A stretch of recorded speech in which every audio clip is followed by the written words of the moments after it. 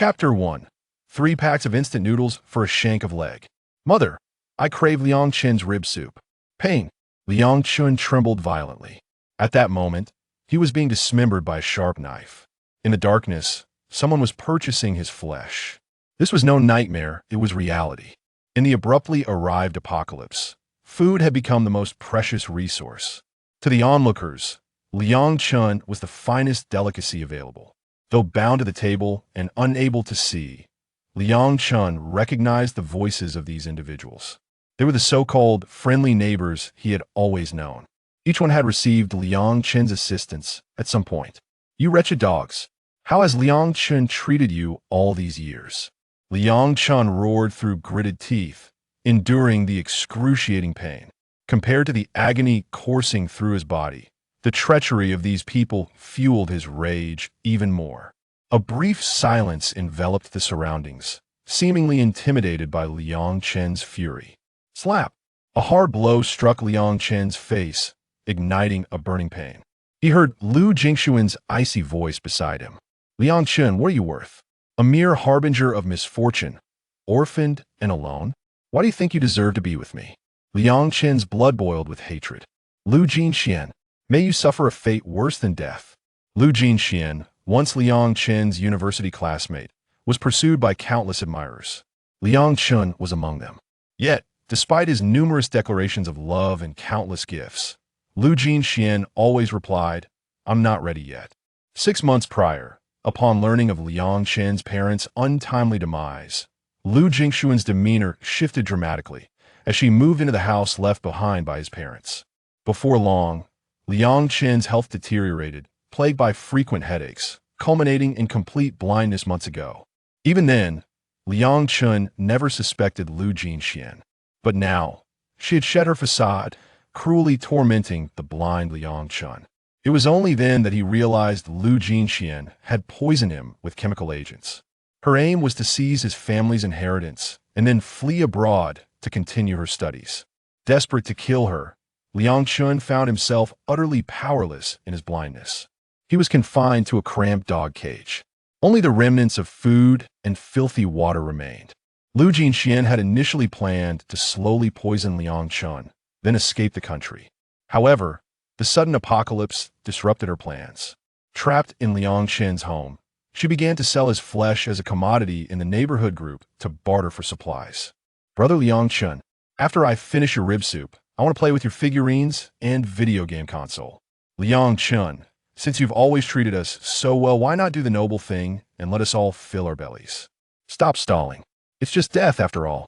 Dying for the greater good is your honor. The neighbors who came to buy meat began to urge Liang Chun to resign himself to his fate.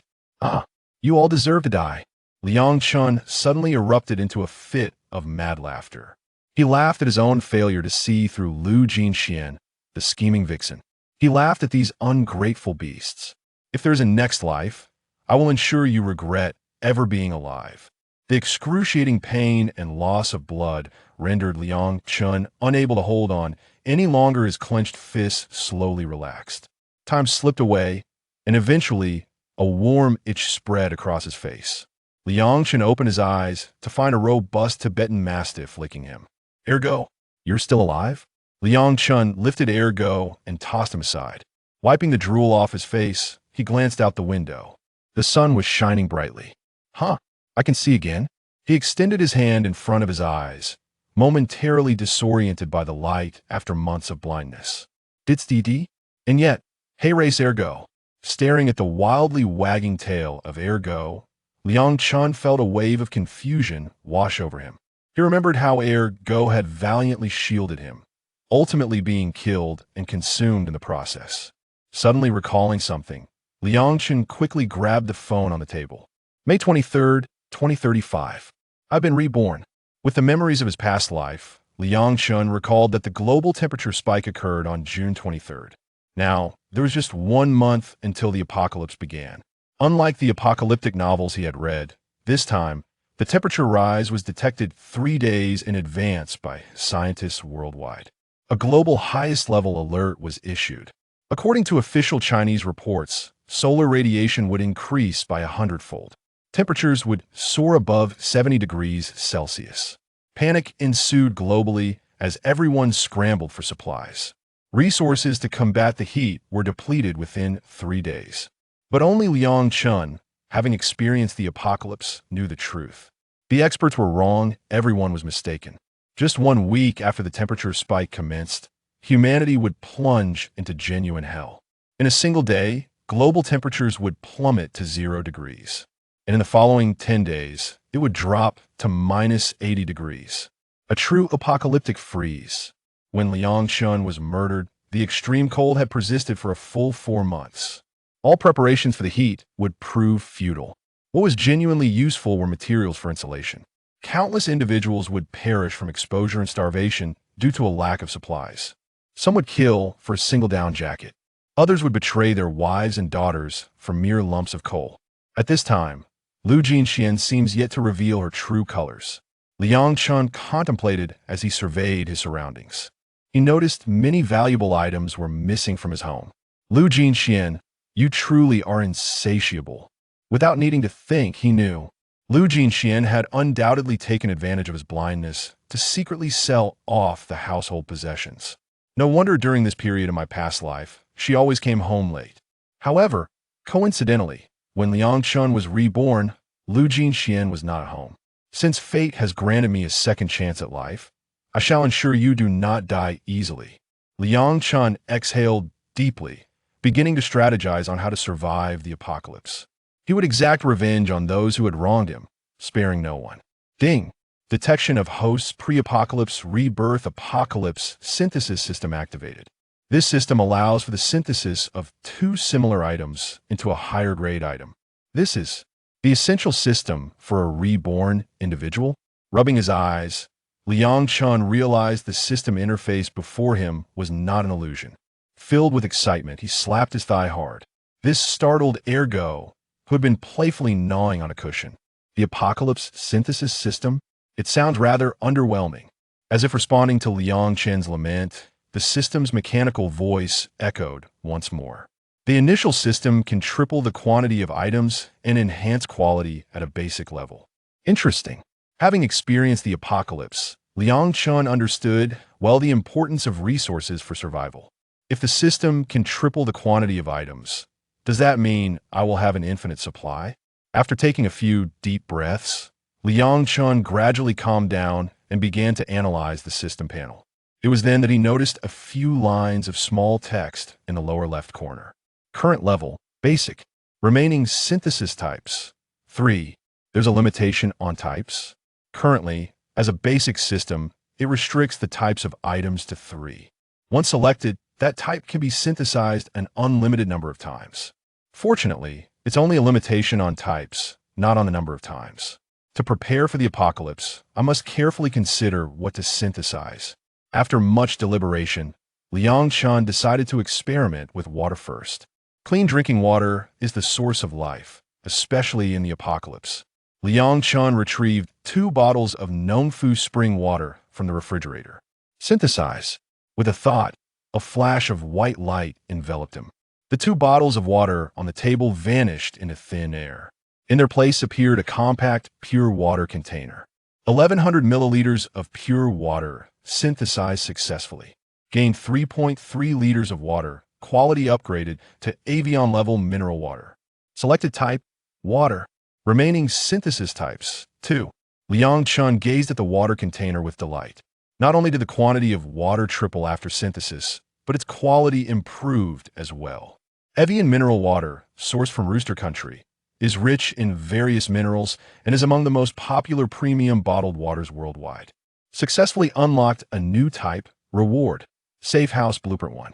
还有奖励. With a thought, a translucent USB drive materialized in his hand. It seems this contains the blueprint for the safe house. We'll keep it for now. To survive the apocalypse, constructing a safe house is essential. We'll see how useful it proves later. Liang Chun stowed the USB drive away and redirected his focus to the system template. Since I unlocked water, does that mean any 2 identical waters will suffice? Regardless of brand, even rainwater or tap water? Liang Chun inquired. Any substance regarded as water can be synthesized an unlimited number of times. Given it's unlimited, Liang Chun retrieved 2 more bottles of Nongfu spring water. Synthesized 0.1100 milliliters of purified water have been successfully synthesized. A total of 3.3 liters of water has been obtained, elevated to the quality of Avion-level mineral water.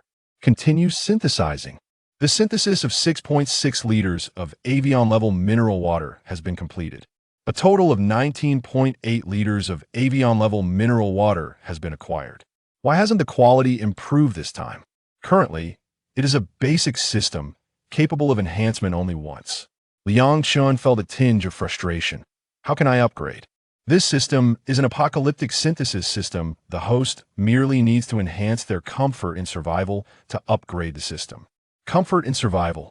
Comfort encompasses both the physical and psychological aspects of the host. As long as the sense of comfort increases, it can accumulate.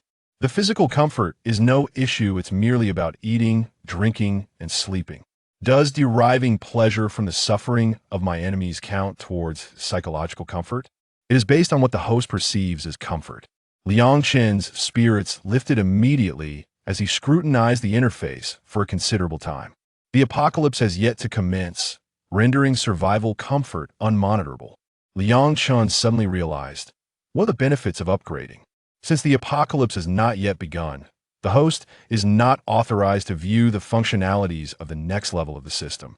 Liang Chen's expression faltered, but he soon comprehended. Regardless, he now possesses a system, and there will be ample time to learn more once the apocalypse begins. At the very least, he understands that the more pleasurable his existence, the quicker the system will upgrade. As someone who has already experienced the apocalypse, Liang Chun knows better than anyone how to thrive in such dire circumstances. Moreover, the thought of making his enemies suffer is inherently comforting. Before Liang Chun could pose further inquiries, the system notification sounded again in his mind. Without hesitation, Liang Chun declared, "Open. Beginner's gift package. Infinite storage space, permanently bound to the host." Liang Chun had been troubled about how to store supplies, and the system provided infinite space. He tested it by placing a large barrel of water and some furniture inside. Liang Chun could sense that the storage space was indeed limitless. Furthermore, aside from colossal structures that could not be collected, larger items like refrigerators and sofas posed no challenge whatsoever. With but a thought, it could be accomplished instantaneously. As for the other functions, further experimentation is required. There's still 2 types of items left. I must carefully decide what to synthesize. The immediate priority is how to prepare for the impending apocalypse. Currently, there are 4 crucial matters. First, I need to stockpile as many supplies as possible. What if one day the system becomes unbound? In his previous life, Liang Chun had read numerous novels. Although instances of system unbinding are rare, they do occur occasionally.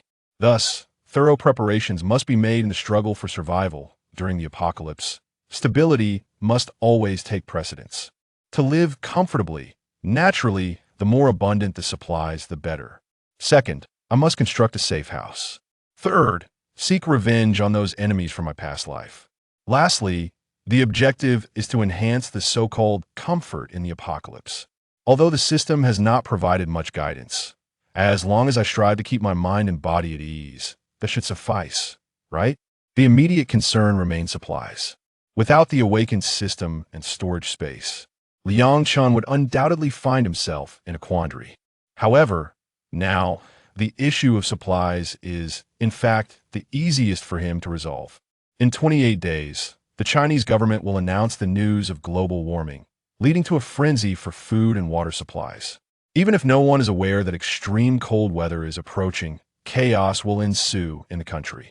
Therefore, everything must be accomplished within 28 days. After careful consideration, Liang Chun devised a detailed action plan. Before departing, he casually picked up the blind person's cane by the door and donned a pair of sunglasses. Now, everyone in the community believes he is blind, which is advantageous for Liang Chun. A blind person would not attract excessive attention and could discern the true nature of certain individuals. Apocalyptic world, 10,000-fold return, starting from investing in my neighbor's wife 1 to 62 do not. "You ungrateful wretch. Release me at once. I command you to let go. You ingrate." In the elevator, a young and attractive woman, clad in snug yoga pants and holding a dog leash, found herself pinned beneath a ravenous husky. The dog, drooling profusely, sunk its teeth into her arm with unrelenting ferocity, breaking the skin and causing blood to flow freely. Her piercing scream echoed throughout the enclosed space. "Handsome, handsome, please save me. Get this beast off me." The yoga-clad woman reached out for help from another occupant in the elevator. However, before she could finish her plea, the frenzied husky lunged at her thigh. The volume of her cries escalated dramatically. Amidst this chaotic scene, Yang Sun blinked in bewilderment, his eyes widening with disbelief and elation. Had he truly been reborn? And on the very day the apocalypse began? This was beyond exhilarating. Yang Sun recalled his previous life, where he had selflessly saved this very woman by strangling the mutated husky with its leash. Yet, in an astonishing twist, she had blamed him for the death of her son and demanded a compensation of 50,000 yuan. Yang Sun had been utterly flabbergasted. "I saved you, and you dare to turn the tables and extort me?" Naturally, he had fled home in shock. In the aftermath, the cataclysmic events unfolded. The woman relentlessly berated him in the community group for several days. "If that beast was your son, my advice is to secure it." At that moment, the elevator arrived at Yang Sun's floor. He swiftly canceled the woman's selected floor and pressed the button for the basement instead. Just as he was about to exit the elevator, he halted, turned around, and delivered several resounding slaps to the woman's face. Slap, slap, slap. The yoga-clad woman was left dazed and bewildered. With a sense of satisfaction, Yang Sun stepped out of the elevator, which continued its descent with the woman and her canine offspring. He hurried back to his home, a 3-bedroom apartment, the sole inheritance left by his late parents. Arriving at the balcony, he gazed out at the world beyond it. That moment, it felt as though a divine being had activated the switch of evolution. The flora and fauna of Blue Star began to undergo astonishing transformations. Along the streets of the community, slender trees grew at an alarming rate, soaring to heights of 20 or 30 meters in the blink of an eye. Their branches and leaves spread wide, forming a dense canopy that obscured the sky, making it difficult for sunlight to penetrate. In parks and plazas, once beautiful flowers and grasses morphed into grotesque forms, no longer delicate and charming, but instead becoming colossal and fearsome. Their green leaves resembled sharp blades, glinting ominously, while the flowers bore jagged teeth, resembling monstrous entities ready to devour. In the middle of the street, vines slithered like serpents, entwining around lamp posts, utility poles, and even the walls of buildings. These vines possessed immense strength, effortlessly tearing through solid concrete and tightly wrapping around structures. The animals, too, experienced transformations. Have you ever encountered a stray dog the size of a Tibetan Mastiff or a half-meter-long rat? The sight of a Labrador with a physique akin to a fierce tiger was truly a stunning visual shock. The entire world was evolving, yet humanity remained stagnant, a reincarnate. Yang Sun was acutely aware that the nighttime world posed far greater dangers than the day. When night fell, an unknown fog would envelop the globe, and temperatures would plummet below freezing. The most terrifying aspect, however, was the presence of unknown monsters lurking within the fog. Yang Sun clenched his fists tightly, his body trembling with excitement. He had truly been reborn on the day the apocalypse erupted. Although he lacked the time to stockpile resources or construct a secure refuge, as long as he was alive, there would always be hope. In his previous life, Yang Sun had survived for a month amidst the turmoil. He had been a gaming streamer, earning 6,000 to 7,000 yuan monthly, with no burden of rent. He lived a relatively carefree existence. At the same time, he was a genuine homebody, instinctively hoarding food.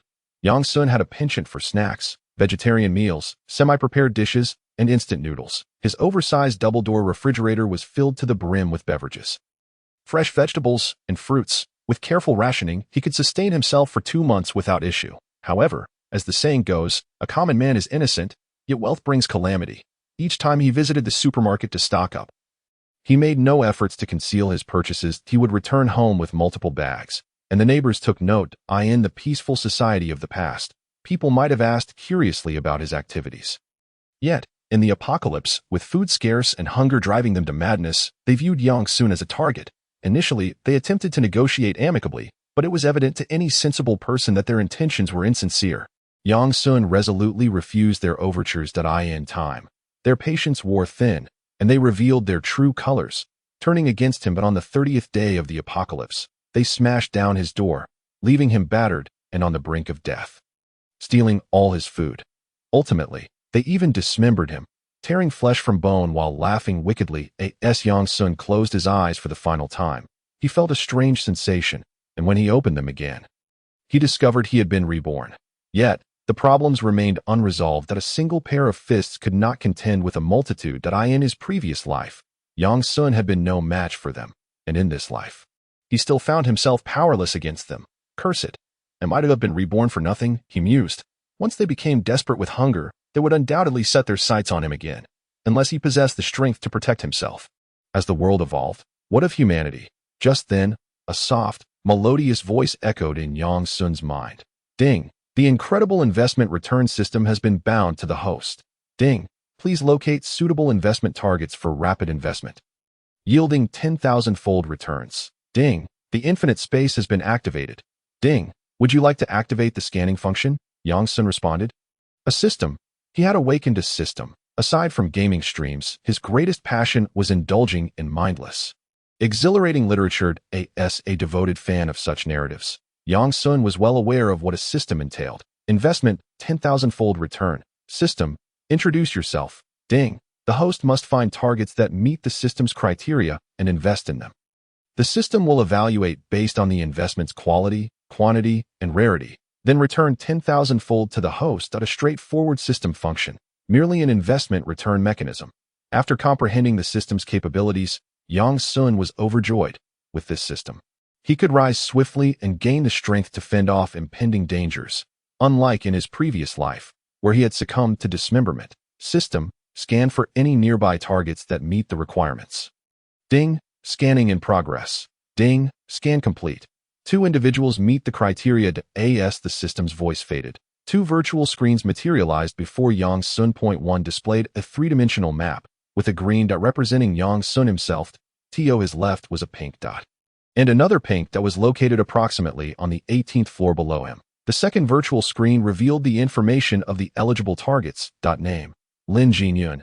Age: 33. Values: normal woman. Appearance: 9 stars. Meets system requirements. Name: Chun Jiao. Age: 26. Worldview: normal woman. Appearance: 8 stars. Meets system requirements. After perusing the profiles of the 2 individuals, Yang Sun's gaze took on a somewhat peculiar quality. He happened to know both of them: Lin Jinyun, his neighbor residing next door, and Chun Jiao, a renowned beauty and transformation influencer, revered by countless young men. It was not surprising that he was familiar with her. However, it was worth noting that while Yang Sun recognized her, she was oblivious to his existence. In a building housing no less than 100 people, it was astonishing that only 2 met the system as criteria. Yang Sun settled onto the sofa, refraining from hastily approaching the 2 women. At that moment, everyone was in a state of panic. Even if he did knock, they might not open the door, and they could very well regard him with suspicion, a situation that would not bode well for the future. As for forcibly entering, Yang Sun possessed neither the capability nor the inclination to embarrass himself in front of the readers at present. He lacked for nothing in terms of sustenance. He could simply wait until the 2 women were out of resources before proposing a deal. With this thought in mind, Yang Sun turned on the television. The central station reported, due to unknown radiation, global flora and fauna have undergone mutations. Citizens are advised to remain indoors, close all windows, and await rescue. The news incessantly repeated the details of this evolutionary frenzy. Upon opening his phone, the browser and various social media platforms were inundated with content related to the impending apocalypse. Videos of women previously skirting the edges of scandal had vanished without a trace. What on earth had transpired? Why did it seem that the world had transformed overnight? Had the world been overtaken by a legion of plants? Fellow citizens, if you own pets, dispose of them immediately. I had a hamster no larger than my palm, and it just mutated into a monstrous creature, ferocious and relentless. I am now cornered in the bathroom by that wretched beast. The upstairs neighbor truly is pathetic, unable to contend even with a hamster. Damn it, at 1/2 meter in length, its teeth could bite through stainless steel. What do you expect me to do? Am I to confront its razor-sharp fangs with my fragile skull? Please, everyone, let us refrain from the chaos and share useful information. Has anyone received assistance? No. Even if help arrives, it will undoubtedly prioritize the elite and wealthy first. Is there a brave soul willing to rescue me? I'm all alone and terrified. My girlfriend was killed by the decorative bamboo she owned. It was a gruesome scene. My condolences, brother. I never imagined that decorative bamboo could be lethal. Forgive me for finding humor in such a grim situation. The internet was rife with negative reports. Yang Sun glanced at a few before shutting it off, aware that it could adversely affect his mindset.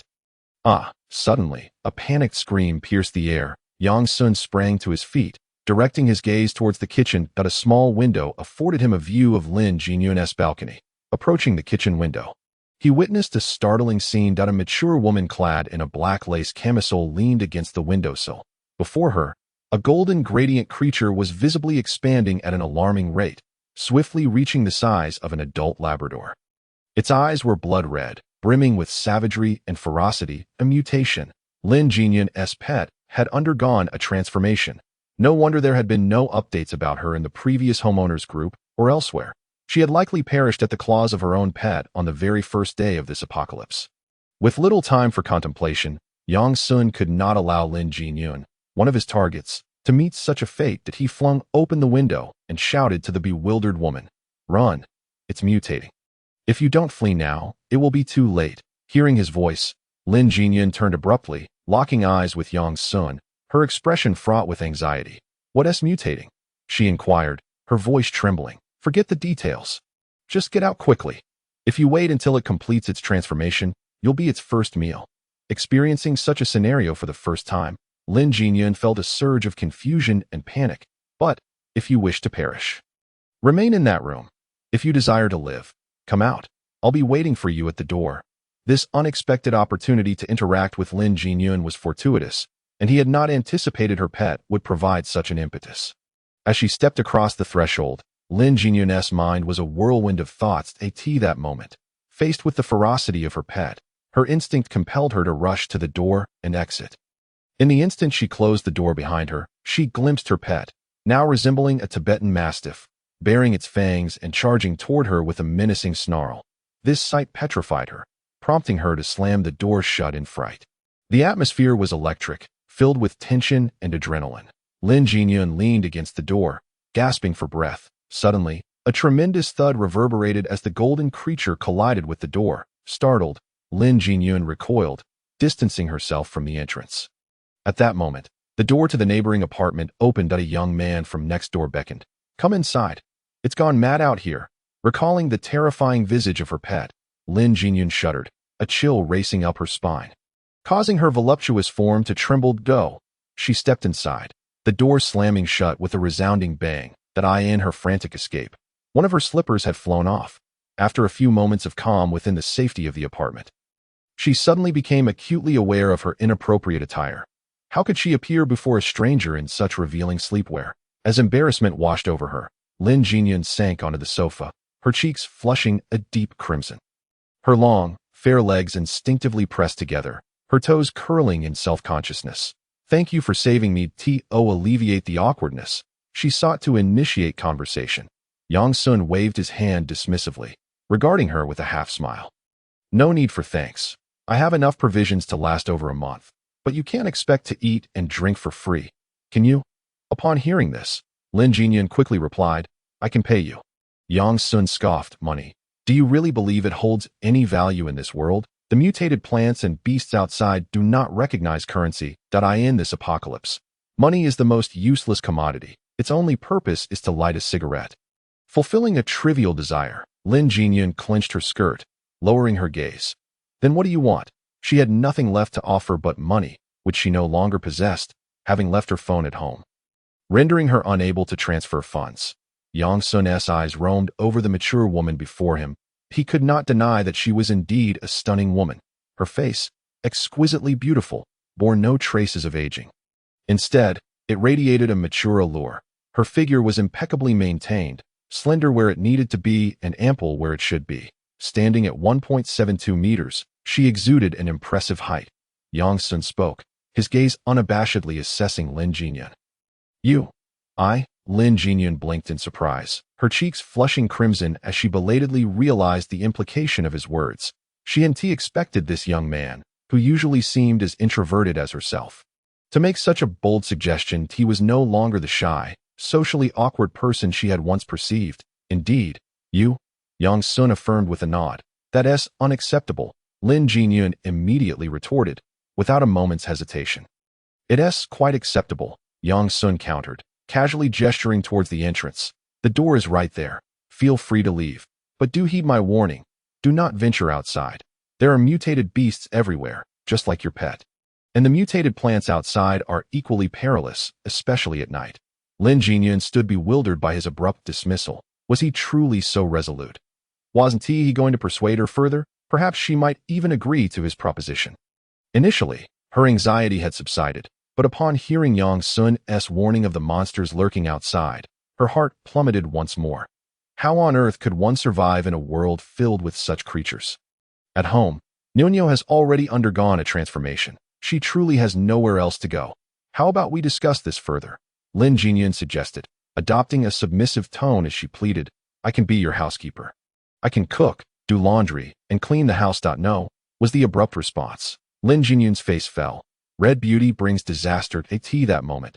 She finally grasped the meaning of the phrase it was all because of my excessive beauty. She internally praised herself. Yet, being realistic, Yang Sun is a typical man, and surely other men harbor similar thoughts, coveting beautiful women. In the previous era of peace and law, this was one thing, but now it is entirely different. Lin Jinyun also read novels, where similar scenarios were often depicted in female-oriented apocalyptic themes. Women lacking strength, especially those possessing beauty, typically face two fates in a world turned upside down. Either they perish or become mere tools for the strong. Traded as commodities, living worse than dogs. That a woman may possess beauty, but it cannot be her sole asset. Beauty combined with any other attribute is a trump card, at the very least a pair of twos. However, a standalone beauty is a losing hand. The mere thought of being captured by nefarious individuals sent shivers down Lin Jinyun's spine. Glancing at Yang Sun, she noted that the young man was rather handsome. I suppose I can agree to that. After much internal deliberation, Lin Jinyun pouted in a somewhat pitiful manner and acquiesced. For the sake of survival, she felt her bottom line could be slightly lowered. Upon hearing her words, a smile spread across Yang Sun's face. You are 10 years my senior. Would you mind if I called you Aunt? Lin Jinyun pondered for a moment and replied earnestly. If possible, I would prefer you to call me sister. Aunt feels too old. Objection is futile. I like it, he retorted. What kind of hobby is that? Are you hungry? I have a cup of instant noodles. You can eat that to fill your stomach. Yang Sun tossed a tub of spicy beef noodles her way. Lin Jinyun caught it. Simultaneously, a notification chimed in Yang Sun's mind. Ding! Investment of 1 tub of spicy beef noodles in Lin Jinyun has triggered a 10,000-fold return. Congratulations, host. You have acquired 10,000 tubs of spicy beef noodles. Yang Sun felt a surge of joy. So, this place allows for 10,000-fold returns. Looking at Lin Jinyun again, he noticed a number above her head. Loyalty. 80. Given that they had only just met, such a level of loyalty was indeed commendable. It was time to get down to serious business. Here, have a bottle of water. Yang Sun retrieved 2 bottles of purified water from the double-door refrigerator, tossing one to Lin Jinyun. After twisting off the cap, she downed 2/3 of the bottle in one go. Ding! Investment of 1 bottle of Ebao mineral water in Lin Jinyun has triggered a 10,000-fold return. Congratulations, host. You have acquired 10,000 bottles of Ebao mineral water. Hearing the delightful notification in his mind, Yang Sun couldn't help but smile. Now, it was time to consider how to arm himself. After finishing a bottle of water, Yang Sun sat at his computer desk. System, do you have any methods to help me grow stronger? He inquired inwardly. Ding! Human beings can awaken abilities and initiate evolution. Innate awakening requires consuming a specific quantity of virus to trigger immediate awakening. Acquired awakening allows the host to find and consume ability fruits for awakening. Ability fruits. Yang Sun was momentarily taken aback, then his heart soared with excitement. Are these the kind of fruits I am thinking of? Where do they grow? Ding! Just as the host imagines, ability fruits can randomly grow on any plant, but they are scarce and require the host's patience to find. Growing on any plant. Yang Sun stroked his chin. Deep in thought, suddenly, an idea struck him. and he dashed toward the living room balcony without a moment's hesitation. In front of the large floor-to-ceiling windows on the balcony, he had planted numerous potted plants. Among them was a kumquat tree. At the top of the kumquat tree, a golden, round fruit was growing, distinctly different from the surrounding fruits, as if it were a wild variety in his previous life. Yang Sun had discovered the existence of this fruit, but had been uncertain about its nature, leaving it to grow on the kumquat tree. If he guessed correctly, this should be the ability fruit. As he reached to pluck the fruit, he intended to consume it himself, but hesitated as it neared his lips. 10,000-fold return. Damn, I almost jeopardized something crucial. Yang Sun took the mysterious fruit to his bedroom. Eat this. He tossed the ability fruit to Lin Jinyun. She picked it up, puzzled, and asked, "What is this?" Yang Sun replied, It's a kumquat." Lin Jinyun attempted to peel it, but Yang Sun stopped her, and ultimately she swallowed it whole. Ding! Investment of 1 golden ability fruit in Lin Jinyun has triggered a 10,000-fold return. Please choose between the divine level golden ability, Master of Gold, and 10,000 ordinary golden ability fruits. Choose one. Normally, one would opt for the greater quantity to gain more value. However, the first option had the prefix divine level. Generally, anything with those 2 words is not simple. Considering this was an ability meant for himself, Yang Sun found his answer. System, I choose the divine level golden ability, Master of Gold. In an instant, Yang Sun felt his body undergoing a transformation. His skin flushed a deep red, radiating heat like a furnace. Not only Yang Sun, but Lin Jinyun also experienced a change. Her fair figure visibly reddened. As if being placed in a steamer. What is happening to me? Lin Jinyun panicked, and upon seeing Yang Sun in the same state, nearly burst into tears. You don't have poison, do you? Shut up. Focus on evolving and awakening your abilities. Half an hour passed before the two completed their evolution. Feeling the power coursing through his body, Yang Sun felt invincible, as if he could punch a hole in the sky. Of course, this was merely a fleeting sensation caused by the surge in strength commonly referred to as feeling high. With Yang Sun's current physical capabilities, defeating a group of ordinary people would be trivial. Should he utilize his abilities, he would even dare to confront mutated beasts that in addition to enhanced physical attributes, Yang Sun gained the ability to manipulate metal, currently, within a 100-meter radius centered on himself. He could freely control metallic substances, from simple object manipulation to complex metal decomposition and reassembly into desired forms, all falling under the domain of mastering and controlling metal. Let us consider it a first-level ability. Yang Sun laughed heartily. In the apocalypse, possessing the power to protect oneself and safeguard what one cherishes was more gratifying than anything else. With strength comes the opportunity for revenge. Yang Sun clenched his fists, his gaze gradually turning icy, simmering with murderous intent. He recalled the neighbors who had caused his demise in his previous life. This time, I will ensure you all enjoy yourselves. The roles of hunter and prey have reversed. Yang Sun did not intend to simply kill them. That would be too easy for them, but he aimed to torment this group mercilessly. They would experience what true apocalypse means. How about a couple turning against each other? Brothers betraying one another also sounds delightful. There are plenty of shows to choose from, just waiting to be executed. Yang Sun, I have awakened the ability to manipulate metal, Lin Jinyun exclaimed excitedly, bouncing on the soft bed. Her personality was a stark contrast to her mature appearance. Thank you. She leapt from the grand bed and threw herself into Yang Sun's embrace, her heart devoid of any lingering resentment towards him. This man was truly exceptional, willing to offer such a precious item that could awaken one's extraordinary abilities. If it were Lin Jinyun in her shoes, she believed she could not be so magnanimous. At the very least, she would ensure her own security first or wait until the other party had passed their probationary period before presenting it. Yet, Yang Sun did not hesitate. He revealed it immediately. Unbeknownst to Lin Jinyun, his sole intention in providing it was to trigger a tenfold return. She gained extraordinary powers, while Yang Sun obtained godly abilities. Lin Jinyun might have profited, but Yang Sun would never incur a loss. As the evening quietly arrived, the night fell, thick white fog inexplicably billowing forth, engulfing the globe in less than a minute, while the temperature gradually dropped beneath its shroud. 20 degrees Celsius, 10 degrees Celsius. 0 degrees Celsius, -10 degrees Celsius. Ultimately, the temperature stabilized at -25 degrees Celsius. The nights to come would only grow colder, in anticipation of the impending power outage and the absence of air conditioning. Yang Sun had already activated the heating throughout the house, cranked the warmth to its maximum, and donned winter attire, unperturbed by the biting chill of -20 degrees Celsius. Lin Jinyun, clad only in a black lace camisole nightgown, found all her clothes at home. Thus, she was now dressed in Yang Sun's winter garments. Rubbing her hands together, she settled on the living room sofa and gazed out through the floor-to-ceiling windows onto the balcony, shuddering at the sight of the opaque fog. What on earth was happening in this world?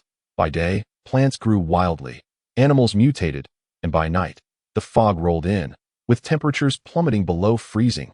Was life still tenable? Yang Sun chuckled softly, shaking his head, thinking, this is merely the beginning.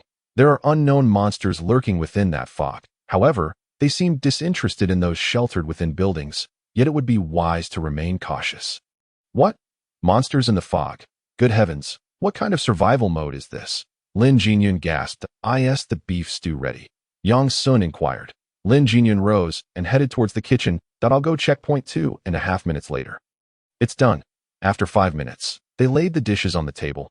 All 5 dishes were cooked by Lin Jinyun. They looked delectable and aromatic, but how they would taste remained to be seen. Placing a steaming bowl of rice before Yang Sun, Lin Jinyun sat across from him, eyes filled with anticipation. How is my culinary skill? Lin Jinyun had a clear understanding and recognition of her role. She was Lin, the cook, the housekeeper, the joyful aunt, and the massage therapist. From washing up to tidying the room, she had done it all alone, not allowing Yang Sun to intervene. Yang Sun picked up a piece of tender, flavorful beef and placed it into his mouth. The taste was delightful. The beef was soft and well-seasoned, complementing the rice perfectly. Not bad, Yang Sun said, giving a thumbs up before urging, don't just sit there. Eat up. Lin Jinyun replied, taking a piece of beef for herself. As expected, my skills have not diminished in the slightest. Ding. Investment in Lin Jinyun's piece of beef. Tenfold return triggered. Congratulations to the host for acquiring 100 gene of beef. Hearing the melodious notification in his mind, Yang Sun couldn't help but smile. Eat up, have some more.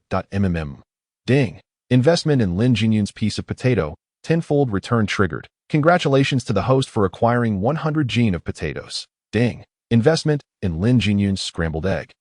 Tenfold return triggered. Congratulations to the host for acquiring 3,000 eggs. Ding. Lin Jinyun. With each morsel Lin Jinyun consumed, a bounty of resources appeared within Yang Sun's infinite space. Ding-dong. At that moment, Yang Sun's phone buzzed. He picked it up to find a message broadcasted by the property owner. Old Zhang from the property management. Does anyone have surplus food?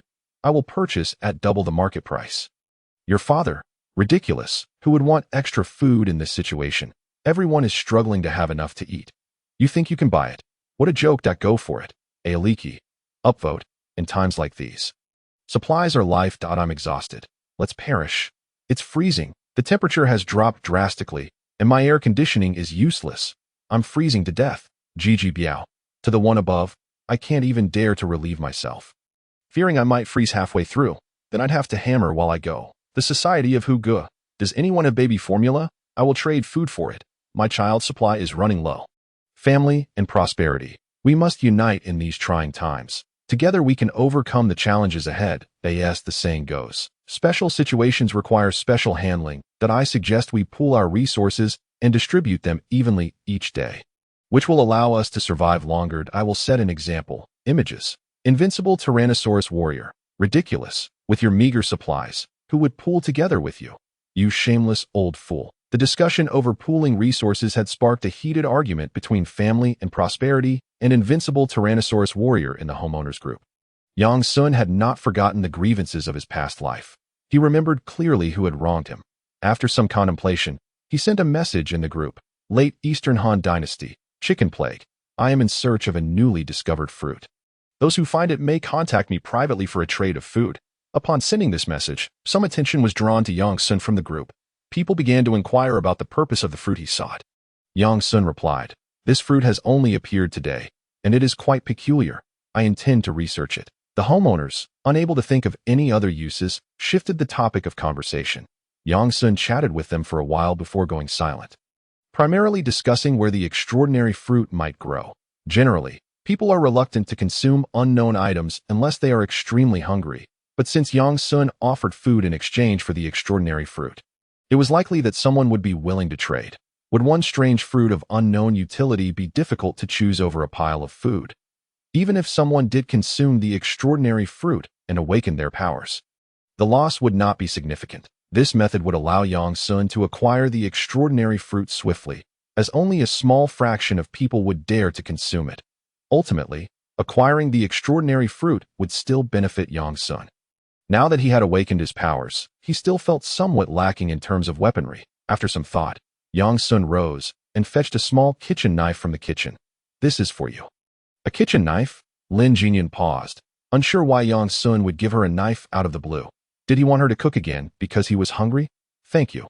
Receiving the knife, Lin Jinyun felt perplexed. Was he indeed hungry, or should she prepare a meal? Ding! Investment in Lin Jinyun's finely crafted kitchen knife. Tenfold return triggered. Congratulations to the host for obtaining 100 modern alloy straight knives. Upon hearing the system's notification, Yang Sun pondered. The transformation from a small kitchen knife to modern alloy straight knives undoubtedly represented a significant enhancement in quality, albeit at the cost of quantity. It appeared that the system's notion of tenfold return was derived from various perspectives. For instance, if the returned Evian bottled water matched the quality of its earthly counterpart, the quantity would be in the tens of thousands. In contrast, upgrading a small kitchen knife to a modern alloy straight knife represented a quality increase, leading to a reduced quantity. The combination of both aspects aligned with the tenfold return principle. Not BAD at the very least. This system genuinely delivers a tenfold return. It's not a mere facade. Yang Sun retrieved 2 modern alloy straight knives from his infinite space. Each straight knife measured approximately 1.2 meters in length, with a 25-centimeter handle and a 95-centimeter blade. Among bladed weapons, it was shorter than a broadsword or a saber, yet considerably longer than a tang saber or a geese feather knife. Yang Sun found the length quite comfortable for use. He tossed one of the alloy straight knives to Lin Jinyun, saying, "A gift for you. You must learn to protect yourself as well." Upon encountering a new toy, Lin Jinyun promptly discarded the small, worn-out knife in her hand, embracing the alloy straight knife with unwavering affection. Hearing Yang Sun's words, she nodded repeatedly, "Imimhum." Yang Sun waited for a moment, but his mind did not register the system's prompt. It appeared that exploiting a bug was not feasible. Nevertheless, Yang Sun felt no irritation. He was quite content with the current functionality of the system. Ding dong. The notification sound of the system echoed from Yang Sun's phone. Upon glancing at the message, he saw it was from someone named Yuer. It read, "Brother Yang Sun, do you have any food at home? Could you send some down? I've gone a whole day without eating, and I'm so hungry." Yang Sun reflected for a moment, recalling information about this Yuer. Her real name was Wang Xiaoya, a fringe streamer on the Zhiyin short video platform. Yang Sun had met her at a streamer conference in Jiangqing. And feeling a sense of fate since they lived in the same building, he exchanged contact information with her. Typically, those who could maintain a fringe streaming career possessed commendable looks. Initially, Yang Sun had added her contact in the hopes of exploring a potential relationship. However, upon discovering that she intended to keep him at arm's length while fishing for his resources, he promptly withdrew.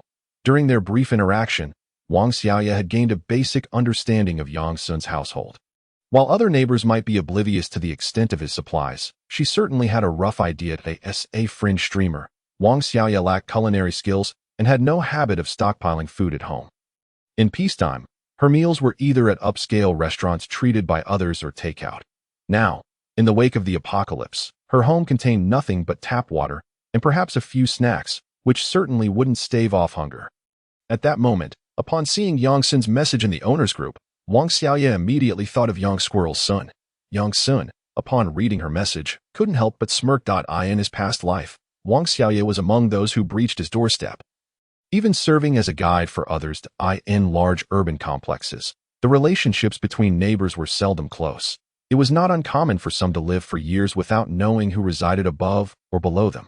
In such circumstances, it would be difficult for those neighbors to pinpoint Yang Sun's residence. However, Wang Xiaoya, this woman had led others straight to his door, making it all too easy for them to find him. Thus, it could be said that Wang Xiaoya was among Yang Sun's principal adversaries. Dong Han Imo Nian's chicken plague. Apologies, but the landlord's pantry is bare. Tonight, my culinary standards have plummeted to 5 dishes and a soup. Image, Dong Han Imo Nian's chicken plague. I wish I could help, but perhaps you should ask if there are any kind-hearted souls willing to share some food with you. Don't you have plenty of good brothers? 13th floor at Wang Xiaoya's residence. The heating was cranked to maximum as she cocooned herself in a thick comforter. She had streamed until the early hours of the morning and slept soundly until noon, only to awaken to a drastically changed world where no delivery personnel could bring her food. She sustained herself at noon with the remnants of half a bag of chips and a few biscuits. But that was hardly sufficient to quell her hunger. Having skipped breakfast and consumed little at lunch, by evening, Wang Xiaoya's stomach ached with hunger. Unable to bear it any longer, she decided to peruse her contacts for potential benefactors. Just then, the owner's group was abuzz with conversation, and upon opening it, Wang Xiaoya spotted a familiar ID seeking to acquire a new type of fruit. It was then that she remembered Yang Sun, the fish that had escaped the pond. Remembering Yang Sun's squirrel-like attributes, Wang Xiaoya felt a surge of excitement. If she could lay her hands on Yang Sun's food, her chances of survival until rescue would significantly increase. Thus, her previous message was sent. However, when Wang Xiaoya beheld Yang Sun's response and accompanying image, she was left dumbfounded. He claimed his culinary standards had diminished, yet still managed 5 dishes and a soup, complete with 3 meat dishes and 3 vegetarian ones. Just how elevated must his living standards have been before the disaster? Gazing at the mouth-watering braised pork, the tender stewed beef, and the clear-bone corn soup in the image, Wang Xiaoya's stomach audibly protested that a quiet resentment towards Yang Sun began to fester within her. Why, with all that food, couldn't he spare a little for her? She had even shown him beautiful photos from her social media before. Yet she was not foolish. Engaging in conflict with Yang Sun at this juncture would be futile. Unlike her sycophants, Yang Sun would not be swayed by mere looks. She needed to adopt a softer approach. Contemplating this, Wang Xiaoya sent a voice message in a coy tone. It's where, Brother Yang Sun, I'm really quite hungry right now. It's so cold outside, and there are so many monsters lurking. If you come to pick me up, I could keep you warm and allow you to indulge in a little mischief. Ding dong. A reply came through. Dong Han, Imon Yin's chicken plague. I'm sorry, the warm bed opportunity has already passed. Image. The image depicted Lin Jinyun in a black lace camisole, her fair and exquisite shoulders and collarbone exposed, nestled against Yang Sun's shoulder in a selfie. Upon seeing this photo, Wang Xiaoya was left utterly speechless. She recognized Lin Jinyun, the well-known mature woman of the building. On several occasions, she had encountered her as a fellow woman. Wang Xiaoya couldn't help but acknowledge the alluring charm Lin Jinyun possessed, which would certainly captivate any man who thought with his lower half. However, the pressing issue wasn't about praising her beauty. It was that she had usurped Wang Xiaoya's rightful place. That place was rightfully hers, and all the food in Yang Sun's home should belong to her. Now, another woman had moved in, consuming her provisions, a thought that Wang Xiaoya simply could not tolerate. As a selfish and self-important woman, Wang Xiaoya had subconsciously come to view Yang Sun's supplies as her own. And now, with another person consuming that food, it felt as though it was being snatched from her pocket. Wang Xiaoya hastily sent a message to Tiware. Brother Yang Sun, how could you associate with such a woman? She's already married and brings home different men every day. You should have kicked that harlot out. Yang Sun ceased responding to her messages. At Yang Sun's residence, he chuckled softly, with the system at his disposal. He was not inclined to believe Wang Xiaoya's claims. Lin Jinyun could withstand the system's scrutiny, and was certainly not the type to fit her description. Wang Xiaoya was merely envious and attempting to tarnish Lin Jinyun's reputation. The next morning, at 6 o'clock, the thick fog outside dissipated. 6 in the evening equated to 6 in the morning, meaning that the blue star had been enveloped in fog for 12 continuous hours. While the situation remained uncertain in the West, this was the case in China. The following day, Yang Sun awoke at 10 in the morning. Rousing Lin Jinyun, he said, "Today, we shall return to your home and deal with that mutated beast. Then retrieve all your belongings." Lin Jinyun nodded in agreement. All right. In the kitchen, Lin Jinyun began preparing breakfast. She took out half-finished fried chicken, fries, and hamburgers from the refrigerator, bustling about. After half an hour, breakfast was served. A Western fast food breakfast. The two leisurely finished their meal. Ding! Investing in Lin Jinyun's fried chicken. 10,000-fold return triggered. Congratulations, host. You have acquired 10,000 pieces of fried chicken. Ding! Investing in Lin Jinyun's spicy chicken leg burger. 10,000-fold return triggered. Congratulations, host. You have acquired 10,000 spicy chicken leg burgers. Ding! Investing in Lin Jinyun's Coke. 10,000-fold return triggered. Congratulations, host. You have acquired 10,000 bottles of Coke. Ding! Investing in Lin Jinyun's 100 fries, 10,000-fold return triggered. Congratulations, host. You have acquired 100 million fries in Yang Sun's infinite space. Heaps of hamburgers, fries, and fried chicken materialized out of thin air, all fully cooked and ready to eat. Time within the infinite space stood still, allowing Yang Sun to worry not about the spoilage of food, and this was merely from Lin Jinyun. What if he had several more goddesses? The scene ahead is beyond Yang Sun's imagination. The food will likely be so abundant that one could eat to their heart's content until death. Yet, food is not the primary concern. The incredible investment system promises returns 1,000-fold, and it can even yield extraordinary fruits of power and weaponry. An ordinary metal-based ability can be transformed into a divine-level mastery known as the Sovereign of Gold, the first tier. Yang Sun can control any metallic substance within a 100-meter radius. As for the ultimate limits, he remains uncertain, for he has scarcely utilized his powers thus far. After finishing breakfast, Yang Sun and Lin Jinyun donned their attire and stepped outside. Lin Jinyun, panting, clutched Yang Sun's denim pants and jacket tightly, gripping a metal knife as she followed closely behind him. That mutation comes from your pet. You wouldn't hesitate to eliminate her, would you? Yang Sun inquired as they reached Lin Jinyun's doorstep. She hastily shook her head. What a joke. If you hadn't warned me yesterday, I would have perished at the hands of that wicked girl.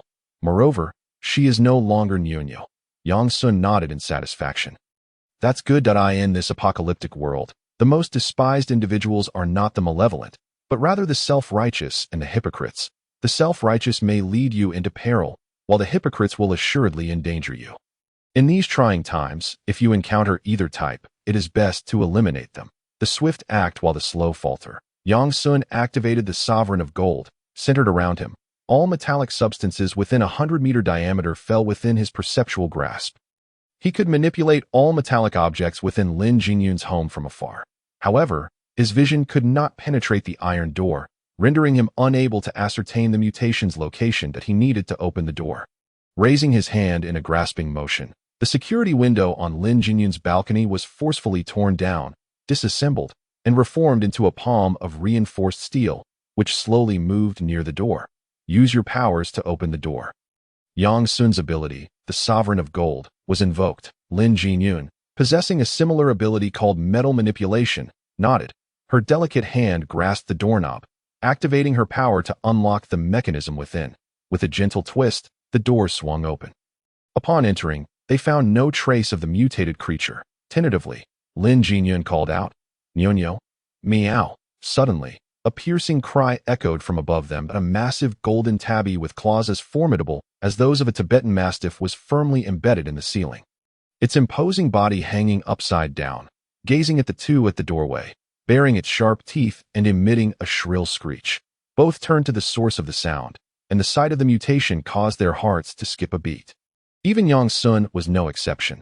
This marked the first time in 2 lifetimes he faced a mutated beast. The visual impact was indeed overwhelming. Such creatures are apex predators in the food chain. If they grow any larger, will humanity even survive? Yet, Yang Sun did not linger in shock. Upon seeing the mutation, he commanded the steel palm to strike. The creature, however, possessed remarkable reflexes and deftly leaped aside to evade the blow. Moving with agility and a fierce gaze towards the pair at the door, Yang Sun, recognizing the threat, pushed Lin Jinyun aside and shouted. 1,000 blades returned to their origin. An infinite portal opened before him. And a flurry of glimmering, razor-sharp alloy knives shot forth, propelled by the might of his Sovereign of Gold, colliding directly with the mutation. With a series of puncturing sounds, dozens of cuts appeared on the creature's body. Some deep, others shallow. Its golden fur became stained with crimson blood, and several knives lodged themselves within its flesh, eliciting sharp cries of pain. Meow, meow. With renewed vigor, the beast attempted to distance itself from Yang Sun. Yet, he denied it the chance to flee, commanding the alloy knives to pursue relentlessly. Being an online gaming streamer, Yang Sun lacked any martial prowess beyond the military training he received in college.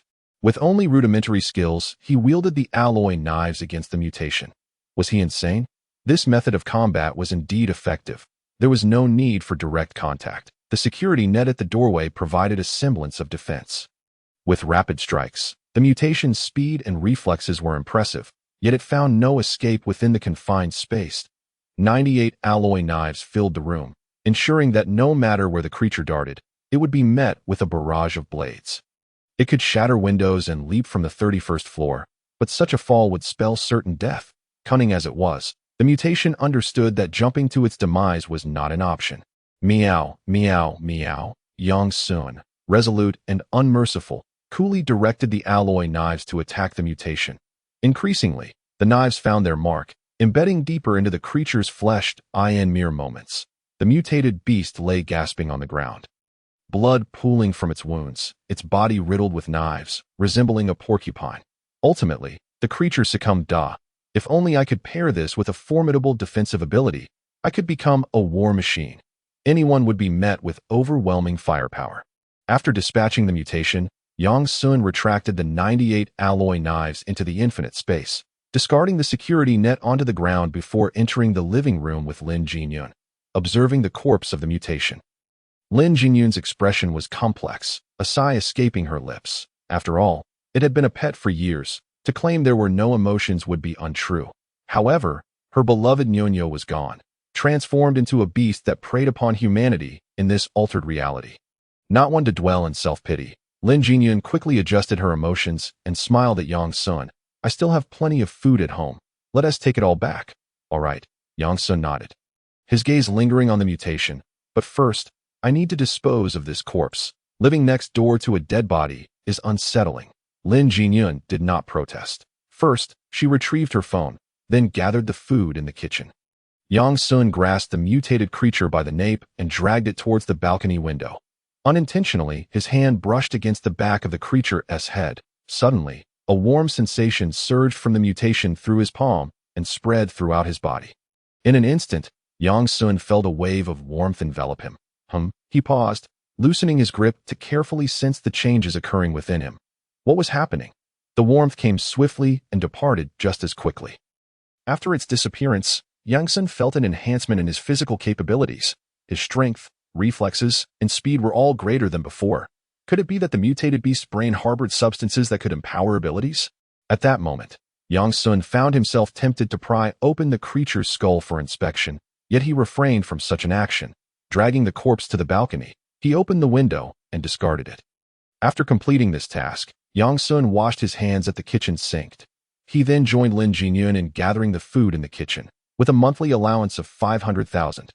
Devoid of mortgage or car loan burdens, she comfortably set aside 300,000, spending the remaining 200,000 solely on herself. When it came to food, she certainly did not skimp. The steak was from Sakura Wagyu, and the foie gras hailed from France. The vegetables, fruits, and snacks were all of the finest quality. Yang Sun eagerly stashed everything into the infinite space. Besides my metal-based powers, I also need a spatial storage ability. As long as you stick with me, food will never be a concern. Lin Jinyun shot him an exasperated glance, saying with mock sorrow, "You just love to bully others, huh? Does Aunt Lin practice yoga?" "Of course, I can practice yoga. Is that so? Please teach me that. I have heard that yoga is an ancient practice from India. I wonder if it still has unexpected effects in this day and age." Of course, after approximately 2.5 minutes, Lin Jinyun emerged, clad in gray yoga pants and a pink tank top. "Let me demonstrate yoga for you. Teach me as well. I am eager to learn." On the third day of the catastrophe, at Lin Jinyun's home, the following day, the two packed all usable items into the infinite space and returned to Yang Sun's residence in the midst of the disaster. The outside world was destined to become increasingly perilous, with mutated creatures rampant. Without sufficient strength for self-defense, Yang Sun had no intention of leaving the community. After all, his supplies were ample enough to last an eternity. Leaving him unperturbed, surviving in such a manner seemed prudent. As the saying goes, once basic needs are met, one begins to ponder indulgent pursuits. It would not do to spend every day exercising alongside Lin Jinyun. Would it? Here, I gift you this power bank. Yang Sun presented a brick to Lin Jinyun. It was a massive 50,000 mAh power bank, the largest in his collection. Lin Jinyun was taken aback, bewildered as she accepted the power bank. "What do you want me to do with this? It's so large." Ding. Investment in Lin Jinyun's 50,000 mAh power bank activated. 10,000-fold return triggered. Congratulations, host. You have received 10,000 fully charged 50,000 mAh power banks. With idle time on his hands, Yang Sun began to invest in Lin Jinyun, aiming for exponential returns. Ding. Investment in Lin Jinyun's fruit tablet activated. 10,000-fold return triggered. Congratulations, host. You have received 10,000 fruit tablets. Ding. Investment in Lin Jinyun's sanitary napkins activated. 10,000-fold return triggered. Congratulations, host. You have received 10,000 packs of sanitary napkins. Ding. Investment in Lin Jinyun's Sony gaming console activated. 10,000-fold return triggered. Congratulations, host. You have received 10,000 Sony gaming consoles. Ding. Investment in Lin Jinyun's 23 game cartridges activated. 10,000-fold return triggered. Congratulations, host. You have received 230,000 random games. Ding. Lin Jinyun was utterly perplexed. What on earth was this man doing? He was bestowing upon her all manner of bizarre items. Never mind it, she thought. Ding-dong.at that moment. Both Yang Sun and Lin Jinyun's phones chimed simultaneously. Upon checking, they found a group message from the homeowners. However, the group name had changed. It was no longer the homeowners of Building 3. Unit 1 of Jinxiu City. It had now transformed into the Disaster Relief Mutual Aid Group. Mutual aid? How ironic that term seemed in a world where desires and evils were magnified to infinity. The message from the wealthy heir, Luo Hai, read, "Attention, all members. The military stationed in Jiangxing has commenced rescue operations. The former Jiangxing 1st Military District has been converted into a refuge. Everyone, hold on. Rescue is on the way." As soon as this news was released, it reverberated like a thunderclap, prompting all lurking homeowners to surface. Is it true? That's wonderful. Finally, there is hope. I knew the authorities wouldn't abandon us. Cried Xiao Zhu Peiqi. I am Zhang Xiaomei. Luo Hai. Do you have any specific information on when the rescue will reach us in Jinxiu City? We are completely out of food. Is this news accurate? It can't be fake, can it? Luo Hai's reputation in the homeowners group was quite prominent. He was a second-generation rich kid with considerable background. It was said that even the authorities had connections to him. Hearing him speak like this, everyone was inclined to believe him. Compliments and flattery for Luo Hai flooded the group. Yang Sun had encountered this message in his previous life as well and had been excited by it. However, during the first month of the disaster, no military rescue had arrived at their Jinxiu City community or its vicinity. The hope of waiting for military assistance in Jinxiu City was destined to be dashed. Yang Sun would not pin his hopes on the elusive promise of rescue. The messages in the group continued to scroll. Rest assured, my uncle has said that the military has begun advancing from the west toward the east. I believe it won't be long before they reach our Jinxiu City community. What nonsense is this? From west to east. Luo Hai. Do you even know where we are located? We are the furthest east. If you go any further east, you'll be in the sea, meaning we are the farthest from the military refuge. Old Zhang. Young people, my family is out of food. Which kind-hearted youth can bring me some? Respecting the elderly is a traditional virtue in China. You young people must not abandon it. Mrs. Li. Does anyone have chocolate? My grandson hasn't had chocolate in 3 days. These two were indeed heavyweight figures. Old Zhang was known for his frugality and penchant for scavenging. His floor's hallway was cluttered with rubbish, and the stench was unbearable. The residents on his floor had discussed it, and this old man would lie on the ground.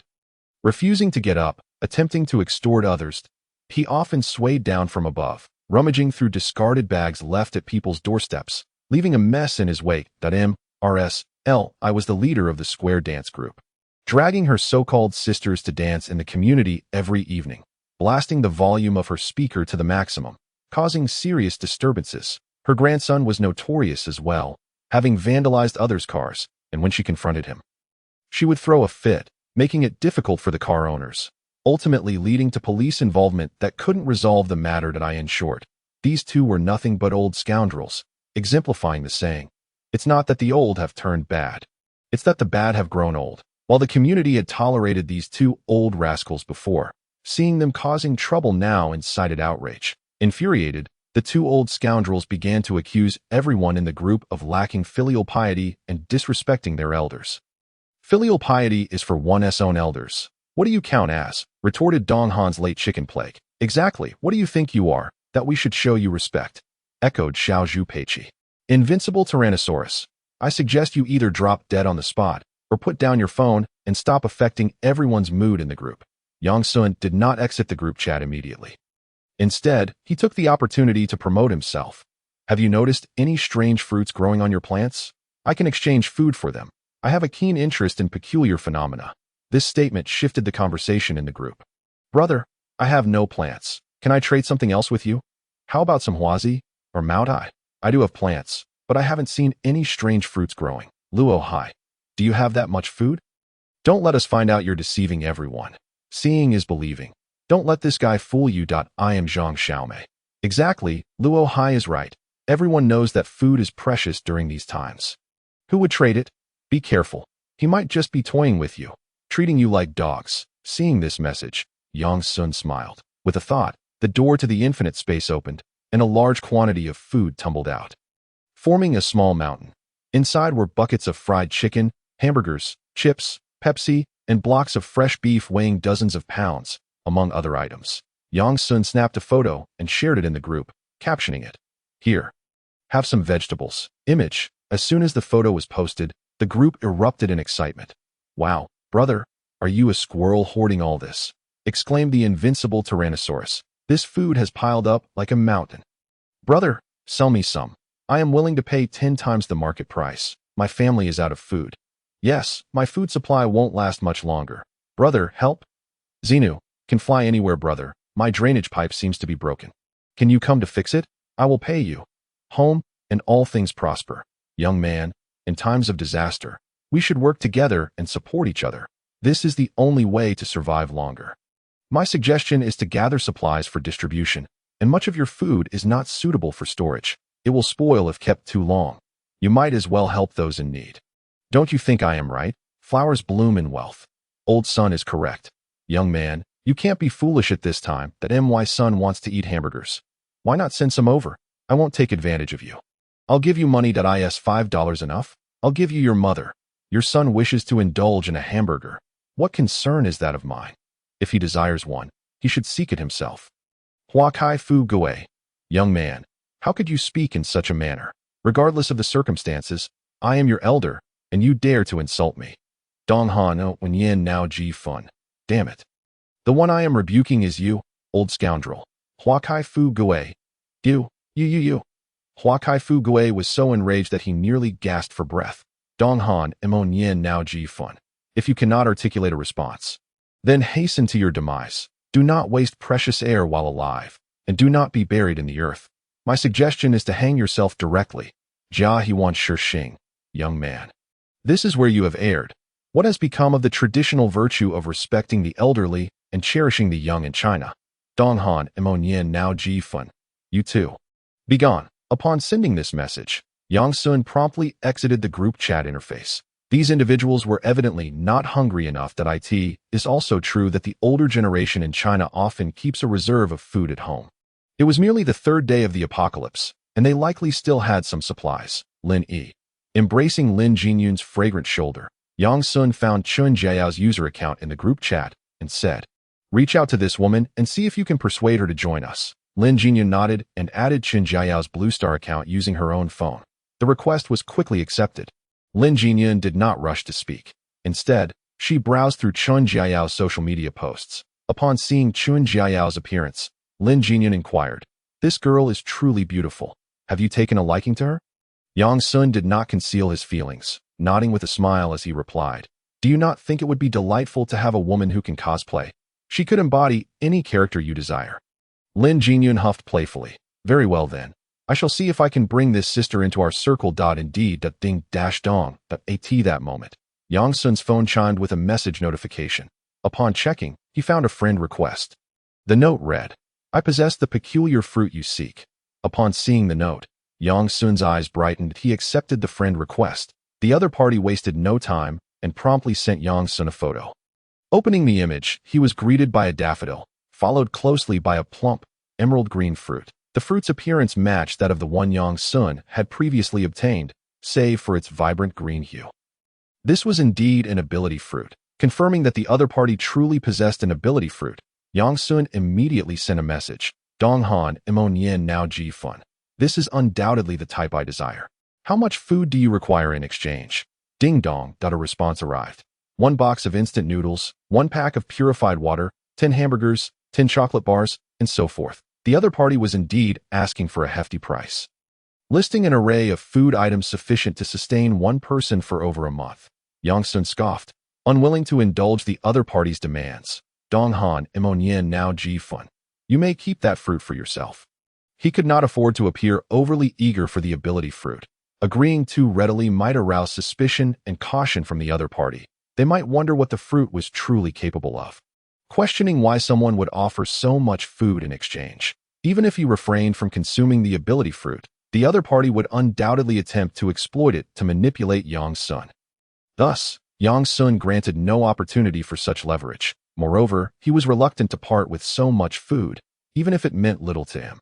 Hey, brother, do not be hasty. Let us negotiate. Transactions are not set in stone. Present a counteroffer, and I shall see if it is agreeable. Dong Han Imon Yen Now Ji Fun. At most, half a box of instant noodles, 10 bottles of mineral water, no more than that. If you desire more, take your fruit and inquire elsewhere. The other party was silent for a considerable time before finally responding with an okay. After agreeing on a transaction location, Yang Sun, accompanied by Lin Jinyun, set out with half a box of instant noodles and 10 bottles of mineral water. While he had previously engaged in various activities with Lin Jinyun, that did not imply he fully trusted her. Lin Jinyun remained under evaluation, and during this period, he would remain cautious of her. The meeting place was the rooftop. It was an isolated area, difficult for other neighbors to detect. The other party was a well-dressed man wearing glasses. Upon seeing Yang Sun and Lin Jinyun arrive, his gaze lingered on Lin Jinyun for 7 or 8 seconds, 3 seconds longer than it did on Yang Sun. Indeed, beautiful women attract attention wherever they go.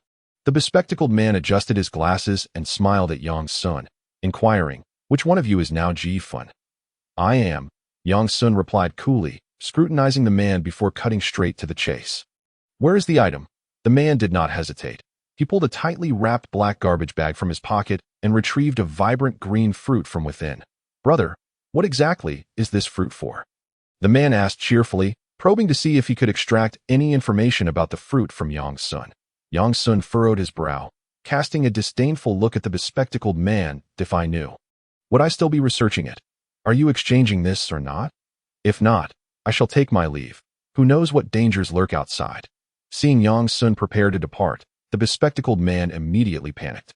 Compared to a fruit whose effects were uncertain, he greatly preferred to obtain food and water. With sustenance, he could prolong his life, increasing the chances of military rescue. Hey, I will exchange. Just do not leave. Brother. Bang! Yang Sun tossed a box of instant noodles in front of the bespectacled man. Inside were half a box of instant noodles and 10 bottles of mineral water. After inspecting the contents and confirming they were indeed food and water, the man immediately broke into a grin. Here. The bespectacled man handed over the ability fruit to Yang Sun, eagerly clutching the box of instant noodles. Yang Sun had no intention of lingering on the rooftop. With the ability fruit in hand, he departed with Lin Jinyun. Watching their retreating figures, particularly Lin Jinyun's alluring and mature curves, the bespectacled man felt a pang of envy, wishing he could have the privilege of being close to such a woman. Simultaneously, he felt jealousy, pondering why he could not take his place. Moreover, if he recalled correctly, this woman seemed to be married. Yet, the young man accompanying her was clearly not her husband.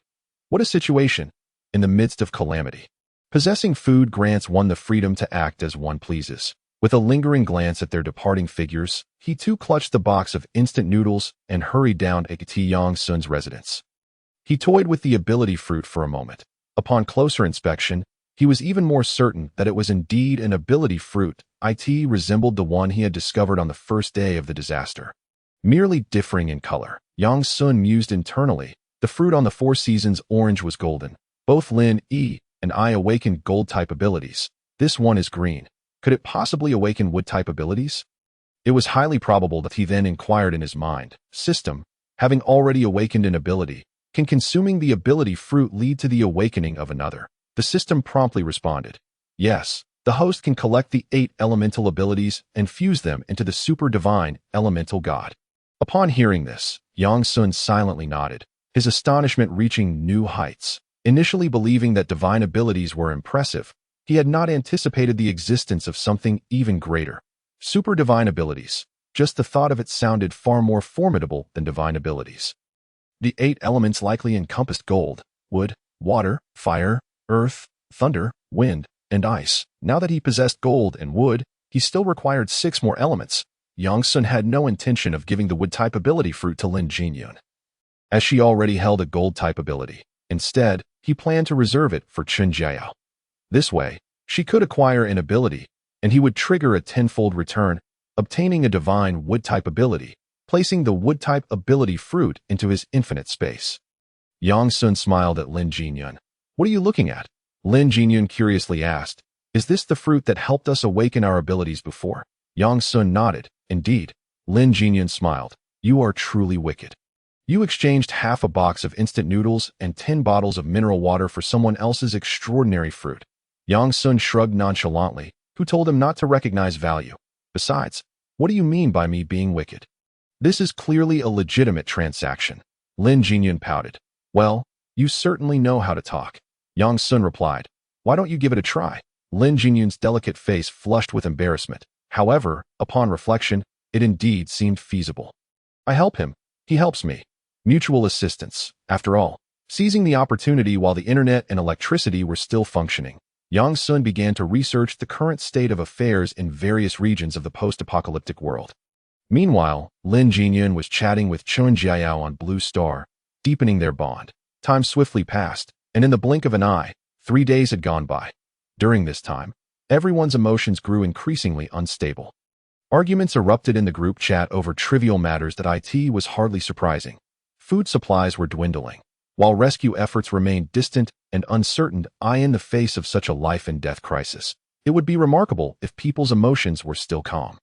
Over these 3 days, Wang Xiaoya had been incessantly pestering Yang Sun, bombarding him with various messages. She resorted to cute antics, feigned helplessness, and even attempted to slander Lin Jinyun. She truly spared no effort. Yang Sun pretended not to notice, occasionally responding with sarcastic remarks. This infuriated Wang Xiaoya, yet she felt powerless. The outside world was far too dangerous for her to venture out alone. That evening, Lin Jinyun expressed her gratitude. "Thank you for defending me." Yang Sun, curious, replied, "No need for thanks." "What are you doing?" Lin Jinyun smiled charmingly. Her cheeks flushed, making her all the more alluring. She pulled out a piece of gum and popped it into her mouth. Then, ding! Investment in Lin Jinyun's gum has triggered a 10,000-fold return. Congratulations to the host for obtaining 10,000 pieces of gum. Yang Sun exclaimed. "What the hell?" Lin Jinyun simply responded, "MHM on the 7th day of the disaster." A piercing scream echoed through the silence. The group chat buzzed with activity. "I am Zhang Xiaomei. Help. Help. Someone is killing people. They are killing people." The word killing stood out starkly, capturing the attention of the lurking group members, who quickly inquired about what had transpired. Zhang Xiaomei recounted the events succinctly. It turned out that 4 migrant workers had deceived a neighbor into opening the door. Once the door was ajar, the 4 workers discarded their disguises and stormed in, overpowering the male and female owners of the apartment and stealing all their remaining food. The earlier scream belonged to the male owner. Zhang Xiaomei also mentioned hearing a woman's cries and the sinister laughter of the 4 and it was clear to everyone what had occurred. Yang Sun noted this message. Chaos had begun once the first shot was fired. Such incidents would become commonplace. When one's life is at stake, compounded by the fury of hunger, anything could happen. The 4 migrant workers were merely the beginning. Yang Sun remained unconcerned. If anyone set their sights on him, he would ensure they understood why flowers bloom so beautifully. Chen Jiao had run out of food at this moment. Lin Jinyun waved her phone at Yang Sun with a smile. "Only running out of food on the 7th day?" Yang Sun was somewhat astonished. "This woman has quite the stockpile." Lin Jinyun chuckled. "Not really. She still has some rice and laogan ma left. For the past few days, she has been eating rice mixed with laogan ma. And just now she mentioned that her last bit of rice was finished. Laogan ma mixed with rice." Yang Sun figured it would take a few more days for Chen Jiao to relent. He was not one to force others. He desired a partner who willingly chose to be with him, rather than one who followed him out of reluctance if Chen Jiao remained obstinate until her last breath. Yang Sun could only say, "Impressive at this moment." Everyone's food supplies were nearly depleted. Many were contemplating where to procure more. As someone who had previously flaunted wealth in the group, Yang Sun naturally became the target of many. For instance, at this very moment on the 23rd floor, 4 middle-aged men with dark skin and rugged features lounged on the sofa in the living room. Before them lay a woman, battered and bruised. Her eyes swollen, and her body marked with handprints. These 4 men were the same individuals who had previously stirred up a storm in the owner group that I asked for the woman. It was evident what kind of hell she had just endured. Damn, these women in upscale communities are much more tender than those in the streets. I've never encountered such a beautiful woman in my life. That a small, sharp-faced, middle-aged man chuckled lewdly, his eyes shamelessly roaming over the woman's body. Tender, truly tender. Another stout man nodded in agreement, grinning. You all are quite pitiful. This woman isn't even the most beautiful in this building. Do you know who the most beautiful woman is? Who? The sharp-faced man. Intrigued, leaned in. He had no other hobby in life but women. Most of the money he earned from working went into the pockets of women he pursued. The stout man pondered for a moment before uncertainly asking, is it a mature housewife? And what was that term for someone who enjoys cosplay? Oh right, cosplay. Is it a woman who likes cosplay? The man nodded. Exactly. Those 2 women are the real gems of this building. Even more stunning than celebrities. That I once encountered one while waiting for the elevator.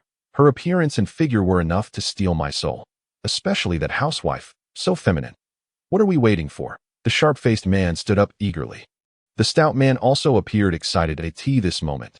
The leader among the 4 spoke. They temporarily set aside their thoughts about the woman. The man, in his early 30s, stood at around 6 feet tall, with a robust physique that exuded a formidable presence just by standing there. His name was Zhang Hao. Ranked 3rd in his family, he was also known as Zhang Laosan, the leader of this group. It was he who had proposed the idea of robbing other owners. Gazing at the 3 men, Zhang Laosan spoke in a deep voice. The food in this household is limited. We just finished it all. In times of disaster, food is the most precious resource. Our immediate priority is to acquire more. But where do we find it? The stout man shrugged. Everyone's situation is quite similar. Each is running low. Zhang Laosan smiled faintly, a glint of menace flashing in his eyes. Have you forgotten? There is a wealthy individual in this building. Just his stockpile of food is enough for us to last a month. Prompted by Zhang Laosan's reminder, the 3 men recalled the earlier show of wealth in the owner group. Thinking of the towering pile of food, their eyes lit up, and saliva began to pool in their mouths. Their stomachs growling in anticipation. Without a doubt, that hefty piece of beef alone would sustain them for a week. Imagining the rest of the food made them salivate. Boss, just tell us what to do. We're in. The sharp-faced man immediately turned to Zhang Laosan for guidance. The stout man nodded vigorously. Seeing their eagerness, Zhang Laosan nodded in satisfaction. First, we need to determine exactly which floor and building that kid is in. Then we'll force open the door, and once it's ajar, we rush in and beat him to a pulp. After that, all the food will be ours. The man who had just asked about the most beautiful women in the building had previously worked as a locksmith before being fired for offending the company leadership. Returning home for the new year, he encountered Zhang Laosan recruiting workers and joined out of camaraderie. Little did he know that he would find himself embroiled in such chaos in his first year. Leave the lockpicking to me, he grinned. Though I've spent a few months on construction, my skills haven't dulled. Good.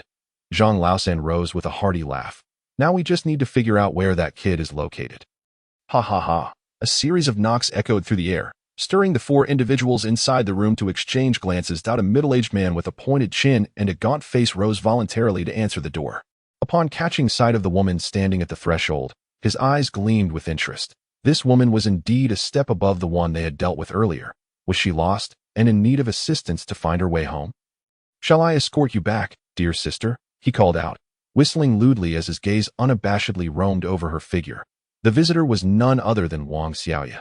Displaying a pitiful demeanor, Wang Xiaoya's voice trembled as she addressed the middle-aged man. Brother, do you have anything to eat? I haven't had a morsel in 6 days, and my belly is aching with hunger. Of course, I do, he replied with a grin, seizing her wrist and pulling her inside. Deftly closing the door behind them, Wang Xiaoya took in the scene in the living room. Her expression momentarily stiffened, but she quickly regained her composure, greeting, hello, brothers. As a rescue streamer, Wang Xiaoya had mastered the art of addressing men as brother. The very utterance sent a ripple of excitement through the 4 men, their gazes transforming as they beheld her. It was only after a fierce internal struggle that Wang Xiaoya resolved to align herself with these violent marauders. In the wake of the catastrophe, her home was devoid of food, and her body was already succumbing to weakness. If this continued, she feared she might perish from starvation. Yang Sun was unreliable. She needed to seek a new pillar of support.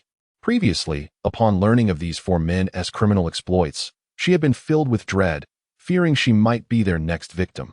Yet, upon reflection, she realized that rather than cower in fear, it would be more prudent to join them preemptively. Perhaps she could partake in their spoils. Thus, after discerning Zhang Xiaomei's floor, she approached them with intention.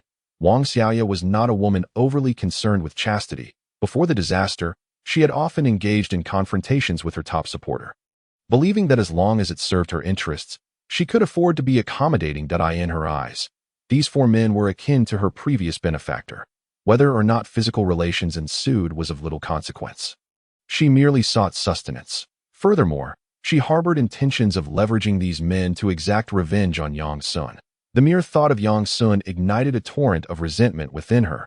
After I humbled myself to plead with you. How could you treat me with such disdain? You possess ample food. What harm is there in sharing half with me? Am I not your girlfriend? Must you prefer to support another's wife rather than find one for yourself? It is utterly ludicrous. Jealousy, indeed, breeds madness in her heart. Wang Xiaoya cursed Yang Sun and Lin Jinyun as despicable. She had already devised a plan.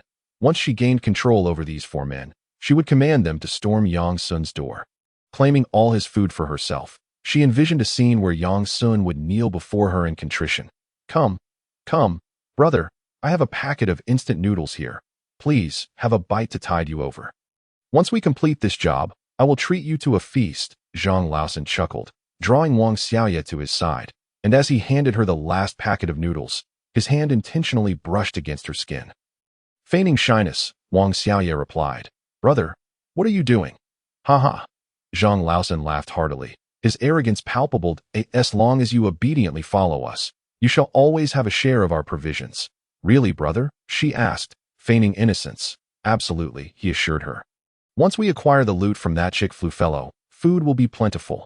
Indeed, the hefty man chimed in, plopping down beside Wang Xiaoya and taking her hand in his, caressing it. As long as we locate where that chick flu resides. It is only a matter of time before we seize him. Chick flu? Wang Xiaoya queried, momentarily taken aback. Is he the one from our group who has been flaunting his wealth during these dire times? Zhang Laosan nodded affirmatively. Indeed, that fool continues to boast while calamity looms. If we don't rob him, who shall we target? We must act quickly. Others are surely eyeing him as well. The middle-aged man with the pointed chin raised his hands in exasperation. Zhang, it is all well and good to plan, but we have no idea where he resides. Are we to search every floor? At that moment, Wang Xiaoya wrapped her arm around Zhang Laosan's, deliberately brushing her modest form against his brawny arm, sending waves of desire coursing through him, tempting him to claim her on the spot. Brothers, I know where that chick flu is, she declared, prompting all four men to turn their attention to her. Zhang Laosan inquired eagerly. You know? Yes, she feigned vulnerability. He was my ex-boyfriend, but he callously cast me aside for that wretched woman next door. Brothers, you will avenge me. One to you? What? Such a man exists in this world? Unbelievable. The hefty man stood, indignant.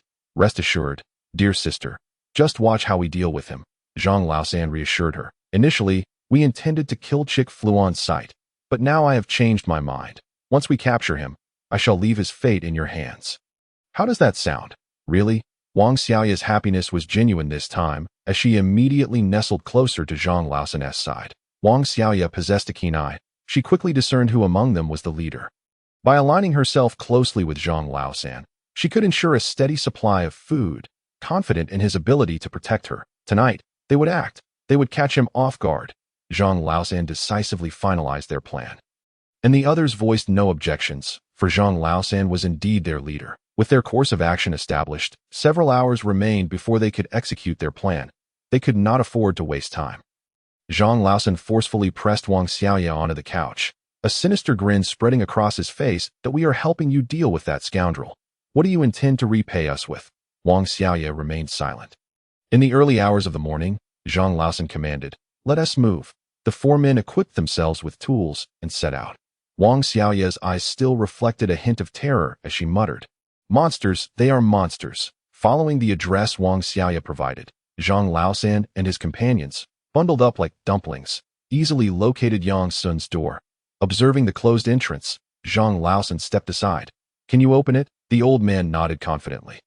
A smirk on his face. Absolutely, a piece of cake. With that, he fumbled in his pocket for tools to pick the lock. Behind him, Zhang Laosan, the hefty man, and the middle-aged man brandished steel pipes, ready to storm in and subdue Chick Flu as soon as the door swung open. Once inside, all the food would belong to them. Can you hurry it up? 2.5 minutes passed, as the door remained shut. Zhang Laosan grew impatient, urging softly. Hurry up, the old man sniffled. Almost there. Almost there. Damn this cold weather. My hands are freezing. Faster. Once we're done, we can return and have our fun with women. Meanwhile, inside Yang Sun's bedroom, the faint sounds of the lock being tampered with reached his ears. It was barely audible. Had he not possessed extraordinary abilities, he would not have noticed at all. He gently shook Lin Jinyun awake. Get up. There's something going on outside. With that, he leaped from the bed. Donning his padded jacket, and the alloy knife appeared in his hand with a swift motion. Lin Jinyun, not wanting to lag behind, quickly pulled on a thick down jacket, clutching the alloy knife tightly as she followed Yang Sun out of the bedroom. Hurry up. How can you be so slow? Can you open it or not? The old man, straining his neck, replied, I can. You can doubt my abilities for 3 seconds, but not my skills. Enough with the chatter. Hurry up. I'm freezing to death. Although clad in thick garments, the four were still frozen to the core, their bodies shaking uncontrollably. Suddenly, with a sharp click, the lock disengaged. Yet, old Zhang was left bewildered. It opened? But I haven't even located the keyhole. Zhang Laosan gave old Zhang a push, chiding him with a laugh. What are you daydreaming about, old man? The lock is open. Hurry, and open the door. That lad should be fast asleep by now. We can just pin him down. Indeed, old fellow, stop dawdling. I'm famished, the portly one chimed in, his mouth watering at the thought of the mountain of food at Yang Sun's residence, his stomach rumbling in agreement. The middle-aged man with a sharp face remained silent, yet his gaze conveyed his intentions clearly. But I haven't found the keyhole yet. How did the lock just open? Could it be that I misheard? At that moment, the door swung open, a blinding beam of light bursting forth, momentarily stunning the four, who instinctively shielded their eyes and recoiled. Yang Sun adjusted the brightness of his powerful flashlight, diffusing it towards the ceiling. And with a teasing smile, addressed the four. Oh, what are you doing here at this late hour, playing at being thieves? As the glare diminished, the four could finally adjust to the light. Zhang Laosan squinted, regaining his composure before directing a cold inquiry at Yang Sun. Are you the one called Naughty Chicken Flu? No, came the reply. Zhang Laosan was puzzled, wondering if he had been deceived by that woman. But that made no sense. Had they perhaps taken the wrong floor? Then who are you? Naughty Chicken Flu is my online alias. My name is Yang Sun. Yang Sun flashed a disarming smile, appearing harmless.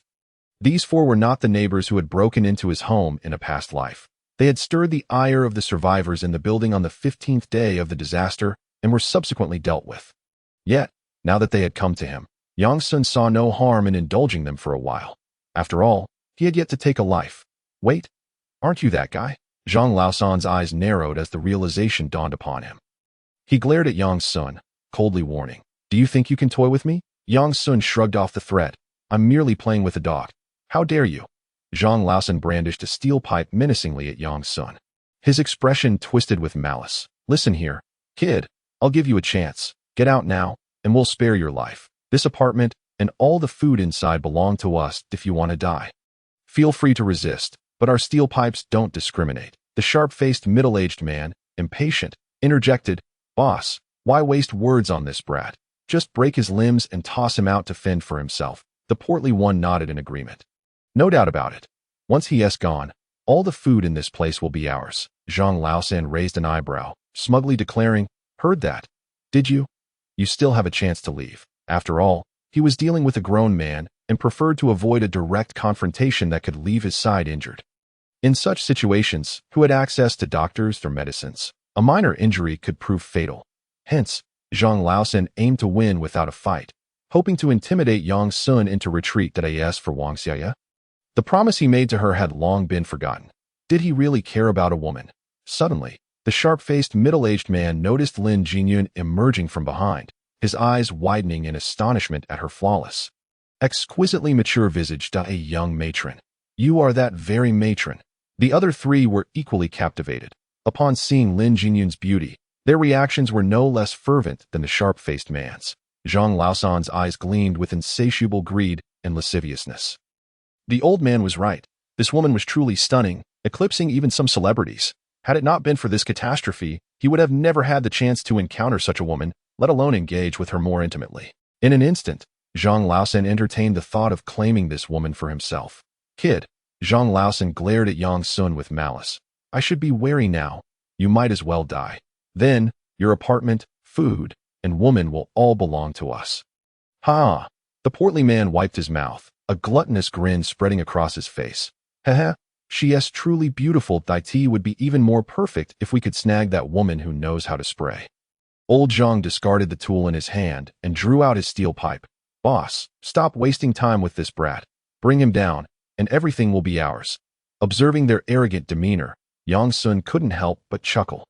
His desire to continue playing with these fools evaporating. You truly are ignorant and fearless. Mimicking a celestial sword master, he raised his hand, pointing at the four, a relaxed smile playing on his lips. 10,000 blades returned to the source. Huh? Do you think you're a cultivator? What a grandiose act. Swish, swish, swish, swish. With a series of piercing sounds, alloy blades shot forth from the infinite space, empowered by the dominion of gold. Striking the four with incredible force and speed, embedding them into the wall. The tremendous impact sent their bodies flying back, pinned against the surface. Under Yang Sun's deliberate control, the blades avoided fatal areas, ensuring that the four did not die instantly. Instead, they howled in agony, their screams echoing throughout the building. Some residents trembled in their homes, while others hurriedly barricaded their doors with heavy furniture, fearing an intrusion that might lead to their demise. In Wang Xiao's room, upon hearing the anguished cries, a look of satisfaction spread across her face, bringing her immense pleasure. Yang Sun, you have finally faced your comeuppance. This is the consequence of disregarding me and withholding food. Wang Xiaoya mistook the cries of Zhang Laosan and his companions as Yang Sun's, relishing the moment. Just wait, Yang Sun. When you fall into my hands, I shall show you how to humiliate and torment you. At Yang Sun's doorstep, the alloy blades had pierced the four's kidneys, thigh flesh, shoulder blades, and other areas, pinning them firmly to the wall, each twitch in exquisite torment. The four never imagined that merely a gesture mimicking a sword master would summon such blades from thin air to ensnare them against the wall. What in the world was happening? Who could explain this to them? Are you human or a ghost? Zhang Laosan gazed in terror at Yang Sun, who approached them step by step, fear and anxiety creeping into his heart. Accompanied by excruciating pain that brought forth cold sweat, Yang Sun did not answer Zhang Laosan, but inquired, How did you know where I live? Zhang Laosan, unable to hide the truth, quickly replied, It was a woman named Wang Xiaoya who told us. Yang Sun pressed further, Where is she now? Zhang Laosan opened his mouth but hesitated, instead bargaining, If I tell you, will you let us go? After all, you don't stand to lose anything. Just treat us as a passing nuisance. Yang Sun's expression remained impassive. Leave. Whoosh, an alloy blade shot forth, piercing through Zhang Laosan's eye socket and obliterating his brain. With a scream, Zhang Laosan's head drooped, devoid of life. He was dead. The remaining three, paralyzed with fear, breathed cautiously. Can anyone tell me where Wang Xiaoya is now? Yang Sun looked at the remaining trio, his sunny smile concealing a deadly intent beneath. The three shuddered, no longer daring to negotiate. The sharp-faced, middle-aged man stammered. She is on the 6th floor, room 604. I swear. When that woman found us this afternoon, she was playing the victim and even spoke ill of you. That's right. The portly one nodded fervently. If it weren't for her misleading us, we wouldn't have come to trouble you, big brother. Just let us go, and we promise we won't cause any more trouble. Old. I second that. The crowd. Your mother. What a load of nonsense. Why don't you speak some words of mercy?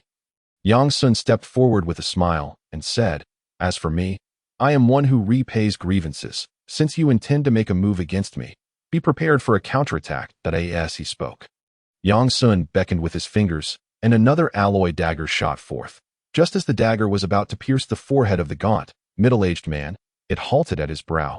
The gaunt man stared, terrified, at the dagger mere inches from him, his heart racing, hardly daring to breathe. It wasn't that Yang Sun had softened and intended to spare these individuals, but rather that he had come to a realization. Science states that the human body contains metallic elements. His ability is the dominion over gold. Could he not manipulate the metallic elements within the human body? Without hesitation, Yang Sun initiated an experiment on the three before him. In his perception, he discerned that the bodies of the four contained a certain amount of metallic elements. He activated his dominion over gold, gradually seizing control. The metallic elements within the gaunt man began to gather slowly, eventually coalescing into a metallic sphere within his abdomen. Under Yang Sun's control, the sphere struck the man's brain at an astonishing speed. Splatter! His brain was shattered by the metallic sphere, which then embedded itself into the ceiling. The experiment confirmed that he indeed could manipulate the metallic elements within the human body. This was certainly encouraging news that in future confrontations, as long as the enemy possessed metallic elements on or within them, they would fall under his command. Even if he could not fully control them, he could still exert some influence over his adversaries. Battles are ever-changing. A moment's negligence could lead to one's demise. With the dominion over gold, Yang Sun could surprise his enemies. He chose not to kill the remaining two. To Aunt Lin, I leave these two to you. It's time for you to hone your skills, Yang Sun said, turning to Lin Jinyun with a smile. Lin Jinyun nodded slightly, accepting without refusal. Though she felt a reluctance towards killing, she believed she could overcome it, had it not been for Yang Sun. Had she not awakened her powers and been discovered by these four, the outcome would have been all too clear. She was no saint. She would not show mercy to those who posed a grave threat to her life, especially those who sought to harm her. Wishing to avoid being splattered with blood, Lin Jinyun unleashed her ability, metal manipulation. The alloy dagger floated slowly in midair, its tip aimed at the portly man. The old man and the portly one were left dumbfounded in a way. There's still one more? What kind of monsters have they provoked? At that moment, both regretted their decisions immensely. They had been blinded by greed. Had they known these two were not ordinary individuals, they would never have dared to approach. Whoosh! The alloy dagger shot forth, piercing the portly man's heart. Yang Sun followed up with another dagger, plunging it into the man's right chest. A rare few individuals have their hearts positioned on the right side. The old man exclaimed, "You demons, you two devils, murderers must pay with their lives. You shall face retribution." Splatter! The old man's head was pierced. He was dead. With that, all intruders were eliminated. Lin Jinyun's expression turned pale as she gazed at the gruesome corpses of the four, her stomach churning. She could not suppress her nausea any longer and rushed to the restroom.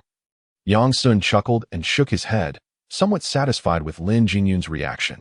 Though she had vomited, she had bravely taken the first step and adhered strictly to his orders. Just that alone earned her a bit more of Yang Sun's approval. Perhaps it was due to witnessing his own dismemberment in a past life, but the bloody scene before him did not evoke much feeling in Yang Sun. He maintained a calm demeanor. Retrieving all the alloy daggers, Yang Sun tossed the four corpses out of the window. The bodies of the four vanished into the thick fog. Bang!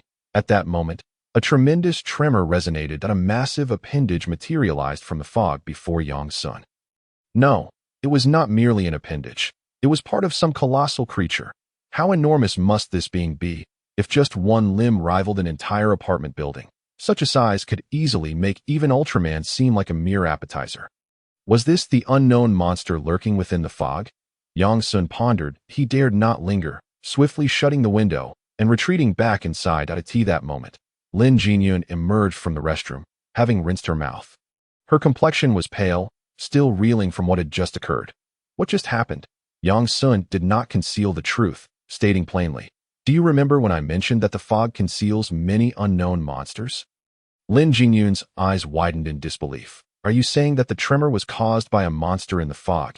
"Indeed," Yang Sun affirmed with a nod. "I saw one of its limbs, larger than our apartment building."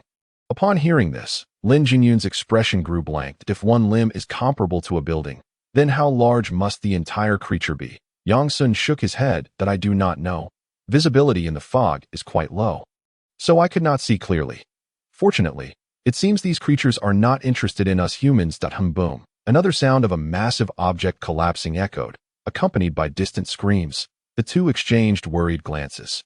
Yang Sun suggested, "It seems a structure has been destroyed by the unknown monster." Lin Jinyun, concerned, asked, "What about us?" "Do not worry. Our chances of survival with our abilities are significantly higher than those without." As he spoke, Yang Sun began contemplating. This place is no longer safe. The higher floors are not conducive for escape. The next building the unknown monster topples could very well be ours. We need to find a new refuge. But where could they go? Yang Sun found it difficult to conceive of a place that could withstand even a casual strike from an unknown monster. A bomb shelter. Did Jiangxing even have bomb shelters? He would have to investigate later. Ideally, it would be one built into the mountains at T2:30 in the morning. The outside fell silent. The unknown creature that had passed by should have moved on. Stay safe at home.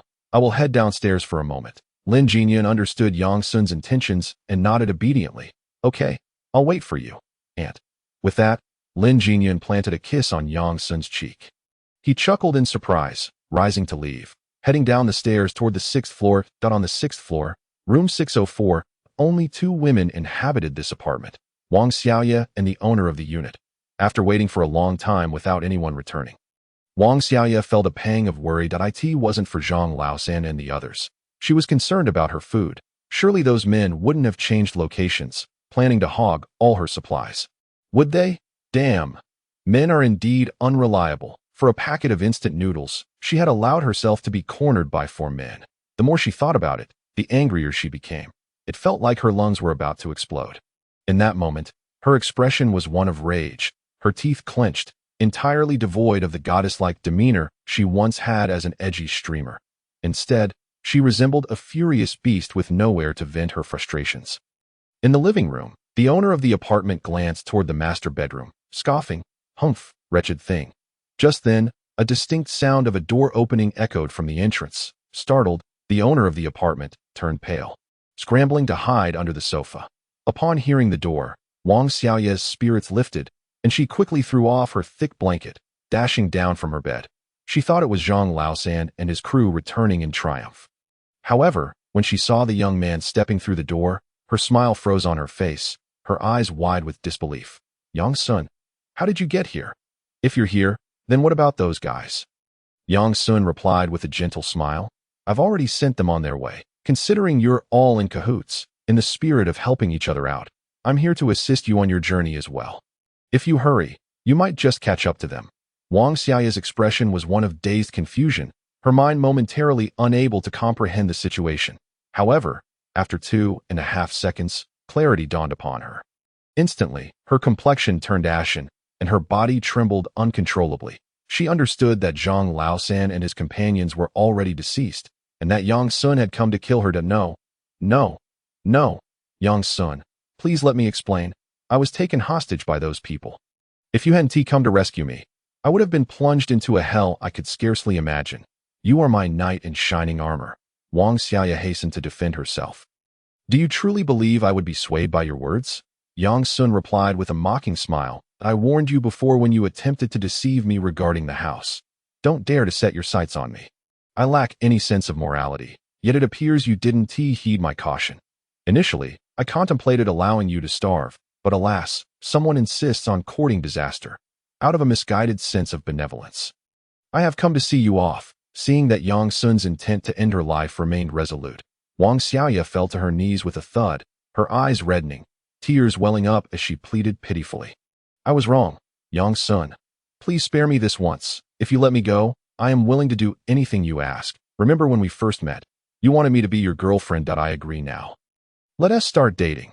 Yang Sun's eyes flashed with disdain. I'm afraid I'm not in the business of collecting trash. I have no interest in broken items, especially not in a worn-out shoe like you. Yang Sun, setting aside the truth of the matter, don't you bear any blame yourself? Wang Xiaoye cried out in desperation, akin to a chicken whose foot had been stepped on. If you had merely shared some of your ample food, I wouldn't have had to resort to seeking others to deal with you. Yet, you chose to be stingy. Is it wrong for me to seek assistance? Why should your food be off-limits to me? Ultimately, this is your fault. Although Wang Xiaoye cared little for chastity, it was akin to self-deprecation. She could jest about her own appearance, but it was unacceptable for others to do so. Yang Sun was momentarily taken aback by her outburst. Was this truly the T0 version?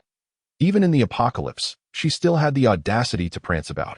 Wang Xiaoye had resorted to using an imbalanced formula to justify her actions.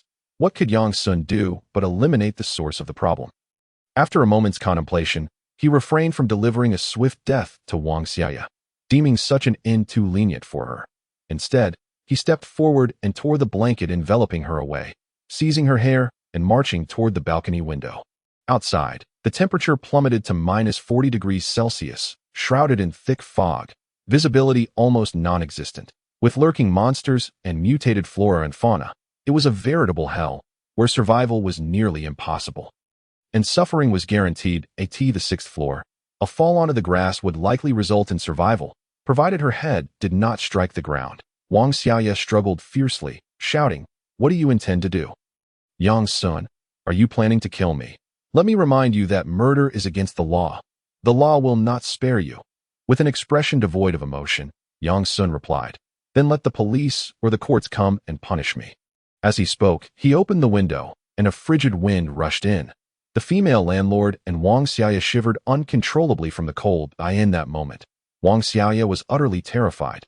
Tears streamed down her face as she dragged herself along the floor, leaving behind traces of unknown liquid. "Yang Sun, I was wrong. Please, spare me this time. I'll do anything you ask." Yang Sun remained unresponsive, his hand releasing Wang Xiaoya, sending her plummeting out the window. Wang Xiaoya's scream echoed through the fog. With a resounding thud, her cries faded into the distance, growing weaker by the second. Clapping his hands, Yang Sun closed the window and departed. As he passed by the female landlord, he flashed a bright, sunny smile. "The house is once again yours." The landlord, momentarily taken aback, quickly followed, asking, "May I accompany you?" Yang Sun replied, "My mother is not in Jiangcheng." The landlord exclaimed, "Damn it." With a resounding bang, the door slammed shut. Day 8 of the catastrophe. While inspecting the infinite space, Yang Sun stumbled upon an intriguing item, a pink Glock handgun that he inquired of Lin Jinyun. "You possess this?" Lin Jinyun glanced at it and replied, "It's a replica that simulates real gun shell ejection that I bought it out of curiosity. It was only a few dozen yuan." Yang Sun remarked, "I never imagined a woman would have an affinity for firearms." Lin Jinyun retorted, "Did you not see that I chose pink?" Yang Sun thought, the pinker the color, the fiercer the impact. I suppose that he contemplated the potential for a plastic Glock to be upgraded into a genuine firearm through the Tenfold return system. If that were indeed possible, it would be quite amusing. Acting on his thoughts, Yang Sun approached Lin Jinyun, who was engrossed in watching videos, and handed her the pink Glock. "This Glock is a gift for you." Lin Jinyun shot him a glare but accepted the weapon. "This was mine to begin with." Yang Sun grinned mischievously, wrapping his arms around Lin Jinyun naturally. "Even you belong to me." That moment, the soft, adorable voice of the system echoed in Yang Sun's mind. Ding! Investment in Lin Jinyun's toy Glock has activated the Tenfold return. Congratulations to the host for obtaining 10 Glock 22 handguns. Ding! Investment in 17 rounds of Glock 22 ammunition has triggered the Tenfold return. Congratulations to the host for acquiring 170 rounds of Glock 22 ammunition. Upon hearing the system's prompts, Yang Sun was left utterly dumbfounded. The transformation from a plastic toy into a real firearm had succeeded. Although the quantity had decreased, the quality had significantly improved. This Tenfold return was no empty boast. 10 guns and 170 rounds of ammunition. With each magazine holding 17 rounds, the ammunition was just sufficient for the 10 guns. Yang Sun refrained from giving Lin Jinyun a weapon. Firearms posed too great a threat to human life. He deemed it unwise to provide her with such a dangerous tool during her probationary period. Though Yang Sun was the master of all things metal, he too was prone to lapses in judgment. He resolved to wait until Lin Jinyun completed her probation before granting her a firearm. Yang Sun did not wish to trouble Lin Jinyun further, as she was preoccupied with downloading TV shows, variety programs, films, as well as anime, movies, novels, and games that Yang Sun enjoyed. One could never predict when the power would be cut. Thus, it was prudent to download as much entertainment as possible to stave off boredom. Otherwise, they would be left to grapple with each other in close quarters. As time flowed on, 2 days swiftly passed. Day 10 of the catastrophe. Food supplies had been utterly depleted, and rescue remained a distant hope. The emotions of the survivors in the building grew increasingly volatile. As some led the charge in robbing other residents, others felt compelled to form their own small groups for survival, seeking warmth in numbers. The chaos had escalated over the past 2 days. Vulnerable individuals became prime targets for the initial raids of various groups. During this time, everyone exhibited restraint. Robbery, albeit deplorable, did not equate to murder, and no one knew when this calamity would end. Robbery could lead to fines or imprisonment for a few years, but murder would result in a reckoning that demanded a life for a life.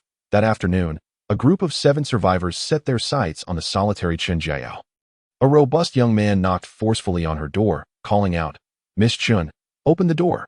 We mean you no harm. The situation outside is chaotic, and we are here to invite you to join our team." This sturdy youth, a fitness instructor at a nearby gym named Luo Tianai, had managed to survive on stored protein powder and oatmeal, while others grew gaunt from hunger, though his stomach still roared with hunger. He was in far better shape than the emaciated survivors around him. "Indeed, Miss Chun, our brother Luo is quite honorable. Following him will undoubtedly be safer than with other groups. Surely, you wouldn't want to be threatened by unsavory individuals. Would you?" A young man spoke up, prompted by Luo Tianai. He had long been infatuated with this woman, having fallen for her at first sight during a previous encounter at the gym. Later, through their shared ownership of the same building. Luo Tianai added Chen Jiao on Blue Star, yet she remained particularly aloof. Despite several attempts on his part to show goodwill, she deliberately ignored him, which infuriated Luo Tianai. The fact that he, a distinguished gold medal coach, could not even win over a female internet celebrity left him vexed, feeling that Chen Jiao was disregarding his worth. However, in this peaceful era, he found himself at a loss for alternatives. This woman was a social media influencer with 10 million followers.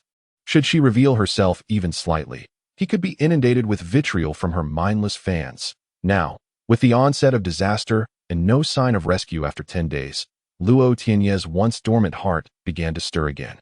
After assembling his team, he rushed to Chen Jiao's doorstep, eager to recruit her into his ranks, envisioning the possibilities. Yet, no matter how he knocked, this obstinate woman refused to open the door. His patience wore thin. Inside, hearing the incessant knocking, Chen Jiao trembled and feared. "I have no food left. I've been starving for 5 days. You should look elsewhere," she called out. Chen Jiao had always been wary of strangers, and in the current chaotic environment following the disaster, her caution was heightened. Given her striking beauty, she could hardly fathom the actions of the desperate survivors should she expose herself. Just recently, there had been a case where 4 migrant workers had broken in, committing robbery and murder, with the female homeowners subjected to unspeakable horrors. Knowing that the one knocking was Luo Tianai only intensified her reluctance to open the door. She recognized him from their prior encounter at the gym, where his gaze had been unsettling, as if he were appraising his prey as expected. He had used various opportunities to strike up conversations, attempting to create physical contact. This had sent shivers down her spine, prompting her to avoid that gym for a long time. When they met again in the neighborhood, he shamelessly added her on Blue Star. After a few exchanges, he made veiled hints about his prowess, seeking a deeper connection, which only deepened her unease, leading to her blocking him. However, she never anticipated that he would seek her out again following the disaster. Why must he be so persistent? Chen Jiao felt on the verge of tears. Upon hearing her words, Luo Tiany's expression darkened instantly. He had little patience for pleasantries with Chen Jiao, but he called out, "Jiao, you know my feelings for you. In light of this catastrophe, if you agree to be my girlfriend, I will protect you and find food for you. No, you pathetic man. Even if I have to jump from here, I won't do it." Chen Jiao retorted defiantly. "Let it be," she thought. "I would rather be injured than allow you to succeed." Outside, Luo Tianai slammed his fist against the door, producing a resounding bang. "You refuse to listen to reason, so it seems I must resort to force. Jiao, once I break this door down, you will regret it."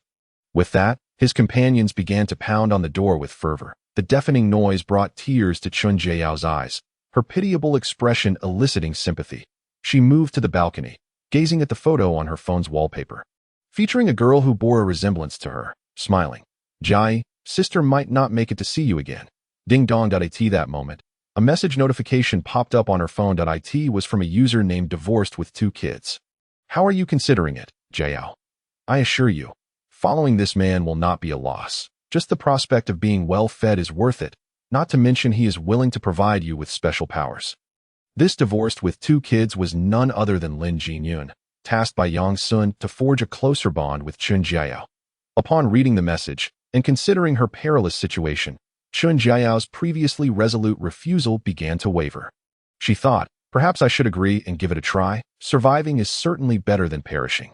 Lin Jinyun had sent her a photo of Yang Sun, a handsome and cheerful young man who perfectly matched Chen Jiao's aesthetic. Entrusting herself to a man who was not unappealing was certainly preferable to being ravaged by that pathetic man outside. Moreover, she had yet to retrieve her sister, who was attending Jiangsheng Light and Shadow University.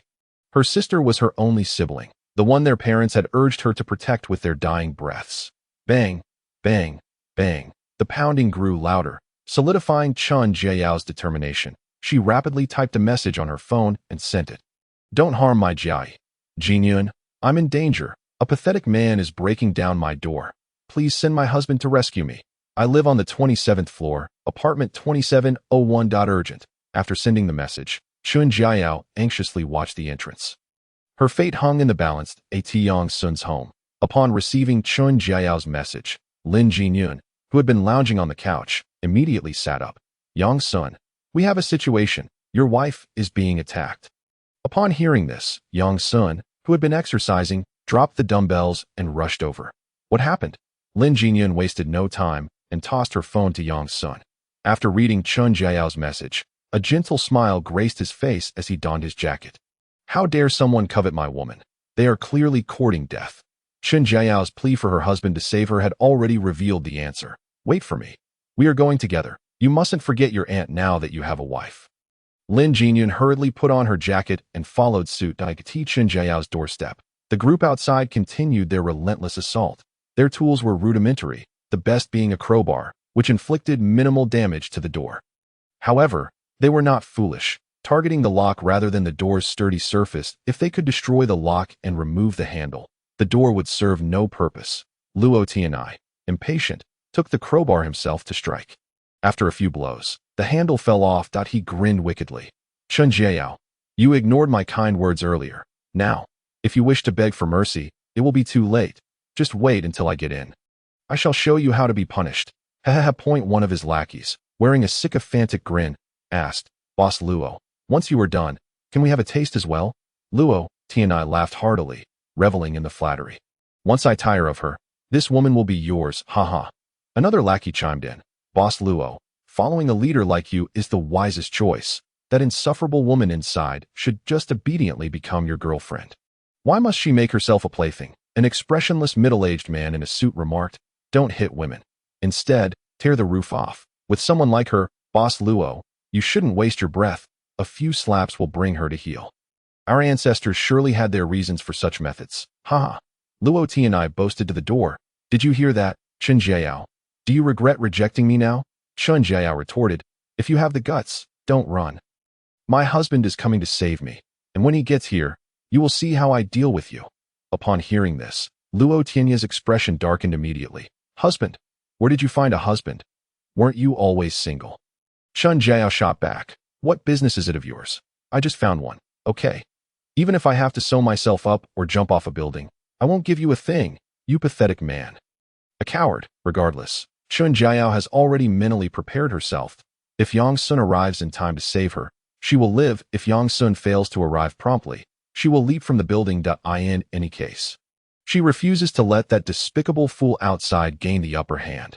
Seizing the moment, Chen Jiao feels compelled to unleash a torrent of curses. Otherwise, her thoughts will remain unexpressed. Hearing this, Luo Tianai is completely enraged. He grits his teeth and, with a fist, pounds on the door, roaring. Fine.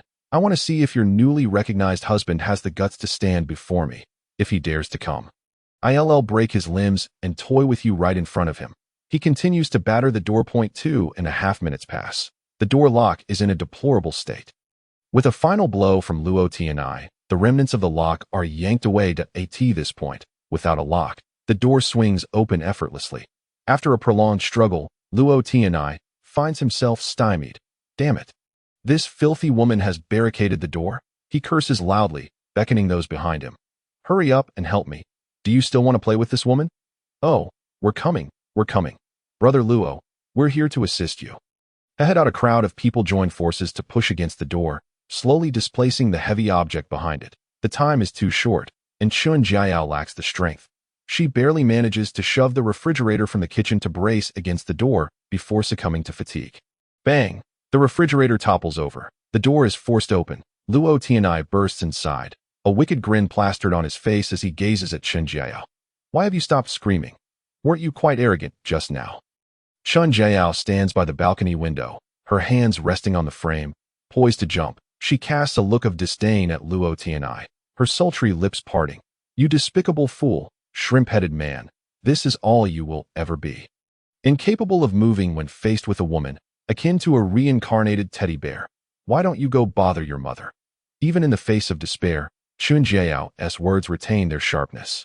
Luo Tianai, consumed by rage, feels as though his lungs might burst. He cannot fathom where this audacious woman derives her confidence. Even when faced with death, she remains defiant. Luo Tianai glares at Chen Jiao, advancing towards her step by step. I want to see if you can still scream when I'm toying with you.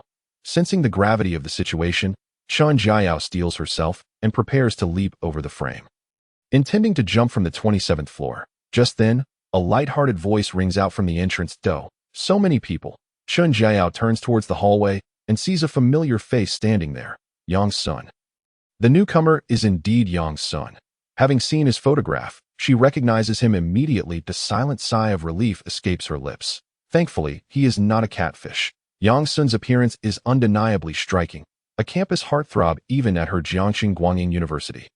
And he embodies the sunny, cheerful type she finds appealing. This alleviates some of her initial reservations. Upon hearing an unfamiliar male voice, all the survivors, including Luo Tianai, turn to look warily. Standing at the entrance is a young man in his 20s. Clad in a black shirt and loose-fitting black trousers made of polyester, currently observing them with his hands in his pockets. One of those acquainted with Yang Sun furrows his brow and asks, "Are you that game streamer from the 31st floor? What are you doing here?" Luo Tianai's most loyal henchman displays a menacing expression, saying, "Kid, I advise you not to meddle in our affairs. Get lost quickly, otherwise, we'll take you down too. Don't think we're all good-natured." Luo Tianai, realizing something, looks at Yang Sun with a frigid gaze, stepping forward with an air of arrogance. "So, you are the husband that Chen Jiao just recognized. If there's only one Yang Sun in this building, then it must be you." "Indeed, that's me," Yang Sun replies with a smile. Although Yang Sun is tall, he pales in comparison to the muscular Luo Tianai, who has spent years building his physique. In Luo Tianai's eyes, Yang Sun appears to be a mere twig, easily vanquished with a single punch. He points at Yang Sun. "Kneel down and beg me to play with this woman. And perhaps, if I'm in a good mood, I might spare your life to at that moment." A female voice rings out from the entrance. Lin Jinyun squeezes her way in. She pats Yang Sun on the shoulder, asking with curiosity, "What are you thinking? Hurry up and rescue Jiao." The instant Luo Tianai sees Lin Jinyun, his eyes widened. One of the two most beautiful women in the building. How could he not recognize her? Moreover, she is a wealthy woman, and Luo Tianai naturally has his designs on her. Previously, he had sent a friend request to her account in the owner's group, but it remained unapproved until the disaster struck. He never anticipated encountering her amidst the chaos. Furthermore, it seems she shares a close relationship with this young man. Damn it, Luo Tianai feels a pang of jealousy. How can a distinguished fitness coach like him be overshadowed by a mere gamer? Why do beautiful women gravitate towards this gaming fool? Chen Jiao has fallen for him, and now this married woman appears to be similarly enchanted. Luo Tianai suspects that this married woman must have been with this young man before. Damn it, I will show these two women who the real man is. This kid must be a coward. I will expose his true nature. With a cold gaze filled with murderous intent, Luo Tianai grins wickedly and points at Yang Sun. "Kid, I am giving you a chance. Offer up your woman, and I'll grant you the opportunity to follow me." Yang Sun sneers. "Huh, you're truly ugly, playing the fool. Are you showing off your mother? Does she know you're a show-off? You." Luo Tianai is furious. He has lost count of how many times he has been insulted today. Yet, he finds himself at a loss for words, his frustration boiling over. "It seems you are rejecting my good intentions," Luo Tianai snarls, his eyes brimming with malice. "In that case, you lot, go teach him a lesson. Let him know who the real boss is." The 6 underlings of Luo Tianai crack their knuckles, approaching Yang Sun with twisted smiles that to them. A 6 versus 2 scenario, especially with one being a weak woman, presents a clear advantage. "Kid, daring to insult brother Luo's mother. You must be tired of living." Why waste words with this kid? Let us cripple him, then search his home for food. I'm starving. Today's youth have no self-awareness, thinking they can play the hero in real life like in TV dramas. How naive. Hey, brother Luo, can I have this kid later? My tastes are a bit different, huh? Damn, you old dog, stay away from us. Hearing the mocking words of the six, Yang Sun chuckles lightly, raising his hand to reveal a sleek black pistol gripped firmly in his hand. The dark muzzle aimed at the loudest youth among them. Yang Sun's speed is astonishing. No one even sees how he draws the gun, but suddenly having a gun pointed at them. Anyone would be startled. The previously arrogant six feel their hearts race and instinctively step back. Luo Tianai is also taken aback, but soon realizes something is amiss. This is Yinhuang, the country with the strictest gun control laws in the world. Even knives and homemade firearms are heavily regulated. Where did he procure a handgun? Considering the technological advancements and the availability of realistic toy guns online, Luo Tianai reaches a conclusion. This kid is holding a fake gun. Damn it. Why are you all running? Don't you have the brains to think? How could he possibly have a real gun? It must be a fake. Upon hearing this, the six exchange glances, all understanding. Of course, this kid is just a gaming fool. How could he have a real gun? He must have bought a replica to intimidate us, not just Luo Tianai and his six subordinates. Even Lin Jinyun and Chun Jiao do not believe that Yang Sun is holding a real gun. This isn't a matter of faith in Yang Sun. It's simply that gun control in Yinhuang is incredibly strict. For ordinary citizens to acquire a gun is more difficult than robbing a bank. In foreign countries, if you pull out a gun, people will flee in a panic. In this country, if you pull out a gun, people will merely assume it's a toy. One young man scoffs. I have to admit, kid, you did manage to scare me for a moment. However, one must consider that this is Yinhuang. How could one possibly acquire a real firearm? After uttering these words, he arrogantly pointed to his own forehead and boasted. Come on, shoot me here. If that's a real gun, I'll gnaw on the toilet. Yang Sun, with a peculiar expression, remarked, This is the first time I've heard such a disgraceful request. Very well. I shall indulge you. Bang. The gunshot reverberated, and the bullet was discharged to the ordinary eye. The trajectory of the bullet was imperceptible. All that was heard was a soft pff. A crimson hole abruptly appeared in the forehead of the sycophantic youth. Warm blood oozing forth, soon coating his face, resulting in a gruesome demise. The sycophantic youth's gaze turned vacant, a look of utter bewilderment etched upon his features. Even in his last moments, he could not fathom how this was possible. How could the weapon in his hand possibly be real? Yet, he fell silent. His thoughts ceased abruptly. Thud. The body of the sycophantic youth collapsed to the ground with a dull thud that he was dead. The others stood in shock, their pupils constricting, staring in disbelief at Yang Sun, at the sleek black pistol he held. A real gun. How could it possibly be real? Where on earth did he procure such a weapon? The previously dismissive survivors, who had mocked him, were now trembling in fear, nearly collapsing to the ground. Luo Tianai's eyes bulged with rage, his teeth gritted, yet his heart was filled with terror. There was a gun. What should they do next? It wouldn't take an entire magazine to deal with the six of them. Luo Tianai's mind screamed. Why does this brat garner the favor of beauties and possess a handgun for protection? What right does he have? Not just them. The other surviving residents of the building had also heard the gunfire. Instantly, elation surged through them, believing that military rescue had arrived. Yet, as they leaned out of the windows, peering anxiously, no trace of an army was visible in Xinjiao's home. The remaining 5 survivors encircling Yang Sun looked on with trepidation, nervously speaking up. Little brother, please don't act rashly. Killing is against the law. Let us talk this over. Indeed, how about this? You let us go, and we'll pretend we didn't see your crime. Little brother, this calamity will eventually pass. You wouldn't want the authorities to learn about your actions, leading to your reckoning, would you? The crowd. What is this nonsense? We'd gladly kneel before him, and yet you dare to threaten him. The remaining 5 glared furiously at the survivor who had just spoken.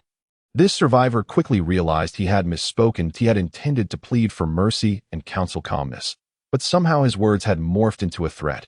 Yang Sun let out a cold, mocking laugh. In this world, only the dead keep secrets. You shall carry my secret of murder to report to Yama. As he spoke, he aimed the gun at the others. Given his current physical prowess, the recoil of the handgun posed no challenge. Moreover, at such close range, he could not possibly miss. Even if he did, he could adjust the bullet's trajectory with the Master of Gold. Bang, bang, bang, bang, bang. 5 consecutive shots rang out, each finding its mark on the remaining survivors. Excluding Luo Tianai, some exhibited bulging eyes, others terror-stricken gazes, and some seethed with resentment, yet ultimately all succumbed, lifeless on the floor. Thud, thud, the bodies fell, blood gushing forth. Their blood pooled together, forming a large puddle on the floor. The air thick with the scent of iron. Witnessing this, Luo Tianai was rendered speechless. He had not anticipated Yang Sun's resoluteness.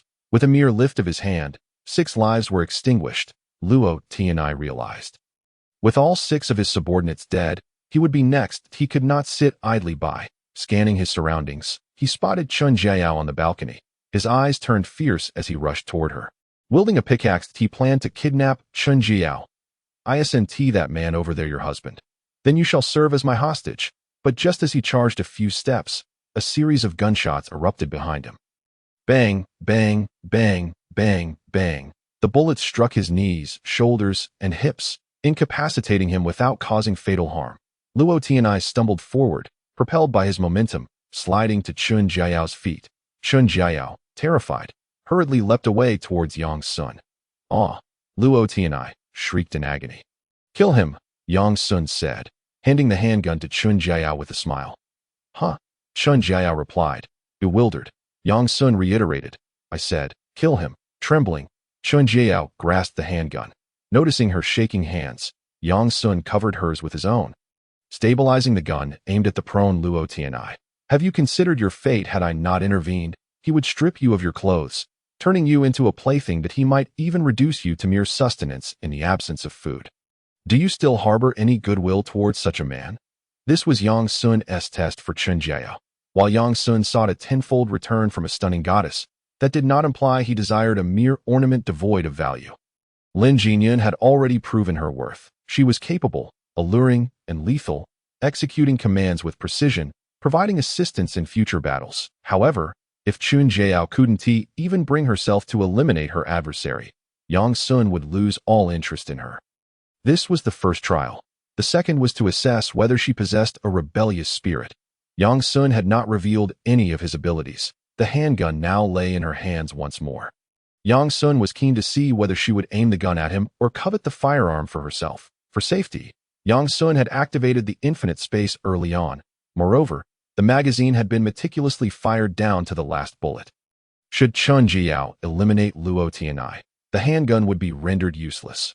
Only if she passed both trials would she earn Yang Sun's preliminary approval. Hearing Yang Sun's words, Chen Jiao pressed her lips together, her tearful eyes resting on the writhing Luo Tianai.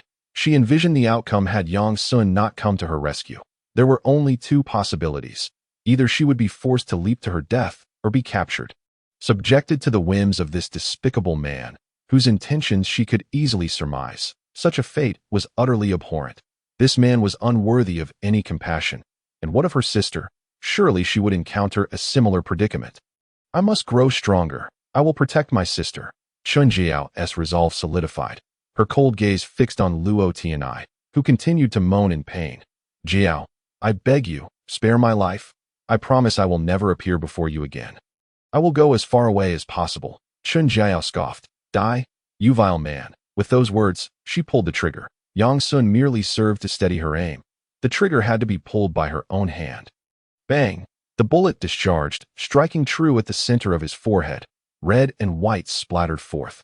Luo Tianya's eyes widened, filled with hatred and resentment as he perished. Yang Sun released his grip. Chen Jiao's body slumped.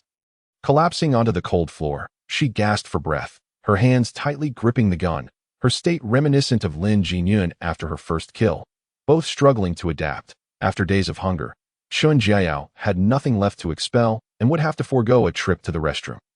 After a brief moment of calm, Chen Jiao raised her gaze to Yang Sun, extending the handgun back to him. "Thank you for saving me." Yang Sun accepted the gun with a faint smile. "No problem. After all, I was also coveting your body." "Chen Jiao, you are quite sincere." After pondering, she curiously asked, "Weren't you afraid I wouldn't return the gun? After all, this is a gun." Yang Sun maintained a calm demeanor, saying, "You may give it a try." Chun Jiao remained silent for 2.5 seconds, gazing at Yang Sun's sunny profile with a smile. That it seems that what Sister Jinyun said is true. You are indeed formidable. I am willing to follow you and be your woman. But you must agree to one condition. You may speak. Yang Sun raised an eyebrow, intrigued. Chun Jiao's expression turned serious. When the opportunity arises, you must accompany me to Jiangxing Light and Shadow University to help me find my sister. Your biological sister? Yang Sun glanced at Chun Jiao's flawless, elegant face and inquired, if it's a biological sister, she should be quite attractive as well. Chun Jiao nodded. Yes, she is. Is she beautiful? Yang Sun asked. Yes, she is even more beautiful than I am. She has been crowned the most pure and alluring campus beauty for 3 consecutive years at Light and Shadow University. Yang Sun smiled confidently. Rest assured, why would I let my wife suffer at Light and Shadow University? Chun Jiao widened her beautiful eyes in surprise. You wish to capture them all? Lin Jinyun crossed her arms and smirked. You little rascal. Indeed, Yang Sun replied.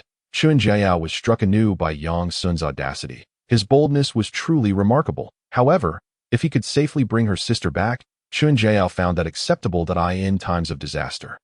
A powerful man is undoubtedly a valuable asset. With a swift motion, Yang Sun pulled Chun Jiao to her feet and declared, this place is no longer habitable. You should move up and live with us.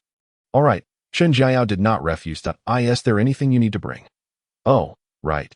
Yang Sun suddenly remembered something and asked Chun Jiao, as a fashion blogger, do you have many cosplay outfits? Leading the way, Chun Jiao replied. Follow me. She brought Yang Sun and Lin Jinyun to a 50-square-meter dressing room, filled with an array of colorful cosplay costumes, diverse and abundant.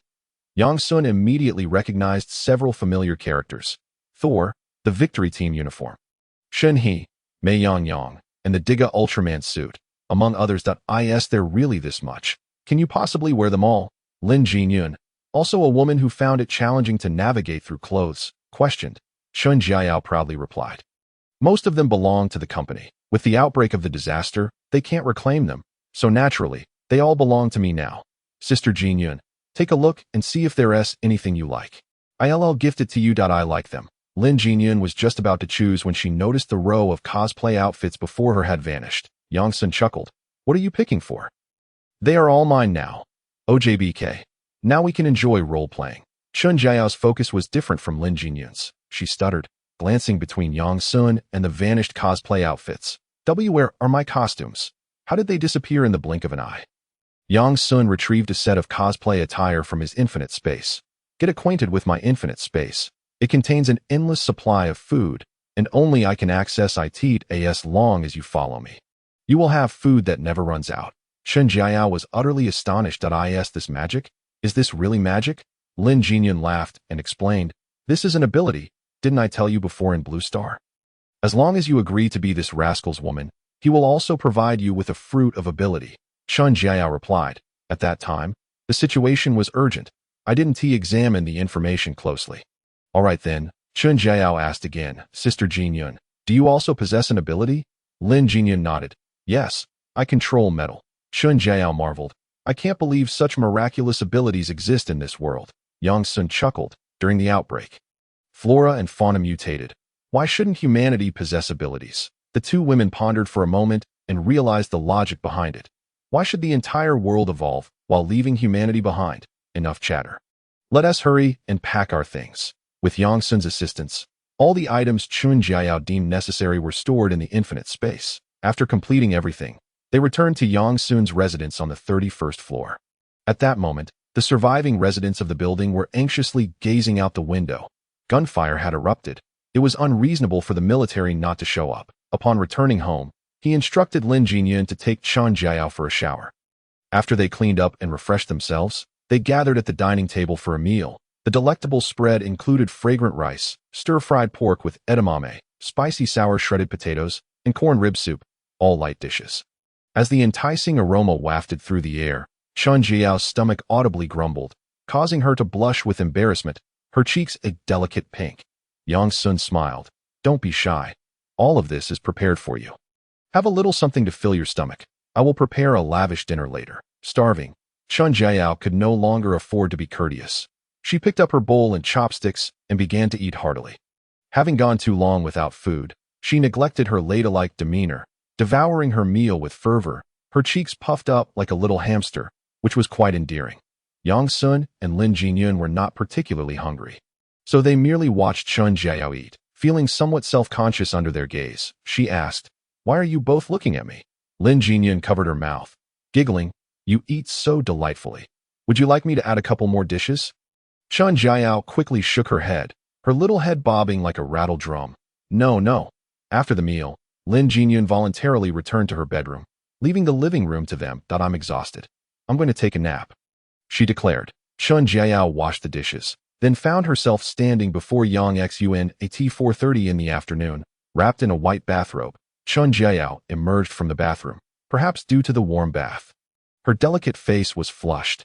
Yang Sun approached her, retrieving a wood-type ability fruit from his infinite space and tossing it to Chun Jiao. "This is a wood-type ability fruit. Once consumed, you will gain a wood-type ability." Upon hearing this, Chun Jiao's face lit up with excitement as she caught the fruit. "Are you saying that by eating this, I can also obtain an ability?" Yang Sun nodded. "Indeed, your sister Jinyun has a metal ability. And this one is wood-type." Chun Jiao was elated. As long as she awakened her ability, she would possess the strength to protect her sister in this apocalyptic world. From then on, anyone who dared to bully her sister would face her wrath. And she would not merely wait for others to rescue her as she did today. Suddenly, Chun Jiao pondered a question and looked up earnestly at Yang Sun. "Are there many ability fruits?" Yang Sun, sensing her concern, smiled reassuringly. "Don't worry. I will prepare ability fruits for your sister later." At his words, Chun Jiao stared at Yang Sun in astonishment, the last remnants of her reservations dissipating, replaced by a sincere smile on her elegant face. "Thank you, Yang Sun. Haha, hurry and eat the ability fruit." "All right." Chun Jiao swallowed the wood-type ability fruit. As the fruit settled in her stomach, Chun Jiao felt a sense of lightness wash over her. A shimmering green light enveloping her body, while tiny green specks of light appeared around her, converging into her being. Simultaneously, Yang Sun's mind resonated with the sound of the system. Ding! Investment in Chun Jiao's wood-type ability fruit has been made. 10,000-fold return triggered. Please choose between 1,000 ordinary wood-type ability fruits and the divine wood-type ability tree. There was no need to deliberate. Of course, he chose the divine wood-type ability. Ordinary wood-type ability fruits held no significance for him. He was on a quest to gather the 8 divine elements to fuse into the elemental god. Yang Sun mentally responded, "I choose the divine wood-type ability life tree."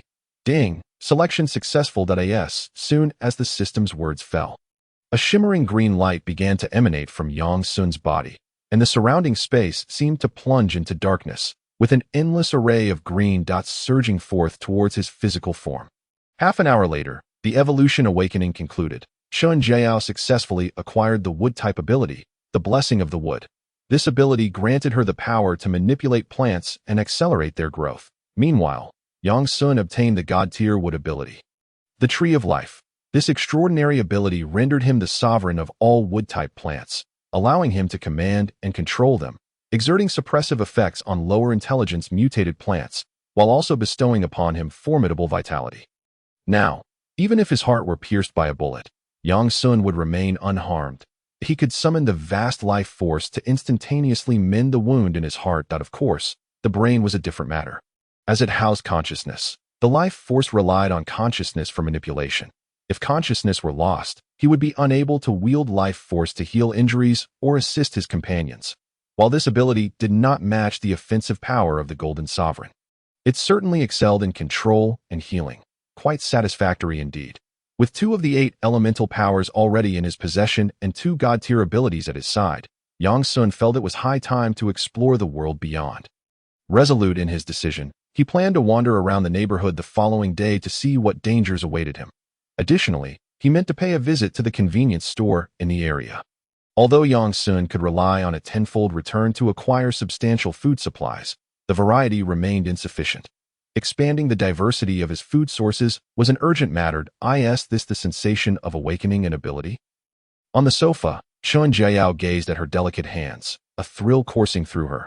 "I feel so empowered now." Yang Sun chuckled. "From this moment forth, you too are an ability wielder." "Thank you. You are truly kind to me." At that moment, Lin Jinyun emerged from the bedroom, her gaze playfully scrutinizing the two. Has the awakening concluded? Chun Jiao, feeling bashful, darted over to Lin Jinyun, embracing her slender arm to shift the topic. Let me tell you. Jinyun's sister, I have awakened a wood-type ability. The two women quickly found common ground, engaging in lively chatter. Yang Sun refrained from joining the fray, opting instead to return to the balcony to continue his physical training. Over the past few days, he had discovered that exercising also enhanced his physical constitution. As the clock struck 6 in the evening, a thick fog once again enveloped the world. Lin Jinyun went to turn on the lights, only to find that no matter how she pressed the switch, nothing illuminated. Is there a power outage? The most concerning reality for the survivors had come to pass on the 10th night since the catastrophe erupted. The power and internet were cut off. Each evening at 6 o'clock, the outside world would be shrouded in a dense fog, visibility plummeting, temperatures dropping sharply. Without electricity to support it, the air conditioning and heating systems could not function. Delivering a harsh blow to the starving survivors, it was from that night onward that the fabric of human civilization began its gradual unraveling. Yang Sun calculated the time. Indeed, in his previous life, the power and internet had also been cut off at this very moment. It would not be long before natural gas and drinking water would follow suit. Lacking a diesel generator, he had no means to power his small abode. He could seek one out tomorrow. Rubbing his hands together, Lin Jinyun smiled at Yang Sun. How about we have hot pot tonight? Yang Sun retorted with irritation. There's no electricity.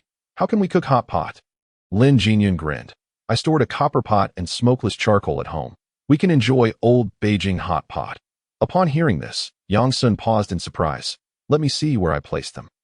Lin Jinyun directed him to the specific location, and Yang Sun retrieved the copper pot and a box of smokeless charcoal from a green plastic storage bin.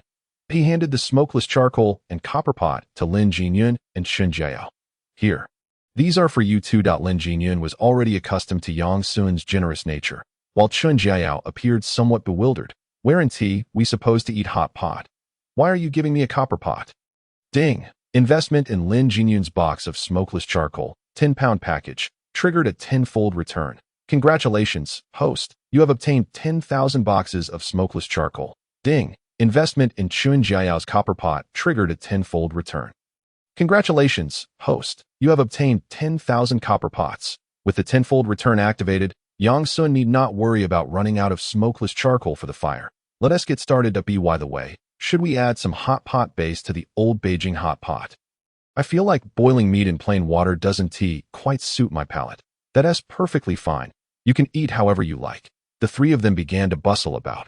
Lin Jinyun was in the kitchen slicing the meat. Ding! Investment in Lin Jinyun's beef chuck, 1 pound, triggered a tenfold return. Congratulations, host. You have obtained 10,000 pounds of beef chuck. Ding! Investment in Chun Jiao's premium fatty beef, 1 box, triggered a tenfold return. Congratulations, host. You have obtained 10,000 boxes of premium fatty beef. Ding! After nearly half an hour of preparation, the copper pot hot pot was finally served at the table. The copper pot was filled with blazing smokeless charcoal. Heating the copper walls, surrounding the pot was an array of various foods: fatty beef, beef chuck, beef tripe, shrimp paste, mushrooms, potatoes, and other hot pot ingredients. What was originally intended as old Beijing hot pot had transformed into a Sichuan Chongqing hot pot experience. Using a copper pot for Sichuan Chongqing hot pot seemed rather fitting. Chun Jiao was nearly on the verge of tears from anticipation. I never imagined I would be able to enjoy hot pot amidst the catastrophe. Just a few days ago, I feared I would starve to death. Lin Jinyun playfully tapped Chun Jiao's smooth forehead. Who told you not to come sooner? You thought I was deceiving you. Is the Lao Gan Ma mixed rice tasty? Chun Jiao whimpered. Jinyun's sister, please spare me. I was wrong. But when you first arrived, how could I agree to that? And now? Lin Jinyun asked with amusement. Chun Jiao glanced at Yang Sun, her cheeks flushed with shyness. I like it so much, Yang Sun. Sometimes, Yang Sun couldn't help but marvel at how remarkable conversations between girls could be, while boys seemed rather mundane. All right, enough of that. The pot is boiling. Let us quickly cook the meat and eat. Yang Sun redirected the topic. The two women were indeed drawn to the pot. They enjoyed their hot pot while singing songs. Surrounding the dining table were 10 iron basins filled with smokeless charcoal for warmth. While the cold was hardly felt, The heat was undeniably intense. The next day, a piercing scream echoed throughout the building. Some startled survivors were awakened. Many discovered that their family members had succumbed to the cold. With the power cut off last night, the air conditioning could not provide warmth, leading to the tragic deaths of many frail residents in the freezing temperatures. As the fog lifted, the remaining residents of the building seemed to reach a consensus. They began knocking on doors. Is there anyone alive inside? If so, listen up. With the power cut, living conditions have become even harsher. We all agree that we must unite. If anyone is inside, please remember to come to the second floor for a meeting at 8 o'clock. A survivor knocked on Yang Sun's door, regardless of whether anyone was inside. Delivering a brief message before departing, behind the door, Yang Sun stood with his hands in his pockets. A meeting? In his previous life, someone had indeed knocked on his door to inform him of a meeting. However, at that time, Yang Sun had been in a state of survival, opting to feign death and stay hidden at home. Thus, he was unaware of what transpired during that meeting. Regardless, he needed to venture outside to see what they intended to do. Resolute in his decision, Yang Sun returned to his bedroom to get dressed. On the soft bed, Lin Jinyun and Chun Jiao were also awakened, rubbing their sleepy eyes and gazing at Yang Sun in confusion. What's going on? It's nothing. It seems the surviving residents of the building are gathering for a meeting. I'm going to check it out. Yang Sun responded while dressing. Last night, they hadn't done much. After finishing the hot pot, Yang Sun had chosen a horror film to watch on a fixed mount at the head of the bed. They had enjoyed the movie immensely, right? Yang Sun turned to Chun Jiao and inquired, "How far is Guangying University from here? You should know, right?" Upon mentioning Guangying University, Chun Jiao's confusion dissipated, and her awareness sharpened. "Are we going to Guangying University to find my sister?" Yang Sun candidly replied. "No, we need to familiarize ourselves with the route first. We will go once we confirm it is safe." Hearing this, Chun Jiao realized her impatience. Given the current perilous circumstances outside, it was essential to plan meticulously. Even though they were superhumans, the risk of injury remained high. Chun Jiao remarked, "Guangying University is my alma mater as well. I used to visit my sister there frequently. We are approximately 7 kilometers away from Guangying University. Heading east from the southern gate of our community, 0.7 kilometers, she mused. That distance was not considered far before the calamity struck. It could be traversed in a heartbeat. However, in the present context, those 7 kilometers represented the unknown. Who could tell what might transpire? I understand now. I will venture outside today to gauge the dangers we might encounter." Lin Jinyun looked at Yang Sun with concern. "Don't you need us to accompany you? We are both superhumans. We won't be a hindrance." Yang Sun shook his head. "No, fewer people facilitate swifter movement." Seeing Yang Sun's resolute stance, Lin Jinyun opened her mouth, but refrained from further protest. "Very well, then. While it is true that greater numbers confer strength, they also introduce a plethora of uncertainties. Thus, Yang Sun believed that embarking on the journey alone was the more prudent choice." Lin Jinyun rose to prepare breakfast, donning an apron and bustling about the kitchen like a devoted housewife. This morning, the trio feasted on scallion pancakes filled with pork tenderloin and instant meat dumplings, complemented by calcium supplements. Ensuring they were well fed, investment in Lin Jinyun's calcium bottle triggered a 10,000-fold return. Congratulations to the host for receiving 10,000 bottles of calcium. After their meal, the three of them set out together. Although Yang Sun had indicated he would not take them to Guangying University, it did not mean they would remain confined to the community. It was also an opportunity for the two women to witness the dangers of the outside world and gain some survival experience.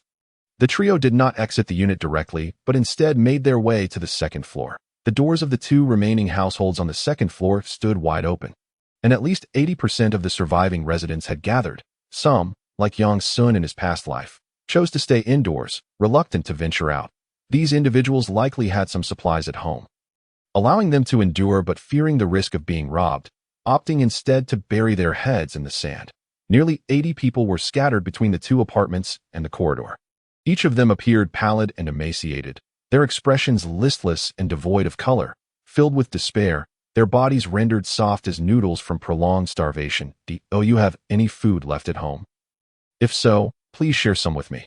I feel like if I don't eat soon, I will truly perish. Brother, do I look like someone who has food?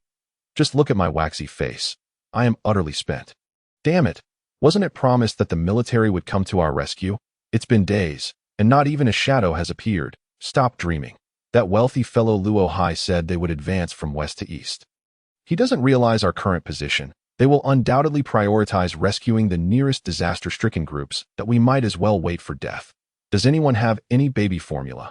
Even if it's expired, I'm willing to trade my gold bracelet for it. My baby is on the brink of starvation, and he is only 5 months old. Baby formula. If we had any, we would have consumed it ourselves by now. If you want food, you might have to seek out the chicken plague. But we don't even know who the chicken plague is. Indeed, the chicken plague might be among us, watching us in our desperate state. Who the hell is the chicken plague? Get out here right now. Don T forced me to beg. The second floor was a cacophony of disarray, the listless voices intertwining with the cries of children, the complaints of the elderly, and the impotent roars of frustration. At that moment, a diminutive, unremarkable young man approached the second floor, flanked by a throng of people. He clapped his hands to capture everyone's attention. The crowd, exhausted, turned their gaze toward him, curious about what scheme he might concoct. The young man relished the sensation of being the center of attention. He surveyed the crowd and grinned. Hello everyone. I am Chen Bing, the primary organizer of this meeting. A surviving resident inquired. What exactly do you want us all here for? Yes, please share your plans quickly. It's quite dangerous outside. Chen Bing wasted no time and got straight to the point. It has been 11 days since the catastrophe began, and military assistance is nowhere in sight. I believe we need to take matters into our own hands. We must unite our strengths to establish our own survival shelter. Upon hearing this, the crowd exchanged glances. This plan indeed held potential.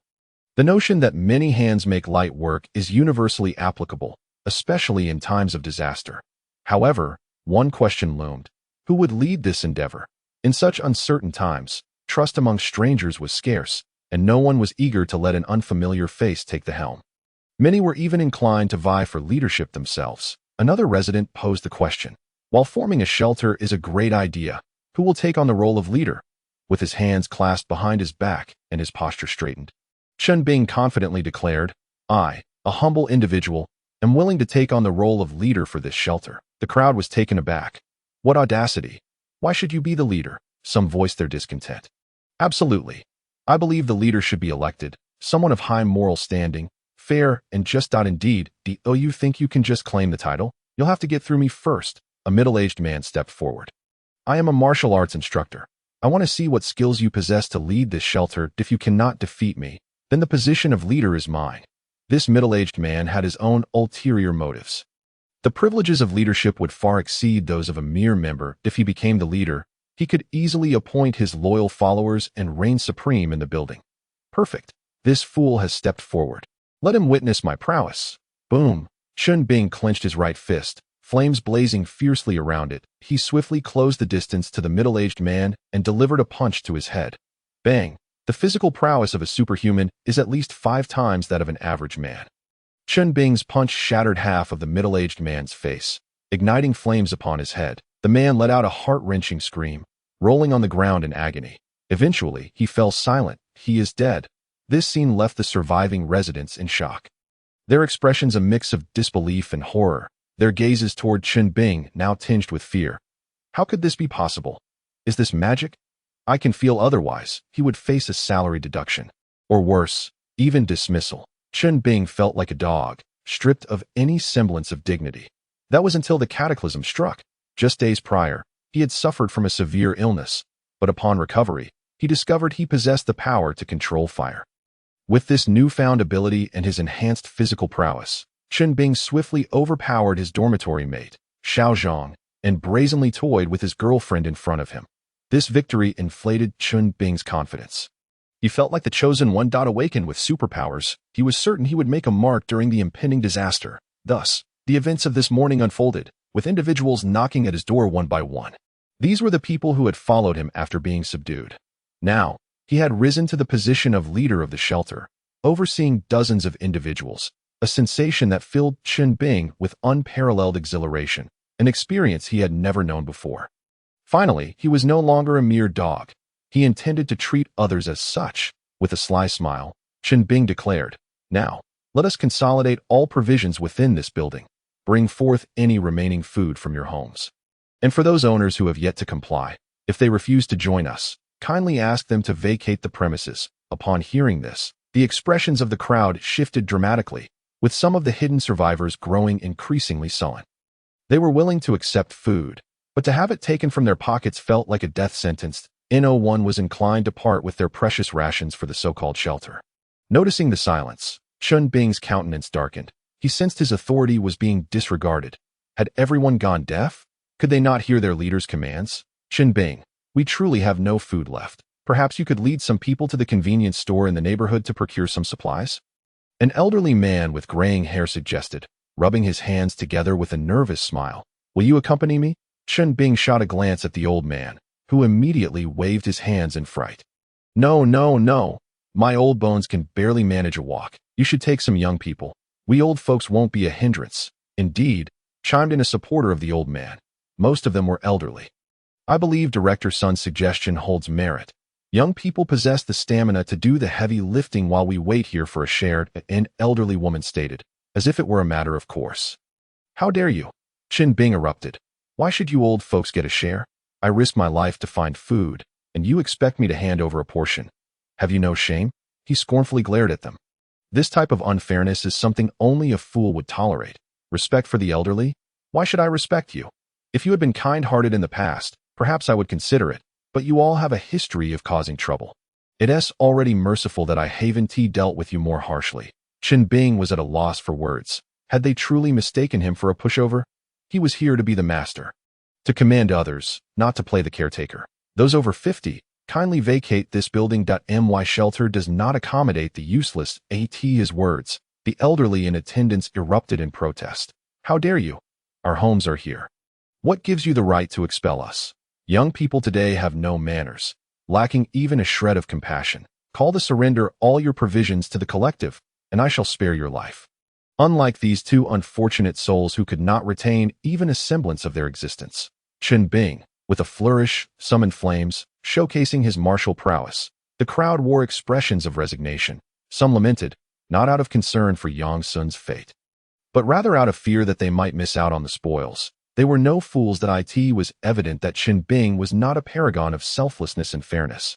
If this young scoundrel were to acquire their food, he would likely not share it with them. Moreover, these two women were likely to face dire consequences. Kill me. You must possess the capability to do so. Yang Sun charged forward, wielding a pair of alloy daggers with unwavering determination. His speed was remarkable. Having absorbed a portion of mutated energy, coupled with the enhancements brought about by two god-level abilities, Yang Sun's physical prowess far surpassed that of Chun Bing, in a blink. He closed the distance of 10 meters. With a sickening sound, the blades pierced flesh. Chun Bing was impaled through both sides of his chest, pinned against the wall. Kill me. Are you truly capable of that? Chun Bing's eyes bulged with disbelief. Wide as saucers. How could this be possible? Could it be that you too are? Chun Bing could scarcely fathom that he had been dispatched by this youth in an instant. Here he was, a wielder of extraordinary powers, a chosen one. How could he fall so easily? The narrative was askew. Even if this youth shared his abilities, how was he so vastly superior? Chun Bing found himself utterly incapable of mounting any form of resistance. Damn it, an external advantage. Remember, in your next life, do not covet what you cannot possess. Such desires will only lead to your downfall. Yang Sun let out a sinister laugh, twisting the hilt of the dagger, obliterating Chun Bing's heart. Though awakened to extraordinary powers, superhumans are not invincible. Injuries to vital areas can still lead to death. Even some superhumans cannot withstand firearms. Chun Bing perished with eyes filled with regret and resentment. Why did he provoke this individual? Just as Yang Sun prepared to sheath his blade, a notification resonated in his mind. Ding! Host has slain a fire element superhuman. Would you like to extract the superpower fruit? Upon hearing this, Yang Sun was momentarily taken aback. Could one truly extract a superpower fruit upon vanquishing a superhuman? How remarkable. The more superpower fruits, the better he needed to plan for the future of his women. Investing in their superpower fruits would essentially bolster his own strength. Yang Sun replied internally, extract. With the addition of this fire element fruit, he had now amassed 3 elements, leaving him with 5 more fruits to complete the 8 elemental types. Ding! Extraction in progress. Ding! Extraction complete. Fire element superpower fruit has been placed into the system backpack. Yang Sun's consciousness delved into the infinite space, where he indeed beheld a crimson energy fruit. Earlier, he had promised Chen Jiao to prepare a superpower fruit for her sister. Here it was.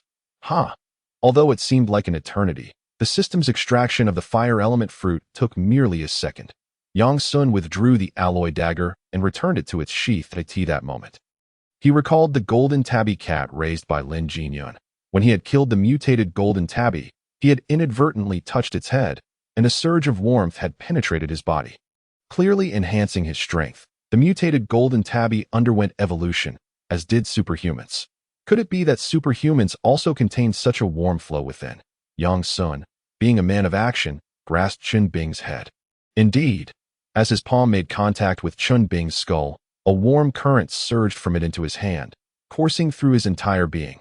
The magnitude of this warmth was comparable to that of the mutated golden tabby. It was evident that superhumans needed to hunt evolved creatures to absorb the energy within them.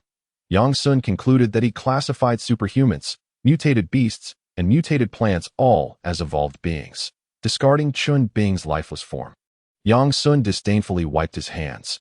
This fellow had likely gone days without washing his hair. It was greasy and unkempt.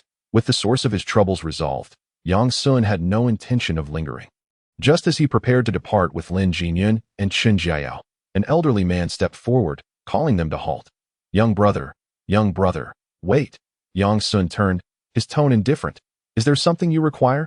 The elder was none other than the man referred to by Old Lady Li as Director Sunday. He held a minor position at the local street office, possessing authority albeit limited, and relished being addressed as director. The elderly residents were all too eager to indulge him, greeting him as Director's son, which greatly inflated his vanity. Ahem, you see, now that you've killed him, our refuge is without a leader. You are so formidable. I represent everyone in proposing you as the new leader of the refuge. What do you think? As long as you can provide us with food and safe shelter, we will wholeheartedly support you. No one else will matter. I, Sun Dabiao, assure you of this. The old man cleared his throat, hands clasped behind his back as he gazed at Yang Sun. Old Lady Li chimed in cheerfully, aligning herself with Director Sun. Yes, young man, you are undoubtedly strong. You would excel at foraging for food. If you protect us, once the calamity passes, we will jointly petition on your behalf. Your contributions will certainly not go unnoticed. If you feel it's too perilous, you could take the young people from this building with you. They are physically capable and accustomed to hard labor, and they will undoubtedly assist you. Upon hearing this, the young people present turned pale, as if struck by constipation. These old folks, even in the face of disaster. Their tongues remained sharp. Yang Sun couldn't help but laugh, casting a sardonic glance at Old Lady Li and Director Sunday. You old geezers, do I appear to be a fool? What obligation do I have to supply you with food, and to shelter you while you seek to claim merit for my efforts? Do you truly think I hold such things in high regard? Have you lost your minds, or are you simply bereft of shame to utter such words? Yang Sun's unyielding retort left Director Sun and Old Lady Li humiliated and enraged, their faces turning a deep shade of anger as they trembled, pointing fingers at Yang Sun. You, how dare you disregard your elders? Where is your respect for the young? Yang Sun replied, I am young, but I am not a fool. Step aside. I have no desire to waste my time with you. With that, Yang Sun attempted to leave. Old Lady Li huffed, charging at him with her considerable weight of 200 pounds. Yang Sun's eyes narrowed as he executed a side kick. To his surprise, at the moment, he raised his leg. Old Lady Li bent down right in front of him, causing Yang Sun's kick to miss entirely. A mere coincidence, indeed. Ouch, he's attacking. This little wretch is attacking. The crowd gasped. Not only does he lack respect for his elders, but he also dares to lay hands on an old person. This is utterly outrageous. Some of Old Lady Li's female companions seemed to have rehearsed this moment countless times, springing into action to feign outrage at Yang Sun. Capturing the moment on their phones, those with charged devices recorded eagerly, while those without pretended to do so. In their eyes, anyone filming was justified in their actions. This young man must surely fear the power of public opinion. He would inevitably relent. Listen up. You must not emulate this young man, who shows no respect for his elders and lacks manners. Such individuals are nothing but savages, doomed to a life of mediocrity. In extreme cases, they may even resort to crime. A mushroom-haired old lady lectured her grandson, using Yang Sun as a cautionary tale. Her grandson, not one to be outdone, retorted at Yang Sun, "You bad guy. Big bad guy, I'll beat you to death." Merely hurling insults was not enough. He audaciously raised the toy water gun in his hand and pulled the trigger at Yang Sun, drenching the new clothes he had just donned today. The mushroom-headed old woman behind the mischievous child showed no intention of intervening. Instead, she chuckled heartily. Lin Jinyun and Chen Jiao were nearly beside themselves with rage. How could this group of elderly individuals be so infuriating? In times of peace, they relished sitting beneath the shade of the pavilion at the entrance of the apartment building, nodding and critiquing the women passing by if any woman dared to dress a touch revealingly. This bunch of old-timers would point fingers and make disparaging remarks, accusing them of being indecent and promiscuous, surely engaging in immoral conduct, seducing men, and so forth. Lin Jinyun and Chen Jiao were victims of this disdain. Both were stunning beauties. Was it a crime to dress attractively? Moreover, compared to certain other women, their attire was quite modest. Now, this group of old fogies had begun their antics once again, in stark contrast to the two women's indignation. Yang Sun merely chuckled softly. Did they truly believe he would refrain from striking the elderly? With Li Laotai closest to him, Yang Sun lifted his foot and delivered a swift kick to her head. The strike was rapid, precise, and fierce. Enhanced by his formidable physical prowess, it was almost imperceptible. Bang! Li Laotai's head exploded. The impact was the crowd began to mobilize. Of course, not everyone was devoid of rational thought. With a single shout and a moment of impulse, some rushed forward. Yet, there were others who quietly retreated behind the throng, seizing the opportunity to sneak upstairs and return home unnoticed. Naturally, Yang Sun was oblivious to the actions and schemes of the residents within the apartment building. Even if he had known, he would not have been concerned. What danger could a group of soft and feeble individuals, armed with nothing more than their bare hands, pose to him? The infinite space gate stood before him. A formidable defense. Rather than worry about them, it would be wiser to be apprehensive of the mutated beasts and plants lurking within the overgrown weeds at the entrance of the apartment building. Chen Jiao exclaimed in astonishment. Wow, is that really just weeds? They've grown far too tall, standing at approximately 174 centimeters in height. She considered herself quite tall among her peers.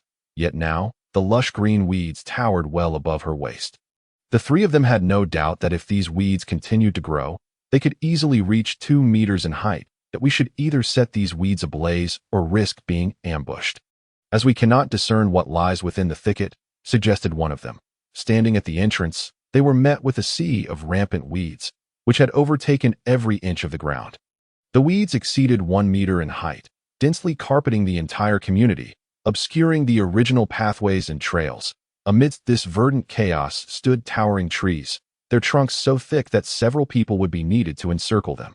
The bark was etched with the marks of time and cracks. The branches of these mighty trees stretched far and wide, their canopies nearly obscuring the sky, casting a perpetual shadow over anyone standing within the community. The once solid concrete pathways had succumbed to the relentless assault of the tree roots, which had pierced the ground mercilessly. These roots slithered beneath the surface like massive serpents, leaving the once smooth paths in a state of disarray. The streetlights leaned at odd angles, their dark steel entwined with vibrant green ivy, while the building's base was gradually being overtaken by moss. Some lower-level windows were completely concealed by vines, and the doors were shrouded in green, creating an atmosphere of desolation and silence. Occasionally, a breeze would rustle through, producing a soft sound as leaves and vines brushed against one another. Since the outbreak of the disaster, it felt as if the entire world had been placed on pause. The silence was serene and peaceful. Yet, beneath this tranquility lay innumerable threats, such as the vast expanse of weeds obscuring their vision, concealing unknown dangers within its thick foliage. Some mutated beasts preferred to lurk in hidden places, waiting to strike with deadly precision when prey passed by. The residents of the community primarily kept dogs and similar pets, so it was likely that the mutated beasts were of these varieties, though one could only hope that even insects had not been subjected to mutation. Setting the weeds ablaze was out of the question. A raging inferno would spread uncontrollably, and with the wind's assistance, it could easily engulf the apartment building. Let's carve a path, Lin Jinyun suggested. But Yang Sun shook his head in disapproval. Lin Jinyun shrugged her delicate shoulders, neither agreeing nor disagreeing. "Allow me," Yang Sun declared, and with a thought, the infinite space gate swung wide open, releasing 11 alloy knives that soared through the air, dancing and emitting a crisp sound. He retained one for himself and handed one each to Lin Jinyun and Chun Jiao. Lin Jinyun caught hers without issue, but as Chun Jiao grasped her alloy knife, Yang Sun received a prompt from the system in his mind. Ding. Investment in one modern alloy knife for Chun Jiao has triggered a 10,000-fold return. Congratulations, host. You have acquired 10,000 modern alloy knives. Yang Sun was taken aback. What is happening? Wasn't it stated that rewards obtained through 10,000-fold returns could not trigger further 10,000-fold returns? He pondered, realizing that the modern alloy knife had been obtained through Lin Jinyun's prior 10,000-fold return. Hence, it could not trigger again. However, Chun Jiao was different. This was her first time. This implied that rewards obtained through 10,000-fold returns could indeed continue to trigger further 10,000-fold returns. Provided the recipient was changed, this was quite intriguing that you've all seen the ability fruits. Keep an eye out for any around you. If we find one, we stand to gain significantly. Right, Jiao? Chun Jiao nodded eagerly. Yang Sun had already promised her that the next ability fruit would be for his younger sister. Chun Jiao was eager for her own ability to possess X-ray vision, allowing her to see everything clearly. With a light chuckle, Yang Sun activated the power of the Golden Sovereign. Centered on himself, he could control a radius of 100 meters. He commanded the alloy knives to sever the weeds obstructing their path with precision. As if a harvester had swept through, they had a clear destination in mind. The nearest supermarket within the community to their relief. They encountered no dangers along the way. It seemed the mutated beasts had either retreated in fear of the three or were absent altogether. As they reached the supermarket's entrance without a single beast appearing, perhaps they had all gone out hunting. The supermarket was not particularly large, spanning roughly 1,000 square meters and consisting of a single floor. Inside, it was divided into sections for beverages, snacks, fresh produce, vegetables, bulk items, daily necessities, and spices, among others. The roll-up door of the community supermarket was tightly shut. Yang Sun glanced at the nearby thicket, noticing signs of disturbance, bent weeds and footprints. It was evident that nearby survivors had frequented this place, and they should investigate what remained. The two women had no objections and closely followed Yang Sun. With a rustling sound, the roll-up door was lifted. Upon seeing the disarray within the supermarket, Yang Sun smiled nonchalantly. Indeed, someone has been here. Those survivors will likely return, so let us take everything we can. He opened the infinite space gate and began to push it forward, stuffing everything in sight into the portal. Unlike others who would fill their bags slowly, Yang Sun was different. He directly shoved entire shelves into the infinite space, working at remarkable speed. Each shelf laden with goods vanished into the portal. Yang Sun's inventory was rapidly expanding. Soon, all the shelves and counters within the supermarket had been cleared out. Alcohol, soft drinks, bulk snacks, potato chips, dried meat, rice, flour, sanitary napkins, shampoo, toothpaste. He even took the small balloons that had been placed beside the cash register. Once he completed this task, Yang Sun felt a profound sense of satisfaction that as for what the other survivors would eat after he had taken everything from the supermarket, that was of no concern to him.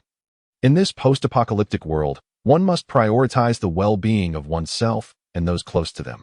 Yang Sun, Lin Jinyun called, running over with Chun Jiao in tow. Yang Sun smiled and asked, "What is it?" Lin Jinyun linked her arm with his. "Now that we've cleared this place, let's go empty the community's package collection point too. That I've been so bored these days. Let me open some packages." The package collection point? Yang Sun slapped his forehead, realizing he had completely forgotten about the collection point. One had the chance to unbox anything, and it would also provide the thrill of unboxing blind boxes. "Please, let us go. We're nearby anyway, dear nephew," Chun Jiao exclaimed, her beautiful eyes wide in surprise. You all have such extravagant terms of endearment." Lin Jinyun raised an eyebrow, unashamed. "Shall I give you one too?" "All right, let's go clear out the package collection point." Yang Sun nodded in agreement. "The closest ones to us are Zhengtong and Yuda. Let's go." Point 3 individuals exited the supermarket, only to be confronted by 7 security personnel clad in uniforms. Hastily approaching them, some were panting heavily, their faces flushed with exertion. As the 7 drew near, the leader, a young man, scrutinized Yang Sun from head to toe, and exclaimed, "You're the one from Building 1. The one who plays that wretched game? I can't believe you're still alive." Yang Sun chuckled upon recognizing him. "Ah, it's you, the takeaway thief. It seems that good people don't live long. While miscreants leave a legacy of chaos, it's been 11 days since the catastrophe, and yet here you are, still breathing." "You bastard," the young man retorted, his anger flaring. "Even during a disaster, you still act so arrogantly.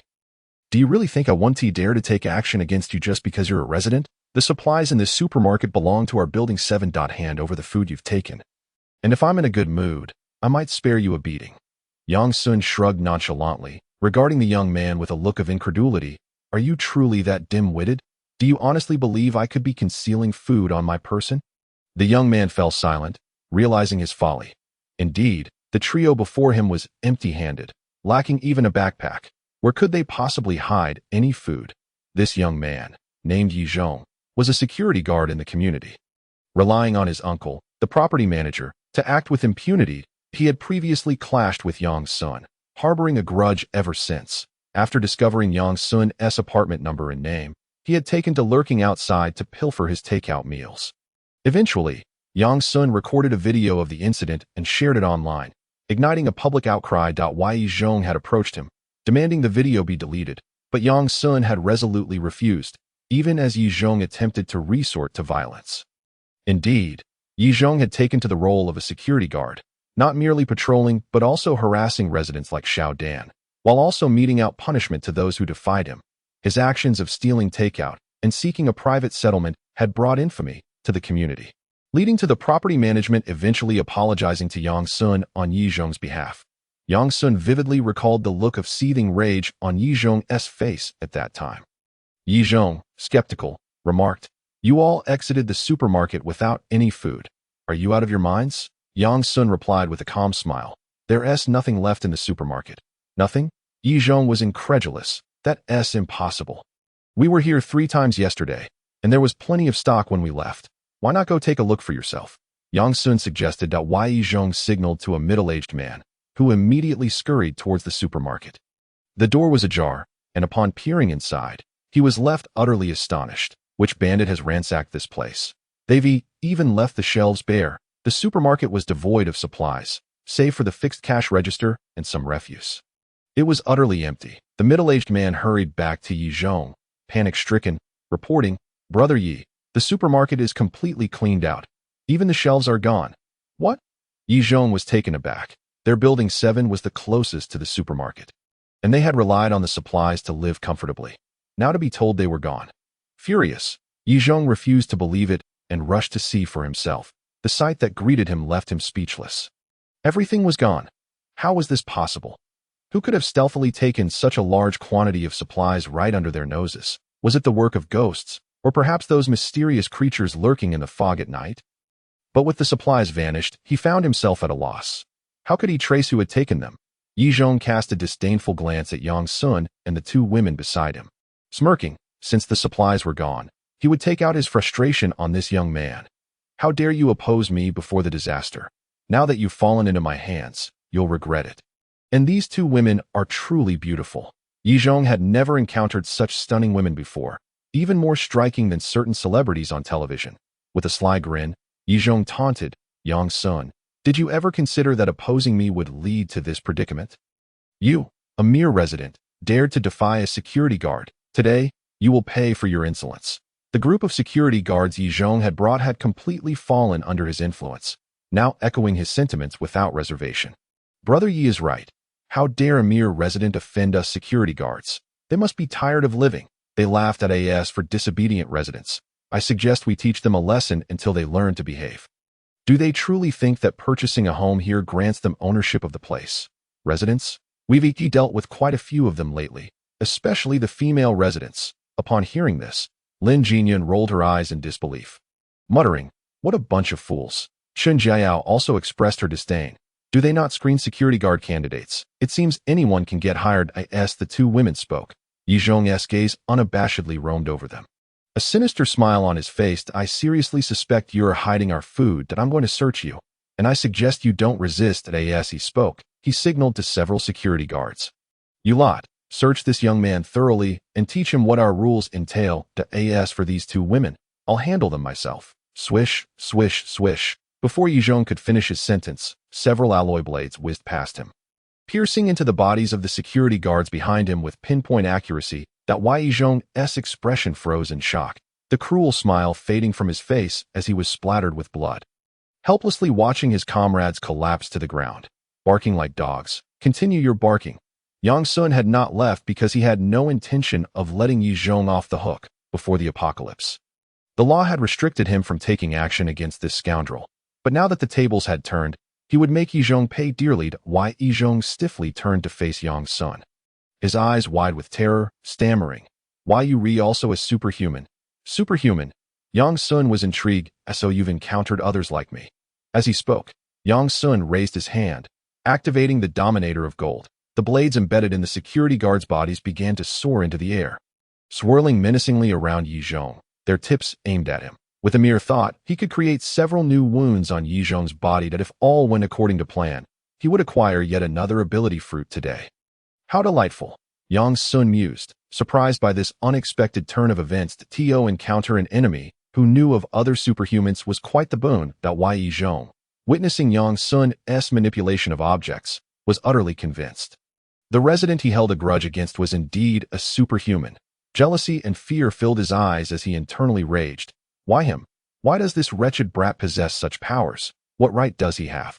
I should be the one with superhuman abilities. Yizhong was aware of the existence of superhumans because his uncle was one, possessing particularly flashy powers.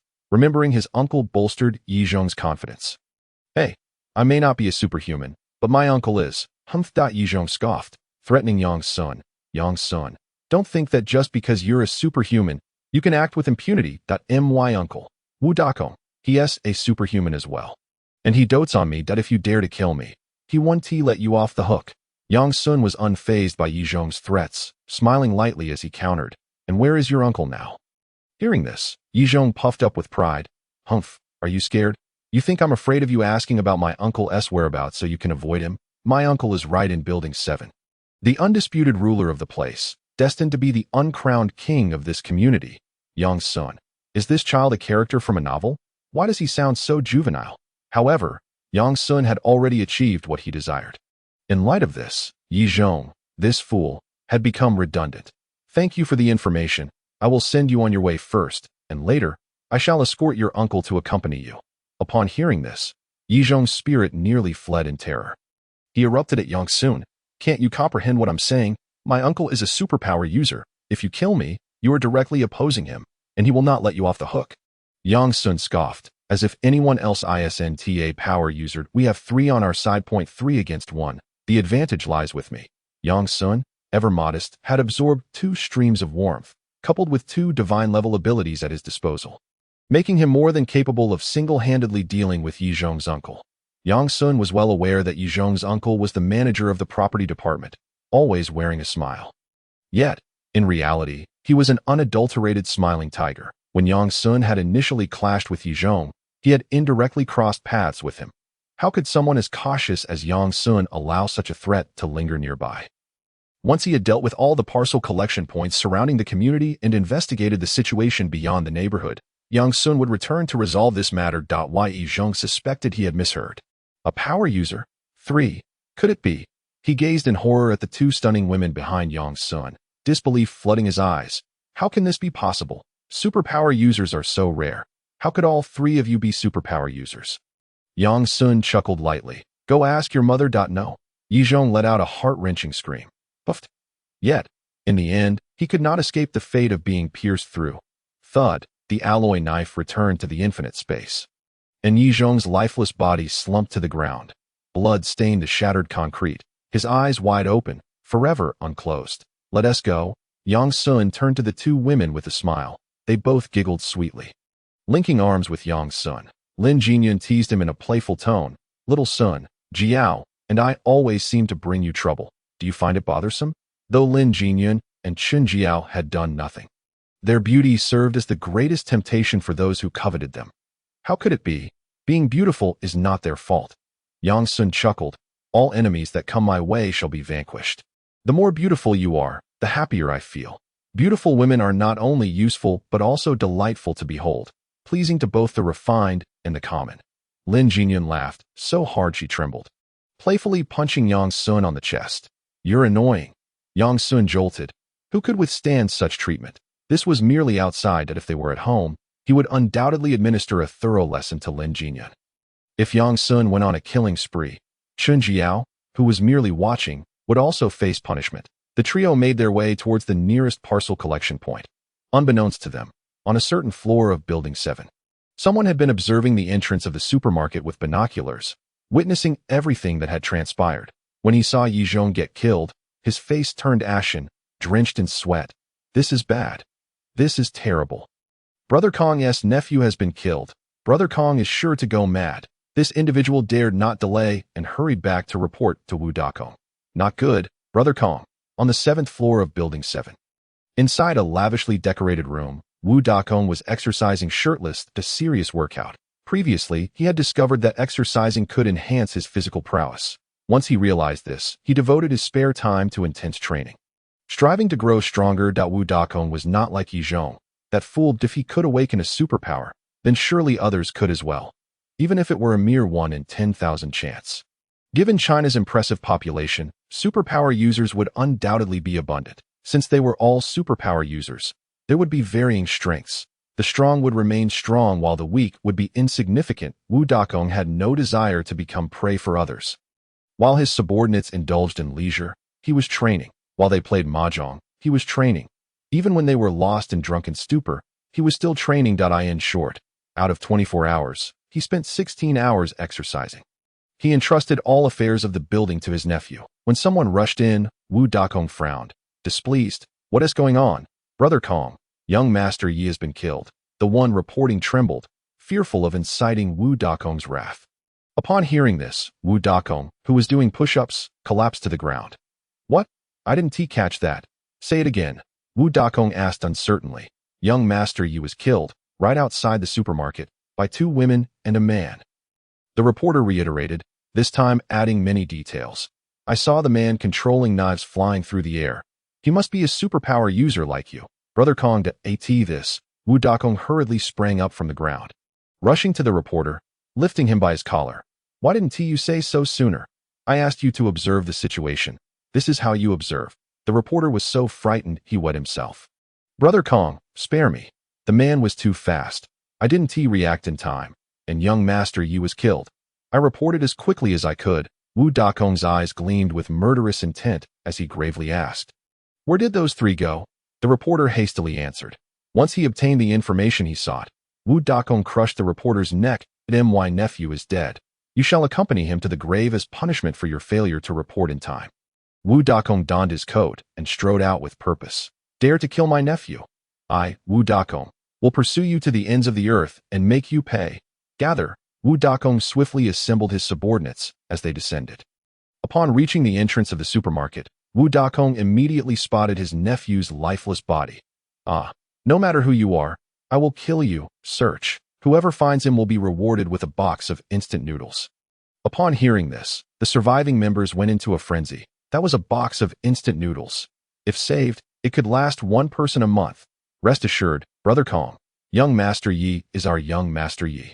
Killing him is tantamount to opposing all of us. Find the murderer. Let him pay with his life. Let us go. I will avenge young Master Yi. The survivors scattered in pairs to seek out the whereabouts of Yang Sun and his companions. Meanwhile, the collection of resources in the infinite space was swift. The 2 parcel collection points, Zhengtong and Yida, were cleared in merely 5 minutes. The 2 points combined likely held around 1,500 parcels. The amenities in Jinqiu City were quite comprehensive, boasting convenience stores, supermarkets, breakfast shops, and small restaurants. Parcel collection points also included all major courier brands, such as Shezheng, Zhengtong, Yida, Tiantong, Malitu, and others. Ahead is Shezheng. Lin Jinyun pointed at the green sign ahead with a smile. Suddenly, her eyes narrowed as she focused intently on the sign. Above the green sign was a second-floor security window, now overgrown with vibrant green vines adorned with lush leaves, exuding vitality, yet amidst the greenery. A single white object stood out glaringly. Lin Jinyun tugged at Yang Sun's arm, pointing at the security window above the sign. Little Sun, look, Is that a superpower fruit? Following Lin Jinyun's finger, Yang Sun beheld a milky white fruit hanging from a vine. Round and plump, resembling the superpower fruits they had previously acquired. Only its color had transformed to a milky white. Indeed it is, Yang Sun smiled. Golden superpower fruits awaken gold-type abilities. Green superpower fruits awaken wood-type abilities. So what type corresponds to milky white? We'll find out once we eat it. Lin Jinyun gently nudged Yang Sun and smiled gracefully. Hurry and pick the ability fruit until it is in our hands. I always feel uneasy. Yang Sun grinned broadly. I feel the same way. Only when things are truly in one's possession can one feel at ease. The trio rushed to the base of the green government notice board. Yang Sun raised his hand, a shimmering green light emanating from his palm. The power of the tree of life activated, controlling the plants around them. The vine, bearing the ability fruit, began to move, extending toward Yang Sun. He reached out, plucking the ability fruit and placing it into his infinite space, feeling a sense of relief. Chun Jiao was the most elated. Yang Sun had previously stated that the next ability fruit would belong to his sister. Now that the ability fruit was secured, her sister's powers were also ensured. Unbeknownst to Chun Jiao, Yang Sun's infinite space also contained a fire-type ability fruit, prepared specifically for Chun Jai. Yang Sun turned to the two women with a smile. Let us go. With the ability fruit in hand, we should collect all the packages in the green government. The two women nodded obediently, utterly compliant. 2.5 minutes later, Yang Sun departed the green government with the two women.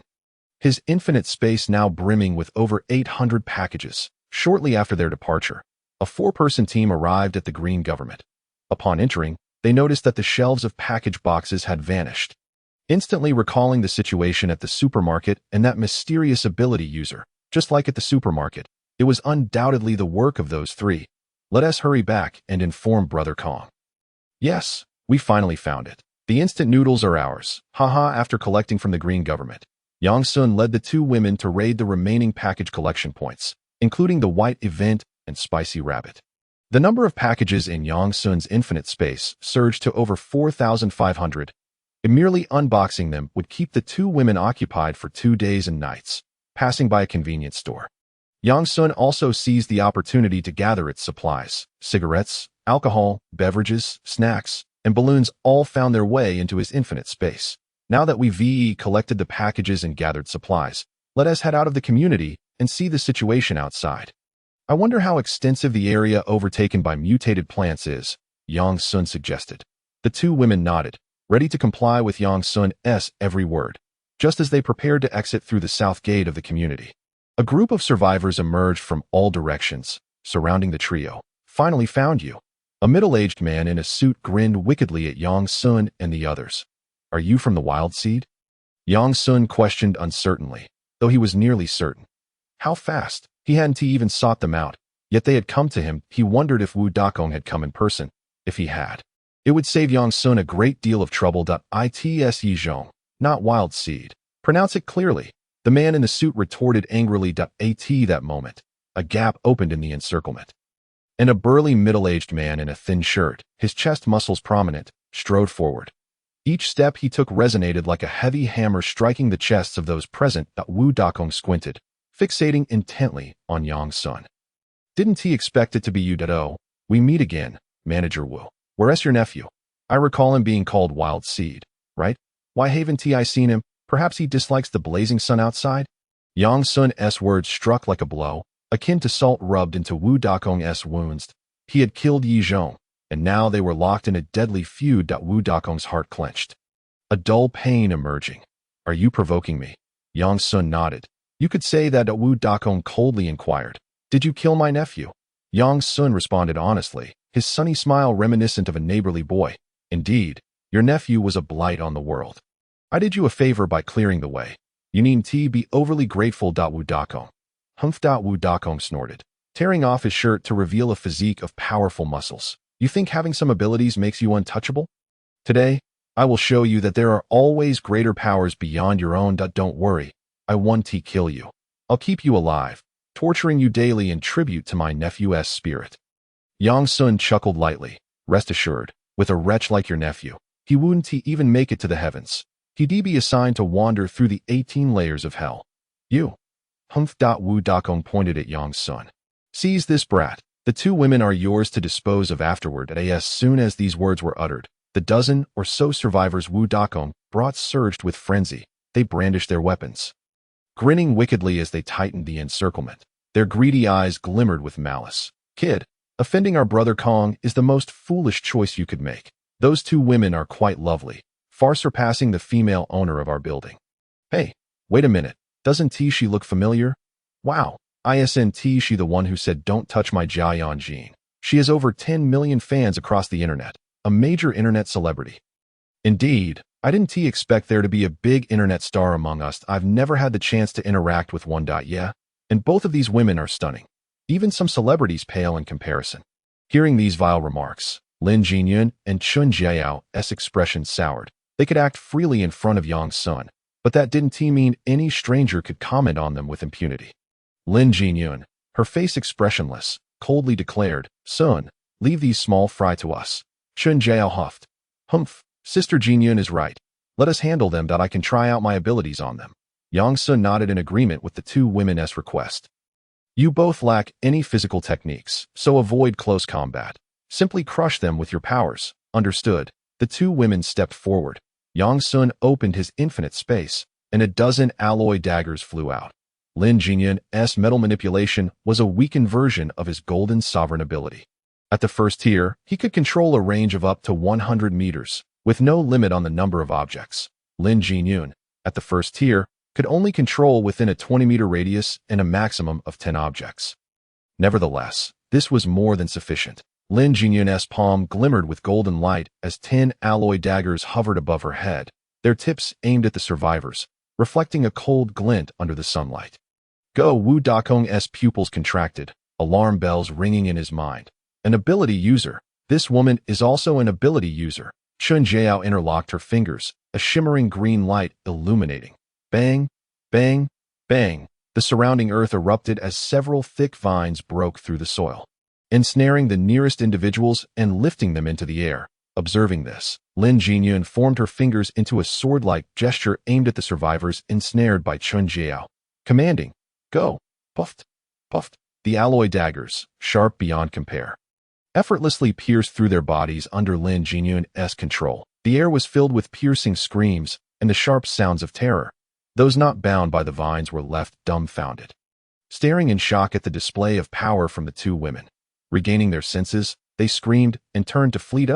Ability users. These two women are also ability users. Aren't ability users supposed to be rare? How does our community have 3 of them? Shut your trap and run. These two women are terrifyingly ruthless. Let us go, or it'll be too late, regrettably, for this group of survivors. It is already too late to flee. Chun Jiao severed her connection with the tendrils, only to manipulate new vines to burst forth from the soil near the survivors. These mutated vines, exhibiting remarkable flexibility, danced like frenzied serpents under Chun Jiao's control, toppling the nearby survivors to the ground. The tendrils lashed at them like whips, the sound of impact echoing sharply. Lin Jinyun wielded a metal blade to deliver lethal strikes. To ensure a fatal blow, she meticulously aimed for the survivors' hearts and eye sockets. In the hands of these extraordinary beings, ordinary individuals were as vulnerable as chickens. Two delicate women, empowered by their abilities, could easily overpower a dozen well-fed, robust men. That if the two ladies were to learn some martial arts, Yang Sun mused, it seemed prudent to seek out a woman skilled in physical combat. Not only Lin Jinyun and Chun Jiao, but he too must learn in less than 2.5 minutes. All the survivors brought by Wu Dakong lay lifeless. The multitude of corpses sprawled across the shattered concrete surface, blood flowing freely, pooling into crimson puddles that stained the earth. While the air was thick with the scent of blood, Yang Sun stepped forward, casting a glance at Wu Dakong with a faint smile. Come. The small fry have been eliminated. Let me see what your awakened ability is. Upon hearing this, Wu Dakong let out a cold snort. Underestimating me will only lead to a painful price. He unsheathed 2 fire axes that hung at his waist. These were the only weapons an ordinary person could find in the apocalyptic world. Fire axes and baseball bats were considered the triad of early survival tools. Yet, when compared to Yang Sun, Wu Dakong's equipment appeared pitifully inadequate. Whoosh! Wu Dakong's figure vanished in an instant. When he reappeared, he was already behind Yang Sun, raising both fire axes high to strike down fiercely. Lin Jinyun and Chun Jiao quickly warned, "Xiao Sun, be careful, he is behind you." Without turning his head, Yang Sun opened a portal behind him. Whoosh, whoosh, whoosh, whoosh, a flurry of metal blades shot forth. Wu Dakong's pupils dilated. He could not evade at such close range. In desperation, he activated his ability. Whoosh, as he watched Wu Dakong appear 30 meters away. Yang Sun chuckled, "Teleportation? Quite an impressive ability, but surely your initial range is limited." "Humph," Wu Dakong sneered. "And what of it? With teleportation at my disposal, you won't even catch a whiff of my exhaust." Yang Sun remained unfazed. "Have you ever heard the saying? What? When impoverished, one strikes precisely. When affluent, one saturates with fire-powered as." The words fell. Yang Sun opened the portal before him. Whoosh, whoosh, whoosh, whoosh, whoosh. Countless metal blades surged forth from the portal. Hundreds, thousands, tens of thousands. A total of 10,097 metal blades danced through the air, enveloping a diameter of half a meter around Yang Sun. With a light laugh, he remarked, "Though I cannot teleport, I can cover 100 meters in merely 2 seconds at full throttle. Do you truly believe you can escape my encirclement?" At these words, Wu Dakong's expression shifted to one of dismay, as uncertainty gripped his heart that he knew his own limits. His maximum teleportation distance was only 30 meters. Moreover, with his current energy, he could execute a maximum of 10 30-meter teleports. But there was no way he could break free from this boy's encirclement. Wu Dakong glanced at the dense array of metal blades surrounding him and then down at his meager fire axes. Falling silent, his silence was deafening. Where on earth had this boy procured such a multitude of finely crafted weapons? Even Lin Jinyun and Chun Jiao were left astonished. They were entirely unaware of Yang Sun's infinite space. Yang Sun raised his right hand, forming a sword-like gesture, and calmly declared, "Storm of blades." Whoosh, whoosh, whoosh, whoosh. The 10,097 metal blades surged into motion, swiftly advancing in a dense net towards Wu Dakong. Wu Dakong's eyelids twitched. "You're playing a dangerous game." Instantly, he activated his teleportation that he materialized in another open space. Yet, before he could catch his breath, another barrage of metal blades closed in. Thus, Wu Dakong found himself ensnared by the net of 10,097 blades. Unable to escape. Each time he teleported to a new location, he was immediately targeted. His energy was rapidly depleting. Eventually, Wu Dakong could no longer perform teleportation. He beheld the oncoming net of metal blades. He urgently pleaded for mercy, crying out in terror, "I surrender. I am willing to submit to you." But before he could finish his sentence, he was pierced through by the metal blades, resembling a hedgehog. Yang Sun smiled faintly. "I do not require your submission. I only need you dead." Retrieving the metal blades into the infinite space, Yang Sun felt a wave of dizziness. This was a sensation he had never experienced before. Indeed, the energy within each extraordinary being was finite. While my control over objects isn't limited in quantity, the greater the number of entities I manipulate, the more energy is consumed. Thankfully, I can still endure. In truth, 1,000 metal blades would have sufficed to exhaust Wu Dakong, but it was simply too appealing. Yang Sun approached Wu Dakong's lifeless body, gazing at the gruesome sight before him, and with a great effort to suppress his nausea. He touched the man's head that a familiar warmth surged into his body. Yang Sun felt his dizzying consciousness begin to clear. Absorbing another wave of warmth, he realized he had now assimilated 3 portions. At that moment, a system notification echoed in his mind. "Ding! Host has slain a space-type ability user. Would you like to extract the ability fruit?" A space-type ability user, how rare indeed. Had Wu Dakong survived, he would undoubtedly have become a formidable force in the future. Alas, he had encountered me. Moreover, Wu Dakong's space abilities seemed incomplete. To be precise, he possessed only a branch of the space-type abilities infinite space, and Wu Dakong's teleportation were merely aspects of the same branch. Discarding Wu Dakong's body, Yang Sun returned to the 2 women. "Let us go. The trouble has been dealt with, and it is time to see what lies beyond." All right. The world outside the community mirrored the chaos within. Vegetation thrived wildly, surpassing its natural limits. The concrete and asphalt roads were shattered and uneven, thrust up by the powerful roots. Standing at the entrance, the sight that greeted them was a pockmarked expanse. With countless roots exposed, The greenbelt on either side sprawled everywhere, overrun with weeds and towering trees that will need an off-road vehicle to navigate this terrain. Chun Jiao ventured uncertainly. Lin Jinyun replied, I doubt even an off-road vehicle would suffice. Mutated plants defy conventional understanding. Who knows what dangerous flora may lurk among them? Look over there. At this moment, Chun Jiao pointed with her slender fingers in a certain direction. Yang Sun and Lin Jinyun followed her gaze to see a gigantic canine mutant beast. Comparable in size to a Siberian tiger, crouched within the green belt, its eyes gleaming with a green light as it drooled while watching the three of them. Yang Sun spoke solemnly. A mutated beast. Lin Jinyun gasped. It's even larger than Nyonyo. Chun Jiao frowned slightly. That canine mutant appears to be a border collie. If a single border collie can grow to the size of a Siberian tiger after mutation, what of those animals that are already massive and fierce? Siberian tigers, African lions, giraffes, elephants, rhinos, hippos, and even blue whales. If they were to mutate, how colossal would they become? Is there any future for humanity? The mutated border collie seemed unable to contain itself, slowly emerging from the green belt. Just then, a gigantic red flower unexpectedly burst forth from the greenery. The flower's core was lined with sharp steel teeth, its roots writhing, as the massive blossom lunged directly at the mutated border collie. The beast had no time to react before it was engulfed by the enormous flower in a single bite. Yang Sun. Lin Jinyun. Winky face. Chun Jiao, what the heck? Have you eaten yet? Is it a giant flower? Goodness, the game has spilled into reality. These plants are far too perilous and insidious. We should steer clear of these mutated flora in the future, Yang Sun admonished the two women. Yang Sun, do you think my abilities could control that giant flower? Chun Jiao unfurled her whimsical thoughts. Seriously, having a giant flower as a pet would be incredibly cool. Yang Sun replied. We'll discuss this later. Chun Jiao obediently nodded. All right. Yang Sun gazed in the direction of Jiangxing Shadow University, his voice low. The road is in such disrepair that land vehicles are rendered useless. Driving would be slower than my running.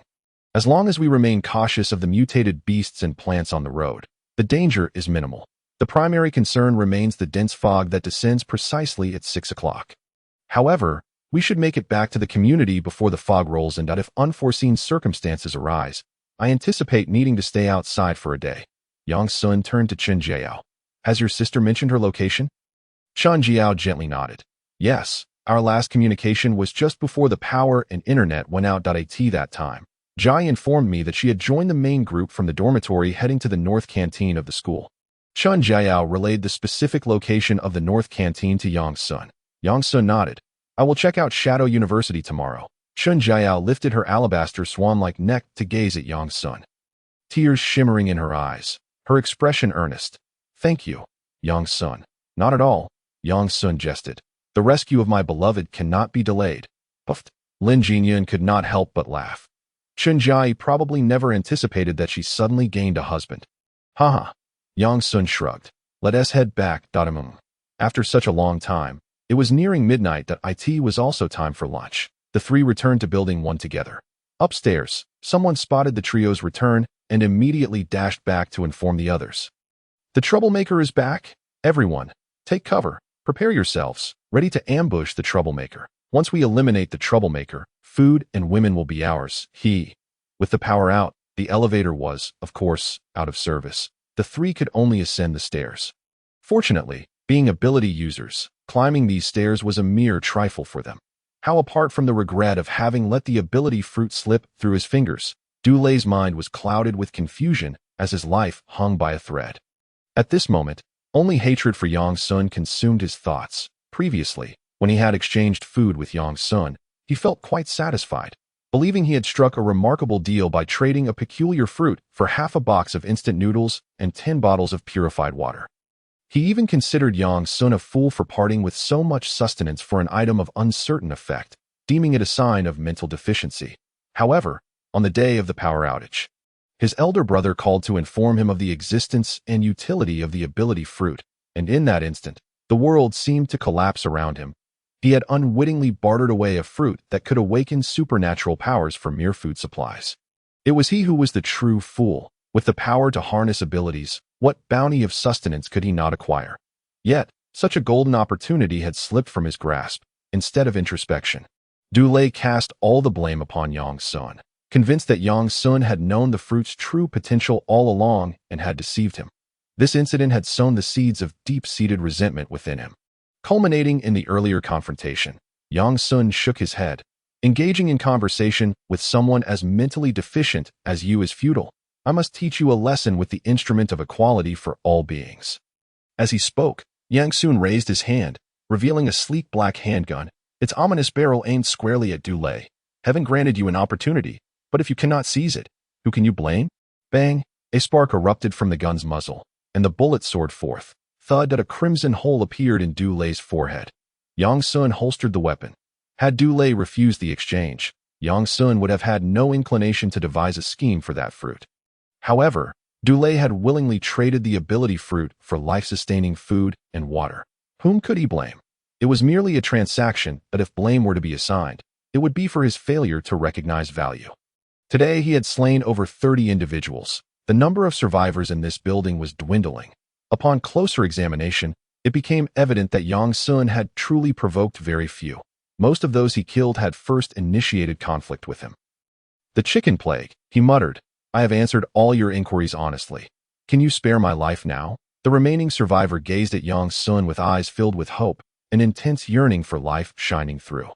Yang Sun cast a glance at him, dousing his optimism with a cold splash of reality. How long do you believe you can survive in your current state? Upon hearing this, the survivor's expression instantly froze. Indeed, he had become a mere shell of his former self. Even if the chicken plague spared him, he would not see the end of the day. The chicken plague, grant me a swift end. Bang! Departing, he returned home. Yang Sun sheathed his weapon, glancing at the blood that stained his clothes with disdain. Another outfit ruined. How vexing. After the three departed, a cautious survivor approached to survey the scene. Just one glance sent them sprawling in terror. What a horrific tableau. It was akin to a hellish battlefield. The chicken plague was merciless, indeed. Over 30 lives extinguished without a second thought. He truly was a harbinger of death. Shut your mouth, or he'll show you no mercy. They warned one another. And you dare speak ill of the chicken plague? Are you not afraid he might decide to eliminate you as well? Ah, right. One must not speak ill of the chicken plague. Some of the onlookers could not bear to witness the carnage and fled.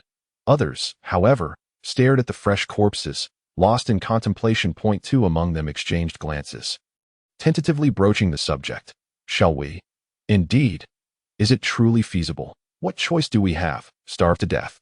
Then let us proceed. They each selected a relatively intact corpse to carry home. Someone suddenly recalled something, their stomach churning violently. Were it not for the emptiness within, they might have retched on the spot. Better to live in disgust than perish. They resolved to proceed. The outside appeared devoid of danger. Perhaps they could follow the path carved by the chicken plague to search for food?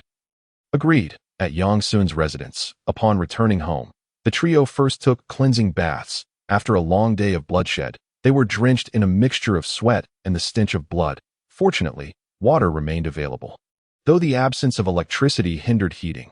Yet, the remarkable physiques of Yang Sun and his companions ensured they would not fall ill from cold water. After their refreshing baths, they felt rejuvenated. A hot shower would have been even more delightful. Ah, right. It would be quite reasonable to indulge in a water fight during their bathing. Afterward, Lin Jinyun headed to the kitchen to prepare lunch, with Chun Jiao assisting her. Yang Sun, the head of the household, lounged on the sofa, engrossed in a novel he had downloaded offline. Lin Jinyun had amassed quite a collection of novels, and the one Yang Sun was currently reading was particularly engaging. Apocalyptic, Tenfold returns. Starting with investment in the neighbor's wife. This was a tale set in a post-apocalyptic world, featuring a protagonist well-equipped with resources, decisive in action, accompanied by a harem of stunning beauties, perfect for clandestine late-night reading. After approximately an hour, Lin Jinyun and Chun Jiao set the table with a sumptuous spread. Today's lunch comprised braised pork, potato stew with beef, potato pancakes, stir-fried greens with mushrooms, braised lion's head meatballs, and tomato egg soup, a standard 5-dish. One soup meal, with 3 hearty dishes included. Son, we need to consider checking out a place that sells gas canisters. Lin Jinyun mentioned during the meal that we should prepare for the eventuality of natural gas supply disruptions and secure gas canisters as substitutes. If the natural gas runs out, we'll have no choice but to resort to cooking with firewood. All right, Yang Sun nodded.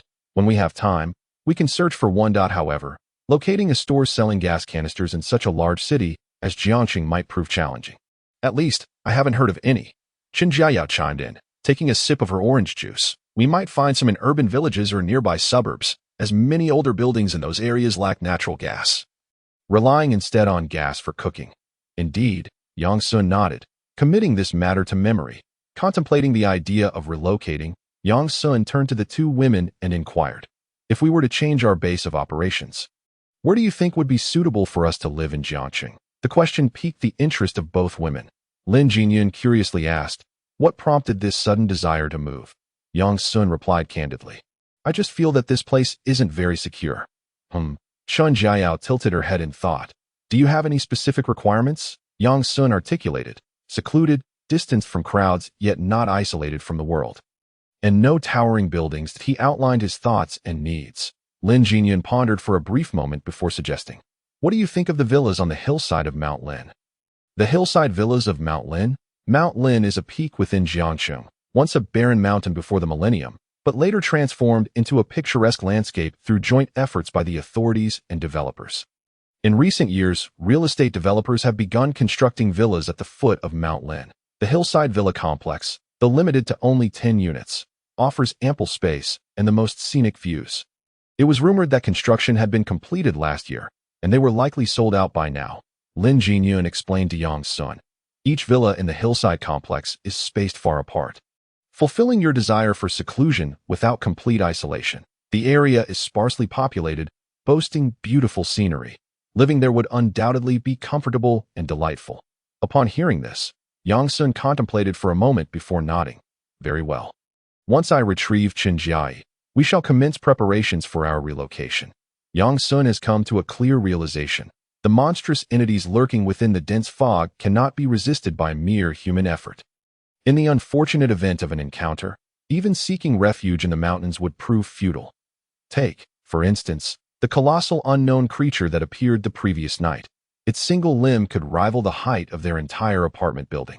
Should it strike, no mountain would withstand such force. In this regard, Yang Sun must exercise utmost caution. As for the selection of a safe haven, he must contemplate from a secluded and secure perspective. The two women expressed no objections. In truth, residing in their current location is rather dull. A villa nestled halfway up the mountain, from which one could behold the entirety of Jiang City, would surely provide a more exhilarating experience. After dinner, Lin Jinyun and Chen Jiayao cleaned the dishes.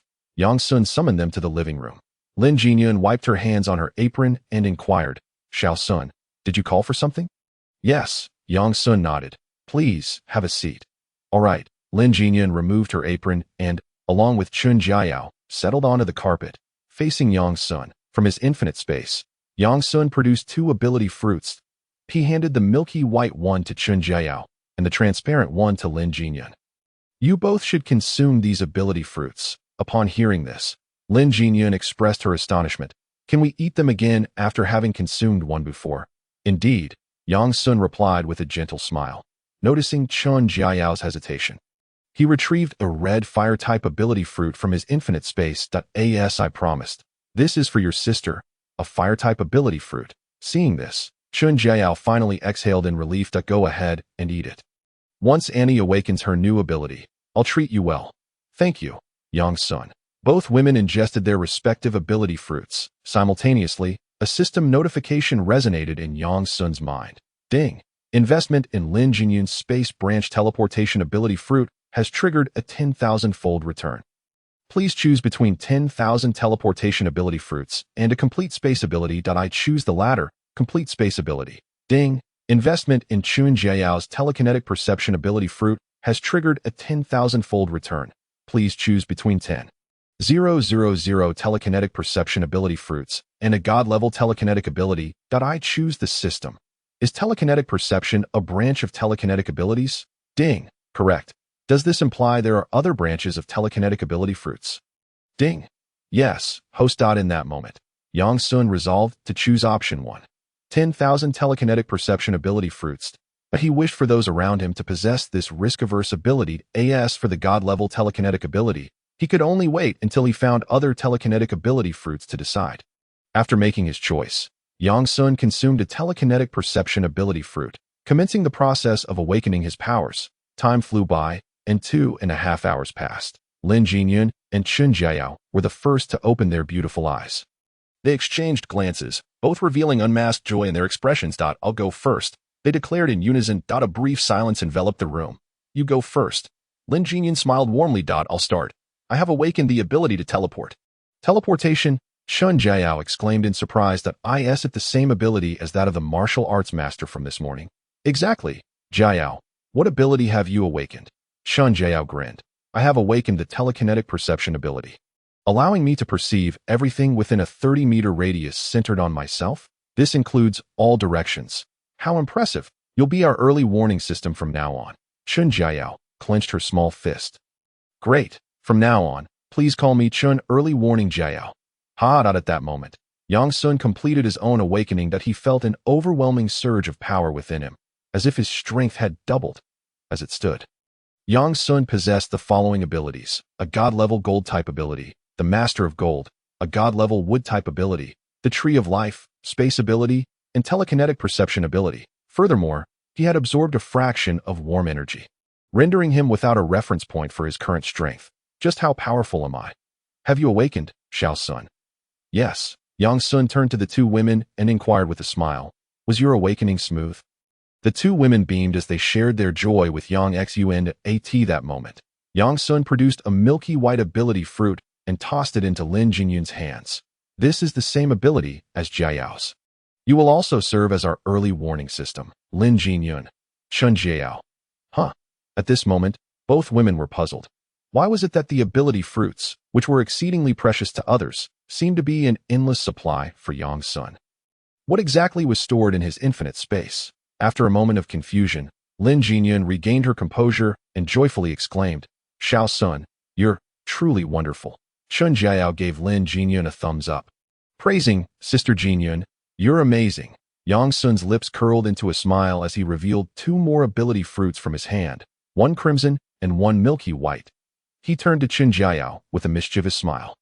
"Jiao, these are the fire-type ability fruit and the telekinetic perception ability fruit, both prepared for Jai." Chen Jiao. Seeing the playful grin on Yang Sun's face, she understood his implication. Chen Jiao sweetly called out, "Versatile Xiao Yao, at your service all day, ha." Yang Sun laughed heartily. This was what life was meant to be. Lin Jinyun swallowed the telekinetic perception ability fruit. Yang Sun then focused on studying his abilities.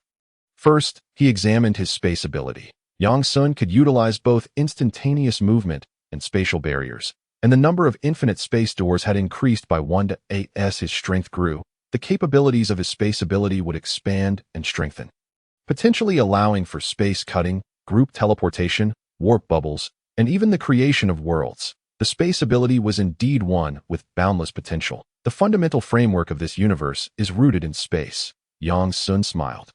With just the space ability, he could navigate the apocalypse with confidence. Not to mention, he possessed other formidable abilities and the support of the system. Telekinetic perception. As Yang Sun activated his telekinetic perception, he was taken aback. He discovered a diamond-shaped crystal within Chen Jiao's mind, shimmering with green and milky white light. What could this be? He then turned his gaze to Lin Jinyun. She, too, had a diamond-shaped crystal within her mind. Though hers was golden with a transparent section, and a hint of milky white was rapidly developing, coexisting with the gold and transparency within the crystal. Could this be a unique trait of ability users? Or does every evolved being possess such a crystal? Yang Sun was perplexed. His understanding of the path of evolution was still too superficial. He observed his own mind, discovering a similar diamond-shaped crystal. His crystal was composed of gold, green, milky white, and transparent sections. Moreover, it was significantly larger than those of the two women. If Lin Jinyun and Chen Jiao's crystals were the size of peanuts, then Yang Sun's resembled the size of a sugar orange. Am I a sugar orange-level powerhouse? Are the two of them peanut-level powerhouses? Yang Sun humorously engages in self-deprecation. However, what is the nature of this rhomboid crystal? It should not genuinely grow in one's mind. Otherwise, an ability user with heightened self-awareness would surely detect it. A special space. Such mysteries remain unknown to Yang Sun, who can only explore them gradually in the future. Nevertheless, This is advantageous, as the rhomboid crystal allows for a rough assessment of the opposing strength. Yang Sun categorizes peanut level, quail egg level, sugar orange level, and beyond that, he is uncertain. Once Lin Jinyun awakens her telekinetic perception ability, Yang Sun shares this discovery with the two women. Upon perceiving with their telekinetic powers, they are indeed astonished. Lin Jinyun exclaims, "Have I developed a tumor?" Chun Jiao jests, "Sister Jinyun, this is not a tumor. It is our primordial infant." Yang Sun remarks, "You both are increasingly absurd. The night always seems interminably long that if one does not seek amusement to pass the time, boredom ensues." Yang Sun indulges in the joy of directing. The following morning, after finishing breakfast, Yang Sun calls the two women to his side in the living room. He turns to Chun Jiao and inquires, "Do you have a photo of your sister?" "Yes." Chun Jiao promptly informs Yang Sun of the location where the physical photo is stored in the infinite space. Yang Sun locates the photograph in Chun Jiao's area. The image reads, "The extraordinary individual from Building 1 has departed, leaving behind only two alluring women within the premises. Who among you is willing to accompany the third master to retrieve those two women?" The leader, a young man with yellow hair, drawled as he puffed on a cigarette, while the young and middle-aged men from Building 1 bent slightly at the waist, awaiting his commands. "That I shall go," exclaimed a young man from a nearby high-rise, standing up to address the yellow-haired youth. "Wu Jiji, I am eager to join the third master in retrieving those two women from Building 1. "Excellent," Wu Jiji replied with delight. "They are merely two bothersome women. We need not a large group. Xiao Wu, you and your team shall accompany the third master. Once we resolve this ruckus, I shall permit you to procure two women from the pleasure house." At this, the young man known as Xiao Wu was elated, promptly kneeling on one knee. "Thank you, Wu Jiji." And Wu Jiji responded with a serene smile. "However, your primary objective today remains the search for extraordinary fruits. It is only upon your return that you shall also proceed to Building 1 to capture the women." Ever since discovering the function of the extraordinary fruits, Wu Jiji has spared no effort in sending out search parties. To him, capturing individuals was but a trivial matter. After all, what threat could two defenseless women pose? "Crow, this task is entrusted to you. Go forth and execute it." The moniker Crow belonged to the third master. A towering figure standing nearly 6 feet 3 inches tall had understood the west gate of Jiangxing Light and Shadow University. Yang Sun rode on his small electric scooter, taking nearly an hour to reach the entrance. The road was in such disrepair that he could only navigate the passable routes, yet he still found himself thoroughly jostled. "Darn it, if only flying on my sword didn't consume so much energy. I would certainly opt for a more stylish ride."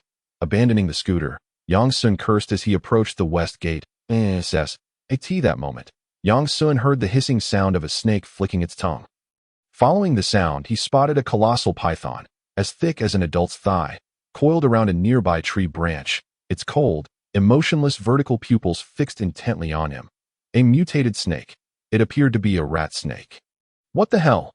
Even a rat snake can mutate into something akin to an Amazonian anaconda. If it were truly an Amazonian anaconda, it could transform into a dragon, Yang Sun lamented, with a thought. He expanded his telekinetic perception. Within a radius of 30 meters, the mutated rat snake was easily encompassed. The head of the mutated rat snake. There lay a crystal, oval in shape, roughly the size of a yellow soybean. Who would have thought there could be a unit smaller than peanut-sized beneath the yellow soybean? Could there be green bean-sized or sesame-sized crystals? Indeed, mutated creatures also possess crystals, albeit differing slightly from those of human extraordinary individuals.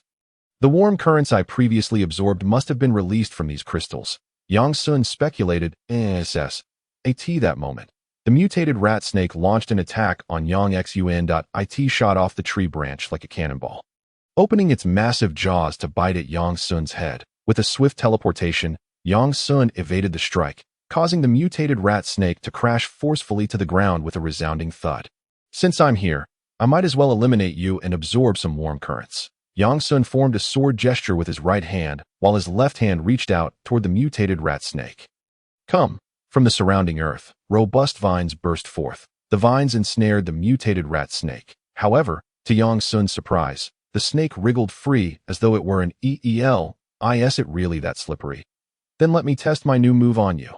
He again extended his left hand toward the mutated rat snake and commanded, "Spatial confinement." Wong. An invisible ripple spread through the space. Portions of the area surrounding the mutated rat snake were confined by Yang Sun's power.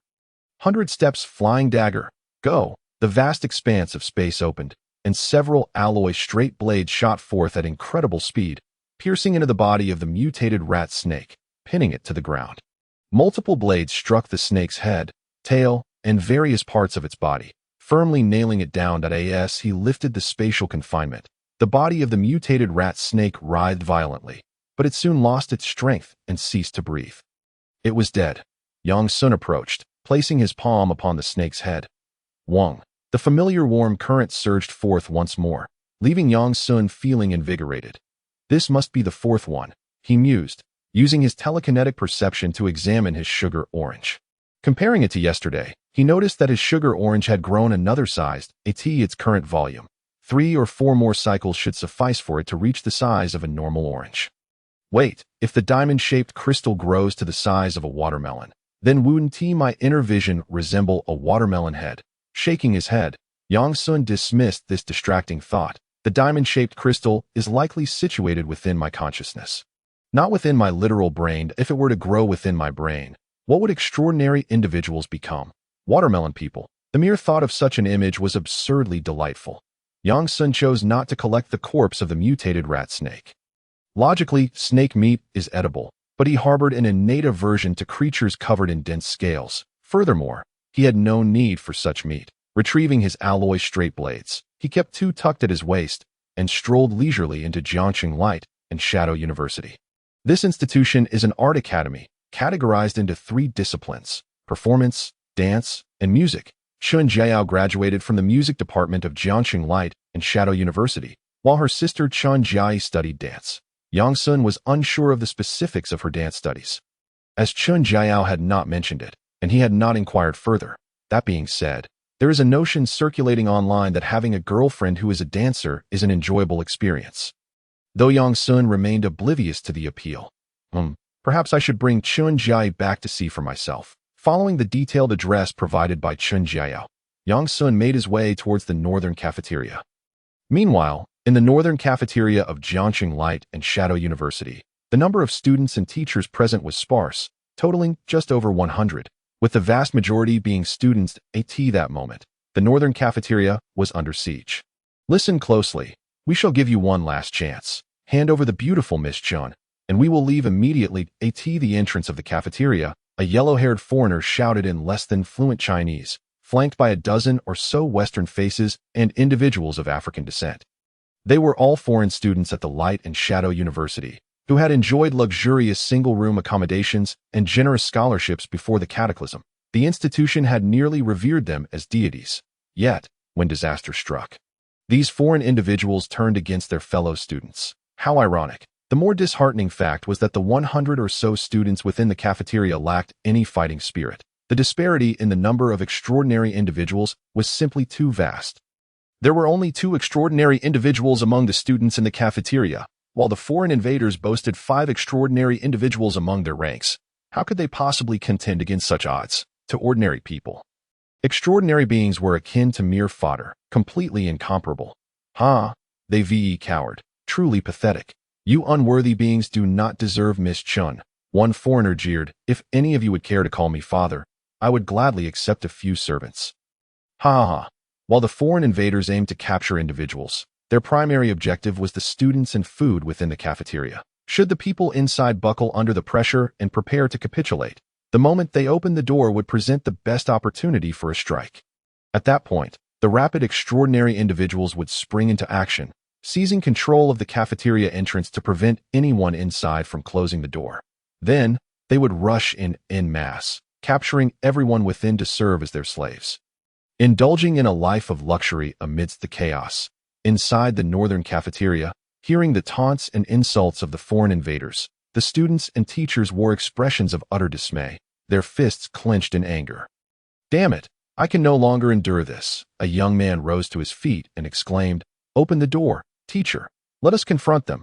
Do not act impulsively." A teacher interjected, attempting to soothe the students. You are all aware of the power wielded by those with extraordinary abilities. It is not merely your fervent passion that will secure victory. Do not make sacrifices in vain.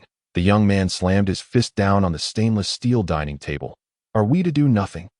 Who is the fool that brought these foreign devils into our school? I have heard that these foreigners receive a scholarship of 200,000 each year. Our school so flush with funds that it can squander them so recklessly. Meanwhile, our male dormitory lacks air conditioning, and I hear the administration plans to build a new dormitory for these foreign devils. How absurd. Clearly, there are corrupt individuals in the leadership. Damn it, those incompetent leaders should hasten to quell the wrath of their superiors. Sima, fixate only on international rankings, and now trouble has arisen, hasn't it?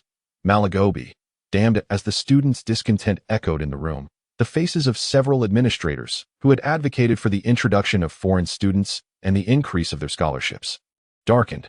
They were the very ones being condemned by the students. It was no wonder their expressions soured.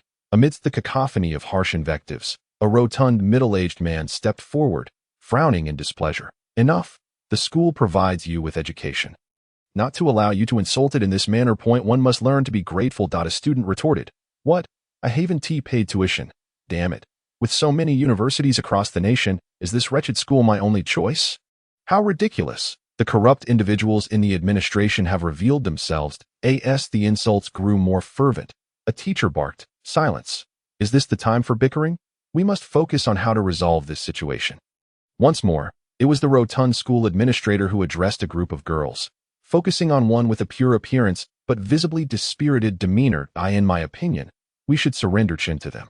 Sacrificing one to ensure the retreat of these foreign students will resolve our crisis. The male students erupted in outrage. They had already been displeased with their cowardice, but now this administrator suggested abandoning a female classmate. It was unimaginable for them to remain calm. Chen Jiai was strikingly beautiful, having been crowned the campus flower at Guangying University for 3 consecutive years. She fell into the hands of those foreign devils. Her fate was all too predictable. An irate male classmate slammed his hand on the table. Send your mother to those foreign devils. Let her be their plaything. You, Sima, if you utter another word, I swear I will take action against you. The portly administrator replied angrily, I do this for the greater good. How long can we hold this door? If we provoke them, the moment they break through will spell doom for us all. It may be wiser to surrender and hand someone over. You wish to die? Upon hearing this, some fell silent.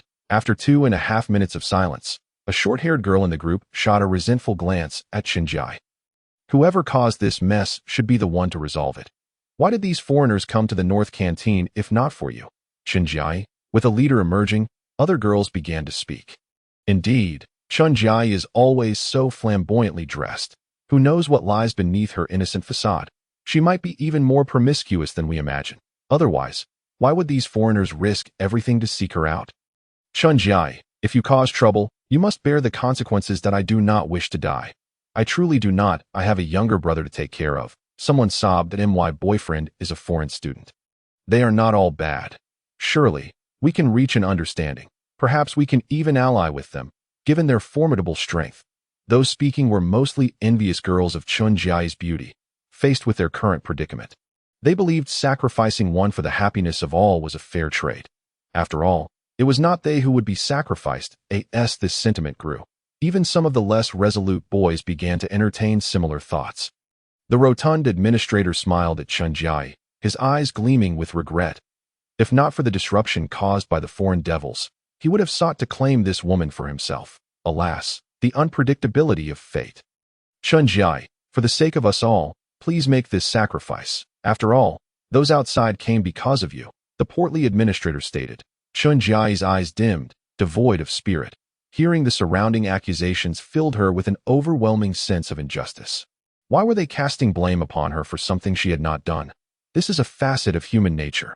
Those who envy you will strive to pull you down from your pedestal, seeking to drag you into the mire alongside them. In male terms, it's often said, if they cannot have it, they will destroy it. In female terms, it's, if you are more beautiful than I will ruin you. Xinjiai was indeed cut from the same cloth as her sister, both possessing a fierce spirit. Given their current predicament, escape was impossible. Yet, she did not wish to be sullied by those loathsome foreign devils. Thus, there was but one conclusion: her own demise. Sister Jai is leaving first. Chun Jai closed her eyes, retrieving a fruit knife from her sleeve, a tool she had brought from her dormitory for self-defense. She had never imagined it would be turned against herself. Just as Chun Jai prepared to take her life, a strong hand seized her wrist. Marvelous, simply marvelous. You have allowed me to witness the ugly side of humanity. Chun Jai looked up, bewildered, her dull eyes meeting those of an unfamiliar young man who had suddenly appeared beside her, grasping her wrist. His smile radiated warmth, despite the catastrophe that had unfolded for nearly half a month. He remained impeccably clean, appearing untouched by hardship. He seemed so unfamiliar, and she realized she had never seen him before. The newcomer was none other than Yang Xun. In truth, Yang Sun had arrived long ago. Having seamlessly integrated into the crowd of students using his teleportation ability, he had witnessed the entire dramatic scene unfold. Indeed, the true nature of humanity is revealed in times of disaster. The foreign devils outside harbored greater ambitions. Their target was not merely the insignificant Chinjai, but rather the entire cafeteria's survivors and its resources. Yet, amidst the external threats, discord brewed within the North Canteen as individuals turned against one another, hurling accusations and resentment at their peers. The instinct for self-preservation, coupled with jealousy, led some to unjustly demand sacrifices from the innocent. Some spineless individuals were even contemplating surrendering to the foreign devils. Yang Sun regarded himself as no saint. However, he would never stand idly by and watch as foreign devils rampaged through Chinese territory. Ding! Detected 8.5-star goddess Chunjai. Please, host, secure her as soon as possible. Temporarily ignoring the system's notification, Yang Sun cast a sardonic glance at the survivors who had pressured Chunjai moments before. The sudden appearance of Yang Sun startled the survivors within the North Canteen. Who are you? Chunjai inquired, perplexed. Yang Sun smiled gently, producing a photograph of Chunjai and Chunjiao from his pocket. Your sister entrusted me with the task of rescuing you. Come with me. My sister? Hearing this, and seeing the photograph in Yang Sun's hand, Chunjai's dull eyes suddenly sparkled with life. Trembling, she took the photo, her gaze filled with emotion as she recognized the familiar girl. This was a photograph from last summer when they had gone to the seaside together. I asked my sister well. Yang Sun pondered briefly before responding. Yes, she is very well, living quite comfortably. Upon hearing this, Chunjai finally felt a sense of relief. Yang Sun extended his hand toward her with a smile, saying, Come with me. Your sister is waiting for you at home. Okay. Without hesitation, Chunjai grasped Yang Sun's broad, warm hand. She had grown disillusioned with her classmates and teachers here that it was time to leave and return to her sister's side. No. At that moment, the corpulent leader sprang forth, unable to stand idly by as Chunjai was seized by this unexpectedly appearing man. A group of foreign students outside had specifically demanded Chunjai. If she were to be taken away, how could the ire of those international students be quelled, should they burst into the cafeteria in a fit of rage? It would spell disaster for him. As for Yang Sun, perhaps he was also an ability wielder, but he posed far less of a threat than the five outside. You cannot take Chunjai away. The corpulent leader exclaimed, pointing an accusatory finger at Yang Sun. Those individuals outside are the ones she has incited. She must pacify their anger, or we are all doomed. Young man, I advise you to mind your own business. Do not think that being an ability wielder grants you the license to act recklessly. We have ability wielders here too. Upon hearing this, Yang Sun chuckled. How impressive you all are, with your ability wielders. Yet you dare not confront those foreign scoundrels outside, but you take delight in threatening a fellow compatriot. Ignoring Yang Sun's mockery, the corpulent leader maintained his stern demeanor, declaring, In any case, you cannot take Chunjai away, or our ability wielders will not be so easily trifled with. Chunjai's face expressed disdain. By what right do you restrict my actions? Yang Sun smiled and patted her shoulder. Allow me to impart a lesson. In a world like this, when action is possible, refrain from idle chatter. You cannot reason with a fool. Only a fist can teach him civility. Who are you calling a fool? The corpulent leader's anger flared. He had endured far too much ridicule today.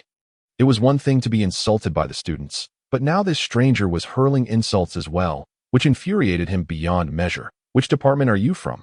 Your advisor is. A flash of steel interrupted his words. A line of blood appeared on his neck, and his head slowly tilted before finally falling to the ground with a dull thud. See? It's suddenly quiet. Yang Sun sheathed his blade, continuing his lesson to Chinjai. The surrounding survivors were left dumbfounded. Had he truly just committed murder? This outsider had killed in front of so many witnesses. A teacher stepped forward, a member of the two prominent ability wielders of the North Cafeteria.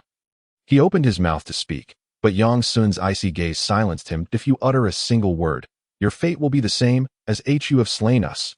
Are you not afraid of igniting a war between great powers? At that moment, you shall be the culprit, great sword immortal. I sincerely apologize for my earlier rashness and impetuosity. Please spare my life. I am willing to atone for my sins with my existence. I do not wish to die. The five extraordinary beings, upon realizing their bodies had become immobile, immediately fell into a state of panic. Their gazes towards Yang Sun transformed into sheer terror. This man was beyond their capacity to contend with. Defeating him would require divine intervention. Is this the ancient legacy of China? Even a random individual can vanquish them, causing them to flee in disarray. These five extraordinary beings seemed to have forgotten that they were pleading for mercy in English.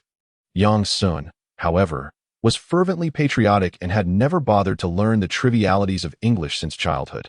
Therefore, their pleas for mercy sounded like the chirping of birds to him, completely unintelligible. What were they babbling about? Their expressions reeked of arrogance. How dare they provoke me when they are already in my grasp? It was evident that Yang Sun had misunderstood their demeanor. Do not inquire how he misinterpreted it. It was simply discerned from their arrogant expressions. Foreign devils, perish. Puffed. The heads of the four extraordinary beings were pierced through, resulting in their immediate demise. Yang Sun granted special attention to the petrified extraordinary Chinjai. Upon hearing that her sister had already paid for the meals, lost her reservations, and promptly picked up a milk bread to eat. This foolish girl likely had no idea what means her sister had employed to settle the meal fee. By the way, I still do not know your name. After struggling to swallow the bread in her mouth, Chinjai glanced at Yang Sun with a hint of shyness. Yang Sun handed her a bottle of pure water. Introducing himself, Yang Sun, with Yang from the Yang family generals, and Sun with 3 drops of water. Yang Sun. Chinjai silently repeated, "Oh, Yang Sunji. I am called Chinjai. I know that, Well, all right. Hurry and eat. We should aim to reach home before nightfall." Chinjai fell silent, fully engrossed in her meal. During their leisurely moments, Yang Sun's thoughts turned, prompting him to access Chinjai's personal information. Name, Chinjai. Age, 20 years. Number of charges, 0 times worldview. Normal character, a pure girl well protected by her sister. Appearance, 8. 5-star situation, orphaned at a young age, raised by her sister. Her most trusted and beloved person is her sister, a complete sistercon, system certified. After reading Chinjai's personal information, Yang Sun's expression turned peculiar. A sistercon. Closing Chinjai's personal interface, Yang Sun glanced at the time. It was now nearly noon, close to 12 o'clock. At their current pace, they would surely reach home before 2:30 p.m. Half an hour later. After Chinjai had rested, Yang Sun led her onward. Upon reaching the entrance, Yang Sun fell into contemplation as he gazed at the spot where he had parked his little electric scooter. It was utterly empty. Where on earth was my little electric scooter? Initially, he thought that in this apocalyptic scenario, everyone would have hidden away. Even if he left his scooter unattended, no one would steal it. But now, there were so many scooters on the streets, and yet they chose to steal mine? Never mind. Yang Sun resolved to find another vehicle. Given the current road conditions, driving might not be as convenient as riding a little electric scooter. Heading towards the direction of Jinxiu City, the two found another usable little electric scooter along the way. The ride was quite bumpy, and several times, Chinjai found herself pressed against Yang Sun's back, which made her exceedingly shy, her face turning a delightful shade of red. Yang Sun, feeling the softness against his back, smiled silently, braving the winds of the apocalypse as they journeyed homeward. As they passed a large bridge, Yang Sun caught sight of the community health clinic across the river. I have plenty of food, but I haven't deliberately collected any medical supplies. Yang Sun turned a corner, heading towards the road leading to the community health clinic.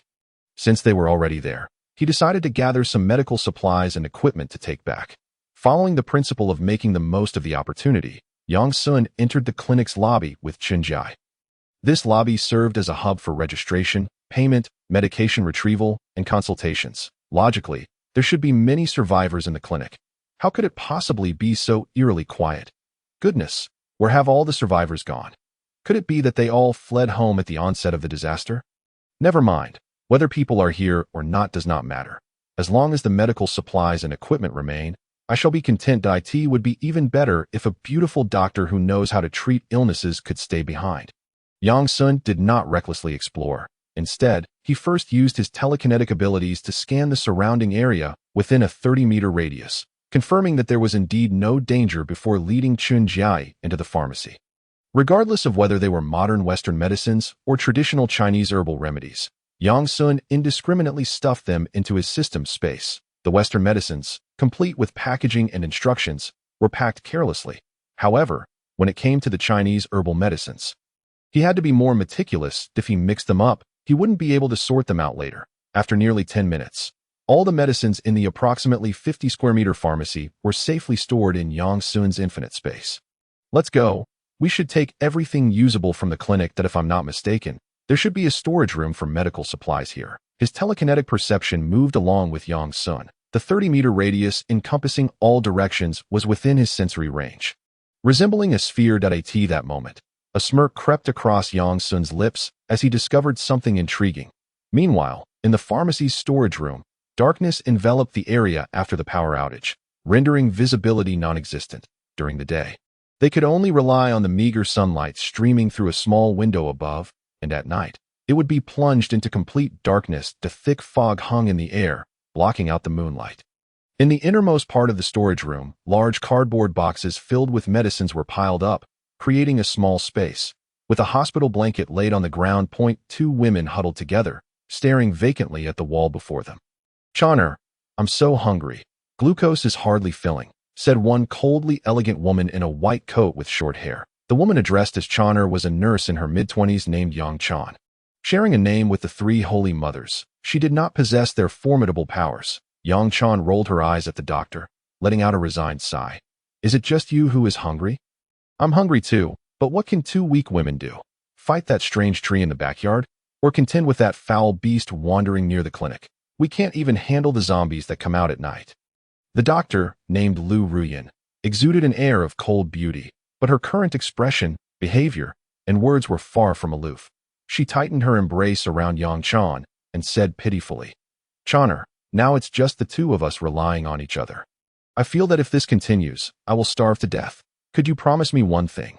Yang Chan, intrigued, asked, "What is it?" Lu Ruyan extended her hand. "Let me have a couple of bites." Yang Chan, "What? Are you trying to get yourself killed?" Swatting away her best friend's mischievous hand, Yang Chan retorted, "Go away, go away. If you want to eat, go eat your own." Lu Ruyan, "No, yours are bigger, they feel better. How about I give you mine, and you give me yours?" Yang Chan scoffed with a playful smirk, poking her friend's forehead. "If your suitors knew you were like this in private, do you think they would be shocked?" Lu Ruyan pouted, "I don't have as many suitors as you do. You are the so-called most beautiful nurse on the internet." Yang Xiaochanhe, "Hey, let me ask you, Chonner, if there were an opportunity for your suitors to rescue you, but you had to pay a price, what would you choose to sacrifice?" "Heh." Yang Chan replied dismissively with a smile. "It depends on various factors. If you were handsome and young, I would say, benefactor, I owe you my life. I can only repay you with my body.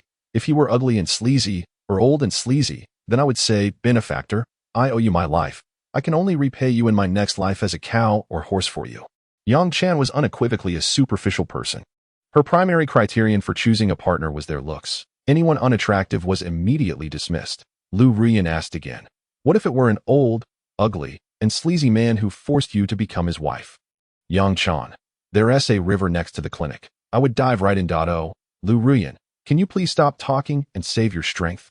In recent years, the name Lu Ruyan had gained popularity on short video platforms, leading friends to often tease any female doctor named Lu Ruyan.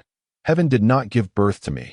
Lu Ruyan, the dirt of the world is eternally long like the night. In reality, Lu Ruyan, the doctor, was a woman who yearned for love yet remained conservative. With nearly 3,030 husbands and 1,539 white moons on the internet, she had married the male protagonist 959 times and the second male lead 1,670 times, while breaking up with the male protagonist 3,637 times, and the second male lead 1,499 times, with the male protagonist divorcing 3,900 times, and the second lead 3,897 times, having abandoned her newlywed husband a total of 3,689 times. Lu Ruyan was truly a study in extremes, though. Lu Ruyan, she murmured against Yang Chan's shoulder. In this world, I no longer seek sweet romance.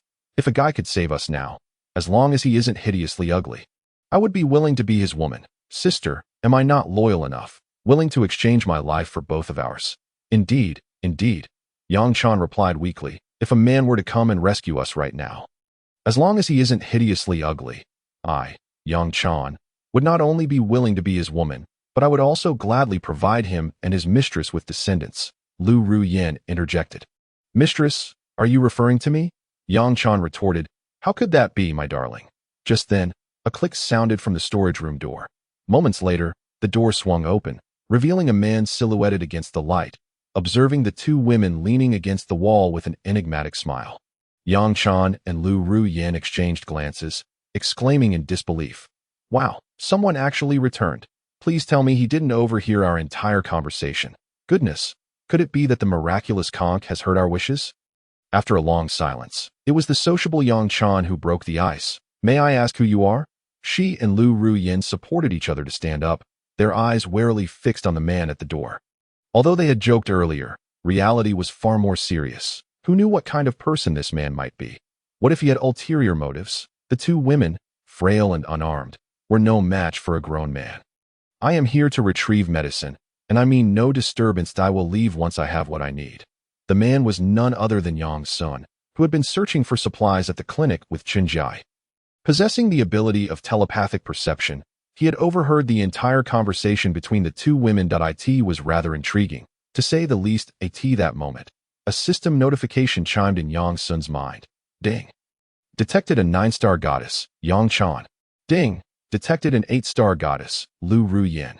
Hearing those names, Yang Sun couldn't help but think, well, what fierce individuals. One was Yang Chan, sharing a name with the legendary Three Saints mother, while the other, Lu Ruyan, was recognized across the internet as a notorious figure, the Saint of Deception, the Emperor of Smoke. It was clear why these two could get along so well. As Yang Sun stepped into the storage room, Yang Chan and Lu Ruyan finally got a good look at his appearance. He was neither ugly nor old nor sleazy. In fact, he was somewhat handsome. Yang Chan's taste leaned towards charm, regardless of type, while Lu Ruyan simply required someone presentable. Undoubtedly, Yang Sun's appearance met their standards. Observing as he effortlessly made boxes of medicine vanish, Yang Chan and Lu Ruyan exchanged stunned glances, unable to comprehend what they were witnessing. How could this be possible? Was this some kind of magic? Or perhaps a superpower? The two friends shared a look of shock, realizing just how much the outside world had changed while they had been holed up for nearly half a month. Had they missed the opportunity for human evolution? No one had even informed them. This is a supernatural ability, which you may also interpret as a superpower, Yang Sun explained with a light smile. He had no intention of initiating any romantic advances. Rather, he intended for these two women to beg him for their inclusion. Yang Chan looked at him with hopeful eyes, her voice trembling slightly. Could you please help us? We've been starving here for over a week, and if we don't leave soon, we'll surely starve to death. Lu Ruyan clasped her hands together, pleading, please, please. Yang Sun chuckled lightly, retorting, rescuing you would be a mere trifle for me, but there must be a reason. Why should I save two strangers? At this statement, both women fell silent, unsure of how to respond. They couldn't very well say. We're siblings. Would you really abandon us in our time of need? That would be moral coercion, wouldn't it? They certainly couldn't assert. We're women. As a man, shouldn't you help us? Have some gentlemanly decorum. They would feel utterly disgusted if they did. We. Sensing the gnawing hunger in their bellies, Yang Chan and Lu Ruyan exchanged glances, then nodded in agreement. Yang Chan, looking at Yang Sun, said, our only bargaining chip right now is ourselves. You must have overheard our earlier conversation. If you agree to save us, we shall become your women. Lu Ruyan added, but you mustn't harm us, or lock us in cages, or give us away. Or, Lu Ruyan's small mouth flitted open and shut, listing a plethora of things that should not be done to them, all of which reflected the cruelty women faced in an apocalyptic world. Yang Sun gestured to himself. Do I look like a villain? The two women nodded in unison. The reason they were willing to use themselves as bargaining chips stemmed from their starvation, but primarily because Yang Sun was not unattractive. Had it been someone less appealing, Yang Qian would have plunged into the river beside the clinic without hesitation. With her best friend gone, Lu Ruyan wouldn't dare follow a stranger alone. Sometimes, a person needs comfort. The presence of a familiar friend is enough. Yang Sun smiled. Well, that's a fair bargain. I like it. With a wave of his hand, he stored all the medicines into an infinite space, then beckoned outside. Chun Jia walked in gracefully, obediently following Yang Sun's side. Yang Sun sat down with Chun Jia before Yang Chan and Lu Ruyan. With a flourish, a bounty of food and purified water appeared before them. Salted chicken legs, whole grain bread, sausages, chocolates, and more. Upon seeing the food, Yang Chan and Lu Ruyan's eyes sparkled, their stomachs growling in unison. Ever since they had exhausted the snacks collected from the clinic, the two had survived solely on glucose. Now, confronted with such a feast, their mouths began to salivate, and Yang Sun couldn't help but chuckle at their eager expressions. Yet, he thought, isn't this the norm in a post-apocalyptic world? His past self had been no better off. Noticing the longing in their eyes, Yang Sun nodded at them. Go ahead and eat. Just don't lose your strength for the journey home. With his permission, the two friends immediately set aside their dignity and began to eat voraciously.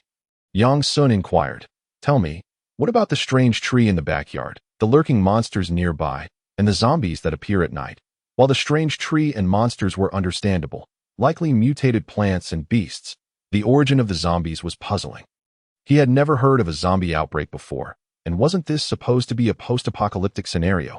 Hearing Yang Sun's question, Yang Chan swallowed the piece of chicken, took a sip of water, and explained, there's a massive tree in our backyard, entirely red, and anyone who approaches is attacked by its tendrils. About 11 days ago, this tree released a strange spore that muddled the minds of those who inhaled it, compelling them to walk toward the tree. If Lu Ruyan hadn't dragged me to grab an oxygen tank, I would likely have become one of the tree's zombie horde. A strange tree? Spores? Zombies? Yang Sun replied. Are you saying that those zombies are a result of the spores released by that tree? Yang Chan and Lu Ruyan nodded, fear flashing in their eyes. You can still see a horde of zombies in the backyard. There are at least 300 every night. Those zombies roam about, hunting for living creatures. Lu Ruyan and I don't dare even breathe too loudly at night, fearing that we might attract their attention.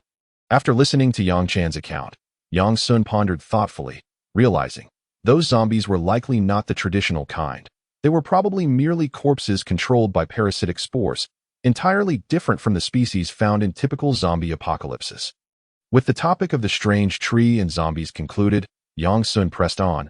What about the monsters lurking nearby? At the mention of this, the fear in Yang Chan and Lu Ruyan's eyes intensified. That is a green creature covered in scales, humanoid yet resembling a lizard, extremely ferocious. Anyone who attempted to leave the clinic was brutally torn apart by that lizard-like creature. The carnage wrought by the lizard men is indeed gruesome. The visual impact of their brutal slaughter far eclipses that of the parasitic spores from the grotesque trees. This, perhaps, elucidates why the two women harbor a greater fear of the lizard monstrosities than of the undead trees. Did you encounter any lizard men upon your entry? Yang Chan inquired, gazing at Yang Sun with a hint of confusion. Both Yang Sun and Chun Jiao shook their heads in unison. Their passage had been remarkably smooth. They had seen not a single mutated beast, let alone a lizard man. Could it be that the lizard men have deemed this place devoid of sustenance? The answer to this question eludes them all. Rising to her feet, Yang Sun declared, you two should eat to regain your strength while I gather everything useful from the clinic. As she approached the doorway, she turned to Yang Chan and Lu Ruyan, asking, are either of you doctors? Lu Ruyan raised her hand, stating, I am a general practitioner. Yang Chan added, I am a nurse. Excellent. It appears this journey was not in vain. We have both a nurse and a doctor. Yang Sun replied with a chuckle. I in the storeroom. Lu Ruyan nudged her close friend Yang Chan and whispered in her ear, Chaner, now that the threat of lizard men has dissipated outside, do you think we should make a run for it? Yang Chan shot her a glance, admonishing sternly, I advise you to abandon such reckless thoughts. Huh? Lu Ruyan blinked in surprise. puzzled. Are we truly to become his women? That fellow, while handsome, does not eclipse the charming young heir who once pursued you. And what of it? Yang Chan retorted. He possesses formidable strength, does he not? In this era of cataclysm, our perspectives must shift. Previously, status and wealth were paramount, but now, it seems that the might of one's fists will dictate the future. Did you not notice the two bloodstained blades he carries at his waist? He has undoubtedly taken lives. If we were to promise him our loyalty one moment and flee the next, do you think he would hesitate to eliminate us both? Yang Chan's understanding of reality surpassed that of Lu Ruyan, who still clung to the hope of a return to a more peaceful existence. In an instant, everything has changed. Flora and fauna are evolving at a frantic pace, and the future remains uncertain. Clinging to the coattails of a promising ally may afford them a more favorable existence. Yang Chan certainly does not wish to find herself in a dire, degrading existence akin to that depicted in post-apocalyptic films, subjected to humiliation and abuse. If her future were to unfold in such a manner, she would prefer death at this very moment. Hearing her friend's sentiments, Lu Ruyan recoiled. I was merely jesting. The man is rather pleasing to the eye that I do not place much stock in appearances.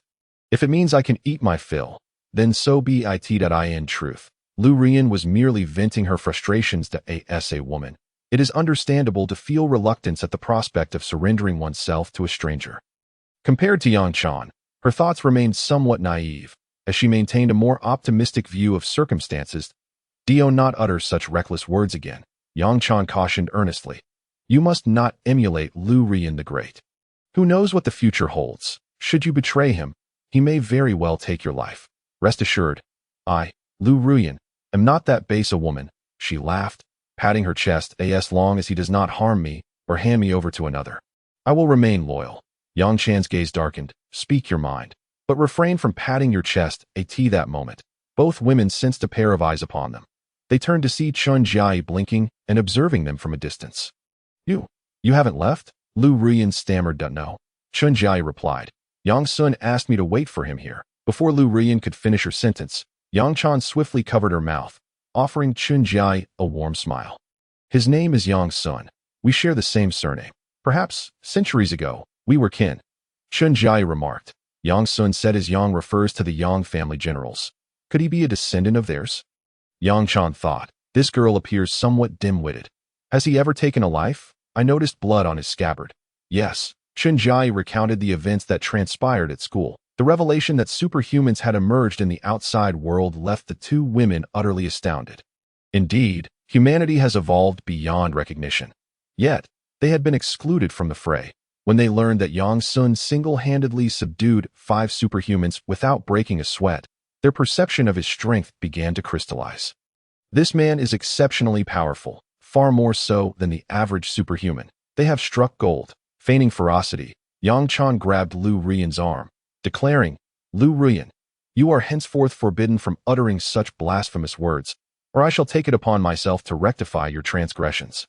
Her words were undoubtedly intended for Chun Jia's ears. Who knows if this young girl might relay their conversation to Yang Sun. It is prudent to patch the situation. She did not wish for Yang Sun to harbor any ill feelings towards them.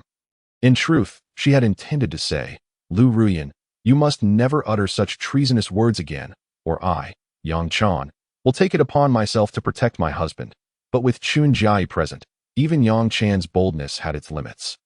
Leading her to substitute with mere names, Lu Ruyan blinked, momentarily bewildered, before hastily promising, I assure you, such thoughts shall not cross my mind again. Chun Jia, wide-eyed, watched the two friends perform their little charade. In this apocalyptic era, where all things evolve, mutated flora has seized dominion over the world, and even insects have undergone transformations, causing significant distress to human survival. In this desolate landscape, a mere scratch, infection, or venomous bite can prove fatal, leading to prolonged suffering and festering wounds. Antibiotics and medical supplies have become exceedingly precious, rivaling food in scarcity. However, this clinic pales in comparison to a fully equipped hospital, both in terms of reserves and variety. Yang Sun gathered blood testing equipment and other useful items, stowing them in an infinite space. Regardless of his proficiency with them, it was prudent to bring them back, adhering to the principle of making the most of his visit. He scoured the clinic for anything of value. Upon arriving at the rooftop, He surveyed a vacant plot in the backyard and felt a shiver run down his spine. There, rooted firmly, stood a grotesque tree.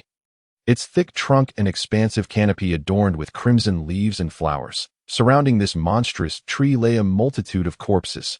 Indeed, these were lifeless bodies, devoid of breath, their pallid faces gaunt and hollow.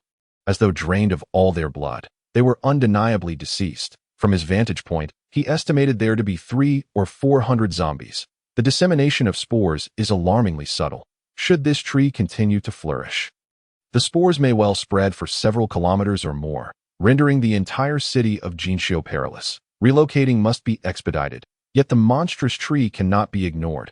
Allowing it to thrive will likely transform the entire Jiang city into its domain. Even if you were to move the sanctuary to the nearby mountains, it would still be affected. Yang, do not tell me that your clinic is not even equipped with a generator. Indeed, we have one, Yang Chan replied, nodding slowly. However, our generator is quite substantial, and without the proper tools, you might find it challenging to dismantle it. There is, however, a small silent generator in the basement. Perhaps you could see if it is of any use. Lead me to it. All right. Yang Chan guided Yang Sun to the basement. The small silent generator was stored in a corner of the basement. It was a cube, measuring 1 meter in length, width, and height. And Yang Sun estimated it weighed around 500 pounds. This generator was not fixed in place, so there was no need for disassembly. Yang Sun tossed the small silent generator into his infinite space, and then asked Yang Chan to take him to the generator room situated indoors. The generator room housed a much larger generator. It was secured to the platform with screws and brackets. Yang Sun glanced around. Most components were metallic and could be manipulated. Under the astonished gaze of the 3 women, Yang Sun, as the master of gold, removed the screws and other securing units, and in no time, he had placed the enormous generator into his infinite space. Having accomplished this task, Yang Sun felt a sense of fulfillment. Indeed, surpassing his initial objective, he had also acquired 2 goddesses that met the system's requirements. Not only had the quantity for the tenfold return increased, but these 2 women were also a nurse and a doctor. He had struck gold. Glancing at the time, he noted it was already 1:30 in the afternoon. With 4.5 hours remaining until dusk and the impending fog, Yang Sun put away his phone and turned to the 3 women, saying, "Let us depart. We must return home before the fog descends." "All right." Yes, that I do not wish to linger in this dreadful place for even a moment longer," Yang Sun remarked. "See if there is a small electric scooter available to ride." Okay, Yang Chan scoured the garage for a rideable electric scooter, and with Lu Rian following closely behind, they set off towards their unknown home. Meanwhile, in Jinxiu City, a group of survivors, led by a towering man nearly 6 feet tall, returned cursing and grumbling. "Damn it! Did the nearby convenience stores and supermarkets get raided by rats? They are cleaner than my pockets. I wonder which scoundrel made off with all the supplies." One survivor kicked over a trash can in frustration. The expressions of the others were equally sour. They were all members of the Qinglong gang from Building 4. Since 8 o'clock that morning, they had been scouring for supplies and ability fruits. Yet, the outcome was disheartening. The nearby convenience stores and supermarkets appeared as if bandits had pillaged them, leaving nothing behind, not even the shelves untouched. They smashed open one store after another, only to be met with emptiness. Truly, it was as if they were plucking feathers from a goose, leaving nothing but skin behind. With no food to be found in the convenience stores and supermarkets, they set their sights on nearby restaurants.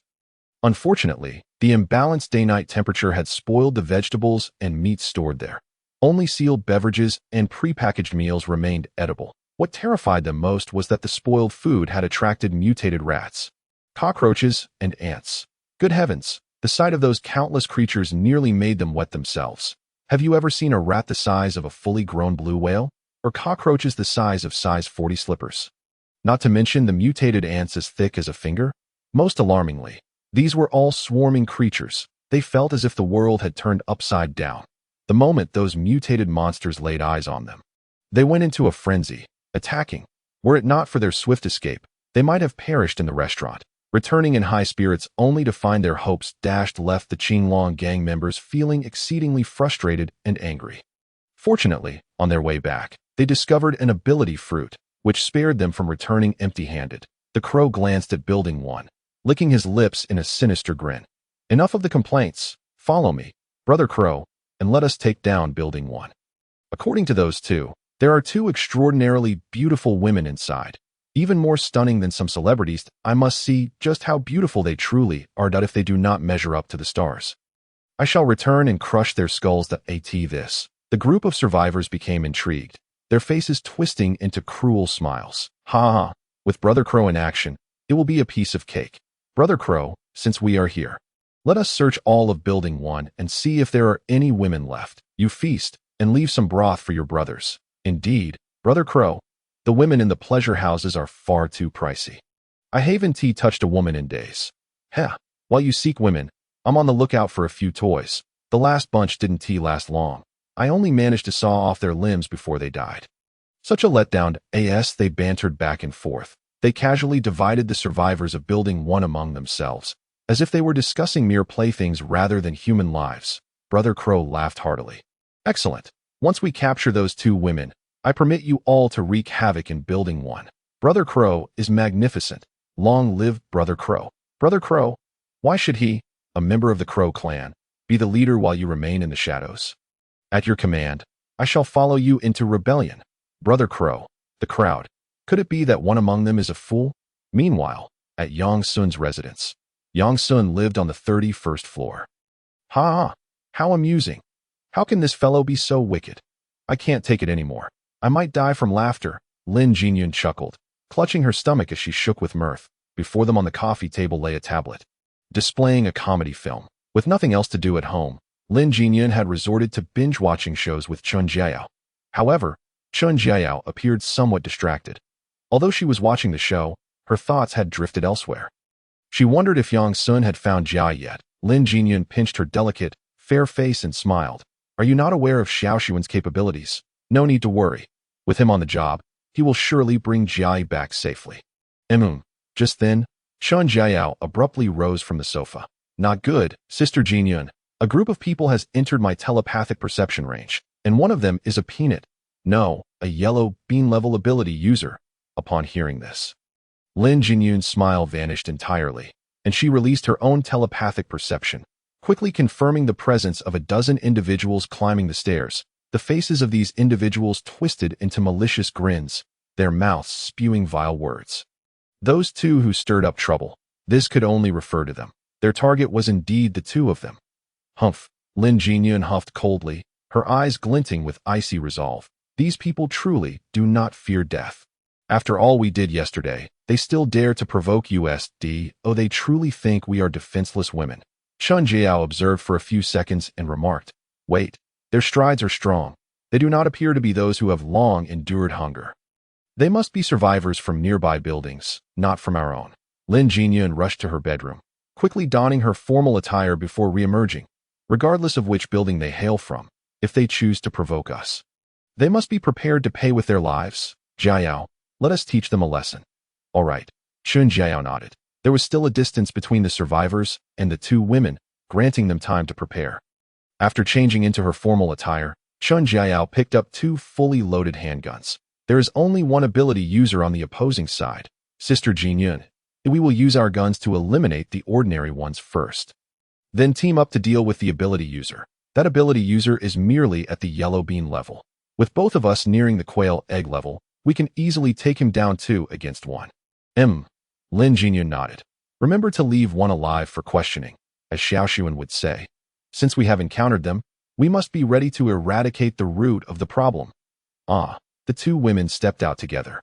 They stood in the stairway where the members of the Qinglong gang frequented. Before long, the first person peeked out.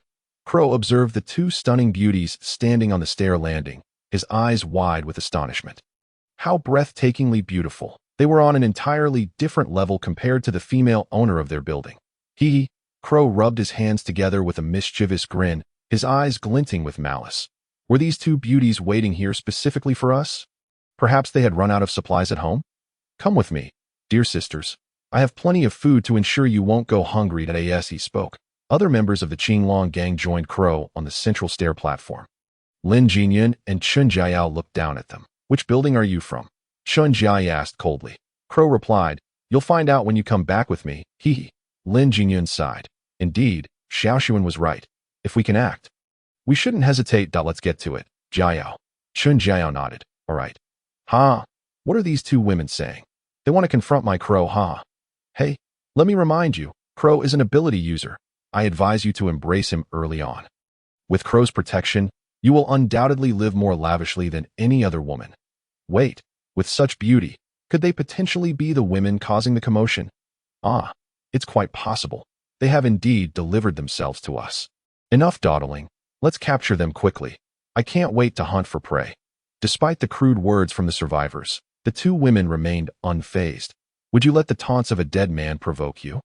Attack. In an instant, Lin Jinyun vanished from sight. When she reappeared, she was already at the bottom of the stairs where the Qinglong gang members stood. The two women simultaneously raised their handguns. .4 dark barrels were aimed at the gang members. The triggers were pulled. Bang, bang, bang, bang. Bang, bang, bang, bang. Four handguns unleashed fiery tongues of flame simultaneously. Bullets flew forth, the gunfire echoing harshly in the narrow stairway. It was particularly jarring. The bullets struck the Qinglong gang members. And immediately, blood splattered, accompanied by anguished screams that reverberated like a mournful dirge. The lethality of firearms against ordinary people is immense that a single bullet to a vital area can lead to death. The two women maintained their telekinetic awareness throughout. At such close range, every shot found its mark in the head. Within a mere 2.5 seconds, only Crow remained standing on the central stair platform. The remaining dozen or so Qinglong gang members lay sprawled on the ground, their deaths gruesome, pools of blood forming beneath them, the air thick with the scent of iron. On the central stair platform, Crow's flesh gleamed with an iron hue. His flesh had hardened into iron, transforming him into a veritable Iron Man. This was Crow's ability, Iron Body. This power allowed Crow to become a melee brute. Blades, wooden clubs, and fire axes could not harm him, granting him immense strength and a resilient physique, albeit at the cost of reduced speed. But for a brute, this was hardly an issue. The bullets from the 4 handguns struck Crow, creating sparks and a series of dull thuds. Yet, these posed no threat to Crow, who possessed an iron body. He lowered his arms, which had been crossed before him, and glared coldly at the two women. Roaring, I never expected one of you to be an ability user, and you have handguns. Damn it. How could those two beasts fail to report such crucial information? When I return, I will crush their skulls. Upon realizing that the bullets posed no harm to Crow, the two women chose not to waste any more ammunition. Sister Jinyun, does this guy count as walking into your line of fire? Chun Jiao asked playfully. Lin Jinyun replied with a calm smile. I have yet to test my ability to manipulate living metal. You two really underestimate me, don't you? Crow's furious gaze shifted to Lin Jinyun. You are an ability user. Then I shall deal with you first. There are indeed hierarchies among ability users. Do not assume that possessing abilities allows you to contend with me. Crow, my ability is invincible. As he spoke, Crow charged toward Lin Jinyun, swinging a fist aimed directly at her face. If that punch landed, even an ability user would suffer. For an ordinary person, their head would undoubtedly explode like a watermelon. Crow was not wrong in saying that there are disparities in abilities and counters among them. Unfortunately for him, 2 of Lin Jinyun's 3 abilities countered Crow's. Instantaneous movement. Lin Jinyun's figure reappeared beside Chun Jiao. With instantaneous movement at her disposal, the lumbering Crow, now an Iron Man, could not possibly catch up to her. Ah, die! Thunderous iron fist. Crow erupted in fury. With a roar, his speed surged to a new level, his entire body glowing with an iron sheen, exuding an overwhelming aura. It was as if Crow had transformed into a giant bear charging at them. Lin Jinyun and Chun Jiao showed no signs of panic in the face of the towering Crow. Lin Jinyun extended her arms toward the oncoming Crow. Metal manipulation. In the realm of metal. I am the queen. This was Lin Jinyun's self-proclaimed identity. It's quite reasonable for a queen to be subservient to a ruler, isn't it? With a sudden jolt, Crow's fist was merely half a meter from Lin Jinyun. His figure froze midair, unable to move. It was as if an invisible force was controlling his body. Realizing his predicament, Crow shouted in terror. What is this power? Why can't I move?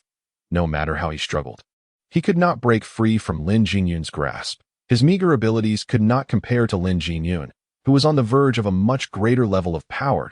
If it came to a battle of energy consumption, Lin Jinyun could outlast 3 Crows. Let me introduce Sister Jinyun's first ability, metal manipulation. Any material classified as metal falls under her control. And you, Iron Man, TSK, TSK, TSK.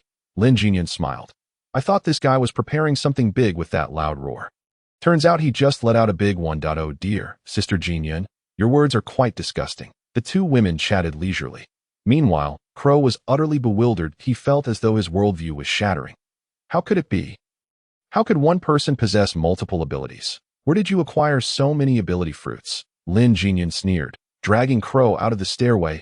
But that's not something you need to know. She tore down several security bars from the room on this floor, binding Crow tightly with the bent steel bars, reinforcing them with multiple layers. Even if he were an ability user, he lacked the strength to break free. Moreover, with Crow's minuscule crystal, how much energy could he possibly have left to maintain his iron body state? Don't kill me. I am the third in command of the Qinglong gang. My elder brother and second brother are both ability users, very powerful ones, and we have hundreds of subordinates. If you kill me, my elder brother and second brother will not let you off. As the iron body state dissipated, Crow, feeling the exhaustion in his body, began to threaten the two women in a show of bravado. He only hoped these two women were somewhat intimidated, otherwise his life would be forfeit. Lin Jinyun shot him a disdainful glance. Another one of those unoriginal threats. Don't worry, we won't kill you. Just YETAS the third in command. You undoubtedly know more than the other underlings. When my Xiaoshuan returns to interrogate you, it would be best if you cooperated fully. Perhaps then you might retain a complete corpse. From what Lin Jinyun had learned about Yang Sun during this time, he would never allow threats to his life or those close to him to survive. Moreover, given that the Qinglong gang had set its sights on them, according to Yang Sun's temperament, annihilating the Qinglong gang would be a trivial matter. Xiaoshuan, are you referring to the one causing the commotion? Hee, you'll find out when you meet him. The two women did not return home. Instead, they brought back a tablet and some snacks from their residence. Here, they watched the crows while waiting for Yang Sun's return. As the clock quietly struck 5:30 in the afternoon, their mental perception detected the arrival of 5 more individuals within their range. It's Jia Yi. Through her telepathic senses, Chun Jiao caught sight of her beloved younger sister, rising with excitement and eager to rush down. However, she was ultimately restrained by Lin Jinyun. No need to go down. If you do, you'll only have to come back up again. Why exhaust yourself unnecessarily? Let us wait for them to come up here. Through their mental connection, Lin Jinyun's focus was on the other two women. One was alluringly enchanting, while the other exuded an air of aloof elegance. Once again, 2 exceptional beauties graced their presence. The survivors of this building had misnamed Xiao Sun. She should not be called a killer, but rather a siren. Chun Jiao also took note of this. Lin Jinyun playfully nudged Chun Jiao's shoulder, chuckling. It seems that after today, we shall gain 3 more sisters. Chun Jiao blushed, feeling shy at the thought of living with 4 women alongside Yang Sun. Yet, as a woman, a twinge of discomfort lingered in her heart. Would that woman truly be willing to share a man? But upon reflection, she realized that she was also a latecomer. Then it was nothing to fret over. This discomfort dissipated almost entirely. The 2 women's mental awareness soon detected Yang Sun. She too noticed the 2 women. What were they doing here? With so many corpses around, were enemies approaching? Yang Sun's eyes turned cold, an infinite chill rising within her heart. She mused, it seems I have been too merciful. Some believe I am easy to bully. As she passed the corpses on the staircase landing, Chen Jiai and the others turned pale, their stomachs churning violently. The visual impact at such proximity was undeniably intense. Upon reaching the floor where Lin Jinyun and the others were, Yang Sun turned to Chun Jiai with a smile, saying, go on, your sister is just behind that door. Her words. Chun Jiai's eyes instantly welled with tears, and she excitedly dashed to this floor, only to turn and find her sister gazing back at her with red-rimmed eyes and a smile. Sister, Chun Jiai could no longer contain her emotions, leaping into Chun Jiao's embrace and weeping. These were tears of joy and excitement. Chun Jiao held her sister tightly, fearing that she might vanish from her grasp. Don't be afraid, Jia Yi. From now on, your sister will protect you. Yang Sun approached Lin Jinyun, looking at the tightly bound crow and asked, where did they come from? Lin Jinyun shrugged. That's for you to inquire. Yang Sun stepped closer to the crow, demanding, speak.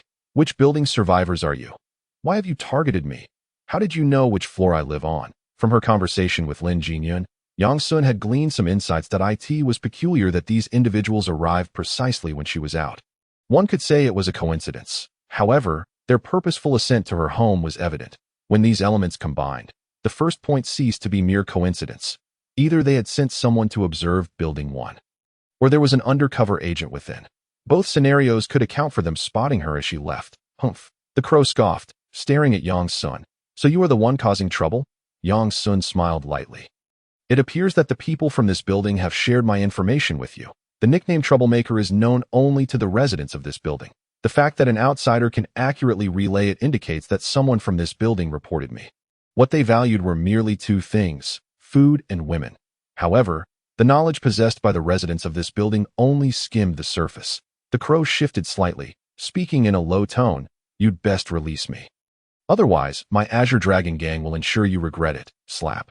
Yang Sun delivered a resounding slap to the crow's face. You still dare to be arrogant after falling into my hands. Now tell me the specifics about the Azure Dragon gang. How many members are there?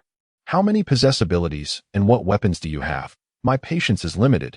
You would do well not to test it. The crow was momentarily stunned, then grew furious. As the saying goes, one should strike the enemy, but not the face. You come up to me and strike me, and then expect me to betray my brothers? I assure you, it is impossible. You shall not obtain any information from me. Did I ask that so? Yang Sun effortlessly tore apart the anti-theft net binding the crow. It seems you won't learn your lesson without experiencing some hardship. Crack. Snap. Snap. Crack. 2.5 seconds later. The crow barely had time to react before the limbs of this youth, who was roughly his size, were brutally broken. The crow collapsed to the ground, pain coursing through his body relentlessly. This torment was unbearable, making him wish for an immediate end. Sometimes, death is not the fear. Often, it is merely the pain that terrifies. Death is but a fleeting moment. Now we can converse properly, yes? Yang Sun clapped her hands and smiled, as if the person who had just shattered limbs was not her at all. Yang Chan and Lu Ruyan embraced one another, exclaiming, so ruthless. I'll tell you. I'll tell you. The crow cried out, if I tell you, will you kill me? Ah, it hurts so damn much. Yang Sun raised an eyebrow. Then let's see how forthcoming you are. At that moment, the crow no longer dared to boast and obediently divulged all he knew about the Azure Dragon gang. His teammates had sold him out with great efficiency. We, the Azure Dragon gang, are from Building 4, with a membership of 108. 12 have already perished. Our best weapons consist of baseball bats and fire axes, followed by steel pipes, and the least effective are table legs. Besides me, there are my older brother and second brother who possess abilities. My older brother has the power of rubberization, and my second brother has the power of petrification, blah blah blah. The three abilities of the Azure Dragon gang were all transformations of the physical body. While one might argue they were powerful, they were also rather ordinary compared to the eclectic abilities of Yang Sun's group. And I have an ability fruit here, which I just obtained today. I'll give you this ability fruit. I beg you, please kill me quickly. The crow gritted his teeth, beads of sweat pouring down, revealing the immense pain he was enduring. The agony of broken bones is no trifling matter. Yang Sun searched and indeed found an ability fruit in the crow's jacket pocket. It was a verdant green fruit, and from Yang Sun's experience, it was a wood-type ability fruit, tossing the ability fruit into her infinite space. She remarked, foolish of you. Even if you refuse to give it, this ability fruit would still belong to me. Huh? The crow was momentarily stunned, even forgetting the pain coursing through him. However, Yang Sun was done playing games. She had obtained what she desired. The crow no longer held any value in living. Crack. Yang Sun snapped the crow's neck and turned to Lin Jinyun, smiling brightly. This fellow was captured by you. His ability energy shall belong to you. Huh? Placing her hand on his head, Lin Jinyun, though confused, complied, and as her hand made contact with the crow's head, she felt a warm current flow into her body. Upon inspecting herself, Lin Jinyun discovered her crystal had enlarged, quail egg-sized. Lin Jinyun estimated that with another 3 or 4 enlargements, it could reach the size of a sugar orange. What is happening? Yang Sun smiled. We can discuss it when we return. Looking towards the direction of Building 4, Yang Sun's heart grew cold, her killing intent surging. Since you dared to extend your claws towards me, do not blame me for eradicating your entire Azure Dragon gang. When the fog clears tomorrow, it shall be the day of your gang's demise. For those adversaries who seek to harm him and those around him, Yang Sun has never been lenient. However, time is of the essence today. Yang Sun plans to eradicate the Qinglong gang tomorrow. Furthermore, Chunjia and her companions are waiting for their awakening. Yang Sun intends to conduct the awakening tonight, allowing them to awaken their extraordinary abilities afterward. Tomorrow, he will take them to building number 4 to bolster their courage against the Qinglong gang. Let us go home, Yang Sun said, casually tossing the raven's corpse down the stairs, addressing the women around him. Upon returning home, Yang Sun instructed Lin Jinyun, "Aunt Lin, please prepare dinner. The rest of you assist her, while I connect the power to the generator." Lin Jinyun chuckled and nodded. Everyone assumed their roles, while Yang Sun began tinkering with the household electrical equipment. As 6 o'clock approached, a thick fog enveloped the outside world, rendering it a pale blurred at 7 o'clock. Yang Sun successfully connected the electrical circuit to the generator. There was still some diesel in the generator, which could sustain their residence for about a day or two, even if it ran continuously. However, gasoline, as a vital resource, also needed to be collected. Yang Sun resolved to create a list for the supplies needed later. With a soft click, the dim room was illuminated. The flickering candlelight paled in comparison to the modern light. The women beamed, finding solace in the light amidst the darkness. Lin Jinyun and Chun Jiao were relatively untroubled, having faced little hardship alongside Yang Xun. In contrast, Chun Jia, Lu Ruyan, and Yang Chan had endured much more suffering. This was their first encounter with bright lights since the citywide blackout. "Stop staring and wash your hands to eat," declared the head of the Yang family. Sun, Lin Jinyun, and Chun Jiao took the more reserved women to the restroom, the dining table. The freshly prepared, aromatic dishes exuding steam caught the attention of the 3 newcomers. In a time when others were anxious about supplies, they were fortunate enough to enjoy hot dishes at Yang Sun's home. How blissful! Moreover, the surrounding smokeless charcoal braziers radiated warmth, dispelling the evening chill. Their previous living conditions paled in comparison to this place, akin to the difference between heavenly realms and earthly filth. The 3 women's appetites were piqued, their mouths watering as they gazed hungrily at the food on the table. Noticing their eager yet restrained glances, Yang Sun smiled gently and said, "Dig in, eat heartily. I have an abundance of food. As long as you stay with me, you'll have enough to last a lifetime." The women exchanged glances, pondering the bizarre metaphor. Heeding Yang Sun's invitation, they began to eat. Chun Jiao served her sister a piece of braised pork ribs, while Lin Jinyun helped Yang Chan and Lu Ruyan with their servings. Ding! Investment in Lin Jinyun with 1 piece of braised pork rib triggers a 10,000-fold return. Congratulations, host, for acquiring 10,000 pieces of braised pork ribs. Ding! Investment in Chun Jiao with 1 braised lion's head triggers a 10,000-fold return. Congratulations, host, for acquiring 10,000 braised lion's heads. Ding! Investment in Yang Chan with 1 bowl of rice triggers a 10,000-fold return. Congratulations, host, for acquiring 10,000 bowls of rice. The system's notifications echoed in Yang Sun's ears. The food in his infinite space increased at a visible rate. After the meal, Yang Sun took out the digestive tablets he had found earlier that day. He consumed 1 and tossed the rest onto the table. "Everyone, take 1 to aid your digestion." The women did not refuse. Ding! Investment in Lin Jinyun, Chun Jiao, Chun Jia, Yang Chan, and Lu Ruyan with 5 digestive tablets triggers a 10,000-fold return. Congratulations, host, for acquiring 50,000 digestive tablets. This arrangement ensured that every meal not only consumed no food resources, but also yielded a 10,000-fold return. In this exchange, Yang Sun not only incurred no loss, but rather gained tremendously. After dinner, Lin Jinyun led the others to tidy up the dining table and kitchen. The Yang residence consisted of 3 bedrooms and a living room.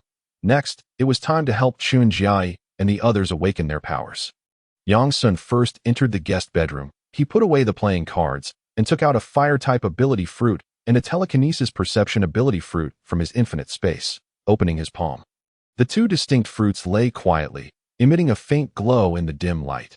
"Jai, do you wish to possess powers like your sister and become stronger in this apocalyptic world?" Chun Jia nodded resolutely. "Yes, I want the strength to protect my sister, not merely to hide behind her and everyone else like a decorative vase." "Excellent," Yang Sun responded approvingly, handing the ability fruits to Chun Jia. "You have the resolve. I admire that. These 2 fire-type ability fruits are yours." Chun Jia held 1 fruit in each hand, looking up at Yang Sun with gratitude. "Thank you, brother Yang Sun." Yang Sun smiled. Go ahead and consume them. Chunjai first consumed the fire-type ability fruit. Simultaneously, Yang Sun's system reacted. Ding! Investment in Chunjai with one fire-type ability fruit triggers a 10,000-fold return. Please choose between 10,000 fire-type ability fruits and the divine level fire ability. Scarlet Lotus Inferno. Without hesitation, Yang Sun made his choice in his mind.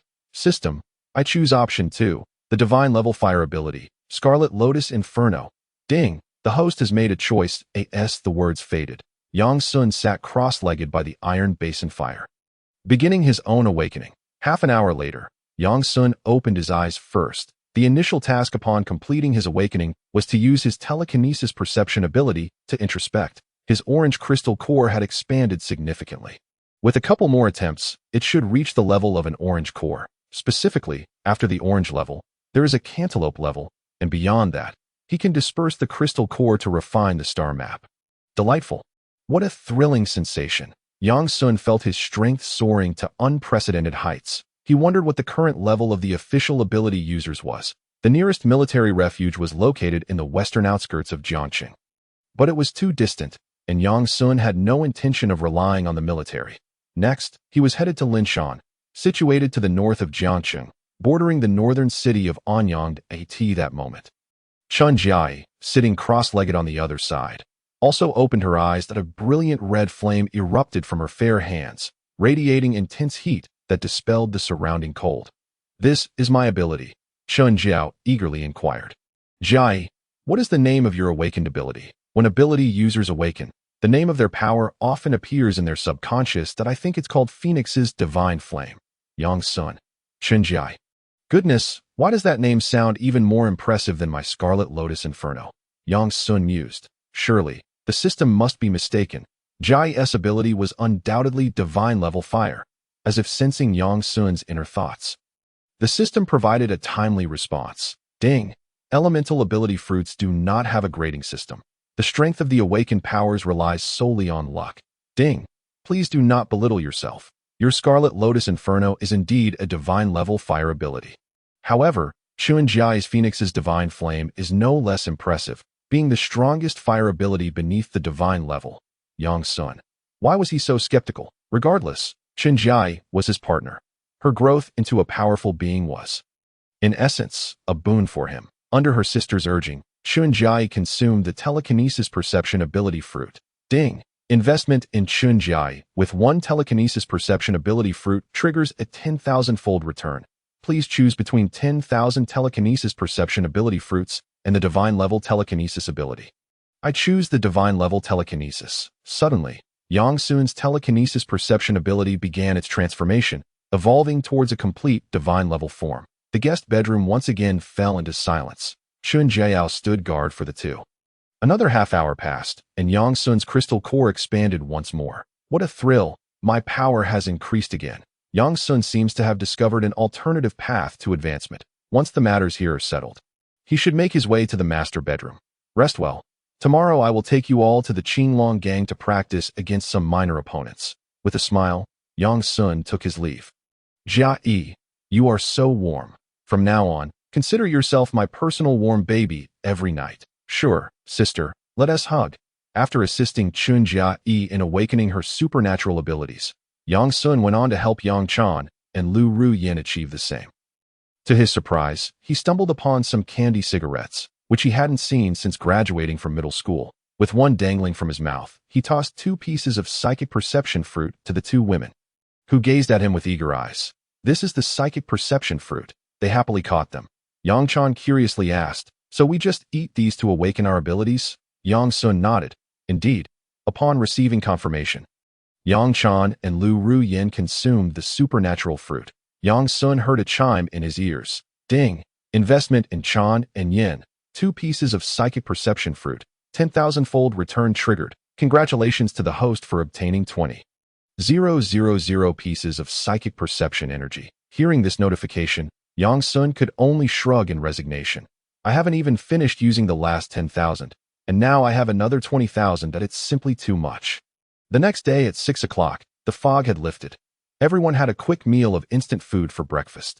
Ding! Investment in Yun, Yao, Yi, Chan, Yin, 10 poached eggs, 10,000-fold return triggered. Congratulations to the host for obtaining 100,000 poached eggs. Ding. Investment in Yun, Yao, Chan, Yin, 10 slices of toast, 10,000-fold return triggered. Congratulations to the host for obtaining 100,000 slices of toast. Ding. The usual food returns were skipped. Yang Sun called the women to sit in the living room. After last night's encounter, the air between them felt less foreign and more harmonious. The three new arrivals had also integrated into their team. Yang Sun looked at the women and spoke solemnly. Yesterday, while I was away, someone sent people to ambush Aunt Lin and Jia Yao. It seems there are indeed those seeking death who wish to provoke me. Next, I will lead you all to the fourth building and cleanse the entire Qinglong gang. Jia Yi, Yang Chan, Lu Ru Yin, you three have not experienced much combat before. This time, pay close attention and learn well. In the future, you two must stand on your own and become formidable women who rival men in this apocalypse. Upon hearing this, the three women nodded in unison, their expressions earnest as they etched Yang Sun's words into their minds. Chen Jia had already witnessed the ugliness of humanity at Guangying University. Previously, she lacked strength, but now possessed supernatural abilities. If she continued to be a delicate flower needing protection, she would come to despise herself. Yang Chan held little hope for society's restoration, so possessing the strength to protect herself in this apocalypse was essential. Perhaps she abhorred killing, but she had the self-control to do so and was willing to take that first step. Perhaps, as Yang Sun said last night, once you get used to it, you won't feel any discomfort. As for Lu Ru Yin, the foolish woman lacked opinions, following her best friend Yang Chan in everything, completely devoid of the shrewdness typically attributed to her character in novels. Oh yes, she did embody a certain aloof demeanor. But that was only towards outsiders. Among familiar faces, she was anything but cold. Yang Sun retrieved 3 handguns and several fully loaded magazines from the infinite space and placed them on the coffee table. Each of you will receive a Glock 22 and 5 magazines. Aunt Lin, you and Jia Yao can take 5 magazines, but I want to provide you with handguns. Each magazine holds 17 bullets. So with the 5 magazines plus the 1 in the handgun, that totals 6, yielding 102 bullets per person. The 5 women combined would have 510 bullets. With everyone possessing psychic perception abilities, there would be no risk of running out of ammunition in the confined space of the apartment building. Thus, the 510 bullets would be more than sufficient to take the lives of at least 400 individuals. Even if there were many survivors in the 4th building, they would not exceed 300. Therefore, the ammunition Yang Sun provided was entirely adequate. The 5 women collected their gear from the coffee table. Ding. Investment in Chan, Yin, 3 Glock 22 handguns, 10,000-fold return triggered. Congratulations to the host for obtaining 30,000 Glock 22 handguns. Ding. Investment in Chan, Yin, 306 bullets for Glock 22 handguns, 10,000-fold return triggered. Congratulations to the host for obtaining 3,060,000 bullets. Observing the system's notifications, Yang Sun could only exclaim in disbelief. With such an abundance of firearms and ammunition, he could equip a battalion. However, mere handguns were not enough. Yang Sun had already resolved to visit a nearby police station after dealing with the Qinglong gang. He intended to procure assault rifles, submachine guns, sniper rifles, as well as smoke bombs and grenades. He would gather every means of armament available to him as dawn broke. It was time for the Qinglong gang to meet its demise. Yang Sun's gaze turned icy as he stood and looked out at the rising sun. Armed with modern weaponry and accompanied by 6 supernatural beings, this configuration was more than sufficient to take on the Qinglong gang. Leading the way, Yang Sun descended the stairs with the women. It was only a little past 6 o'clock. Since the outbreak of the disaster, everyone had been on high alert, but now that tension had slackened. Those who previously rose early were still sound asleep. As for the Qinglong gang, it was even more so. Except for those on watch, not a single member was awake. Even the guards were yawning incessantly. Entirely oblivious to the anomalies occurring outside, the 6 of them moved swiftly and stealthily to the entrance of the 4th building. With psychic perception, they monitored everything within a 30-meter radius, after evolving into a psychic ability. Yang Sun's perception range had expanded to 100 meters. The 4th building was a commercial duplex with a height of approximately 4.9 meters per floor, totaling 33 stories and exceeding 100 meters in height. Yet, Yang Sun's psychic perception still encompassed the majority of it. You can handle these minor fish. I will go have a word with those two supernatural beings. With that, Yang Sun vanished without a trace. The women looked on enviously. Instantaneous movement. What a dazzling ability. Lin Jinyun whispered, "Don't hold back. Xiao Sun despises those who play the saint. If anyone wants to act like a saint, step forward now. Don't let your misguided compassion harm others and yourself later." The four women shook their heads in unison. Lin Jinyun's expression softened slightly. "I'm saying this up front. Everyone should take care. And don't disappoint Xiao Sun." Chun Jiayao felt reassured. Knowing Lin Jinyun's warning was aimed at the three newcomers, Yang Chan squeezed her best friend's hand, giving her a stern look as a warning.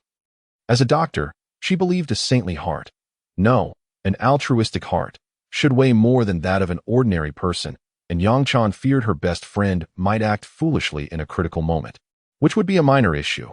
What truly terrified her was that Yang Sun might end up killing someone due to her powers. Lu Ruyin shrank her neck and raised 4 fingers to indicate 4, signaling that she would not act foolishly. Lin Jinyun took a deep breath and instantly teleported to the first floor to Ur. The two Qinglong gang members on watch at the first floor were met with a swift strike from Lin Jinyun, leaving them to only emit muffled sounds as they struggled. Ultimately, they were pierced through by Lin Jinyun's blade. After a few seconds of thrashing, they lay motionless on the ground. Lin Jinyun opened the unit door and let her good sisters inside. "I will use my powers to unlock the door. You all use your psychic perception to locate the enemy." "All right, Dunham." The 4 young women nodded earnestly, their hands gripping alloy daggers. Chun Jiayao led one group with her sister, while Yang Chan took charge of Lu Ruyin. Lin Jinyun was responsible for utilizing her powers to unlock doors. The second floor yielded no survivors, and within her telepathic perception, the nearest survivor was located on the 4th floor. Upon reaching the 4th floor, Lin Jinyun employed her metallic manipulation abilities to unlock the door. Chun Jiayao, accompanied by her sister, charged into one of the apartments. With swift movements, she dispatched 2 survivors with her blades. "Who are you? How did you get in here?" "This is our Qinglong gang's territory." The remaining members of the Qinglong gang cried out in despair. Chun Jiayao commanded the vegetation on the balcony to grow, effectively silencing the last of the Qinglong members in the room. "Come, Jai, killing isn't all that difficult. You'll become accustomed to it after a few times," she encouraged her sister with a reassuring gaze. Chun Jai gripped her alloy dagger tightly, inhaled deeply, and approached the Qinglong member resolutely. The survivor, upon seeing the glinting blade in Chun Jai's hands, looked on in terror, shaking his head frantically, his eyes filled with desperation. Chun Jiayao pointed to the man's head, saying, "Typically, a person's heart is located on the left side of the chest, but there are exceptions to ensure the enemy is thoroughly eliminated. Jai, I suggest you aim." Yang Sun did not immediately kill the black chicken, for such an act would be far too mundane. He desired to instill profound despair within the black chicken, allowing him to perish in regret. Those who provoke Yang Sun would meet their demise, yet they would not die easily. "You have quite the audacity, don't you, to dare venture alone into my Azure Dragon gang?" The black chicken laughed, proudly wrapping a towel around his body. "Who says I am alone?" "You brought your women with you?" the black chicken questioned, uncertainty flickering in his eyes. "Did you kill my 3rd brother? You dare to slay a brother of the black chicken." Initially, the black chicken believed that his 3rd brother, the crow, was merely out reveling and had lost track of time. However, with the emergence of the chicken plague here, an ominous premonition began to settle within him. "Kill him," Yang Sun replied with a faint smile. "The leak of information from your Azure Dragon gang originated from him." "Damn it, you dare to kill a brother of the black chicken. You truly must be impatient to live," the black chicken exclaimed in fury. Yet, upon seeing Yang Sun arrive alone, he chuckled again. "Heh, you come here alone, and you aren't afraid that my brothers might capture your women? I've heard your 2 women are exquisite, more beautiful than stars. Aren't you worried they might fall into the hands of my rough brothers? They would surely treat them inappropriately, turning your head into a meadow." "Heh, just a bunch of country bumpkins," Yang Sun replied, pulling out a chair to sit down. "They pose no threat to them." "Humph." The black chicken was incensed by Yang Sun's nonchalant demeanor. "Chicken plague, you are utterly arrogant. Do you really think you can act brazenly before me just because you're an ability user? My brother, the crow, is on this floor as well." With a single shout, he could arrive instantly at that moment. My brothers and I will join forces against you alone. Let's see how you handle that. The crow? That name doesn't bode well. Yang Sun remarked with a non-committal smile that he reached into the infinite space and pulled out an object, tossing it to the black chicken. Is this the brother you speak of? Quite pathetic. He couldn't withstand even a single blow from me. When you go down, tell him to buy some colored pencils from the stationery store and play by himself. The black chicken instinctively dodged, and the object landed with a thud, rolling a few times before revealing a pair of lifeless eyes, wide open in disbelief that it was a severed head, bloodied and disheveled, bearing the expression of a dead fish. Incredulous and seemingly unable to comprehend its fate, second brother, at the sight of the head, the black chicken immediately recognized it. This man was none other than his second brother, the Azure Dragon Gang's second-in-command. The crow. However, the black chicken did not anticipate that their reunion would be so fragmented, but it was indeed fragmented. His brother was clearly beyond saving. How could this happen? The black chicken turned to Yang Sun. Panic-stricken. My second brother lives next door. How could you have fought him without causing a sound? Yang Sun remained silent. Are you deaf or something? I already said he was a colored pencil. He couldn't withstand even a single strike from me. How could there be any noise? Impossible. Absolutely impossible. The black chicken refused to believe its fellow ability users. How could you be so powerful? His second brother possessed the ability of rubberization, making him exceptionally resilient. Even he could not kill his second brother.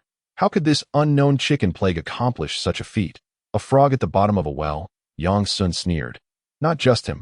You two are merely a colored pencil in my presence. Humph. The black chicken scoffed. Chicken plague. Don't be too arrogant. Even if you are stronger than me, so what? As long as your women fall into my hands, I refuse to believe you won't obediently submit. Calculating the time, he thought his subordinates should have captured Yang Sun's men by now. Yang Sun nodded in agreement. Yes, considering the time, they should be done.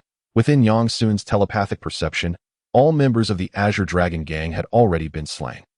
5 blood-soaked, breathtaking women stood at the entrance. With a click, the door swung open, revealing Lin Jinyun leading the charge. The 5 women formed a line behind Yang Sun.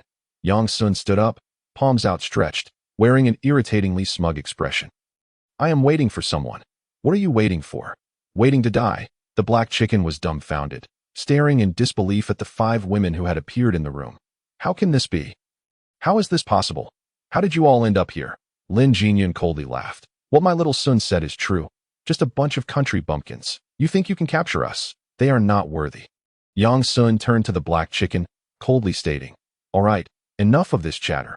Your brothers have departed.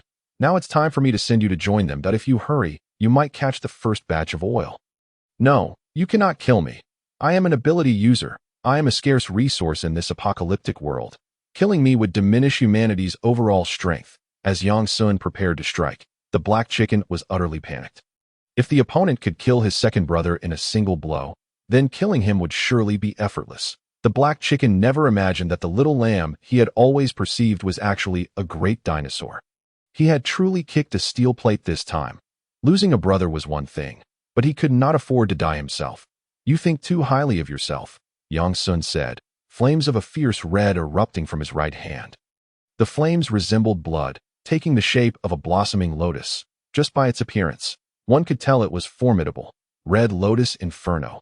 This was the fire-type divine-level ability Yang Sun had acquired the previous night. Other flames could only scorch the flesh, but the Red Lotus Inferno, as described in mythology, would not only turn a person's flesh to ashes, but also incinerate their soul. Those burdened with heavy karma would ignite like gasoline. The heavier the karma, the more fervent the Red Lotus Inferno would burn, ultimately obliterating their soul and leaving them devoid of the chance for reincarnation. He intended to ensure that the black chicken could not even retain his soul. Furthermore, this would maximize his suffering and despair. Chicken plague, since you do not wish for me to have it easy, then let us perish together. The black chicken, realizing Yang Sun had no intention of sparing him, became furious. What is the meaning of this? I have pleaded with you, and yet you refuse to relent. You are showing me no respect. Since that was the case, they would perish together. However, the black chicken overlooked one crucial detail. He underestimated the gap in strength between him and Yang Sun. The black chicken's body turned to stone, resembling the petrified ability user Yang Sun had encountered at Light and Shadow University. He leaped high, swinging a massive fist toward Yang Sun's head. Yang Sun merely smiled indifferently, raising his left hand to grasp at the black chicken. Space confinement. The black chicken's colossal stone-like form was immobilized in midair, unable to budge even an inch despite his desperate struggles that moment. Panic washed over the black chicken. He was thoroughly frightened. This single move proved that the chasm between him and Yang Sun was as vast as the ocean. That I was wrong. Chicken plague, I beg you. Spare me this once. I am willing to submit to you, to be your little brother. No, I will be your dog. Please, spare me this dog's life. Yang Sun replied earnestly. If possible, I would like to find someone to be my little brother. A dog will not do, especially one as ugly as you. It would be embarrassing to take you out. Huh? The black chicken gaped in shock. Realizing the gravity of the situation, he quickly shouted in outrage. Chicken plague. A warrior may be killed, but he must not be insulted. You. Yang Sun, uninterested in his rambling, decided that since Lin Jinyun had resolved the Azure Dragon Gang's rabble, there was no need for him to continue playing with the black chicken. He shoved the burning red lotus into the black chicken's mouth. The black chicken ignited from the inside out, his flesh scorched by the vivid red flames of the red lotus inferno. Leaving no part of his soul unscathed, in the perception of those present, a phantom figure writhed in agony. Engulfed in endless inferno, as time passed, the flames grew more intense, and the ghostly figure became increasingly indistinct. 2.5 seconds later, the black chicken's body was reduced to a pile of ashes, his soul utterly consumed, dead beyond resurrection. Suddenly, Yang Sun recalled something. How could the warmth still remain when the body had turned to ashes? How could he have forgotten this detail? Gazing at the heap of ashes, Yang Sun felt immense regret, as if he had suffered a great loss. Ding, the host has slain the possessor of the petrification ability. Should the ability fruit be extracted? Yang Sun pondered. Extract. With a resigned sigh, he reflected that he could no longer afford to act so impulsively. He turned to the women and smiled, saying, Let us proceed. Eliminate the members of the Qinglong gang, and those who remain will no longer concern us. Indeed, the women nodded in agreement. Following Yang Sun down the stairs, they passed a certain floor. Yang Sun's mental perception detected 2 familiar figures. One was a youth, and the other a middle-aged man. Their faces were indelibly etched in Yang Sun's memory. These 2 were among the neighbors from his previous life who had broken into his home, seized his food, and carved up his flesh. It was quite unexpected to encounter them in building number 4. With a brief contemplation, Yang Sun grasped the situation that it was likely these 2 had divulged everything about him to the Qinglong gang. How amusing. Since fate had brought them together, he might as well eliminate them effortlessly. It was the perfect opportunity to test out his newly acquired skills. In a room, the youth and the middle-aged man were hiding beneath a bed, holding their breath, trembling with fear, cautious not to make any noise that might reveal their presence. After a lengthy wait, the middle-aged man, still haunted by dread, asked, Have they left? The youth shook his head. I don't know. We should remain hidden here for another day. I refuse to believe that the chaos caused by the rooster plague would allow those 5 women to linger in this building for an entire day. The middle-aged man sighed, regret evident in his eyes. We were wrong. We should never have provoked the rooster plague. Not only is he powerful, but even his women are formidable. What can we possibly do against him? The youth, indignant, scoffed. He's merely lucky. He managed to recruit those women who had the potential to become ability users ahead of time. That I could do the same if given the chance. Humph, there's no one in Jingxiaqing who can rival the rooster plague. I refuse to believe that in this vast Jiangqing, all ability users cannot contend with him. Just wait and see. Once we leave Jingxiaqing, I will find a more powerful ally to annihilate the rooster plague. The middle-aged man, puzzled, inquired, Why do you harbor such animosity towards him? Did he offend you in the past? At this, the youth gritted his teeth. He stole my goddess. How infuriating. A goddess is not to be violated. How could he dare to commit such an act against her? The middle-aged man, bemused, asked, Who is your goddess? The middle-aged man thought, Is this fellow suffering from some delusion? What is wrong with someone wanting to survive? In essence, this is merely a case of disproportionate sacrifice and reward. This lad is clearly unbalanced. Yet, no one forced you to shower them with gifts, did they? Humph, the youth resolutely declared, I will find someone to confront the rooster plague and rescue my beloved Xiaoyao from his clutches. As soon as the youth finished speaking, he froze, clutching his head in agony, drool spilling from his mouth. The middle-aged man, startled, instinctively recoiled. What is wrong with you? It hurts. My head hurts so much. In the next moment, crimson flames erupted around the youth. The middle-aged man stared in shock, bewildered. You too have become an ability user. As the words left his lips, the middle-aged man found himself engulfed in flames as well. I have become an ability user too, but why does it feel so wrong? Fool, he cried out. Help! Somebody help! I do not wish to die. Ultimately, the two met their demise, forgotten beneath the bed. Now that that's settled, let us proceed. Yang Sun chuckled lightly as he led the group downstairs. However, as they passed another floor, Lin Jinyun and the other 5 women came to a halt, their expressions darkening as they stood frozen in place. In their mental perception, they sensed that 4 rooms on this floor were occupied by varying numbers of women. Each was stripped bare, their gazes filled with despair, devoid of their former brilliance. Their necks were tethered with leashes, attached to nearby furniture, rendering them nearly immobile, forced to curl up on the ground in pain, awaiting their grim fates. The women confined within the 4 rooms had endured horrific abuse, their bodies marred by scars, whip marks, burn wounds from cigarette butts, and bruises, each a harrowing testament to their suffering. The 5 women felt a chill run down their spines, their hairs standing on end. They empathized with the plight of these women, overwhelmed by an all-consuming despair. Had Yang Sun not rescued them, their beauty in this apocalyptic world would surely have made them targets for countless predators that in such dire circumstances, they could only think that death might be a preferable option. Fortunately, they were saved by Yang Sun. Though flawed, he bore no grotesque proclivities and treated his women well. Perhaps he should not be deemed entirely flawed. What was wrong with a powerful individual having multiple partners?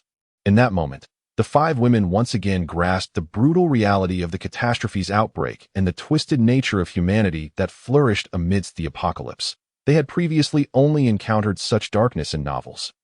Now, the Qinglong gang was demonstrating through their actions that reality often surpassed the horrors depicted in fiction. Xiao Sun, Lin Jinyun grasped Yang Sun's hand, her heart heavy with compassion. Let us not indulge in the victim-blaming narrative. Feeling pity for the afflicted is a natural human emotion. Yang Sun shook his head. Having endured such atrocities, these women have lost all hope of living that we may save their bodies, but we cannot restore their spirits. Their hearts are dead. What use is saving their lives? To exist as mere shells of themselves. Yang Sun admitted to his selfishness, yet his words rang true. For those whose hearts have withered, saving their bodies might feel more like a torment than a rescue. Perhaps, for such individuals, death would be a form of liberation. Lin Jinyun pressed her lips together, using her metal manipulation ability to unlock the cages holding the women captive. Let them choose whether to stay or go. All I can do is offer them this chance. Indeed, Yang Sun smiled lightly. In ensuring our safety and interests, it is permissible to show some compassion. If everyone were to act cold-heartedly, what semblance of humanity would remain? Could it still be considered humanity? Of course, this is predicated on the assumption that those we save are normal people, that if they are otherworldly beings or martial artists, I can only say, I am not a good person either. Yang Sun returned home with the 5 women to Building No. One night after everyone had taken a shower, Yang Sun gathered them in the living room for a meeting. The agenda was the relocation to the villa area halfway up Mount Lin. Truth, the matter was quite simple. They lacked for nothing in terms of resources. All the food was safely stored within Yang Sun's infinite space. They could depart without a hint of trouble. However, Mount Lin is situated at the northernmost part of Jiangqing, close to the suburbs, where many resources could not compete with those found in the urban district. Yang Sun intended to gather some supplies in the urban area before their departure, tools from hardware stores, pharmaceuticals that even the previous clinic lacked, and energy resources such as gasoline and gas. These were essential preparations, achievable through the multiplier return. Yet, it was imperative that Yang Sun had something to serve as a reference. Just like the Barrett heavy sniper rifle, Yang Sun needed to acquire the physical object before he could invest in the multiplier return. He couldn't expect to conjure it out of thin air. Could he? Upon hearing that they would soon relocate to the villa area halfway up Mount Lin, the previously somber mood of the women lightened, and they began to chatter excitedly about the prospect, each contributing their thoughts. Tears welled in the eyes of the women, While the men looked on enviously, Lin Jinyun remarked, "Gas and purified water are essential. There's no need to elaborate on gas. Once the natural gas supply is cut off, we will have no choice but to resort to burning wood on a clay stove that as for purified water. I am uncertain whether there are natural water sources on Mount Lin, and even if there are, we cannot be sure they have not been contaminated or for how long they would last. Therefore, my suggestion is to secure the purified water supply in Jiangxing. After all, Xiao Sun, your infinite space can accommodate it all." Indeed, Yang Sun noted in his notebook. Continue. Chun Jiao pondered before speaking. In addition to gas and purified water, gasoline is also an indispensable energy resource. Whether for driving or powering generators, it will be essential. Yang Sun was recorded. What else? Everyone gathered their thoughts and voiced all the questions they could think of. Yang Chan, Yang Sun, didn't you say that both plants and animals are undergoing mutations? The villa area halfway up the mountain is situated in a mountainous region, so there must be quite a few mutated beasts and plants there that I believe we should procure some building materials to construct a secure defensive perimeter around the villa, rebar, I-beams, and so forth. Lu Ruyan, Yang Sun, our community health center is merely a small facility. Our medical equipment and drug supplies cannot compare to those of larger hospitals. I think we should go to the nearby major hospital to gather some medicines and instruments. They might be useful in the future, and they don't take up much space. Blah, blah, blah. This family meeting lasted a full 2.5 hours, during which the 6 of them proposed everything they could think of. Summary: gas, purified water, salt and cooking oil, hardware tools, gasoline, building materials, medicines and medical equipment, as well as various weapons from the police station. Finally, Yang Sun concluded, "There is one more important matter." The women looked on with curiosity. Yang Sun slowly stated, "The zombie tree at the health center must be dealt with. If it grows, the virus spores will spread to Linshan, posing a significant threat to us. This is feasible. Fire is the best choice for dealing with plants. Both you and Jia possess fire abilities, so handling that zombie tree should be effortless. When shall we commence our actions? I am rather reluctant to remain in the community. I dislike having to climb up and down the stairs repeatedly. If only we had Jinyun's teleportation ability, it would be so much more convenient. It would be a blessing for the lazied Anno rush." Yang Sun chuckled, closing his notebook, that we just accomplished a significant task. Shouldn't we rest for a few days? In this post-apocalyptic world, let's not be so overly ambitious. If other survivors find out, they might think we can't survive. What shall we do instead? Engage in something interesting. I wish to experience the joy of being a director. 2 days passed in succession, that on the 15th day since the disaster erupted, half a month had elapsed. Survivors in Jinxiu City and nearby had yet to see any sign of military rescue.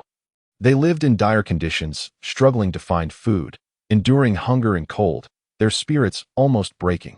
Yet, Yang Sun was not among them. These past 2 days, he had been enjoying a gentle respite. That feeling was exhilarating. Yang Sun felt as though his bones had turned to jelly. It was hard to muster the will to get back to work. Nevertheless, work could not be avoided. The group placed their palms together, with Yang Sun's palm on top, and he cheerfully exclaimed, "The moving plan commences now.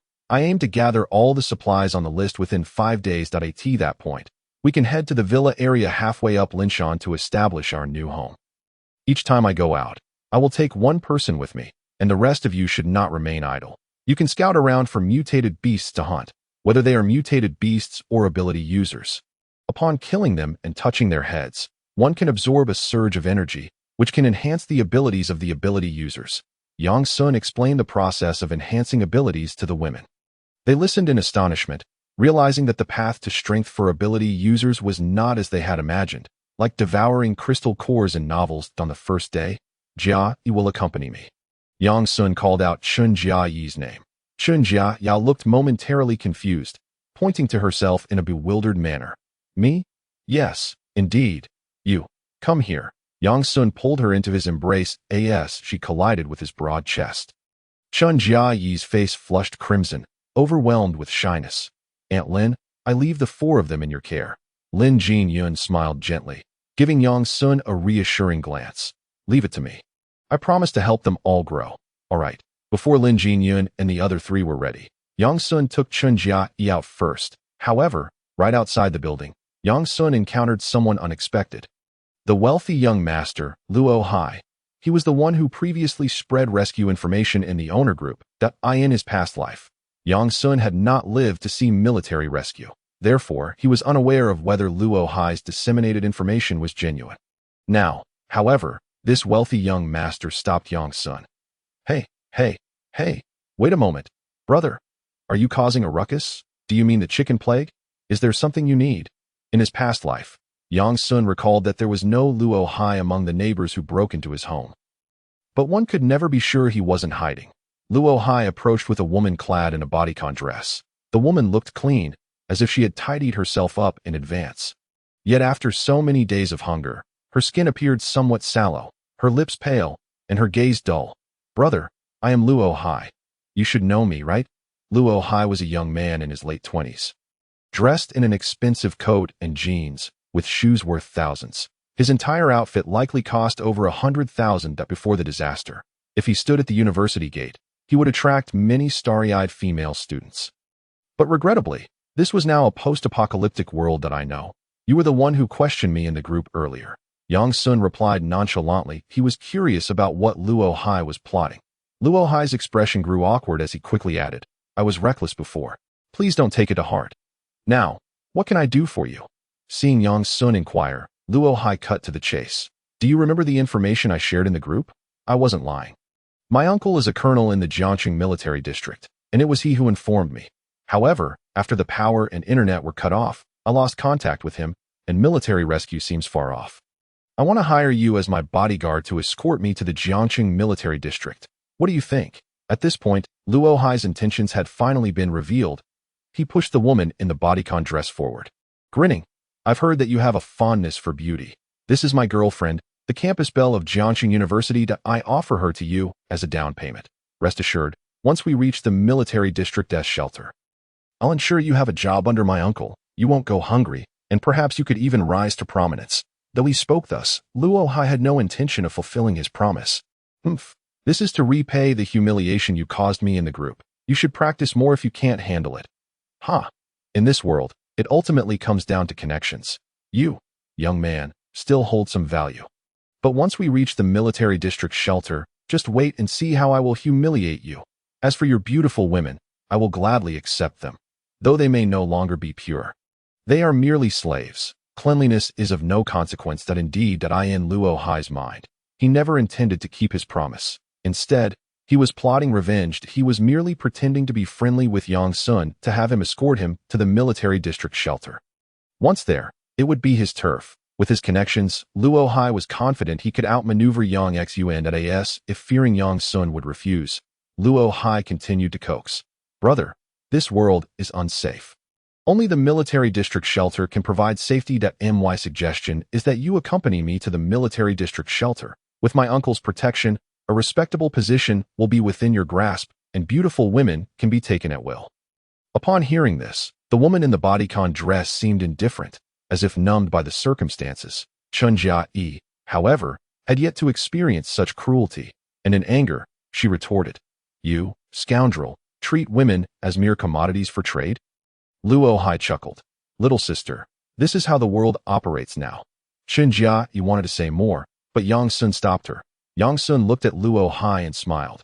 Your terms may hold value for others, but they are of no use to me. You should seek someone else. Upon hearing this, Luo Hai's smile froze on his face, and he began to doubt whether he had misheard. Are you refusing me? Wasn't I clear enough? I'm sorry, but I can't assist with that. A multitude of roots burst forth from the soft, yielding earth, thrashing about in a frenzy, a chaotic dance of malevolent spirits. Yet, it is, after all, a tree, firmly entrenched in this soil, unable to flee, its very essence subdued by the flames. Ultimately, the vast canopy ignites in a roaring inferno, a tapestry woven of crimson and scarlet. The flames ascend, crafting a unique tableau. Half an hour later, as the blaze wanes, all that remains is a charred expanse and a large, singed stump. The zombie tree is no more, and the corpses strewn about have vanished as well. Yang Sun and Chen Jia leaped down, approaching the blackened stump. The formidable aspect of this zombie tree lay in the viral spores it disseminated. Its combat prowess was rather feeble, with its only means of attack likely being its lowly roots and vines. As Yang Sun touches the charred stump, He muses. Those with abilities and mutated beasts possess a warm current entering their bodies upon death. As a mutated plant, it should be no different. Yet why is there none? After a prolonged moment of contact with the stump, he feels no familiar warmth coursing through him. Could it have been incinerated by my flames? He extends his telepathic perception, intending to conduct one final investigation. Remarkably, this perception reveals an anomaly at the base of the charred stump. Approximately 10 meters down, a cluster of verdant light quietly resides, accompanied by several living roots of the zombie tree. Nourished by this emerald light, the roots are gradually growing, and it won't be long before they breach the surface, potentially giving rise to a new zombie tree. Yang Sun has a premonition that this luminous green entity is akin to the crystalline cores of the evolved beings. The divine wood-type ability, the tree of life, activates. He manipulates the roots, entwined with the verdant light, as they emerge from the earth, presenting themselves before him. Seizing it, the emerald light dissipates, revealing an irregular green crystal lying quietly in his palm. A crystal core? Could this be the core of a mutated plant? But how to utilize it? After scrutinizing it for a while, he fails to discern its purpose. For now, he shall refer to it as the wood crystal. With no further leads, Yang Sun decides to set it aside for the time being. The zombie tree has been dealt with. Next, it is time to gather the supplies listed on their checklist. Tossing the wood crystal into the infinite space, Yang Sun turns to Chun Jiai and says, "Let us proceed to the nearby purified water factory to procure some clean water." "All right," Chun Jiai replies without hesitation. Obediently following Yang Sun's lead as they make their way to the Jiangqing purified water factory. Along the way, whenever they encounter pharmacies or convenience stores, Yang Sun stops to thoroughly scavenge the available supplies. After all, even the smallest morsel holds value. While traveling, Chun Jiai taps Yang Sun on the shoulder, pointing to the roadside in the distance. "Yang Sun, look." Isn't that a gas station? Yang Sun focuses his gaze. Indeed, recognizing the familiar red iron canopy of a gas station, it could also be the Huainan beef soup place. Huh. Chun Jiai tilts her head in a cute, puzzled manner, clearly having never seen that humorous video. As they draw nearer to the gas station, Yang Sun notices shadows moving within and a semi-trailer truck parked at a fuel pump, seemingly in operation. Gasoline, another vital energy resource Yang Sun requires. Since they have encountered it, it would be illogical not to collect it. However, Yang Sun is not one to act thoughtlessly. He understands the principles of first come, first serve. He will let these individuals fill their tanks first, and once they are done, he can head underground to collect the large storage tank for gasoline. Riding his small electric scooter towards the gas station at a steady pace, he reflects, perhaps it is time to switch to a motorcycle. Riding this scooter feels somewhat undignified. Upon arriving at the gas station, Yang Sun parks his vehicle by the roadside and waits for the others to finish fueling. The survivors notice Yang Sun and Chun Jiai's approach. Two middle-aged men, appearing to be leaders, gather and whisper among themselves. After their conversation, one, a seemingly simple-hearted burly man, strides over to Yang Sun. He reaches into his pocket, producing a pack of cigarettes, offering one to Yang Sun with a hearty grin. "Young man, you have quite the skills, don't you? Riding a small electric scooter out here. When it comes to bravery, you surpass us all." He even gives a thumbs up. Yang Sun politely declines. "I do not smoke." "Oh, is that so?" The burly man seems taken aback, then chuckles as he sticks the cigarette back in his mouth, speaking to himself. "Not smoking is good. It harms the lungs, and if it weren't for boosting the speed of our country's aircraft carrier, I wouldn't touch this stuff either. Oh, by the way," the burly man pats his chest, introducing himself. "My name is Lin Jinyun, an employee of the Baoshan Purified Water Factory. Are there just the two of you? If you don't mind, why not join us? Strength lies in numbers. All the employees at our factory are united, and it's quite safe there. As he speaks, Lin Jinyun's gaze lingers on Chun Jiai for a few seconds. "Young man, the order outside has completely unraveled. There are no laws to uphold, and many have gone mad. It is easy for someone to target you while you're out here with this young girl. If a ruthless individual were to capture you, the consequences could be dire." Lin Jinyun does not finish his sentence, but his knowing glance conveys a message understood by men. Unbeknownst to him, Yang Sun has keenly detected the fleeting glimmer of greed in his eyes as he looked at Chun Jiai. With his god-level telepathic ability, Yang Sun observes many details with exceptional scrutiny. This man poses a threat, Yet, he claims to be from the Baoshan Purified Water Factory that happens to be Yang Sun's destination. Although he is familiar with the general area of the Baoshan Purified Water Factory, he lacks specific knowledge of its location. After the internet went down, the maps became useless, and Yang Sun can only search for it gradually with Chenjai. Encountering someone who knows the way is fortuitous. It would be prudent to follow them. The time saved on the journey translates to resources that ask for danger. Yang Sun does not underestimate these individuals. None of them possess abilities, and they do not pose a threat to him. You say you're from the Baoshan Purified Water Factory? Yang Sun asks for confirmation. Lu Minji, confused, nods affirmatively. Yes, what's the matter? Nothing. I just happen to have business at the Baoshan Purified Water Factory as well, but I'm unfamiliar with the route. Would you mind guiding me? Yang Sun replies with a cheerful demeanor, resembling an innocent youth, blissfully unaware of worldly dangers. This smile seems to ease Lu Minji's wariness somewhat. All right then, it's just a matter of showing you the way. Lu Minji says earnestly. However, I still recommend that you join our factory. Strength lies in numbers, and it provides mutual protection that if rescue does not come, we are our own rescue. To be honest, we were sent out by our factory manager to find survivors. To establish our own refuge at the Baoshan Purified Water Factory, Yang Sun does not outright refuse, instead offering a vague response. I'll assess the situation once we arrive. Let us see what the environment is like.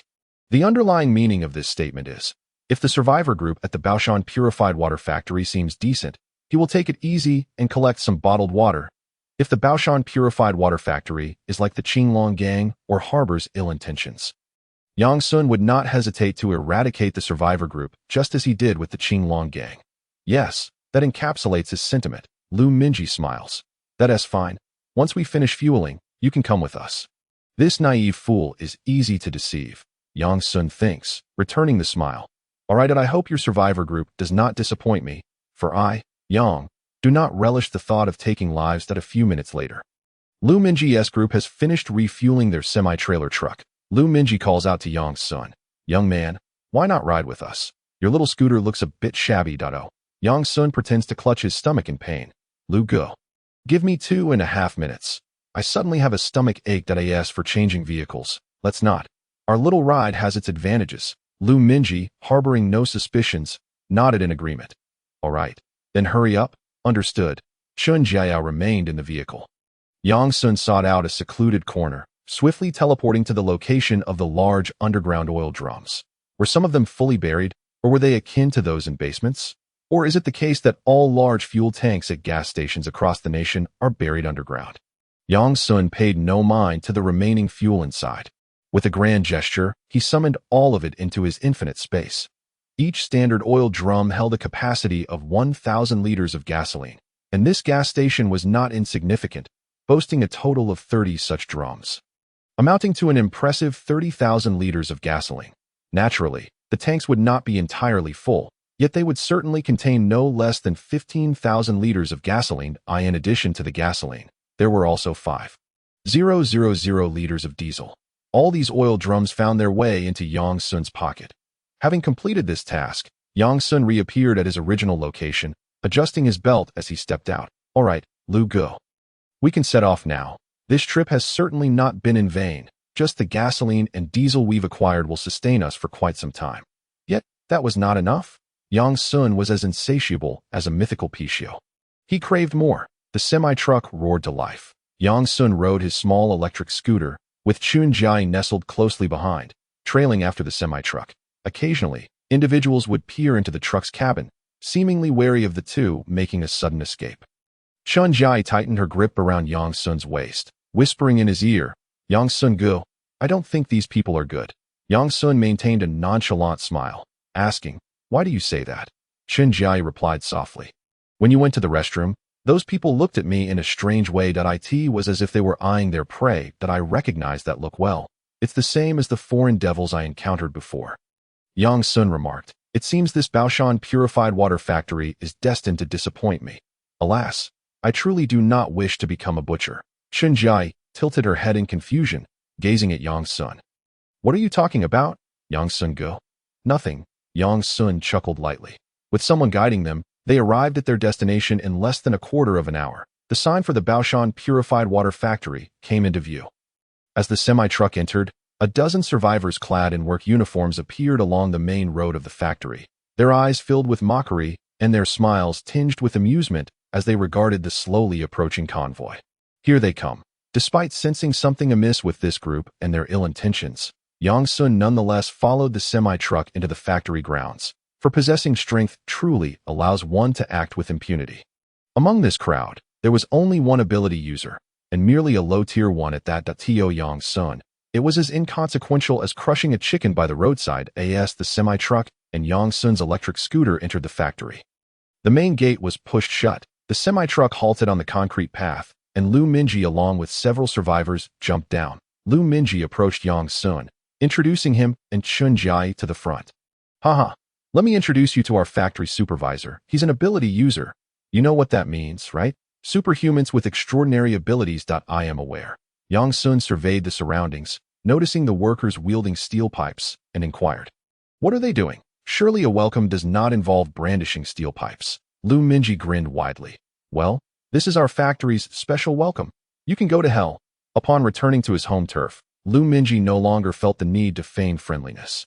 With a swift motion, a dagger slipped from his sleeve, and he lunged at Yang Sun's neck. A sinister smile plastered across his face, completely abandoning his previous demeanor of innocence. Bang! He believed his strike would catch Yang Sun off guard. With such speed, the boy would undoubtedly be unable to evade it. However, to his astonishment, Yang Sun effortlessly seized his wrist. How could this be? Lu Minji's menacing expression morphed into one of disbelief, utterly unprepared for the failure of his ambush. Yang Sun remarked, "I had assumed you would continue to play along, at least to the point of administering some sort of drug. Yet, I did not anticipate your eagerness to strike as soon as we arrived at your doorstep." Crack! Lu Minji's wrist was crushed, pain surged through his brain, and he let out a horrified scream. "Ah, Supervisor Wong, save me." In a panic, Lu Minji shouted. This boy could effortlessly crush a person's bones. Such strength was undoubtedly beyond that of an ordinary individual. The only conclusion was that this boy was also an ability user, moreover, one specializing in strength. Ha ha ha. Old Lu, how has your usual trick failed you? I have never seen you miss before. A Mediterranean man emerged from the group of workers, surrounding Yang Sun and Xinjiai, armed with steel pipes and maintaining a vigilant gaze that in Yang Sun's perception. This Mediterranean man was the low-tier ability user. Kid, I advise you to release him. Considering you are also an ability user, I might spare your life. That I could even offer you a place in our Baoshan sanctuary, but the condition is, haha. You must hand over the girl behind you. Such a gem is truly rare. Swish. Yang Sun executed a swift knife hand strike, and with terrifying power combined with the sharpness of his golden sovereign. His arm's edge was as lethal as a blade, directly severing Lu Minji's head. Enough with the pointless chatter. Yang Sun's gaze was condescending as he coldly remarked, "Is that all? I refuse to believe that your grand factory has only this few survivors. Summon the others as well." Supervisor Wong was momentarily taken aback by Yang Sun's ruthless decisiveness and demeanor. Upon hearing Yang Sun's brazen words, his anger dissipated. As for the deceased Lu Minji, Supervisor Wong dismissed him as inconsequential. After all, he was merely an ordinary person. If he died, he died. Here, they had no shortage of ordinary people. Indeed, there were several more in the truck, freshly captured today. The young man was blissfully unaware of the harsh realities of life. Did he genuinely believe that becoming an ability user rendered him invincible? Allow me to tell you the truth. Our Baoshan Purified Water Factory boasts 7 ability users, should they all converge upon you. Even you, as an ability user, would struggle to withstand their onslaught. Upon hearing Supervisor Wong's words, Yang Sun's eyes gleamed with interest as he licked his lips and smiled. Is that so? 7 ability users. Quite the feast. With the awakening of several women enhancing his power, Yang Sun's core had reached the size of an ordinary orange. If he could absorb the mysterious energies of the 7 ability users here, he felt he could advance to the next level. At present, he was unaware of the specific hierarchy of ability users. He could only gauge their strength based on their physical size. Undoubtedly, Yang Sun's core was the largest.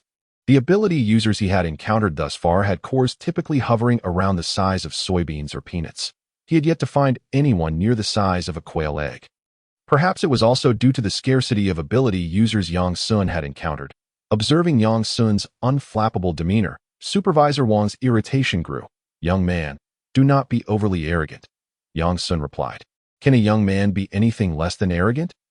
Ah, Supervisor Wang's corpulent figure began to visibly swell, his work uniform straining and tearing as it succumbed to his expanding form. As Supervisor Wang fully transformed.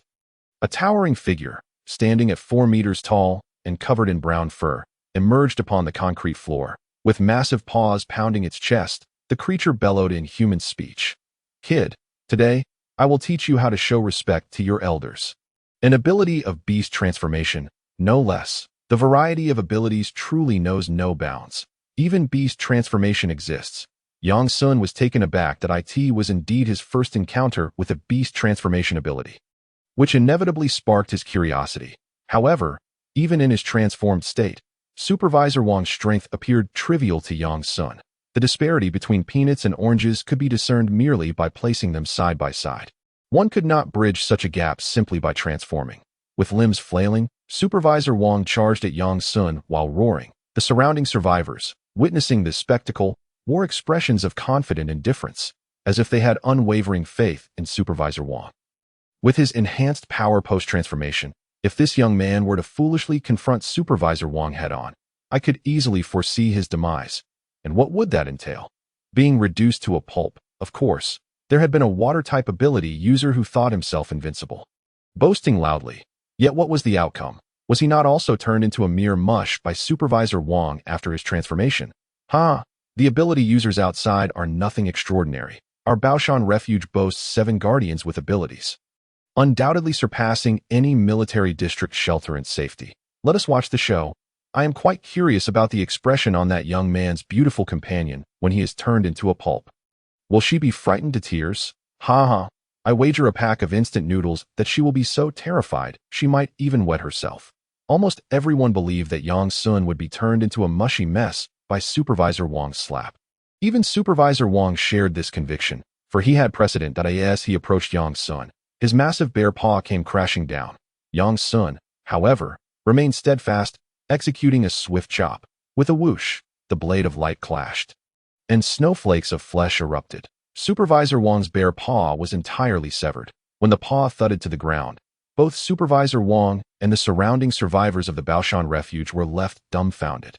Their astonishment did not, however, impede Yang Sun's resolve. He stepped forward and delivered a sidekick aimed squarely at Supervisor Wang's vulnerable region. There was no alternative. Post-transformation, Supervisor Wang loomed too high. Yang Sun's raised leg could only connect with that sensitive spot. Bang! Supervisor Wang was sent flying, his pride utterly shattered, reduced to a mosaic. The agony of his shattered dignity was indescribable, a suffering only a man could comprehend. The onlookers instinctively felt a chill in their groins, clamping their pants in self-defense. Supervisor Wang, reeling from the dual assault, was now writhing on the ground, clutching the remnants of his pride, emitting pitiful whimpers, drool escaping the corners of his mouth, resembling a fool. Sorry about that, Yang Sun remarked with a smirk. Supervisor Wang stammered, struggling to articulate his thoughts. Yang Sun mused, "You have lost the will to live. Allow me to escort you on your final journey." As Yang Sun approached, a sense of dread engulfed Supervisor Wang, the specter of death looming large in his mind. He had an ominous premonition that this encounter would be his last. In a panic, Supervisor Wang bellowed to the heavens, "Ollie, how long must I wait for your aid? Come to my rescue." Just as his words faded, a voice responded, "Coming, coming." Shortly thereafter, a young man clad in work attire floated into view. To be precise, he had lightened his own weight, making his body buoyant, and had attached a small fan to his back for propulsion. This flamboyant entrance, while somewhat ostentatious, was indeed rather impressive, if only he had omitted the fan, which marred the aesthetic. "I am one of the 7 guardians of the Baoshan refuge. You may refer to me as the gravity manipulator." The youth hovered in midair, gazing down at Yang Sun with a condescending glare, his words dripping with an embarrassing sense of self-importance. Yet the youth remained oblivious to the awkwardness of his proclamation, feeling quite pleased with himself. In Yang Sun's telekinetic perception, the youth's core was comparable in size to Supervisor Wang's. Though his abilities appeared to be more intriguing, I detest looking up to others. "Come down here," Yang Sun commanded, raising his hand towards the youth. Space was constricted. Telekinetic capture. In an instant, The entire space surrounding the youth fell under Yang Sun's control. His body involuntarily descended, and no matter how the youth struggled, he could not escape the binding of space. "Hey, what is happening? Why won't my body obey me?" he squawked, bewildered. "What in the world is your awakened ability? Why is it so peculiar?" The youth babbled in confusion, yet he could not evade the inevitable conclusion of being drawn toward Yang Sun. Yang Sun approached and delivered 2 resounding slaps. The youth was left dazed. "Who am I? Where am I? Why was I just slapped? Let me go. My brother won't let you off the hook," he blustered, his bravado faltering till he realized that he was not on the same level as Yang Sun. Bang! Yang Sun retaliated with another powerful slap, channeling all his strength. The youth's head exploded upon impact, creating a gruesome scene as the familiar warmth coursed through his body. Yang Sun pondered. Can contact with the remnants of the brain also absorb this warmth? Where does this warmth originate? The core? However, the exhilaration of having slain someone with a single strike was undeniably satisfying. Ding! Host has slain the Yang Sun firmly gripped the massive bear-like head of Supervisor Wang. The flames of the Red Lotus Inferno ignited instantaneously, setting Wang's head ablaze. Soon, his entire corporeal form, along with his very soul, was subjected to the searing agony of the Red Lotus fire as Supervisor Wang breathed his last. A warm current, belonging to him, surged through Yang Sun's palm and into his body. The crystal core expanded, enhancing his strength, and the extraction of the extraordinary ability fruit was a resounding success. This sensation was truly delectable. After dealing with Supervisor Wang and the group of workers from Baoshan, Yang Sun prepared to scour the pristine water factory alongside Qinjiai. Pure water resources are exceedingly valuable. In a future where natural water may be unfit for consumption, purified water becomes essential for sustenance. Furthermore, Supervisor Wang had mentioned the presence of 7 extraordinary individuals in this location, having already eliminated 2. It was imperative not to show favoritism. The remaining 5 must also be found and disposed of. Leaving potential foes alive was not Yang Sun's style, to eradicate the roots of threats. He resolved to act decisively to that moment. A voice filled with hope emerged from behind Yang Sun, specifically from the semi-trailer truck. "Are you the rescue team? You have guns, so you must be the rescue team. You've finally come to save us." A group of terrified survivors peeked out from the semi-trailer. Upon witnessing the gruesome scene outside, they instinctively shrank back. However, when they spotted the handgun held firmly by Qinjiai, their eyes brightened, and they leaped from the truck, rushing towards the 2 without hesitation. Clearly, they mistook Yang Sun and Qinjiai for their rescuers. After all, this was China, aside from the police and military. Who else could obtain firearms? Bang! A metallic knife plunged into the cement ground before them. The quivering blade halted the survivors in their tracks. With an expressionless demeanor, Yang Sun declared, "We are not the rescue team. If you wish to survive, you should leave this place at once." The group exchanged glances, yet none dared to move. "Come on, don't joke around." A middle-aged man in a filthy suit chuckled. "You have guns. How could you not be part of the rescue team? Even if you're not official rescuers, you must be undercover officers that we understand." However, it was worth noting that most survivors were clad in suits and office attire. While not all the men could be deemed handsome, none were unattractive. Among the women, many possessed a certain charm. They were likely sales agents or intermediaries. Aside from genuine elite professionals, only intermediaries and salespeople would dress so meticulously. Yet, since the onset of the catastrophe, their refinement had diminished. Shirts had yellowed, and hair appeared greasy. Especially for some of the women, despite their initial elegance, a quick rub of their fingers would reveal layers of dust. "You don't understand anything," Yang Sun replied coldly. "Stop following us. If you wish to live, you can wander around this factory." "What kind of attitude is that?" A tall, attractive woman in a black office outfit retorted. Displeased, "You have guns and still claim you're not with the authorities? Even if you're not part of the official rescue team, what's wrong with lending us a hand? It wouldn't cost you anything. We're all compatriots. How can you be so heartless as to let us fend for ourselves?" After saying this, the woman turned to Qinjiai, accusingly stating, "As a fellow woman, shouldn't you be on our side? Shouldn't you speak up for us? How can you say such things?" Qinjiai blinked in confusion, her face flushed with indignation. "That it's not like I did anything wrong, yet you berate me." The office woman persisted. "If you're not pandering to men, then what are you? If you weren't, you should have spoken up for us instead of standing there indifferent." watching your fellow women suffer. If you don't want to protect us, then hand over your handgun. Her words were met with eager responses. The survivors gazed hungrily at the handgun in Chun Jiai's grasp, their eyes gleaming with greed and desire. "Oh, you have any food? We've been starving in the 4S store for days. Hurry and find us something to eat. Stop stalling. We should help each other in times like these, right? What are you hesitating for? Take us away from this cursed place. If we encounter any danger on the way, it will be your fault. With great power comes great responsibility. One of you has a gun, and the other is an extraordinary being. What's wrong with protecting us? You're a man. Can't you show some chivalry? No girl would like a guy like you. A true jerk." The survivors wished to leave, but lacked the courage to do so alone. They aimed to bring along the formidable Yang Sun and Chun Jai for protection on the journey ahead, but Tio put it plainly. They were a selfish lot, attempting to morally coerce Yang Sun into aiding them. "You can't do this." Chun Jai was astonished by their shamelessness. Could one truly be this brazen? It was eye-opening that if we hadn't saved you, you'd likely be taken away as slaves, and yet you dare to blame us. The office woman crossed her arms, sneering. "Did we beg you to save us? Did we ask you to help? Don't impose your own desires upon us," the man interjected. "Since you've saved us, then be a good Samaritan and take us to the military refuge.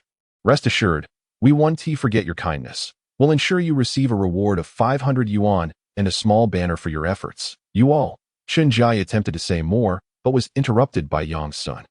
"Jai, do you remember what I taught you?" Chun Jai pondered, uncertain. "Don't waste breath on fools." "Exactly. So, do you think they're fools?" Chun Jai nodded emphatically. "They are fools." Their conversation was unrestrained, and the survivors overheard every word. Immediately, an irate individual stepped forward, pointing an accusatory finger at Yang Sun. "Who are you calling a fool? You better clarify your words, or we're not to be trifled with." As he spoke, he attempted to pull the knife from the ground. But despite his efforts, it wouldn't budge. This led to an awkward situation. Suddenly, Yang Sun appeared before him, raising his hand to deliver a slap. Smack! Bang! The slap landed, and his head exploded. Even in death, he could not fathom such a demise. The sudden eruption of violence left the survivors momentarily stunned. Once they regained their senses, screams of terror erupted. "He's killing people. Run.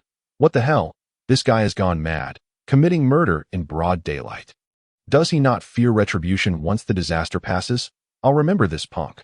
When it's all over, I'll make sure to report him and seek the death penalty." The survivors cursed and swore. Yet as they attempted to flee, they found their bodies unresponsive. True panic set in. "What is happening? Why can't I move? Move. Damn it. Brother, if I said I was just joking, would you believe me?" Yang Sun had taken note of each loudmouth. Channeling the spirit of a battle-hardened warrior, he approached, delivering resounding slaps to each one. Without exception, their heads exploded. Smack! Bang! Smack! Bang! Even those endowed with extraordinary abilities could scarcely withstand the impending slap of Yang Sun. What hope, then, did this assembly of ordinary individuals possess? In Yang Sun's eyes, their heads were as fragile as ripe watermelons, ready to burst at the slightest touch. Blood splattered, and chaos ensued. "But I'm a girl. You can't kill me. I was wrong. It was my loose tongue. I beseech you, spare me. Don't come any closer. I warn you. Do not approach. Do not force me to kneel before you." The fate of the girl was no different from that of the others who fell victim to the impending slap. Ultimately, it was the OL woman, who had been incessantly whining, who faced her reckoning. That moment, the OL woman was rendered speechless by Yang Sun's brutality. Had she not been confined in space, she would have likely collapsed to the ground in terror. If there was still anything left in her bladder, it would not have been surprising if she had wet herself on the spot, as she beheld the cold, unyielding figure advancing towards her. Tears of fear streamed down her cheeks. "Please, don't kill me. I was just being irrational. I beg you, spare me this once." This critical juncture, the OL woman recalled her unique talent. Why was she dubbed the top saleswoman? Simply put, it was her generosity. She would treat any customer willing to sign a deal to a lavish meal. Because of her magnanimity, many customers were eager to purchase cars from her, adopting a coy demeanor. Her voice quivered. "If you would grant me my life and allow me to accompany you, I am willing to become your woman. I possess a wealth of knowledge." Just then, the system chimed in. "Host, this woman possesses a beauty rating of 7 stars. She could easily be the belle of any university. Are you certain you wish to remain indifferent? Yang Sun was left speechless, retorting, Do I look like a collector of scraps to you? Not at all. The system fell silent, as if it had never existed. Standing before the OL woman, Yang Sun regarded her with a detached gaze. Do you take me for a refuse heap? Do you think I collect all manner of detritus? Ah, the OL woman's smile froze upon her face. Yet, in the next instant, her head exploded like a watermelon. With the spatial confinement lifted, the headless corpses collapsed one by one. Not all survivors met their demise. A few astute individuals had remained silent throughout the ordeal. Yang Sun paid them no mind. As long as they refrained from provoking him, Yang Sun, accompanied by Chun Jiai, navigated the storeroom area, fervently collecting the stored, purified water. After all, when it comes to supplies, no one would ever disdain having an abundance. Yang Sun had the nature of a Paixio, and he harbored a tendency to be insatiable, often feeling a latent anxiety of insufficiency. While Yang Sun busied himself with the collection of bottled water from the storeroom, Eagle Eye had already returned to the dormitory area. Much like a school dormitory, where there are employee quarters, there also existed a separate building for the leaders. The Eagle Eye, a practitioner of supernatural abilities, rushed into the leader's dormitory, making a beeline for the top floor. On the top floor, walls between the dormitories had been demolished, creating an open space. The floor was adorned with carpets, and scantily clad women danced to unfamiliar rhythms. Aside from these entertainers, there were 3 men and 1 woman, the last remaining practitioners from the Baoshan Purified Water Factory. With Eagle Eye, they formed a total of 5. The 3 men were surrounded by women, while the younger female practitioner found herself encircled by handsome men. It was evident that they were all from the same realm of supernatural beings. In the post-apocalyptic world, aside from a few individuals with precise ambitions, most rulers could only conceive of and execute the same mundane actions. The more nefarious types exploited labor, expanded their territories, and resorted to murder if displeased, while the more benevolent ones managed shelters, gathered survivors, and aspired to create a utopia amid the chaos. Some were wholly corrupt, while others were entirely virtuous, with a mix of both prevailing in this new world. Upon seeing the Eagle Eye hurriedly enter, a burly middle-aged man in the center grinned and inquired, What's the rush, Lao Tian? Your women are over there. Go enjoy yourself. Oh, by the way, has Lao Wang returned? I'm quite eager to see the survivors he brought back. I wonder if there are any attractive women among them. Lao Tian, whose full name was Tian Yi, was indeed the true identity of the Eagle Eye. After catching his breath, Tian Yi replied, It's not good. The convoy brought back a tough nut to crack. Lao Wang and Ollie were both killed by that kid. He's too formidable. Neither Lao Wang nor Ollie could even fight back against him. I estimate he must be at the same level as factory director Yu. This proclamation, Zhang Hai, the factory director and ruler of the Baoshan Refuge, sprang up from his chair, and the atmosphere turned tense. The other 3 practitioners reacted similarly. One waved his hand, causing the dancers and male models in the spacious room to flee in a panic. With the door now tightly shut, only the 5 practitioners remained. Zhang Hai furrowed his brow and asked Tian Yi, What exactly happened?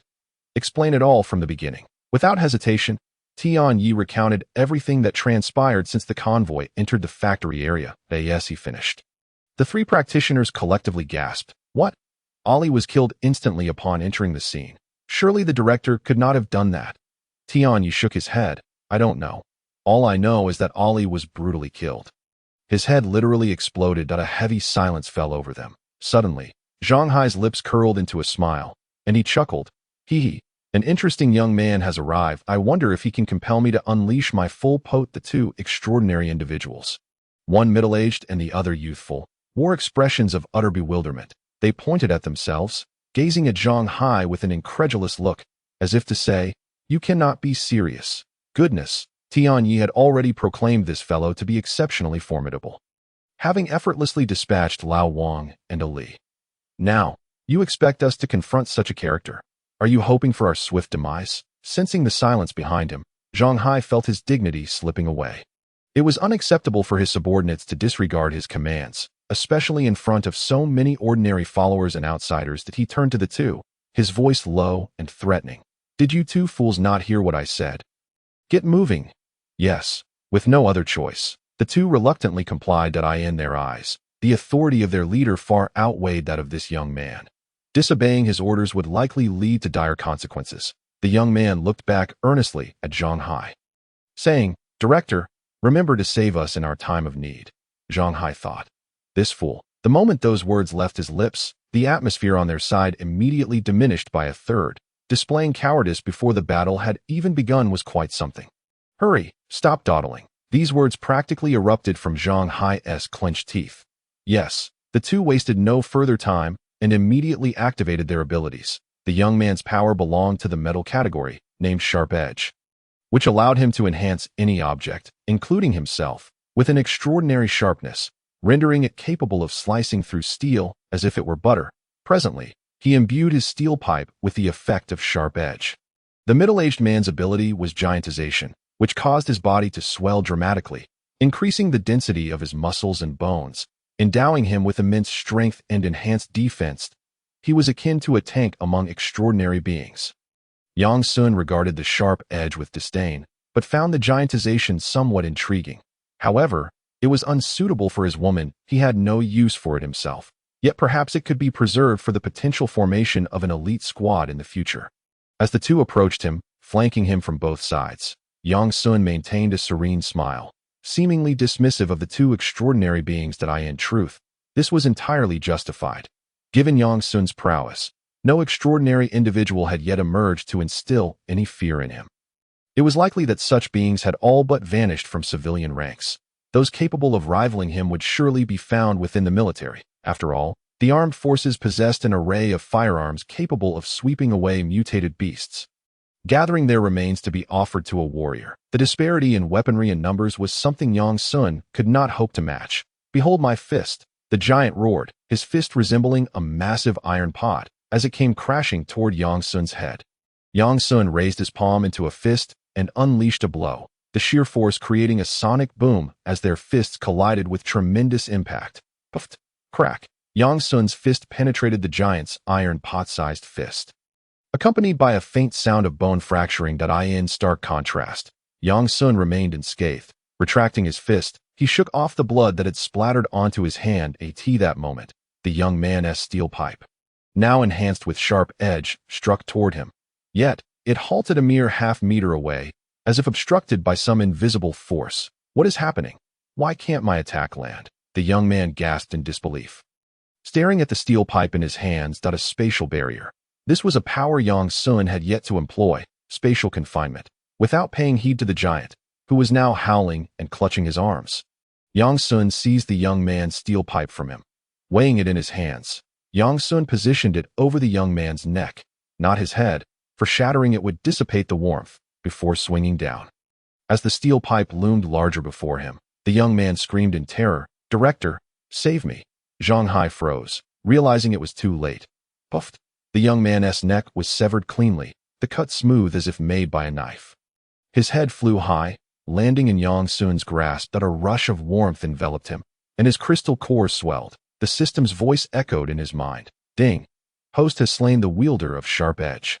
Would you like to extract the ability fruit?" Yang Sun replied coolly, "Extract." Meanwhile, Chun-Jai summoned a fire phoenix above her head. With a fierce cry, the phoenix let out a shriek, flapping its fiery wings toward the giant. Bang! Upon colliding with the giant, the fire phoenix immediately dispersed, transforming into crimson flames that clung to the giant's body, igniting it in a blaze. Even with the giant's robust physique, he struggled to endure the onslaught. The phoenix's divine flame, renowned as the strongest fire-type ability below divine level, was formidable enough that even its mere temperature could deter foes. Yang Sun discarded the steel pipe, severing the giant's head. "Ding! Host has slain the wielder of giantization. Would you like to extract the ability fruit?" Extract. Harnessing telekinesis, Yang Sun tossed the giant's head to Chun-Jai. Upon seeing the massive, blood-soaked head hurtling toward her, she instinctively recoiled. Yet, recalling Yang Sun's words regarding the secret to enhancing extraordinary beings, she stifled her nausea and reached out to catch it. The moment she grasped the giant's head, a comforting warmth surged into her body. Under the perception of telekinesis, she felt her crystal core expand. "Thank you, brother Yang Sun." After discarding the giant's head, Chun-Jai sweetly called out to him. "Not at all," Yang Sun replied with a faint smile, turning to Zhang Hai and stating, You three should join in as well. Zhang Hai's expression darkened. From Yang Sun's earlier actions, he discerned that this young man was also aware of the secret power residing within the heads of extraordinary beings. How infuriating! His subordinates had become nourishment for this fellow's growth. He had not even absorbed it himself. This was far too advantageous for this young man. These were all his hidden reserves. Yet, Zhang Hai was also awestruck by Yang Sun's strength. To effortlessly dispatch two extraordinary beings was something even he could not achieve. This young man's power likely surpassed his own. Damn, this situation was quite precarious. Zhang Hai said, "Young brother, how about we call it quits? We are both extraordinary beings, potential assets in this time of calamity, and rare resources indispensable to humanity. Our conflict will only harm the interests of all humankind. How about this? You join my shelter, and I will make you the second dash and dash command as for the matter of you having killed my man. Let us just consider it settled." The young man and the middle-aged man exchanged glances. So? Ali and Lao Wang exclaimed, "Damn." Yang Sun scoffed. "You truly overestimate your own importance that in truth, humanity does not lack for your singular existence as an extraordinary being. I, for one, do not entertain the habit of leaving loose ends. You must perish." Upon hearing this, Zhang Hai's countenance darkened ominously as he coldly retorted, "Do you truly wish to cross me? Humph. Do you think we fear you? Tengyi, Awan, we shall confront him together. With my presence bolstering us, even if we cannot defeat them, we can at least ensure our safe retreat." Tianyi and Awan, witnessing the tragic fates of the young man and the middle-aged man, were reluctant to engage Yang Sun in battle. However, upon hearing Director Zhang Hai would join them, they felt a sense of reassurance. The director was right. With him alongside, even if they could not overpower the two foes, they could surely retreat unscathed. Alas, it was a pity. They should not have allowed the two to go forth and meet their demise earlier. 3 against 2 would be evenly matched. 5 against 2 would surely be a guaranteed victory. How careless they had been. Yet, it was not too late to realize their folly now. "All right." Tianyi nodded as he accepted a compound bow from one of his subordinates. This bow had been purchased online. Its power relatively modest. Subsequently, he made slight modifications, resulting in its current form. "Young man, why not acquiesce to the factory director's request? What harm is there in joining us to wield dominion over the lives of so many survivors? Indulging in a life of excess, does that not sound appealing?" Jinyun laughed amiably. "Enough of the nonsense." Zhang Hai interjected coldly. "They look down upon us. Charge." The two ceased their discourse and activated their respective abilities. Tianyi possessed the power of Eagle Eye. Aside from his keen vision, there was little else remarkable about it. Jinyun's abilities, however, surprised Yang Sun, as she turned out to be a water-based abilities user. What a boon! The fusion materials for the elemental god had just increased. Currently, Yang Sun possessed the three supreme elemental abilities of gold, wood, and fire. Only 5 more elements, water, earth, lightning, ice, and wind, remained to achieve the extraordinary elemental god status. With this water abilities user at hand, he was halfway to completion.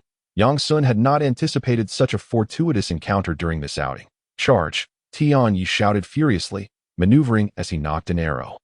Jinyun mirrored his actions, gathering moisture from the air to form water bullets, which he launched at Yang Sun and his companion, their power rivaling that of a bullet. Truly, even the weakest of ability users surpassed ordinary individuals. A spatial barrier rose, rendering Tianyi and Jinyun's attacks utterly ineffective. With their strength, they were unqualified to breach Yang Sun's spatial defenses. "Director, it's your turn," Tianyi shouted angrily.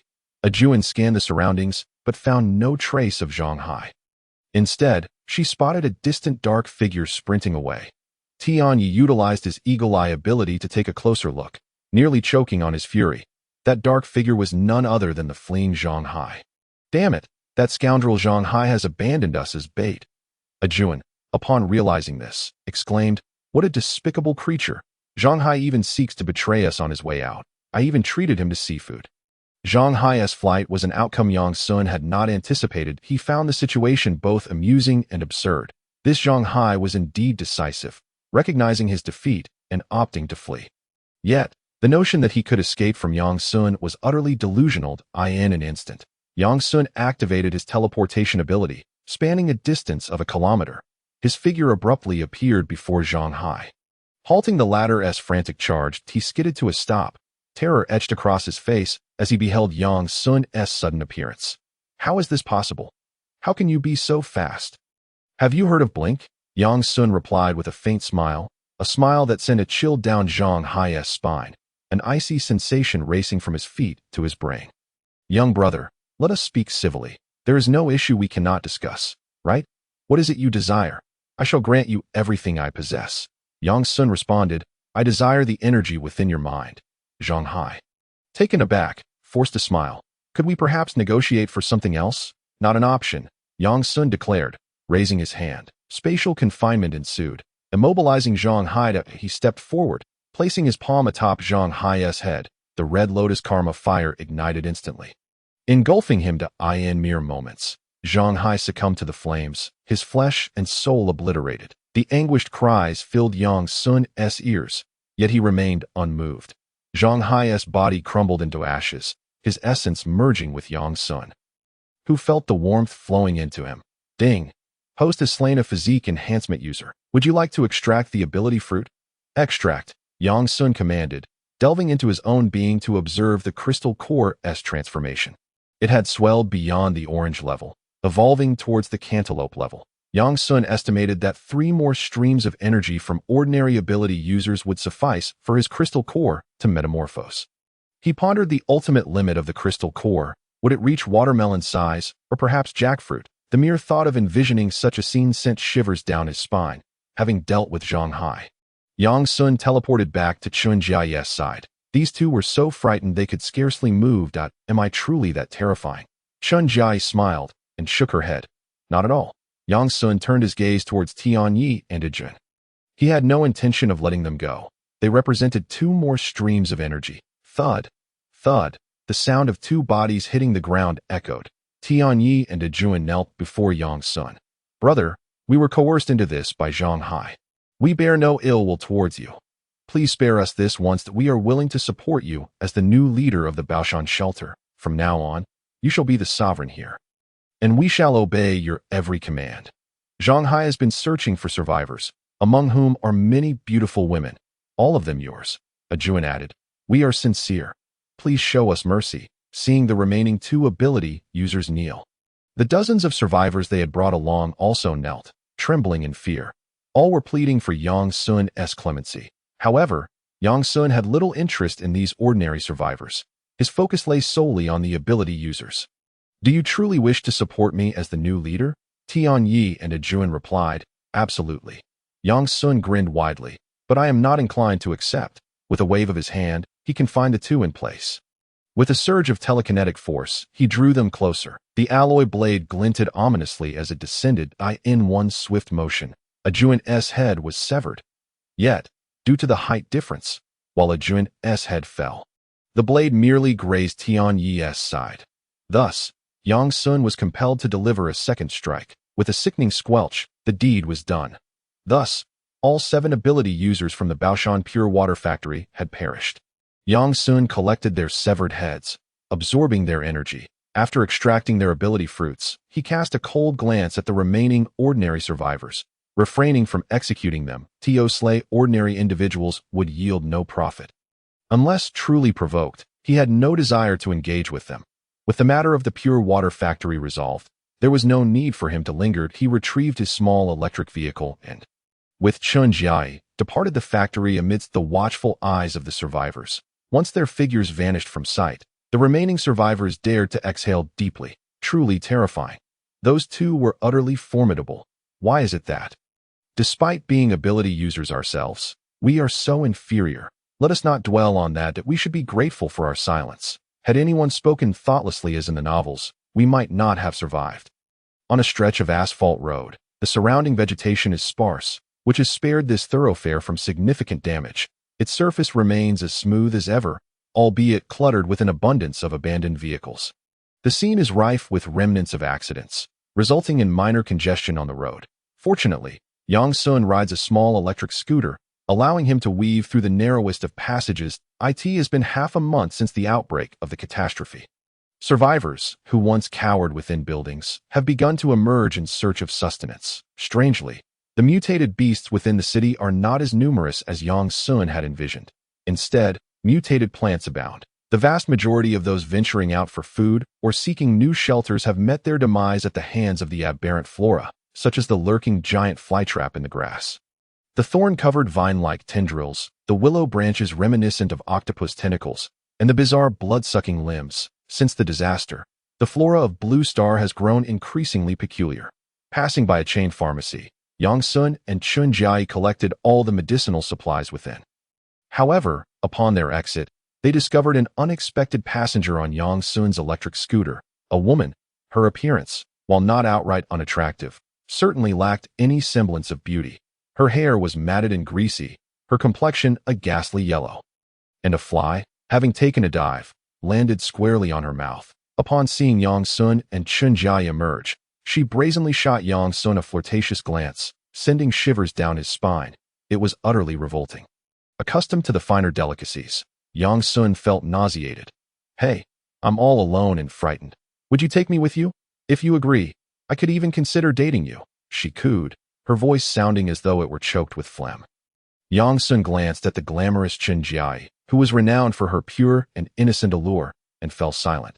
Did this woman possess no eyes? How could she possibly think he would be interested in her? "Get off, you're soiling my vehicle," Yang Sun replied, his expression devoid of emotion. Chun Jiai, however, clung tightly to Yang Sun's arm, glaring fiercely at the woman. "My brother Yang Sun has no interest in dating you. You should leave at once." The woman's shock quickly morphed into agitation. She had even offered to date him, yet he had the audacity to reject her. Did he not realize the current gender imbalance? After all, she was a woman. "No, you must take me with you. It's too dangerous here, and I'm terrified on my own." "What does your fear have to do with me?" Yang Sun retorted. The woman, now incensed, pointed an accusatory finger at him. "What with your attitude? I'm a girl. Isn't it a man's duty to protect women? How can you say it doesn't concern you? Truly pathetic. The state has trained men like you to protect us. So stop being ungrateful and take me to a place with food." Seeing Yang Sun remain unmoved, even scanning the surroundings, the woman felt her irritation rise. "Can't you understand human language? I am the reincarnation of Wu Zetian. You must obey my commands." The author is not merely fabricating such audacious proclamations. They are based on real events. If Wu Zetian were to appear as she did, both Li Shimin and Li Ji would surely flee from Chang'an. "I found it," Yang Sun announced as he spotted the desired item amidst the grass, a red giant flytrap. "What's your issue? I merely asked you to protect me, and you resort to personal attacks? Setting aside the facts, do you not see your own faults? I typically refrain from commenting on others' appearances unless provoked first." Yang Sun approached the woman, grasped her collar, and lifted her off the scooter. Panicking, she exclaimed, "Don't touch me. If you do, I'll accuse you of harassment." "Ah, you rogue. Someone else being a rogue." Yang Sun ignored her cries and shouted toward the giant flytrap. "Hey buddy, your delivery has arrived." As he spoke, he tossed the woman toward the flytrap, which caught her midair in a parabolic arc, landing her perfectly within its open maw. Crunch, the flytrap began to chew. Its sound crisp and reminiscent of tender meat. "Thanks, brother," it remarked. Observing the woman's fate, Yang Sun clapped his hands and laughed. "Look how delighted it is to feast." "Jai, do you think we should plant some giant flytraps at the villa on the hillside of Linshan? We could create our own version of Plants vs. Zombies in our backyard." Chun Jai stifled a giggle, replying, "That might not be feasible. In reality, we can't even find a pea shooter. Plants vs. Zombies has likely evolved into something hybrid." "Indeed," Yang Sun pondered, nodding gravely. Mounting his beloved electric scooter, he patted the seat behind him. "Would you care to join me for a ride?" Chun Jai smiled sweetly. Of course, they rode on his cherished electric scooter, which would never be hindered by traffic. Yang Sun continued to explore the area. Convenience store, secured. Hardware store, secured. Gas station? Oh dear. Navigating through the bustling streets with remarkable agility, Yang Sun and Chun Jai soon arrived at a large supermarket. Darunhua? In Jiancheng, this Darunhua is relatively small, encompassing only about 15,000 square meters. It is a vast emporium filled with snacks, fruits, fresh produce, toys, electronics, bedding, and other essential goods. Although Yang Sun had visited before, his visits were infrequent, leaving him somewhat unfamiliar with the layout. However, He was aware that the variety of goods here was almost innumerable, thousands upon thousands, if not more. Having arrived, Yang Sun had no intention of missing out on this opportunity. He turned into the Darunhua Plaza, only to find that they had arrived late and a multitude of survivors was already present, with heavy trucks parked in the loading area, where many were busy transferring supplies. Yang Sun sensed over 300 supernatural beings among the crowd, including a dozen or so evolved individuals. Indeed, the saying of the little fairy held true: one should open their eyes to the world. Look, the outside world is truly magnificent. Within mere hours of venturing out, he had encountered so many supernatural beings, something he had not experienced in the Jinshu City community. Imagining the prospect of absorbing all these individuals sent a thrill of excitement coursing through him. Of course, Yang Sun was not a person inclined to slaughter. He believed in the principle of non-aggression unless provoked. If these individuals bore him goodwill, he would not act like a butcher, provided they remained compliant. He would not hesitate to seize this opportunity. Yang Sun did not waver upon seeing the throngs of survivors. He pressed forward on his scooter. Halt! What are you doing? This area has already been claimed by us. If you seek supplies, you must look elsewhere. As they drew closer, several survivors stepped forward to block their path, preventing them from entering. Yang Sun paid them no heed, revving his electric scooter and charging ahead.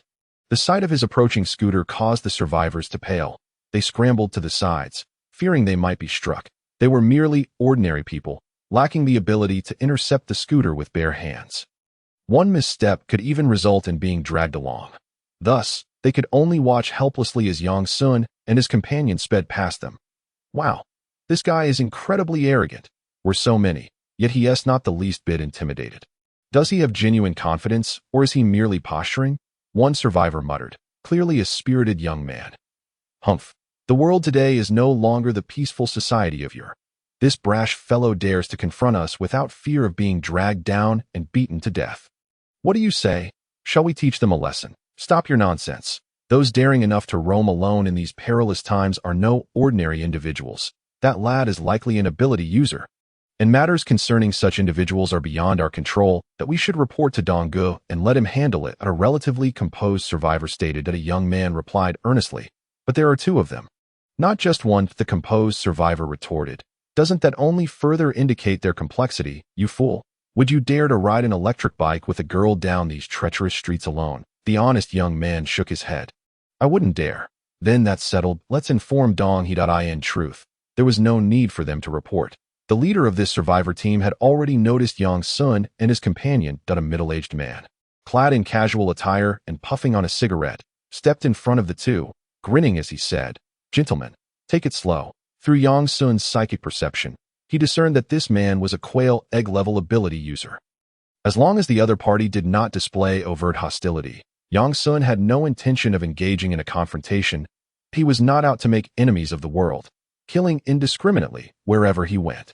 The middle-aged man introduced himself. I am Wang Zhendong, from the Huaxi community's shelter team.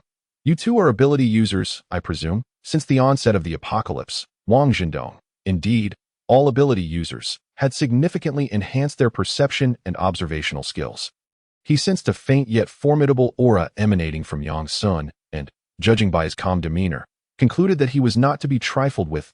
He must be an ability user, as for Qinjiai. Wang Zhendong felt nothing particular about her. Nevertheless, it was merely a matter of inquiry. It wouldn't hurt to ask if they were indeed two rogue ability users. He might attempt to recruit them. After all, during these catastrophic times, each ability user was an exceedingly rare resource. Only someone like Yang Sun, who possessed a system, would not regard them with due seriousness. Indeed, upon hearing Yang Sun's affirmation, Wang Zhendong's eyes brightened, and his demeanor softened. So, are you two here searching for supplies? If you need anything, feel free to tell me. I can arrange for someone to assist you in the search. After all, this Darunhua is quite expansive, and you two would likely waste a great deal of time searching alone. Yang Sun shook his head. No need for that. How long will it take you to finish moving? Wang Zhendong took a deep drag from his cigarette and chuckled. Who could ever have too many supplies? As long as we have the strength, we'll keep moving until this entire supermarket is cleaned out. His words held a grain of truth. In the apocalypse, more supplies were undoubtedly bettered. No one would complain about having insufficient resources. Even Yang Sun was no exception. We won't trouble you further. Yang Sun replied with a smile, we'll explore ourselves and see what we need. All right. Wang Jindong did not refuse. Instead, he extended a gesture of goodwill. Once inside, just mention that you're from the Huashi community and the other two survivor teams won't bother you. But remember, nothing is absolute. You must remain vigilant. Upon hearing this, Yang Sun was somewhat surprised and inquired curiously, are you saying not everyone here is yours? Of course, Wang Jindong laughed. Aside from our Huashi community, there are survivors from the Third People's Hospital and the Old City. Be cautious. The folks from the Old City can be rather fierce, and our community's reputation may not hold much sway over them. If you find yourselves in conflict, come to me, and I'll assist you. To win over these two wild ability users, Wang Jindong did not mind playing the role of a caretaker, but in fact, he secretly hoped that the rough crowd from the Old City would provoke these two, providing him an opportunity to step in and earn their gratitude. However, Wang Jindong merely entertained such thoughts without any ulterior motives. Before the apocalypse, he had been a retired soldier, embodying the highest standards of conduct and demeanor. He was undoubtedly more upright than 90 of the survivors in this world. Thank you. With a wave of his hand, Yang Sun led Chunjiai into Duranhua. What are you all staring at? Hurry up and move those supplies.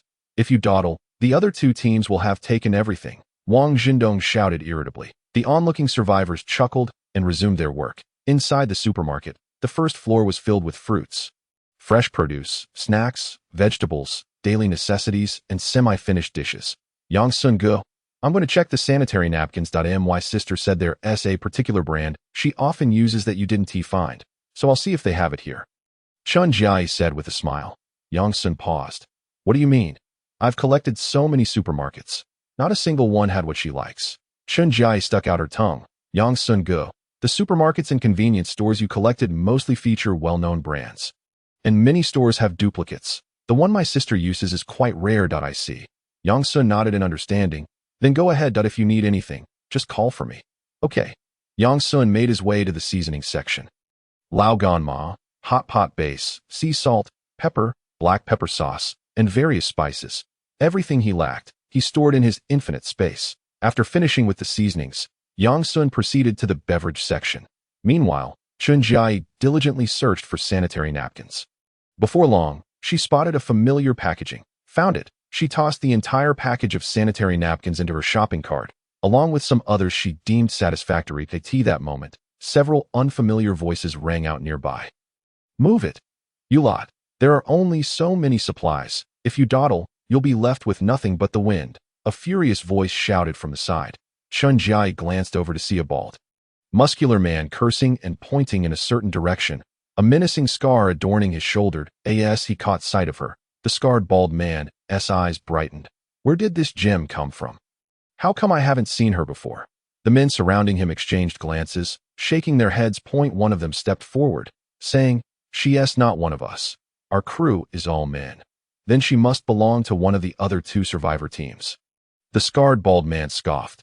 Damn it, they really know how to bring a delicate flower along on a supply run. With those skinny arms and legs, how could she possibly carry supplies? What use is she? He slapped the back of the head of the speaker, grinning wickedly, his lewd gaze fixated on Chun Jiai. What use? Oh, I can think of a few. I wonder which two idiots are enjoying themselves so much. Little girl, which survivor team are you from? Would you like to join Uncle? Uncle has an endless supply of food and will surely see that you never go hungry. Chun Jiai rolled her eyes in exasperation. Not this again. Must a pretty woman always attract the attention of unscrupulous individuals? It was indeed the case. Even before the apocalypse, there were always lewd men stalking women, taking surreptitious photos, and engaging in shameless antics.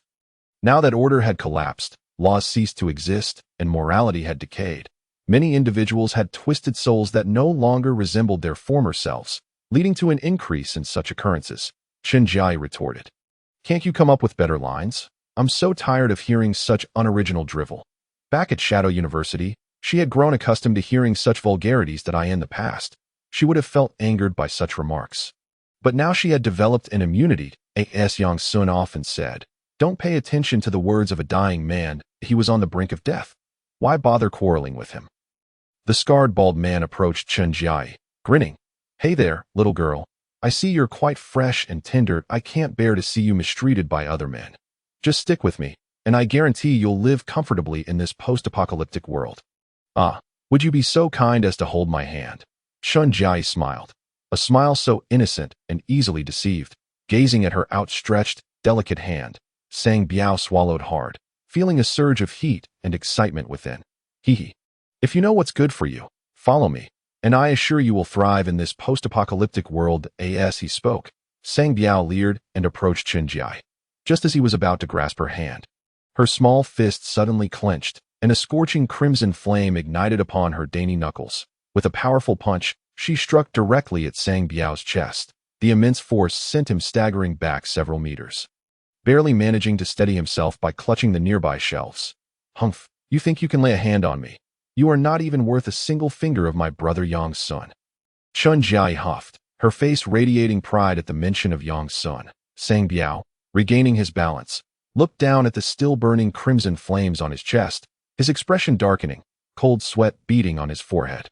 Chun Jia had unleashed her full strength with that punch. Even a mere quail egg-level ability user like Sang Biao would find it unbearable. He could feel a sharp pain radiating from the point of impact, and the relentless flames clung to him like a parasite. Ability user, Sang Biao's countenance turned grim, his eyes filled with murderous intent. Very well, I was careless and did not dodge. You young ones dare to ambush a man in his 40s. Lacking in chivalry, since you refuse my goodwill, do not blame me for resorting to violence. An ability user, you say? I have killed before. Sang Biao activated his power, his body glistening as it transformed into a bronze figure. Yet, even in this state, the burning crimson flames continued to scorch him, showing no signs of extinguishing. Sang Biao was taken aback. What manner of flame is this? Even in my bronze form, I cannot quench it. It seems I must extinguish this flame by killing you. Such a pity. You are quite lovely, and I am somewhat reluctant. Without further hesitation, Sang Biao charged forward, swinging his hardened iron fist at Chun Jia's head. Just as she prepared to summon the phoenix to unleash a long-range attack and distract this hulking brute, a figure suddenly appeared before her, blocking the incoming iron fist with a single hand. Sang Biao withdrew his fist, growling, "Get lost, kid. This is none of your business." Yang Sun replied, "You will die here today." Sang Biao chuckled, "Huh? I, Sang Biao, do not believe in fate. I rely solely on my strength. What now? You plan to kill me? Do you have the capability? Even if I stand here for you to strike, you would fail to lay a finger on me. I, Sang Biao, seek death." Yang Sun flexed his wrist.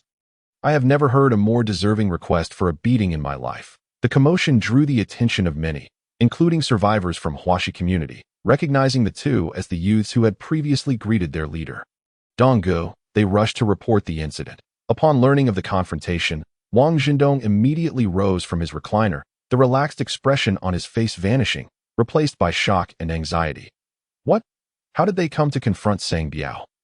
One of his subordinates explained, "It seems Sang Biao has set his sights on that young man's girlfriend and intended to abduct her," prompting the young man to confront Sang Biao. "Lead the way," Wang Zhendong commanded, turning towards the entrance of Durunhua. Sang Biao is no ordinary foe. He spent several years in prison and is a true lunatic with considerable strength. If that kid faces him, he is likely to get beaten. Those two wild ability users are individuals Wang Zhendong is keen to recruit, and he cannot afford to watch them fall victim to Sang Biao's iron fists. He knows Sang Biao's strength well, comparable to his own, easily overpowering ordinary ability users.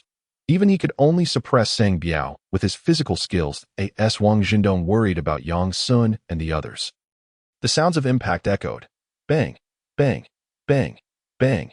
Sang Biao found himself pinned to the ground, arms crossed defensively, while Yang Sun's fists burned with blood-red flames, pummeling Sang Biao mercilessly. With Yang Sun's current strength, Sang Biao felt as if he were a mere chicken in his hands. This is the confidence of a peak orange level. Sang Biao was nearly driven to madness. How is this kid so strong? Each punch felt like being struck by a speeding train that he could hardly withstand it. Desperately holding on, a closer look revealed that his crossed arms were already deformed. If he were to release his bronze form now, his arms would surely be ruined, and his internal organs shattered. "You dare to bully my woman, Sang Biao? I shall turn you into a mere trademark today." Yang Sun could have easily dispatched Sang Biao, yet he refrained. To kill him swiftly would be too merciful. No, my young brother, I was blinded by greed and offended this young lady. Please spare me. I apologize. Is that not enough? If apologies held any weight, we wouldn't be here. Feel my wrath, sensing Yang Sun's chilling murderous intent. Sang Biao panicked. He realized he might indeed perish here. Wait, young brother, don't be impulsive. I am Sang Biao from the Hongyan foot bath in the old city. My boss is Hongjie. That if you kill me, she will not let you go? Let her come if she dares, Yang Sun declared. Having tired of the charade, that he unleashed a powerful punch, striking Sang Biao squarely on the head. The bronze skull crumpled under the force of Yang Sun's blow. When Wang Zhendong arrived, he witnessed this shocking scene. What the hell? He was left speechless, astonished that the formidable Sang Biao had been beaten to death by this young man. Sang Biao's bronze state was renowned for its toughness. How could this young man have killed him with mere fists? Is he an ability user of the strength type? Wang Zhendong, discerning the situation, noted that Yang Sun exhibited no signs of any physical techniques. The chaotic punches were simply the most ordinary of straight punches, devoid of any skill. Thus, he concluded that this young man had no martial training whatsoever. Truly, a case of random punches defeating a master. Given such strength, he should be on par with their leader. Wang Zhendong's mind began to race with ideas. He recalled the miraculous peach tree rooted in the suburban peach grove. If he could recruit this young man into their ranks, they would undoubtedly gain a significant advantage in the struggle for the peach tree.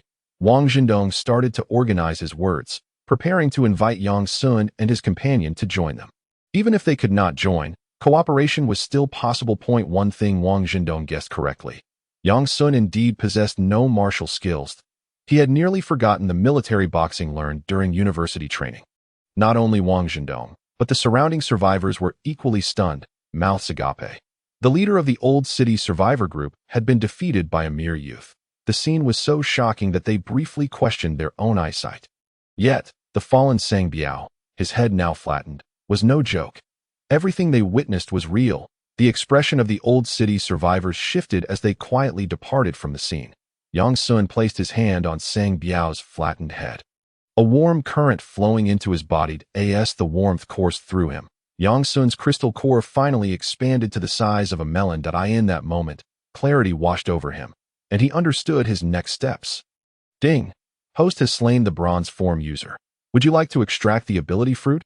Extract, Yang Sun replied calmly. He kicked Sang Biao's lifeless body and turned to the direction of Wang Zhendong. Coming, Yang Sun smiled lightly, inquiring, "Are you aware of the Hongyan foot bath in the old city?"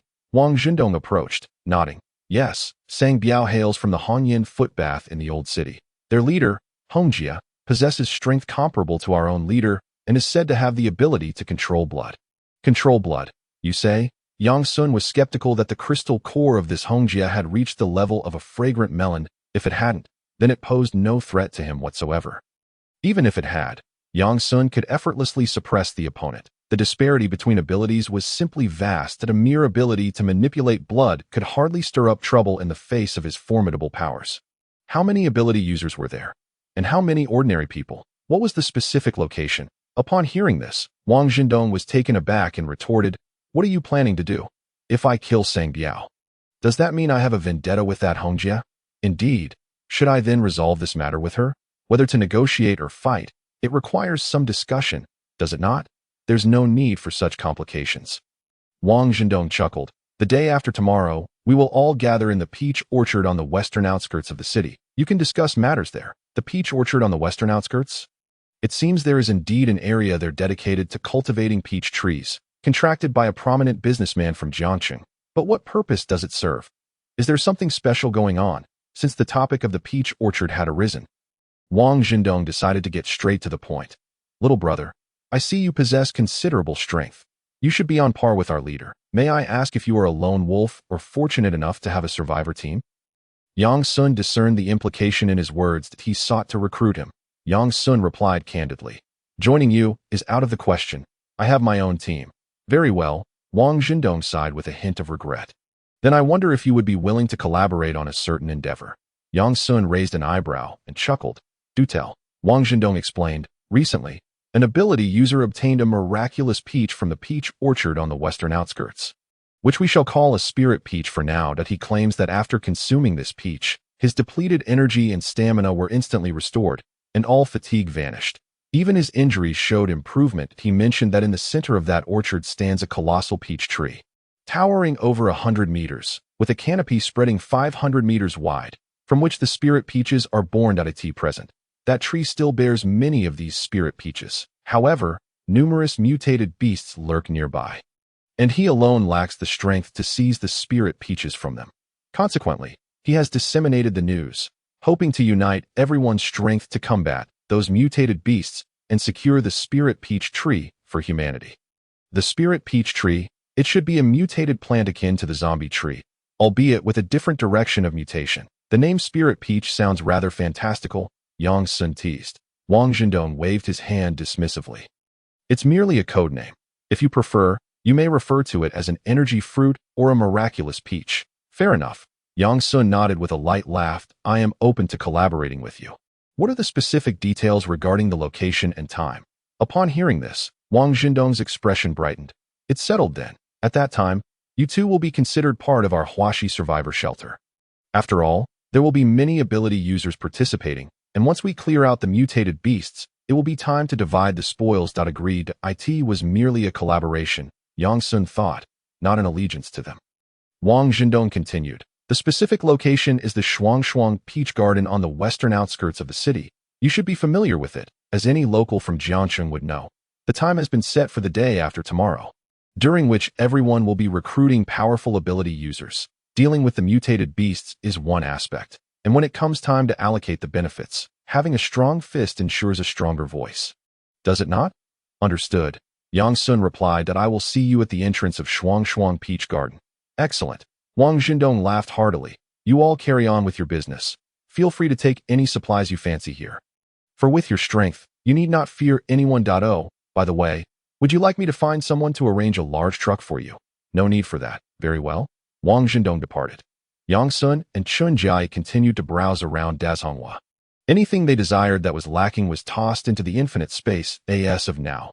Yang Sun had not counted the quantity of supplies he possessed. Suffice it to say, there were plenty, enough for all 6 of them to live comfortably until their natural end.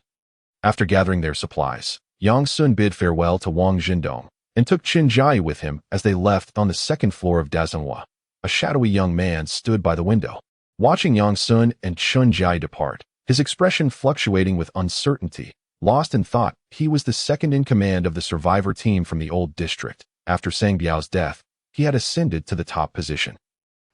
Those who dare to kill an ability user from my Hanyan shelter should brace themselves for Hongjia's retaliation. Young master, why didn't you say that in front of that kid just now? That would have been so imposing and powerful, a young subordinate inquired curiously. The young man paused, regarding the subordinate with an expression of incredulity. Do you think I want to get beaten up? Who knows, I might end up like Sang Biao. The subordinate suddenly realized. Oh, so you're afraid of getting hit? The young man replied. You little rascal. Are you doing this on purpose? Someone, punish him by withholding dinner tonight. The subordinate responded. After wandering outside for a few more hours, as the clock approached 5 in the afternoon, Yang Sun returned to the Jinxiu city community with Chun Jai. They teleported home. Lin Jinyun and the other 3 women had already returned. They had bathed, smelling delightful, and were in the living room playing Do Diju while wearing pajamas. Upon seeing Yang Sun and Chun Jai return, Lin Jinyun immediately put down her cards and, swaying her mature and graceful figure, approached them. You're back? What did you encounter today? Do tell us. Hey, Jinyun's sister, don't be a sore loser. Quickly take back your cards. We haven't finished this round yet. Tisk, TSK, as the landlord, how can your cards be so terrible? Jinyun's sister, your luck is truly akin to a cow flying in the sky. Stop diverting the topic. You lost this round. Lin Jinyun laughed. Are you all teaming up to bully me? I'll tell you. My little Sun is back. You little hussies can't bully me. Yang Sun chuckled. You all returned quite early. Did you encounter any mutated beasts today? What is the current situation with the mutated beasts outside? Speaking of this, Lin Jinyun recounted the experiences of the 4 of them from earlier. They had wandered around near Jinxiu City and encountered 24 mutated beasts, predominantly mutated dogs, along with some mutated snakes and mutated spiders. The 4 of them shared the spoils equally, each receiving 6 portions. Lin Jinyun's crystal core had already reached the level of a sugar orange. The other three women, Chun Jiayao, Yang Chan, and Lu Ruyan, had slightly smaller crystal cores, just reaching the size of quail eggs. However, at this pace, they were already progressing rapidly to be by the time they moved. Their crystal cores would likely reach the level of oranges that in addition to hunting mutated beasts for warm currents. The four of them also encountered a survivor team composed of 7 or 8 ruffians. These ruffians, seeing the 4 beautiful women, harbored ill intentions. However, after a few teasing remarks, they were swiftly shot to pieces by Lin Jinyun and her companions. Aside from that, there was nothing else to report. They arrived home at 3:30, a bit earlier than Yang Sun and Chunjai. "But I'm going to take a shower now," Yang Sun said, dropping the words as he went to the bedroom, grabbed a change of clothes, and entered the bathroom. Chunjiao nudged her sister. "Go on, give Yang Sun a bath." "Huh? Oh, okay." Chunjai blinked cutely, and after a moment of realization, her delicate face flushed with embarrassment as she nodded and departed. In the restroom, the shower head released a cascade of warm water. Yang Sun allowed the soothing water to flow down from the crown of his head, closing his eyes as his consciousness sank into the enigmatic realm of the crystal core.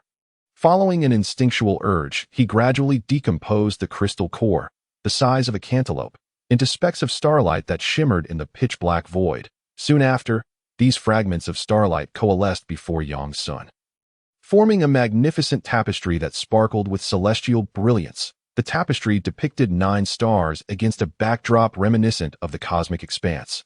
This vivid portrayal was so lifelike, with a dazzling radiance, that it resembled an authentic celestial universe, a breathtaking sea of starlight.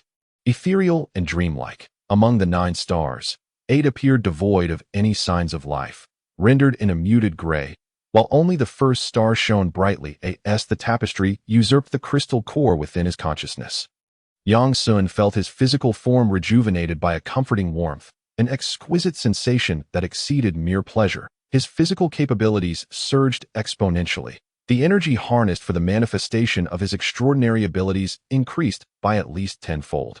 At this moment, with the tapestry in his possession, Yang Sun's combat prowess skyrocketed to a level at least 10 to 20 times greater than during the era of the crystal core. Was this the transformation brought about by the crystal core's metamorphosis? Relishing the changes within his body, a contented smile graced Yang Sun's face. "At present, I could easily contend with 20 or 30 versions of my former self." Gazing at the resplendent tapestry adorned with 9 stars against the cosmic backdrop, he whimsically dubbed it the star map. If the crystal core symbolizes the first stage of an extraordinary being, then the star map represents the second stage. Upon opening his eyes, Yang Sun found himself momentarily stunned by the scene before him. "What are you doing?" "Nothing much, just tidying up for you," Yang Sun replied. "Huh." After his shower, having stepped into the second stage, Yang Sun was filled with an invigorating spirit, smiling at everything in sight. Refreshing. As 6 o'clock approached, a thick fog descended. Lin Jinyun had already prepared dinner with her group of friends. Yang Sun, the fortunate master of the household, simply needed to take a seat at the table. The menu for the evening featured black pepper steak paired with pasta for each person, with the steak available for unlimited refills, alongside a fruit and vegetable salad to ensure a balance of vitamins, and finally, wine to ease the tension of the post-apocalyptic atmosphere. Dinner was straightforward, and Yang Sun cheerfully remarked, "A simple meal, just a casual bite." Were the survivors still enduring hunger and hardship to hear his words, they would surely curse him. "Damn it, we're still living in dire straits while you're indulging in steak and calling it casual." Lin Jinyun shot Yang Sun a disapproving glance, warning, "Don't say that outside. I fear someone might take a swing at you." Yang Sun grinned, unfazed. "No worries, they can't match me." Ding! Investment in Lin Jinyun's black pepper steak triggered a 10,000-fold return. "Congratulations, host, you've received 10,000 pieces of black pepper steak." Ding! Investment in Yang Chan's pasta triggered a 10,000-fold return. "Congratulations, host, you've received 10,000 servings of pasta." Ding! Investment in Chun Jiao's fruit and vegetable salad triggered a 10,000-fold return. "Congratulations, host, you've received 10,000 servings of fruit salad." Ding! As he finished his meal, the system's notifications nearly overwhelmed Yang Sun with a ringing in his ears. After dinner, he summoned Lu Ruoyan and Yang Chan to the living room. "These are the water-type and wood-type ability fruits. You two can discuss how to divide them. Yang Sun placed two ability fruits on the coffee table, one a shimmering aquamarine, the other a vibrant green. The two friends exchanged glances and quickly reached a decision. Yang Chan said, "I'll take the water-type ability fruit." Lu Ruoyan replied, "Then I'll have the wood-type ability fruit." The two friends each consumed their designated ability fruits and settled on the carpet to begin absorbing their powers. Ding! Investment in Yang Chan's water-type ability fruit triggered a 10,000-fold return. Please choose between 10,000 water-type ability fruits and the divine-level water-type ability, the Heavenly River's weak water. Ding! Investment in Lu Ruoyan's healing-type ability fruit triggered a 10,000-fold return. Congratulations, host, you've received 10,000 healing-type ability fruits. Huh. Yang Sun was taken aback. The green-hued ability fruit was not wood-type, but rather a healing-type ability fruit. Healing abilities were also classified as special powers, akin to telekinesis. It appeared that the simplistic method of distinguishing elemental ability fruits by color was not entirely accurate. Yang Sun pondered this, noting that while the wood-type ability fruit was green, the healing type was also green. Similarly, one might assume that a red ability fruit would indicate fire type. However, what if a special ability were to feature red laser vision? In this post-apocalyptic era, the emergence of extraordinary powers made even laser vision seem plausible. With the advent of the calamity, extraordinary abilities had manifested, and the introduction of laser vision would not be surprising. Yang Sun intended to give the two women a second ability fruit as part of an experiment to observe how the star map state would reflect the enhancement of their powers. He speculated that it would likely correlate with the number of illuminated stars, yet until he witnessed it firsthand, he could not confirm his hypothesis. Moreover, the water-type ability fruit was linked to the divine elemental power, and it was imperative that it be consumed as soon as possible. The sooner it was in their possession, the better. Divine abilities could only provide peace of mind once they were secured. Half an hour later, the two women completed their evolution. Yang Sun successfully awakened the divine-level water-type ability, the Heavenly River's weak water. Simultaneously, he received the answer he sought, that on his star map, the second gray star was now 1/10 illuminated. As he had surmised, Yang Chan and Lu Ruoyan opened their eyes, and upon sensing the changes in their bodies, they were overwhelmed with joy, radiant smiles illuminating their delicate faces. Wonderful! We are now dual ability possessors. They had felt somewhat embarrassed earlier upon learning that among the 5 women, only they were single ability holders. They perceived themselves as inferior to Lin Jinyun, Chen Jiai, and Chen Jiayao in terms of status. In Yang Sun's eyes, those 3 women held more weight. Yang Chan had even thought that Lu Ruoyan's previous comments at the clinic had led Yang Sun to harbor reservations about them, resulting in differential treatment. However, seeing the truth now, that it was not bias but rather a lack of ability fruits that had previously limited them, brought them relief and deepened their sense of belonging to Yang Sun. Unbeknownst to them, Yang Sun's infinite space housed an abundance of ability fruits, far too many to count, though some were unsuitable for women. For instance, there were fruits related to iron, copper, rubber, stone, and others, having acquired new stock today. He naturally decided to replenish the 2 women. Yang Sun likely would not have anticipated that his actions would inadvertently strengthen their sense of belonging. Yang Chan linked her arm with Yang Sun's. Playfully smiling, "Yang Sun, why don't you come to our place tonight?" Lu Ruoyan chimed in. Yes. No, thank you." Yang Sun shook his head. "Tonight, you two can go to the children's room. Leave the master bedroom for me." 2 women exclaimed, "Well, it seems that this fellow's heart truly belongs to his Aunt Lin." With their abilities awakened and their strengths enhanced, their shared recreational activities commenced. The 6 of them cleared the coffee table, laying soft blankets on the floor, placing snacks and drinks on the sofa. While a horror film flickered on the television, they indulged in their treats, completely engrossed in the movie. Occasionally, someone would be startled. Leaping into Yang Sun's embrace, as the clock struck midnight, it was nearly time to retire for the night, and everyone returned to their respective rooms. The following day, they maintained the same arrangement as before. Yang Sun led a group to gather supplies listed on their checklist, while Lin Jinyun took the remaining 3 girls to hunt mutated beasts nearby, aiming to level up and grow stronger. However, today, Yang Chan replaced Chun Jiai in accompanying Yang Sun on the rugged path. Yang Sun addressed Yang Chan, who was tightly clinging to him. "We secured gasoline, purified water, and hardware tools yesterday with Jiai. Today, Our primary targets are the equipment storage at the police station or the armed forces department and the building materials market. Yang Chan replied, I understand. Yang Sun was well aware of the armed forces' precise location. It lay along Dahua Road, easily visible by continuing straight down the current road. Riding his small electric scooter, he expressionlessly veered to the left. As they passed a towering tree, a largemouth flower suddenly burst forth from the dense underbrush, intent on biting Yang Sun and his companion. Yet, it froze when it was merely 20 centimeters from their shoulders. Its roots too short to reach them. The flower's petals shrank twice before it reluctantly retreated back into the bushes. As they approached an intersection, a series of roars echoed in the air. Following the sound, they witnessed a battle unfolding in front of a medium-sized supermarket. 8 mutated beasts roared, while 3 ability users fought against them, with survivors in police uniforms attacking with handguns. In the distance, a group of survivors trembled in hiding. Police officers, upon seeing their uniforms, Yang Sun queried, Are they from the armed forces? Let us go take a look. He turned his scooter towards the scene.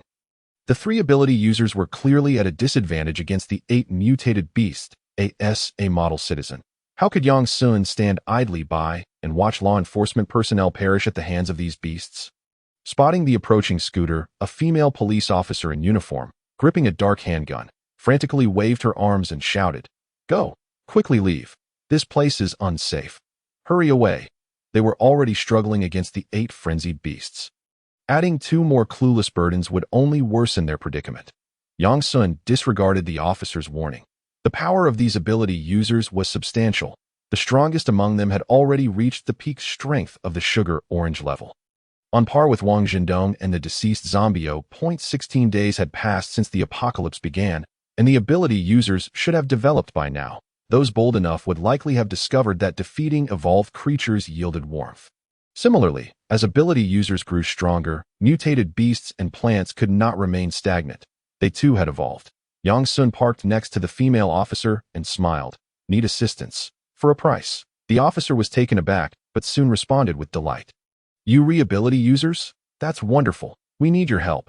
These 8 mutated beasts are too powerful. Please assist our ability users with the evacuation. Certainly. Yang Sun turned his gaze to the 8 mutated beasts.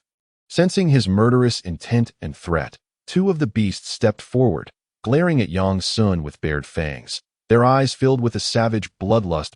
1 mutated dog even bore remnants of flesh caught between its teeth. Yang Sun refrained from using his abilities, wanting to test the extent of his physical strength.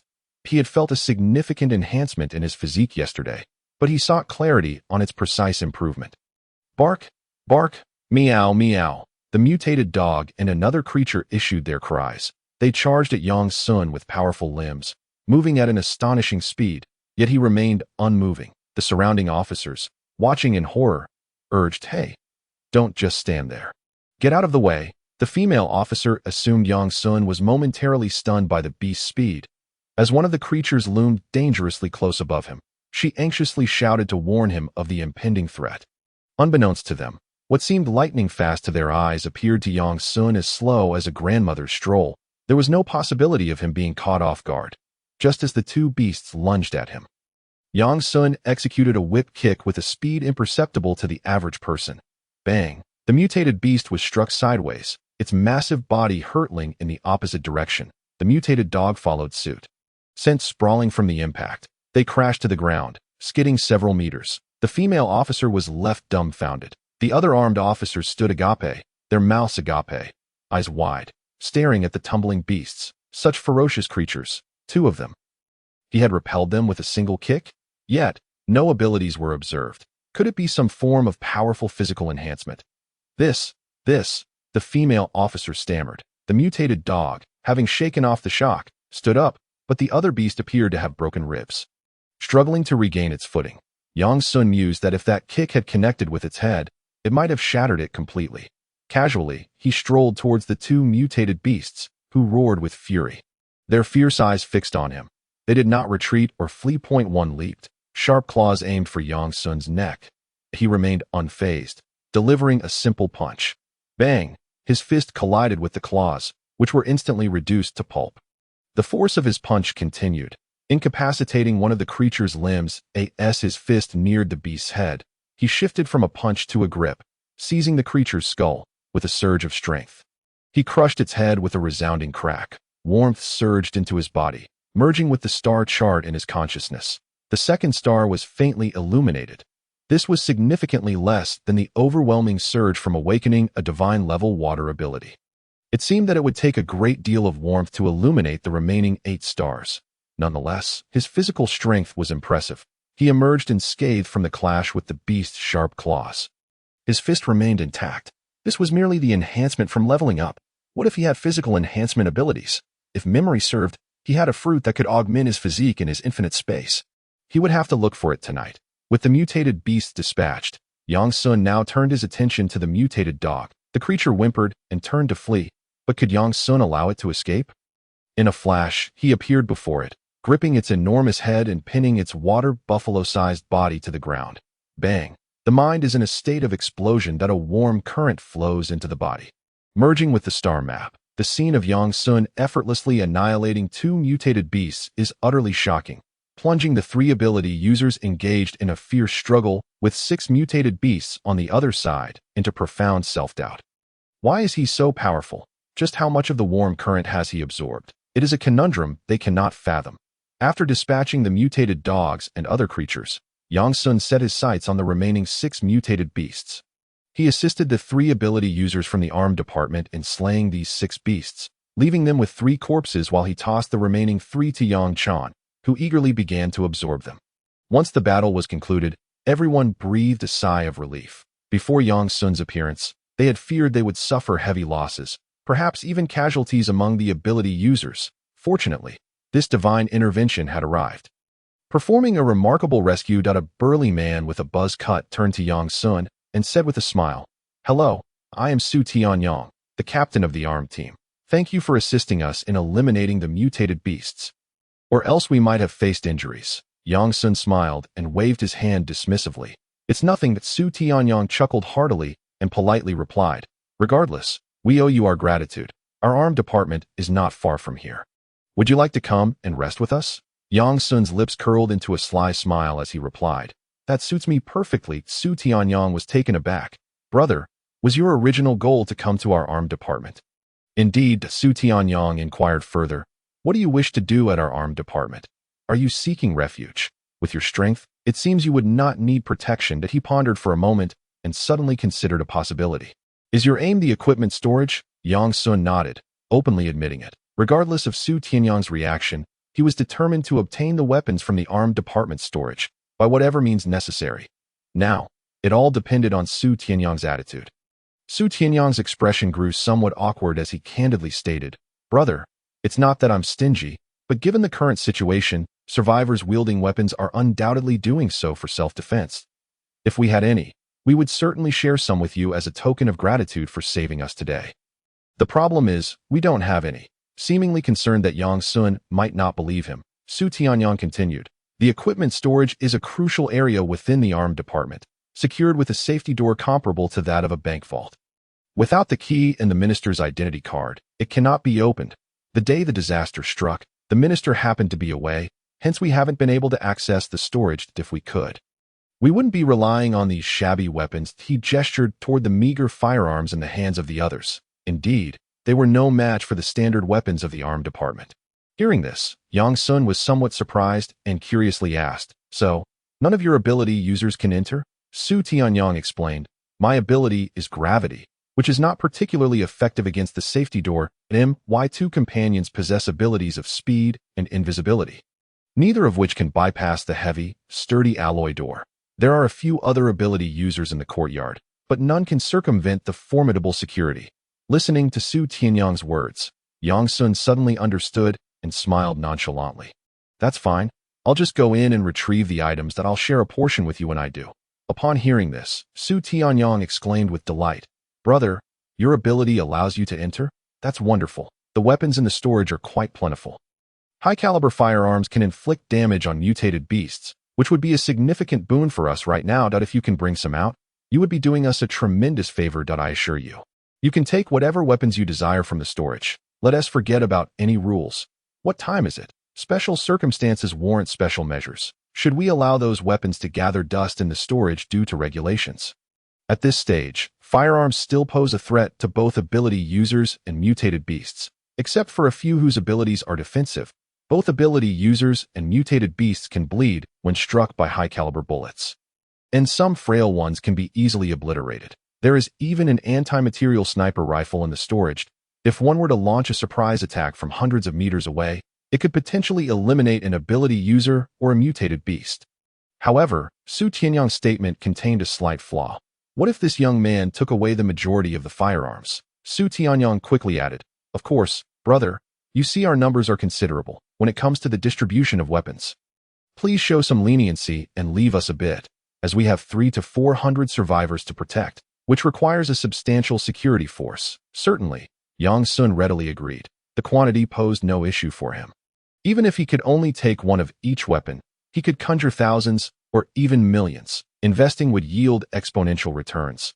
That was how remarkable he was. Moreover, Su Tianyang's attitude was amicable, speaking in a tone of negotiation, which made Yang Sun feel quite at ease. Finally, someone was not opposing him foolishly. With the 8 mutated beasts dealt with, Su Tianyang's team of survivors needed to gather supplies. The previously distant survivors had all returned. Beginning to transport goods from the supermarket, they found a box truck, and the survivors busily loaded boxes of supplies onto it. Arranging them neatly, Su Tianyang instructed the other 2 ability users, "You stay here and keep watch. I'll accompany Brother Yang back to handle some matters. If anything occurs, report to me immediately." Understood. The 2 ability users replied with smiles that Su Tianyang nodded, then found a shared bicycle nearby, broke the lock, and pedaled off with Yang Sun towards the arm department. It was not far, about 2 kilometers away in less than 10 minutes. They arrived at the entrance of the arm department. Su Tianyang casually tossed the shared bike aside and exclaimed, "This is our armed department's shelter. Currently, we have 372 survivors here, not including me. There are 13 other ability users, 8 of whom are my comrades. The remaining 5 were ordinary citizens before the disaster. Some awakened their abilities inherently, while others did so after encountering the fruit of abilities. Besides the ability users, we also have a defense team of 30 personnel and 2 supply collection teams, each comprising 50 members. With the rest being various survivors as they walked, Su Tianyang provided Yang Sun and Yang Chan with an overview of their shelter situation. Indeed, this was the largest shelter Yang Sun had encountered. "Oh, by the way," Su Tianyang inquired curiously, "Brother Yang, what ability have you awakened that allows you to access the storage secured by the alloy safety door?" Yang Sun smiled mysteriously, "You'll find out soon enough." "All right then." Su Tianyang refrained from pressing further. "Open the door. It's me." Upon reaching the courtyard entrance, Su Tianyang shouted at the closed iron gate. With a clang, the gate swung open. 2 soldiers in camouflage uniforms greeted Su Tianyang with smiles. "Captain, you're back. Hey Su, why are you alone?" "Yang Sun, Yang Chan. Are we not human? What kind of look is that?" Su Tianyang waved his hand dismissively. "They are all busy transporting supplies that I returned early to handle some matters. You 2 guard the gate properly and report any situation immediately." "Yes." The 2 soldiers stood at attention and saluted. The 3 entered the armed department's courtyard, and the gate closed behind them. The soldiers stood guard at the door. And if one were to disregard the surrounding environment, one might think this was still before the onset of the disaster. Su Tianyang led Yang Sun and Yang Chan to a building, at which point a few individuals approached them. "Su Tianyang, why have you brought survivors back again? Did I not tell you we are out of food? Bringing them back only adds to our burden." The reprimands began even before they arrived close. Su Tianyang's previously smiling face instantly fell as he glared at the lead young man among the trio, saying ungraciously, "Jia Tianyi, I don't need you. A clerk, to dictate how I conduct my affairs. Clerk, were this in the past, as a mere clerk, I could have easily commanded you to wash the vehicles and logistics with just a word. Do you believe it?" The leading youth, known as Jia Tianyi, scoffed coldly. His gaze fell upon Yang Sun and his companion, curling his lips in displeasure as he remarked, "This fellow might manage as a laborer, while this woman is nothing more than a pretty vase, merely a mouth to feed, only serving to burden the shelter. Su Tianyang, return these 2 to where you found them. The shelter has no place for them." Humph! Su Tianyang let out a cold snort. He had no desire to engage in a quarrel with Jia Tianyi at this moment.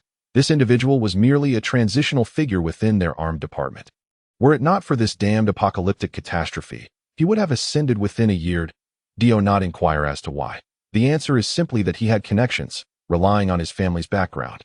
Jia Tianyi sauntered through the armed department, avoiding tasks and responsibilities, awaiting the day of his promotion. When conversing with colleagues, his words were filled with arrogance and pride.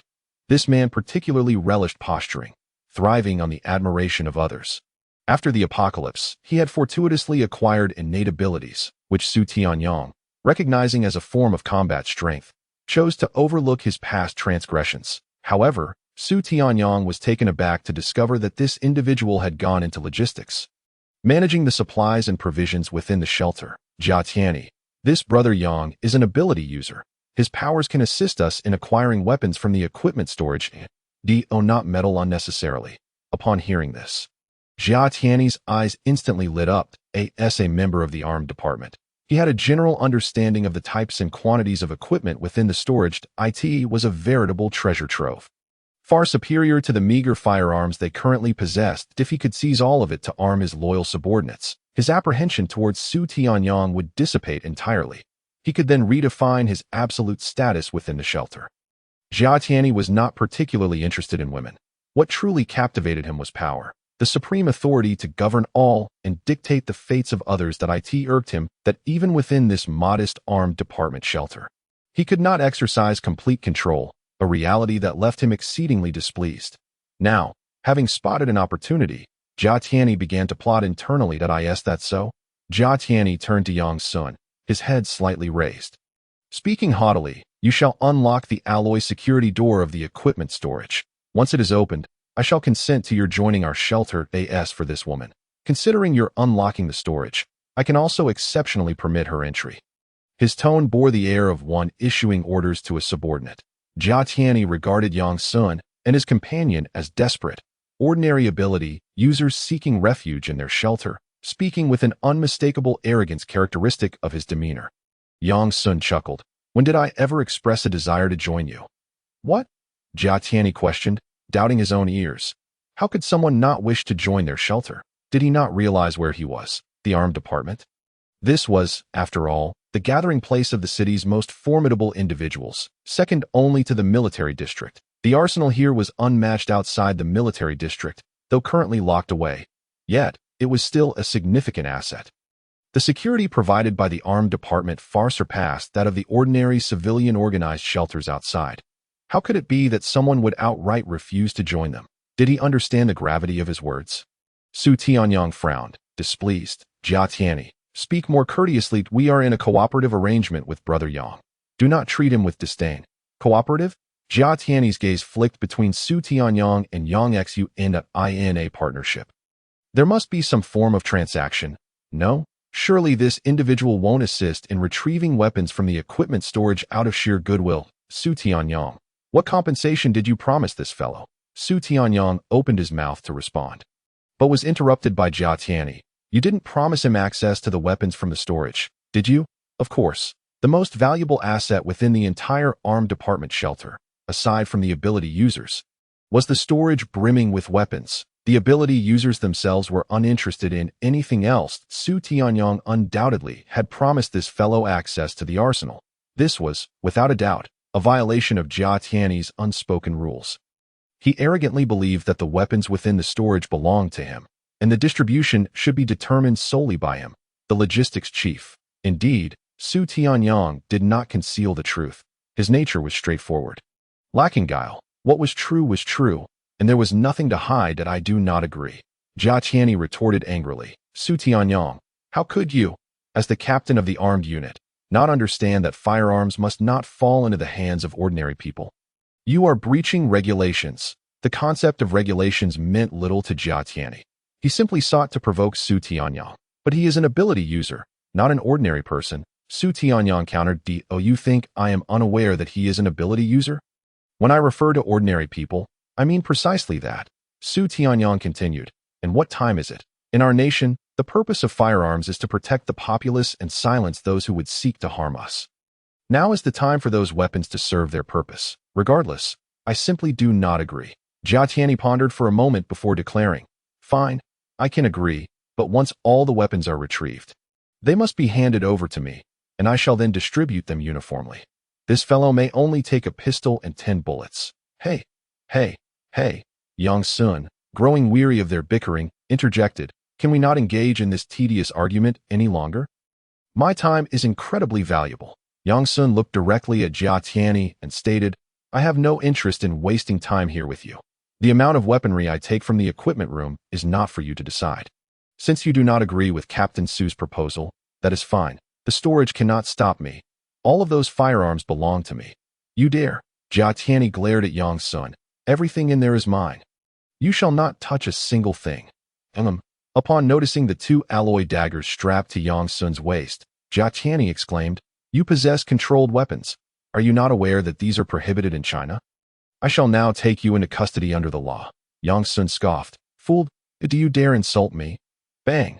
Yang Sun suddenly appeared before Jia Tianyi, and in his astonished gaze, a hand grew larger. Bang! Jia Tianyi was sent sprawling, crashing violently against the wall. You dare lay a hand on me? This is an assault on a law enforcement officer, Su Tianyang, as the captain of the armed unit. Will you merely stand by and watch this lunatic rampage in the armed department?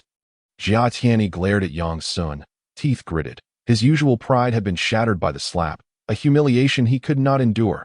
No one had ever dared to insult him so. He vowed that this impertinent individual would pay with his life. Su Tianyang shrugged. You were the one who started this jest. Seeing Su Tianyang offer no support, Jia Tianyi slammed his fist into the floor, barking orders at the 2 ability users he had brought along. Go, subdue this fellow. I want him dead. The 2 ability users, once ordinary civilians before the onset of the catastrophe, had pledged their loyalty to Jia Tianyi. Now, with their leader's command, they wasted no time in unleashing their abilities and charging at Yang Sun. One wielded fire abilities, conjuring fireballs that soared towards Yang Sun's face, while the other, capable of earth manipulation, burrowed underground, swiftly approaching Yang Sun from below. Faced with their coordinated attack, Yang Sun displayed not a hint of panic.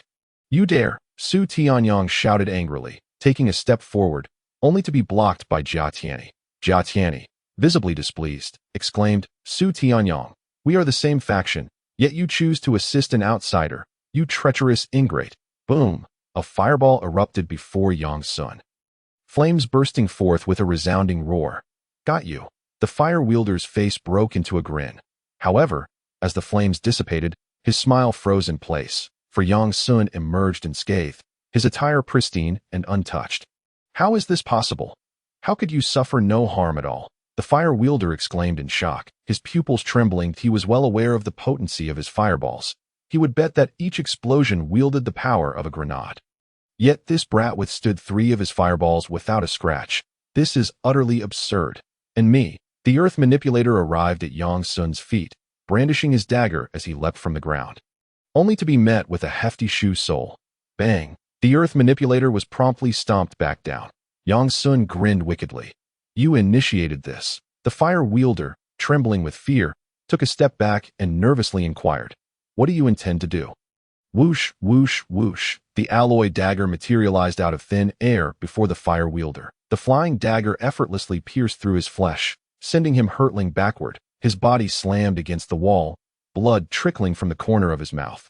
His eyes wide with terror and regret. Why did I provoke this guy? Ugh! The fire wielder's head tilted, lifeless, that a profound silence enveloped the room. Everyone, except for Yang Chan, stared in stun. Yang Sun raised his hand, summoning a metal dagger embedded in the body of a fire element ability user, which flew into his grasp. Gazing upon the blade that shimmered with a chilling light, the sight was blinding and filled Jia Tianyi's heart with dread, rendering his mind a blank slate, to the point where he seemed to forget the pain coursing through his body. After a moment of dazed silence, Jia Tianyi gritted his teeth, his eyes bloodshot. You want me dead?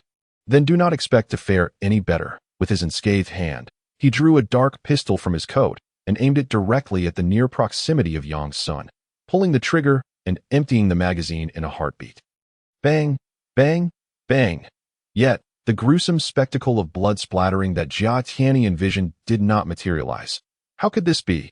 Your flesh can actually withstand bullets. What is your ability? The only response he received was the glinting dagger.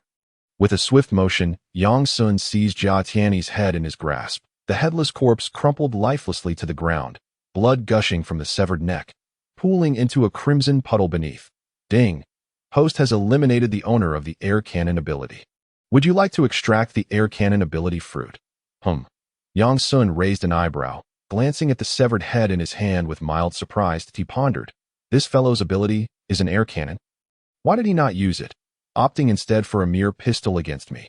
Yang Sun found himself unable to comprehend this and chose not to dwell on the matter further. Extract. Ding. Extraction successful. After absorbing the warmth of Jia Tianyi's essence, Yang Sun casually discarded the head as if it were refuse. Turning to Su Tianyang, he smiled and said, "Now that no one is obstructing us, where is the equipment storage? Let us make haste. We have other matters to attend to." Upon hearing this, Su Tianyang approached, casting a complex glance at Jia Tianyi's corpse. "Brother Yang." Although Jia Tianyi was not much to speak of, his father is Jia Gang. Surely you are aware of him? Yang Sun shook his head. "No. Is he of significant standing?" Su Tianyang replied. "Significant is an understatement. It is said he has connections within the provincial government. If Jia Tianyi had survived and taken refuge in the Jiangxing military district, he would undoubtedly have risen to a high position that if he learns that you killed his son, he will certainly seek retribution." Yang Sun chuckled, shaking his head dismissively. "It matters not. If I wish to leave, no one can hinder me." Having advanced to the second stage star map level, Yang Sun could now wield his spatial abilities with greater proficiency. Setting aside other considerations, his maximum instantaneous movement distance had surged to an astounding 10 kilometers. That is to say, 10,000 meters. Who could possibly pursue him? A fighter jet. Even they could not match his agility. In addition to instantaneous movement, Yang Sun had also awakened the ability to perform group teleportation. By establishing a spatial anchor point in a specific location, he could activate a teleportation array and instantly transfer to that place. The maximum distance of this ability far exceeded that of instantaneous movement, 50 kilometers. However, this skill demanded a substantial amount of energy. Yang Sun estimated that using the group teleportation array would deplete all his energy reserves. Nevertheless, this posed no issue. Hadn't Wang Jindong mentioned that the spirit peaches could swiftly aid ability users in recovering energy and stamina? Once he ventured to the peach orchard in the western suburbs of the city tomorrow, he would find a way to procure more spirit peaches. He could even uproot the spirit peach trees if necessary. Seeing Yang Sun's resolve, Su Tianyang could only sigh in resignation. "Very well, Brother Yang. Just be cautious. I will keep this secret for you." Earlier, when Yang Sun had broken Jia Tianyi's fingers and shattered his legs, Su Tianyang had intended to intervene, but found himself frozen in place under Yang Sun's gaze. After advancing to the second stage star map level, Yang Sun's demeanor had undergone a significant transformation. Coupled with the murderous intent he had cultivated during this period, he could easily intimidate seasoned warriors like Su Tianyang. The essence of aura and presence is nebulous and cannot be succinctly articulated. It is akin to the cultivation of immortals. As one's realm ascends, a sense of ethereal spirit permeates in martial arts. Those of profound mastery exude an oppressive weight akin to that of a towering mountain. It was now time to attend to serious matters. Su Tianyang led Yang Sun and Yang Chan to a basement where flames flickered to life. Before the trio stood a heavy alloy steel door, gleaming with a metallic luster. Su Tianyang pointed at the alloy security door, smacking his lips in disbelief. "This door is a staggering 15 centimeters thick. Even if I were to strike it with a punch, I would only leave a shallow impression." "Well then, I know what you wish to say. When the door becomes sufficiently robust, the walls become the greatest vulnerability, correct?" Su Tianyang chuckled lightly. "But where are we? China, the place with the strictest gun control in the world. Even the firearms held by our special departments must be securely stored. Losing one could land you in a military court." The walls of this equipment storage appeared to be made of concrete on all sides, yet they were reinforced with steel plates 10 centimeters thick, offering only slightly less defense than the alloy security door. Yang Sun, no wonder the group of ability users led by Su Tianyang could not gain entry. The protective measures were so stringent. Even the 10-centimeter thick steel plate on the floor would not allow Zhu Li to tunnel in. Su Tianyang patted Yang Sun's shoulder. "The rest is up to you, brother." "All right." Yang Sun licked his lips, a sense of anticipation bubbling within him. What boy does not harbor dreams of advanced weaponry, piloting fighter jets, operating tanks, commanding mechs, or becoming an immortal swordsman? The novelty of the pistol had worn off for Yang Sun. He now yearned for new toys. That he activated his instantaneous movement, flashing into the interior of the equipment storage. Inside, it was pitch black, utterly devoid of visibility. Yang Sun retrieved a powerful flashlight from his infinite space, adjusting the beam from focus to diffuse mode as he illuminated a table. In an instant, the equipment room was awash with light. This flashlight was potent enough to turn a vampire to dust with a mere beam. With the lighting issue resolved, Yang Sun embarked on his quest for toys. Before him stood rows of stainless steel shelves, each adorned with black leather cases. Nearby, against the wall, were several large boxes as well.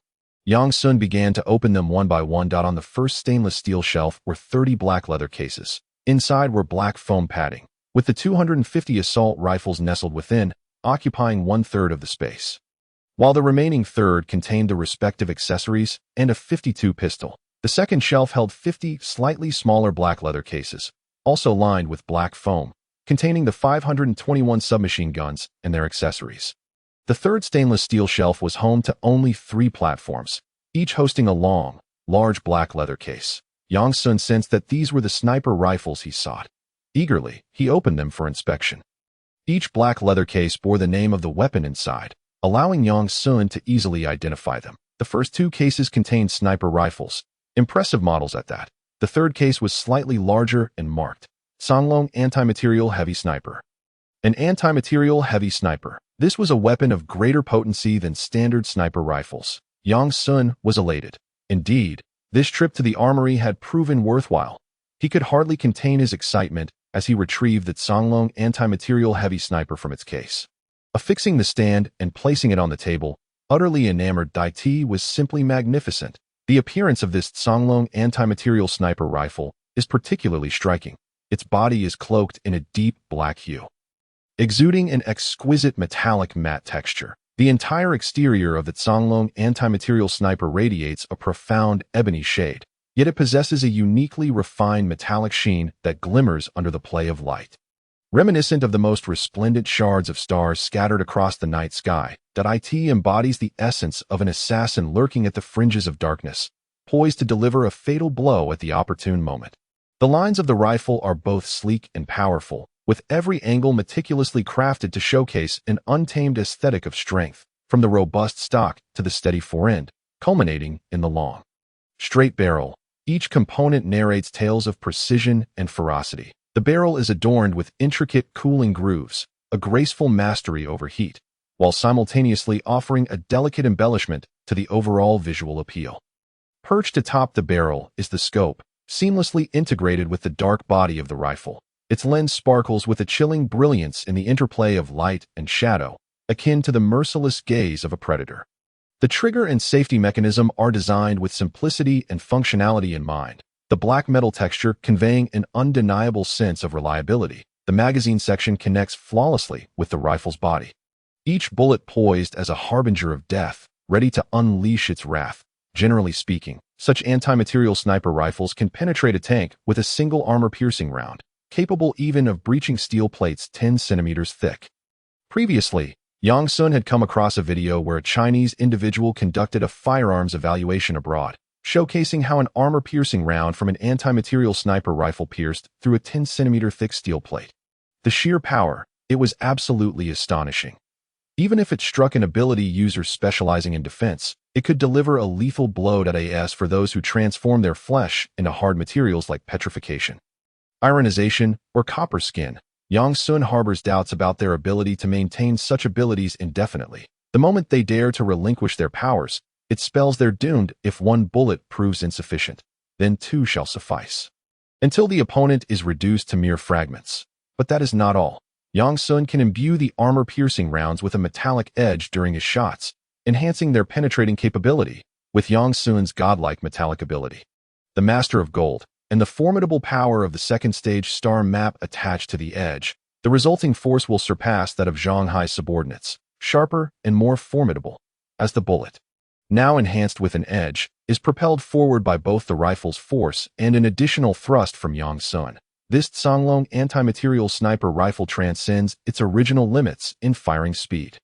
Perfect. In an unexpected moment, which ability user could possibly evade such a powerful bullet? One must never underestimate the advances of modern scientific research and weapon manufacturing. These are the crystallizations of wisdom.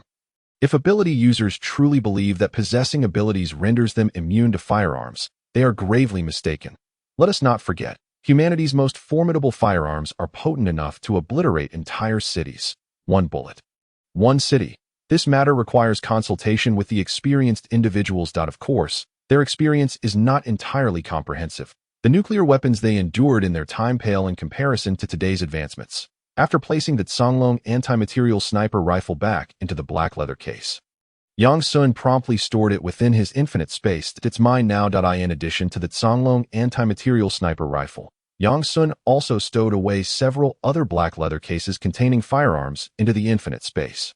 He then approached the large black leather case propped against the wall. As he anticipated, these cases were filled with ammunition of various calibers, as well as smoke grenades, stun grenades, shrapnel grenades, and other weaponry.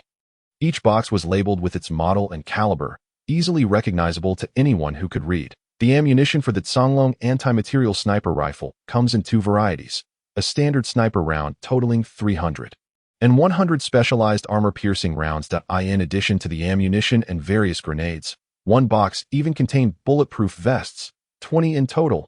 Impeccable. This haul could be deemed a resounding success. After storing everything in the infinite space, Yang Sun did not leave immediately. Instead, he wielded a powerful flashlight and began to explore the armory. Why are there so many cold weapons here? In an unassuming corner lay an array of cold weapons, including finely crafted and visually striking 8-sided Han swords and Tang sabers, alongside rusted and chipped blades of tetanus-inflicted swords, daggers, butterfly knives, and even long spears. The variety of cold weapons here suggests they may have been confiscated by the armed forces from the populace over the years. Previously, Yang Sun had seen short videos of individuals bringing crude guns and machetes to the police station for surrender, so this seems plausible. Whatever the case, he thought, I'll take them. Just in time, as Yang Sun was seeking to acquire a new melee weapon. This long spear will do nicely. After thoroughly confirming that there were no other weapons in the armory, Yang Sun teleported back outside in an instant. Outside, Su Tianyong paced back and forth, his expression brimming with excitement. Fantastic! The weapons locked away in the armory were finally set to see the light of day again. That if these weapons could be deployed, the combat capabilities of their shelter would ascend to new heights. Suddenly, Su Tianyong pondered a pressing question. Yang Sun had entered, but how would they retrieve the weapons? Surely, they couldn't carry them out one by one. As this doubt crept into his mind, Yang Sun reappeared at their side. Observing Yang Sun's empty hands and the absence of any weaponry on his person, Su Tianyong grew anxious and quickly inquired, Brother Yang, where are the weapons? You didn't forget to bring them, did you? Yang Sun chuckled lightly. The weapons have been procured. Let's head out first. Sounds good. After a moment's hesitation, Su Tianyong nodded in agreement. He had no choice but to hesitate. Yang Sun had entered with his hands in his pockets and was emerging with them still in his pockets. He hadn't even seen a glimpse of the weapons. How could he not be anxious? Upon returning to the ground, the brightness of the surroundings was quite refreshing for the three of them. With a thought, Yang Sun summoned several black leather cases and cold weapons from his infinite space. That he retained a long spear, an 8-sided Han sword, a dagger, and a butterfly knife for himself, while bestowing the remainder upon Su Tianyong. As for firearms, he kept 3 cases containing Type 250 assault rifles and Type 52 handguns, and 5 cases of Type 521 submachine guns. For throwable weapons like shrapnel grenades, stun grenades, smoke grenades, and tear gas grenades. Yang Sun left 5 of each, along with 2 bulletproof vests. Most importantly, he retained the Songlong anti-material sniper rifle, a weapon he would never part with under any circumstances. Regarding the ammunition, he ensured that each firearm was supplied with a full magazine, the quantity being inconsequential to him, as he possessed the ability for tenfold returns. Seeing these weapons, Su Tianyong's eyes lit up. Thank you. Thank you so much, Brother Yang. You have truly aided us immensely. With these weapons, our armed shelter's combat prowess will be elevated twofold. No need for thanks. We merely took what we needed, Yang Sun replied. As the armed squad leader, Su Tianyong was acutely aware of the inventory in the armory. He knew precisely how many weapons were missing. Relieved that Yang Sun was not greedy, taking the majority for himself while leaving them with the scraps, he felt a tinge of regret that the one weapon he cherished most, that Songlong anti-material sniper rifle, was not among the spoils. Having promised someone, he felt it inappropriate to voice his disappointment at that moment. Brother Yang, our team is currently transporting supplies from that supermarket. Once they return, feel free to take anything you need, Su Tianyong offered courteously. Yang Sun shook his head and smiled. No need. Our purpose here has been fulfilled, we have other matters to attend to. So I won't impose any longer. Su Tianyong did not press the issue, responding readily. Very well. I shall go check on how those little rascals are faring with the supplies. I can't help but feel uneasy if I'm not there to oversee things. Brother Yang, should you require assistance, do not hesitate to ask. If it is within my power, I shall certainly oblige. Yang Sun and Yang Chan were escorted out of the armed forces compound by Su Tianyong.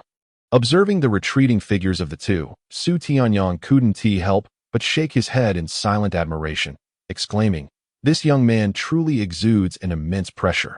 Not even the legendary American soldier of 100 battles instilled such a sense of intimidation in me. His extraordinary abilities must far surpass my own. I wonder how he is trained to achieve such rapid advancement." With a long sigh, Su Tianyong relaxed his expression and remarked, "Fortunately, we have established some form of connection. This lad is certainly not an ordinary individual. It is imperative that I cultivate a good relationship with him." After speaking, Su Tianyong propped up the shared bicycle he had knocked down and pedaled off towards the supermarket. In the building materials market, chaos erupted at the height of noon when the apocalypse began. The marketplace was bustling with people, teeming with numerous vendors and a multitude of buyers comparing prices. The sheer volume of individuals contributed to a higher survival rate in this area. However, as a building materials market, it primarily offered supplies rather than sustenance. The surrounding roads were well connected, yet options for food were scarce. Aside from 3 or 4 convenience stores, no other establishments provided nourishment. The severe scarcity of food meant that no one was willing to part with their precious rations, resulting in violent clashes among the awakened and the survivors, leading to considerable casualties. Now, this building materials market had fallen under the dominion of a man named by Ao, who commanded a group of 8 extraordinary individuals and 100 survivors. 17 days into the apocalypse. Amidst the extreme cold and dense fog, mutated flora and fauna, and terrifying creatures that roamed the mist, many lives had been lost due to prior skirmishes. Consequently, what once housed over 1,000 individuals now barely retained a fraction of its former population, barely 1 in 10 remaining. "Huh, you wretched woman. You thought you could make my life miserable, didn't you? Now that you find yourself in my grasp, let us see how you fare." By Ao, the self-proclaimed lord of the market, relished the power he now wielded. "You strutted around as if you owned the place. Let us see that arrogance now." In the management building at the heart of the market, within a dimly lit room, By Ao, often referred to as the bloated pig, was coughing, reveling in his newfound authority. Once a mere shopkeeper before the disaster, his fortunes had drastically changed, accompanied only by Wang Xia, the market manager, a woman adorned in a white professional outfit and possessing a moderate level of power. She found herself at the mercy of Bai Ao's whims. "Bai Gu, I was wrong that I should not have falsely accused you. Please, spare me. I beg you," Wang Xia pleaded, tears streaming down her face. "Who is the wretch?" Bai Ao inquired mockingly. "I am the wretch," she replied, her voice trembling. Bai Ao found amusement in her submission, deriving pleasure from the power he now held, especially over someone who had once wronged him. The once timid Bai Ao had transformed under the apocalyptic crucible. His suppressed frustrations now unleashed, and his ambitions magnified. Suddenly, the door swung open, and a tall, lanky youth entered, clutching a pair of binoculars. Ignoring Wang Xia entirely, he approached Bai Ao. "What is it?" Bai Ao demanded, halting his torment of Wang Xia. "Didn't I instruct you not to disturb me? Speak quickly, or I shall take pleasure in punishing you." "White brother, there's something outside," the youth exclaimed, urgency in his tone. Bai Ao's curiosity piqued. He ceased his actions. What could possibly be so important? The youth dragged Bai Ao to the window, handing him the binoculars and gesturing towards a direction. "Look there, a true gem. She is 1,000 times more beautiful than Wang Xia." Oh, is that so? Bai Ao's interest was ignited as he peered through the lenses. Indeed, Bai Ao's eyes widened in delight. The sight before him was indeed extraordinary. Observing their attire, he realized they were armed with weapons and donned what appeared to be bulletproof vests, gear typically reserved for law enforcement. If they possessed such equipment, it would be reasonable to assume they were armed. Bai Ao's mind raced with determination. He needed that exquisite woman and her gear. As for the young man, should he be wise enough to surrender his companion, Bai Ao would consider granting him a live demonstration of his power. With a sudden movement, Bai Ao seized Wang Xia by the hair, dragging her to the window and pointing down at the two figures leisurely riding their electric scooters. Hey, oh, you see those two? Wang Xia, trembling with fear, nodded vigorously, her eyes bloodshot and filled with terror. Bai Ao grinned wickedly. You will lure them into the reception area on the first floor, that I will prepare some drinks laced with knockout drugs. You must ensure they consume them. If you accomplish this task, I may consider granting you a few days of respite and some food. Yes, I will do it. I promise to make them drink the knockout potion. Wang Xia sobbed, her body marked with bruises and burn scars, a testament to her mistreatment. Yet, the most terrifying aspect of Bai Ao was his ability to control a monstrous mutated wolf, larger than an elephant, with formidable strength and speed. This creature had proven invaluable during conflicts, allowing Bai Ao to emerge victorious, consolidating the remaining survivors and extraordinary individuals into a fortified haven. Bai Ao grasped Wang Xia's chin, whispering ominously, "Don't even think about escaping. My wolf brother has memorized your scent. If you dare flee, I will unleash him upon you. You can test whether you can outrun a wolf." Wang Xia quaked in fear, stammering, "I want to run away. Please believe me, Bai Gu. I am your loyal servant." Though thoughts of escape had crossed her mind, they dissipated under the weight of her terror. After enduring Bai Ao's dominance, her dread had become deeply ingrained. Bai Ao, satisfied with her submission, gently patted her face, his smile sinister. "Now, go." Wang Xia scurried away in haste. The lanky youth, perplexed, questioned Bai Ao, "But we have 17 or 18 extraordinary individuals in our refuge. Even if that young man possesses abilities, he cannot match our numbers.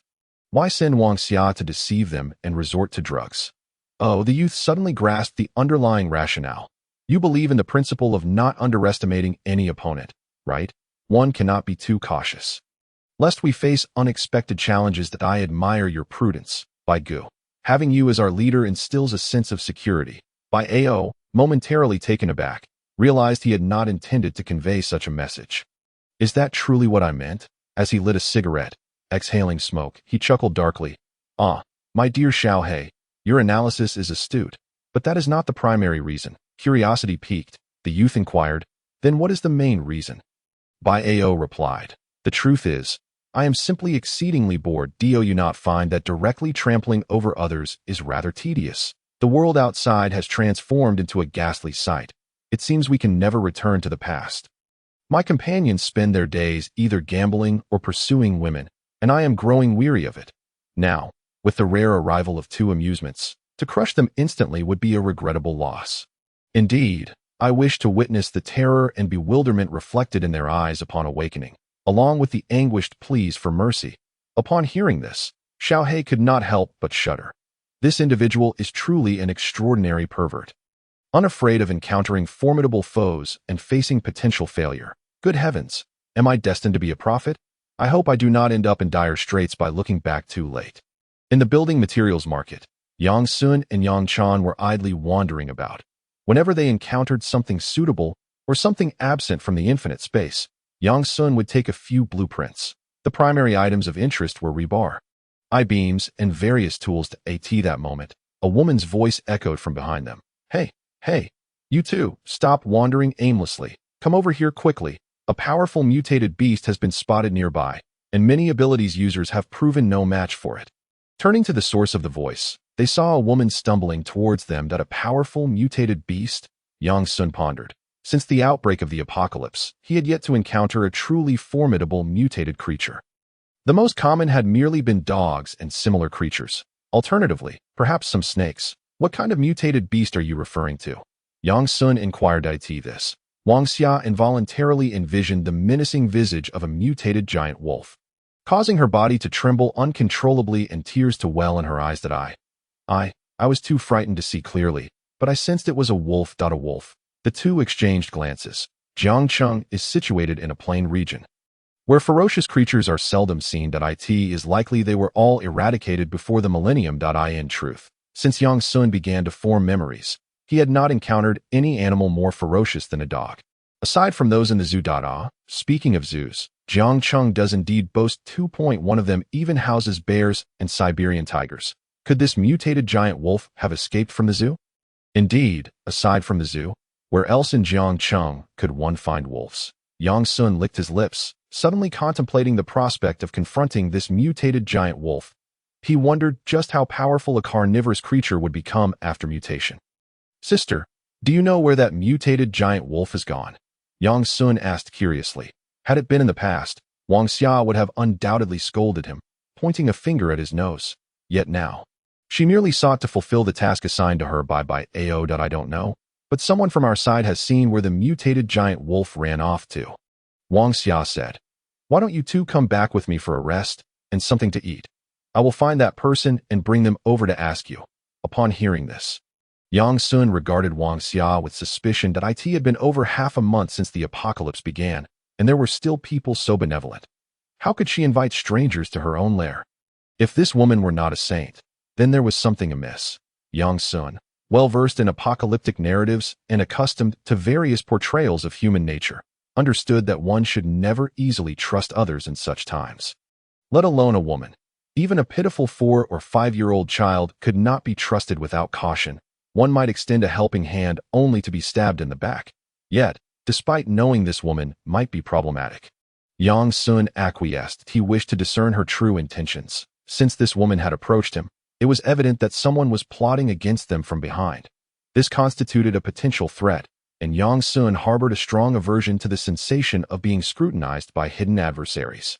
Even if the enemy were but a feeble ant, he was determined to uncover who dared to cast their gaze upon him, and once caught, they would meet a fate of utter annihilation.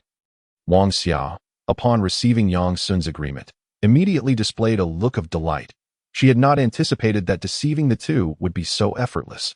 They truly were naive youngsters. In the old world, one could not trust strangers, let alone in the present. Fools, she thought to herself, yet outwardly, she feigned a facade of nervousness, casting furtive glances. Let us hurry. I fear that beast may be lurking nearby. Understood. Wang Xia guided Yang Sun and Yang Chan swiftly towards the management building at the center of the materials market. Shortly thereafter, the trio entered the management building. Once inside, Wang Xia let out a sigh of relief and turned to engage the two in conversation. You both appear so young. Are you a couple? I truly envy you. Even amidst the apocalypse, you have each other. Yang Sun did not deny it, but instead inquired, Sister, why is it that no one else is here in the building materials market? We have wandered for quite some time and have only seen you. Wang Xia replied.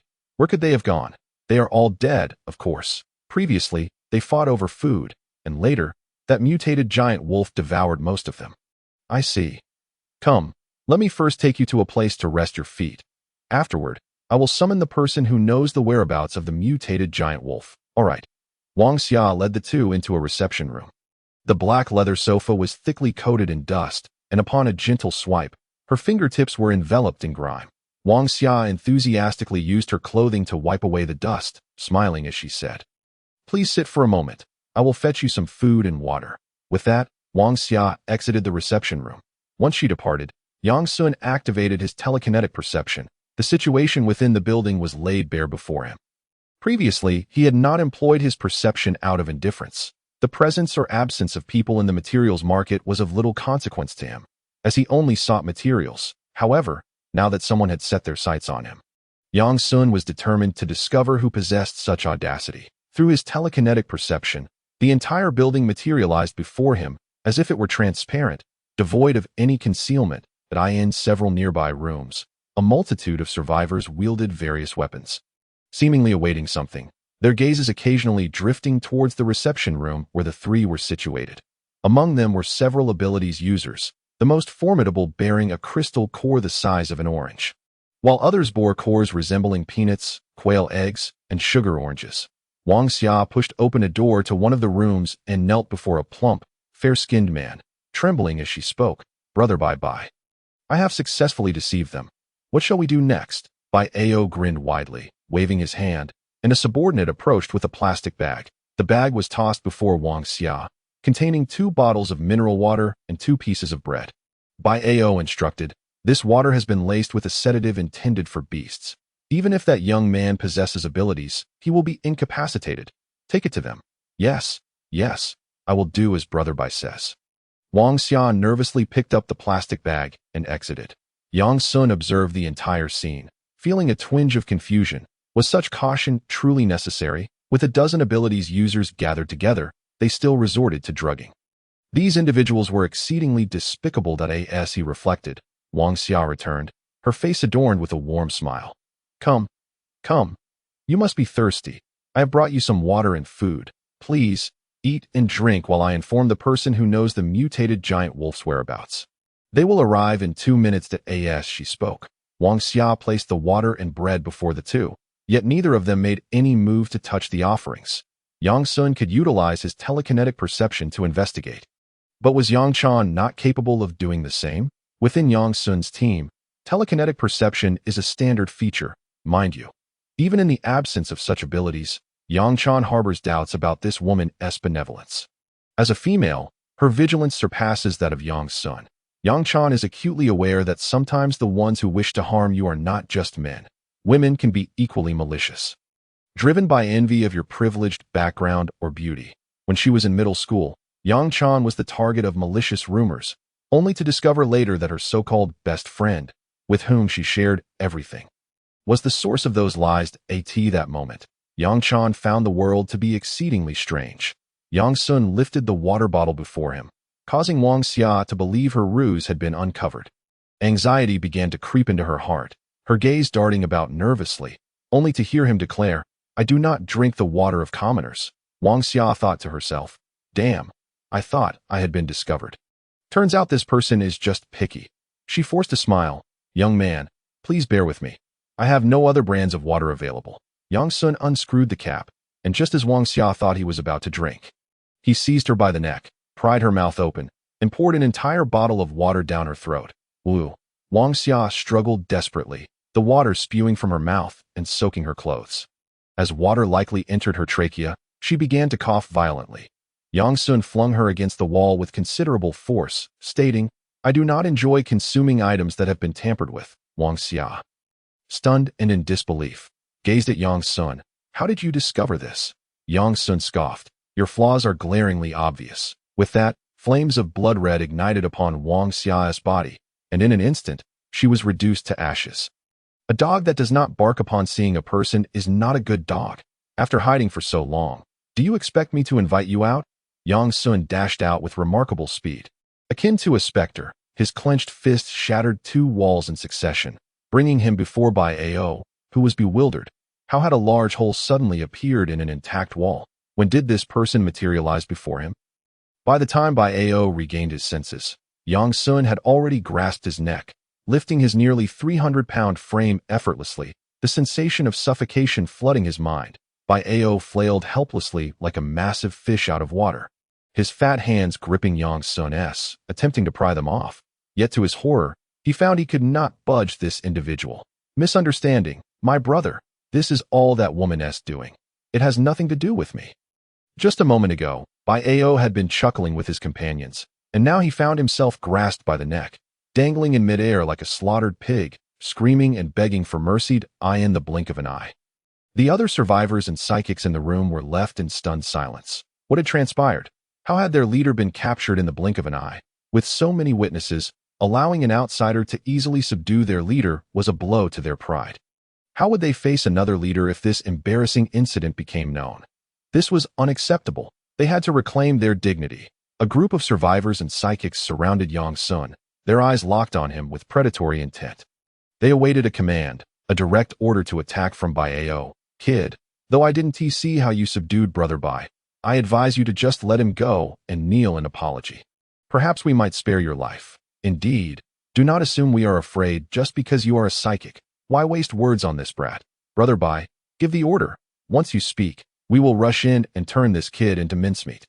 Choking and unable to speak, Bai Ao managed to faint. So these individuals chose to threaten Yang Sun with empty words, but Yang Sun was not one to engage in idle chatter. 3 portals to infinite space opened within 3 separate rooms. Alloy blades whistled through the air, engulfed in crimson flames, darting rapidly within the confined space. Their speed was such that they became nearly invisible to the naked eye, surpassing Mach 5. They were only 26 Mach slower than the speed of the Chang'e 6 mission. With relentless fervor, puffed, puffed, the alloy blades, ablaze with crimson flames, flew swiftly, instantly transforming ordinary survivors into pincushions. They perished. The crimson flames assisted in incinerating the corpses, extinguishing even their souls. In merely a second, the area was cleared. The ordinary survivors could only serve as cannon fodder in the ensuing conflict, and they were scarcely even worthy of that role. Yang Sun refrained from using the crimson blades, but instead engaged them with ordinary alloy knives. They were on entirely different levels at this moment. Over a dozen psychics could only struggle under Yang Sun's overwhelming firepower. Those less adept at defense already bore numerous injuries. How could this be? How is he so strong?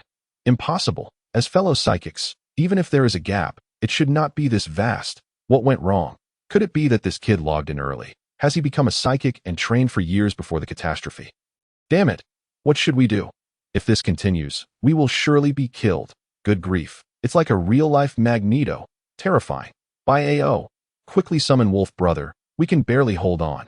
On the verge of collapse, Bai Ao nearly fainted from rage upon hearing this. A bunch of useless fools. With so many of them, they still could not take down a mere kid. He realized that these individuals were intentionally slacking off, hoping to watch him be killed by this brat. Then they could easily select a new leader. Damn it. A pack of ingrates. Not only were these wretched individuals unhelpful, but they also realized that this kid was no ordinary opponent. His level had likely surpassed their own. At that moment, Bai Ao understood that the prey he had been eyeing was impenetrable, but it was fine.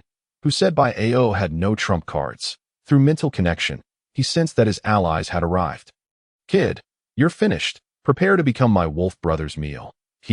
Bai Ao felt a surge of confidence in his eyes. Yang Sun was formidable, but what would he do when faced with a ferocious mutated giant wolf?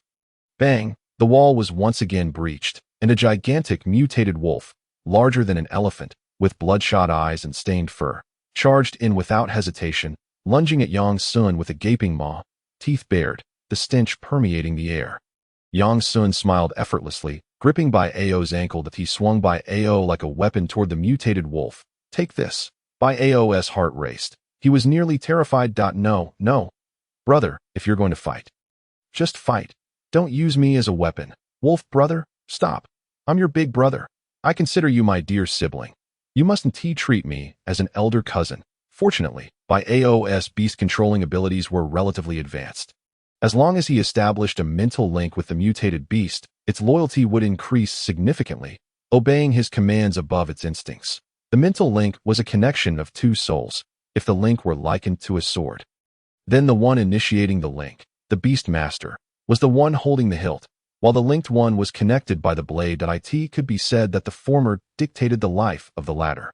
In a critical moment, the mutated giant wolf shifted its form, smashing through the wall and tumbling outside the management building. Bai Ao sighed in temporary relief. Brother, let us talk this over. You can put me down. Surely there's nothing we can't discuss, right? Bai Ao addressed Yang Sun.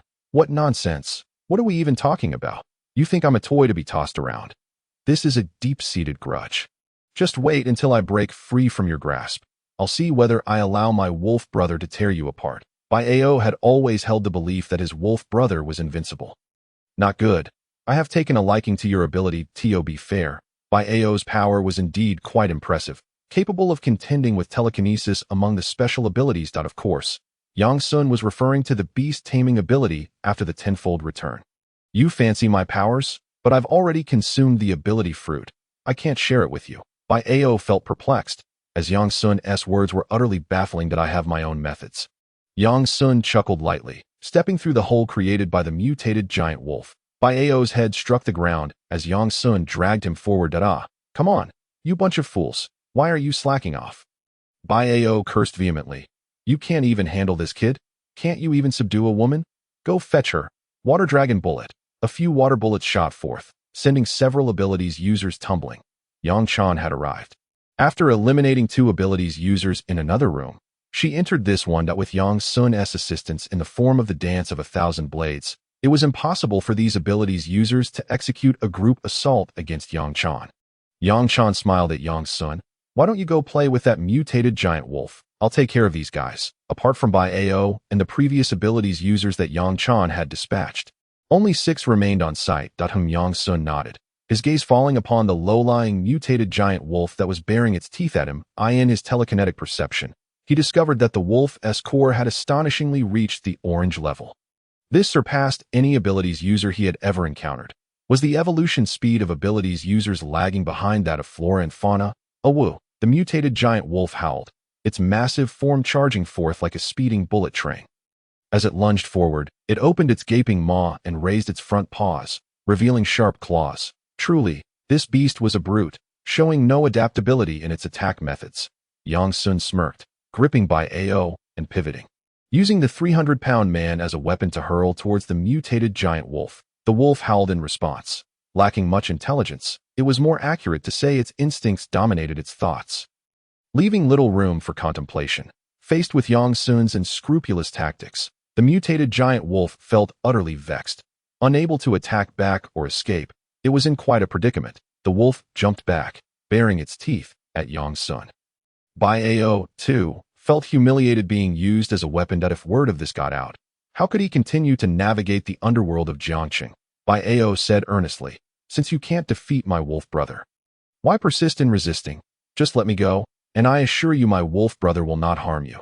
Yang Sun scoffed, regarding Bai Ao with a look of disdain. Do you truly believe your own words? He dismissed the notion, finding it tedious that it was best to eliminate this beast soon. They had already wasted enough time here to ask for you. Yang Sun's gaze turned icy, and Bai Ao felt a chilling intent of murder emanating from him. He nervously tightened his body and quickly asked, what do you intend to do? I advise you against any rash actions. Killing me will bring you no benefit. My wolf brother was much more ferocious before. It is because of me that he has become docile. If you kill me, the seal binding him will be lifted, and he will revert to his former bloodthirsty, irrational, beastly self. At that point, you will all be doomed. Is that so? Yang Sun replied, intrigued. I would indeed like to witness that. Yang Sun released his grip, manipulating Bai Ao's body so that he faced upwards. His hand rested on Bai Ao's head. No, no, no. Little brother, let us discuss this further. Don't kill me. Let us talk things over. Whatever I can do, I will certainly fulfill your wishes. In that moment, Bai Ao was genuinely frightened. This kid was impervious to reason. What on earth fueled his reckless demeanor? Did he truly not fear the beast regaining its ferocity? Bang! Bai Ao's head was crushed. His warmth flowed into Yang Sun, merging into the star map. A portion of the gray area of the second star on the star map was illuminated. Though small, it was significantly larger than those of the previous mutated beasts. Simultaneously, the system notification chimed in. Ding! Host has killed the beast taming abilities user. Would you like to extract the ability fruit? Yes. Ding! Beast taming ability fruit extraction successful. Yang Sun's lips curled into a slight smile, feeling quite pleased. The beast taming ability fruit was finally in his possession. He would need to find a fierce mutated beast to serve as a pet. As the mental link severed, the mutated giant wolf staggered slightly, shaking its head and emitting a chilling growl. Its crimson eyes deepened, filled with primal ferocity. Roar! The mutated giant wolf howled towards the heavens, the sound echoing for kilometers, its blood-red eyes fixed intently on Yang Sun, teeth clenched, thick drool dripping from its jaws. In the next moment, it propelled itself forward, leaping high to pounce on Yang Sun. Well, even with its primal instincts unleashed, the mutated giant wolf's attack style remained unoriginal. Perfect. Let us see how it fares against my gun. Admittedly, my aim isn't the best for moving targets. So you'd better sit still. Yang Sun raised his hand, lightly pressing down on the mutated giant wolf. In an instant, the wolf's body became uncontrollable, crashing down from midair with a heavy thud. The sound was dull. The mutated giant wolf's physical form was now under Yang Sun's telekinetic control. As long as the wolf's level did not exceed Yang Sun's, it could not break free from his grasp. In novels, there exists the concept of a mentalist, whose primary force is telekinesis. Since telekinesis can manipulate weapons to attack foes, it can also control living beings. While manipulating weapons, which are inanimate, presents no resistance, controlling a living creature like the mutated giant wolf does entail some struggle. Until now, Yang Sun had only ever used his telekinesis to manipulate a metal blade. This was his first attempt at controlling a living entity, and the results were satisfactory. The mutated giant wolf had calmed down. Roar! Yang Sun ignored the wolf's howling that he retrieved the anti-material sniper rifle from the infinite space, loaded it with bullets, and clicked the magazine into place. Pulling the bolt, the bullet was chambered. Yang Sun aimed at one of the wolf's hind legs and pulled the trigger. Bang! The anti-material sniper rifle lived up to its name. The recoil was far more powerful than that of any other firearm. Firing other guns left Yang Sun with no sensation, but with the anti-material sniper rifle, he distinctly felt the force. Yet, it was but a minor jolt, akin to a gentle nudge from Lin Jinyun's teasing little hands. Bang! The bullet struck the mutated giant wolf's hind leg, embedding itself into the flesh. The wolf howled in pain. The defenses were breached. It is worth noting that the mutated giant wolf was protected by a thick coat of fur, and its skin was exceptionally resilient. Some abilities users couldn't even manage to injure it. Now, however, the anti-material sniper rifle had wounded the mutated giant wolf. Truly impressive, as it was designed to take down tanks. What transpired earlier was merely a standard shooting exercise. Yang Sun neither infused the bullets with brilliance nor applied any thrust from the Sovereign of Gold as they exited the chamber. Utilizing only ordinary sniper rounds rather than armor-piercing ammunition. Subsequently, Yang Sun conducted a series of experiments. Ordinary bullets combined with brilliance, and Yang Sun's thrust effortlessly penetrated the hind leg of a mutated giant wolf. Armor-piercing rounds were capable of severing a significant chunk of flesh from the mutated giant wolf. When combined with brilliance and Yang Sun's thrust, the armor-piercing rounds shattered 1/10 of the beast's body with ease. The impact was such that the dislodged flesh flew apart in fragments. In summary, armor-piercing rounds combined with brilliance, and Yang Sun's thrust wielded the most formidable power. Yang Sun felt confident he could easily eliminate an ability user of the Cantaloupe level. Even against those at the second stage of the star chart level, he would still pose a considerable threat. How should one put it? For Yang Sun, it was somewhat of a double-edged sword. He could single-handedly dominate a group of first-stage Crystal Core Cantaloupe-level ability users. The second-stage star chart level was no match for him either, unless his adversary had all 9 stars illuminated while he had only 1 lit, in which case he would find himself at a disadvantage. However, given his spatial abilities, few could truly impede his escape.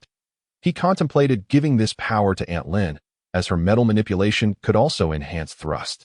Later, he could bestow upon her the fruit of brilliance, allowing her to injure star chart masters with this anti-material heavy sniper rifle. With such thoughts in mind, Yang Sun stowed away that Songlong anti-material heavy sniper rifle.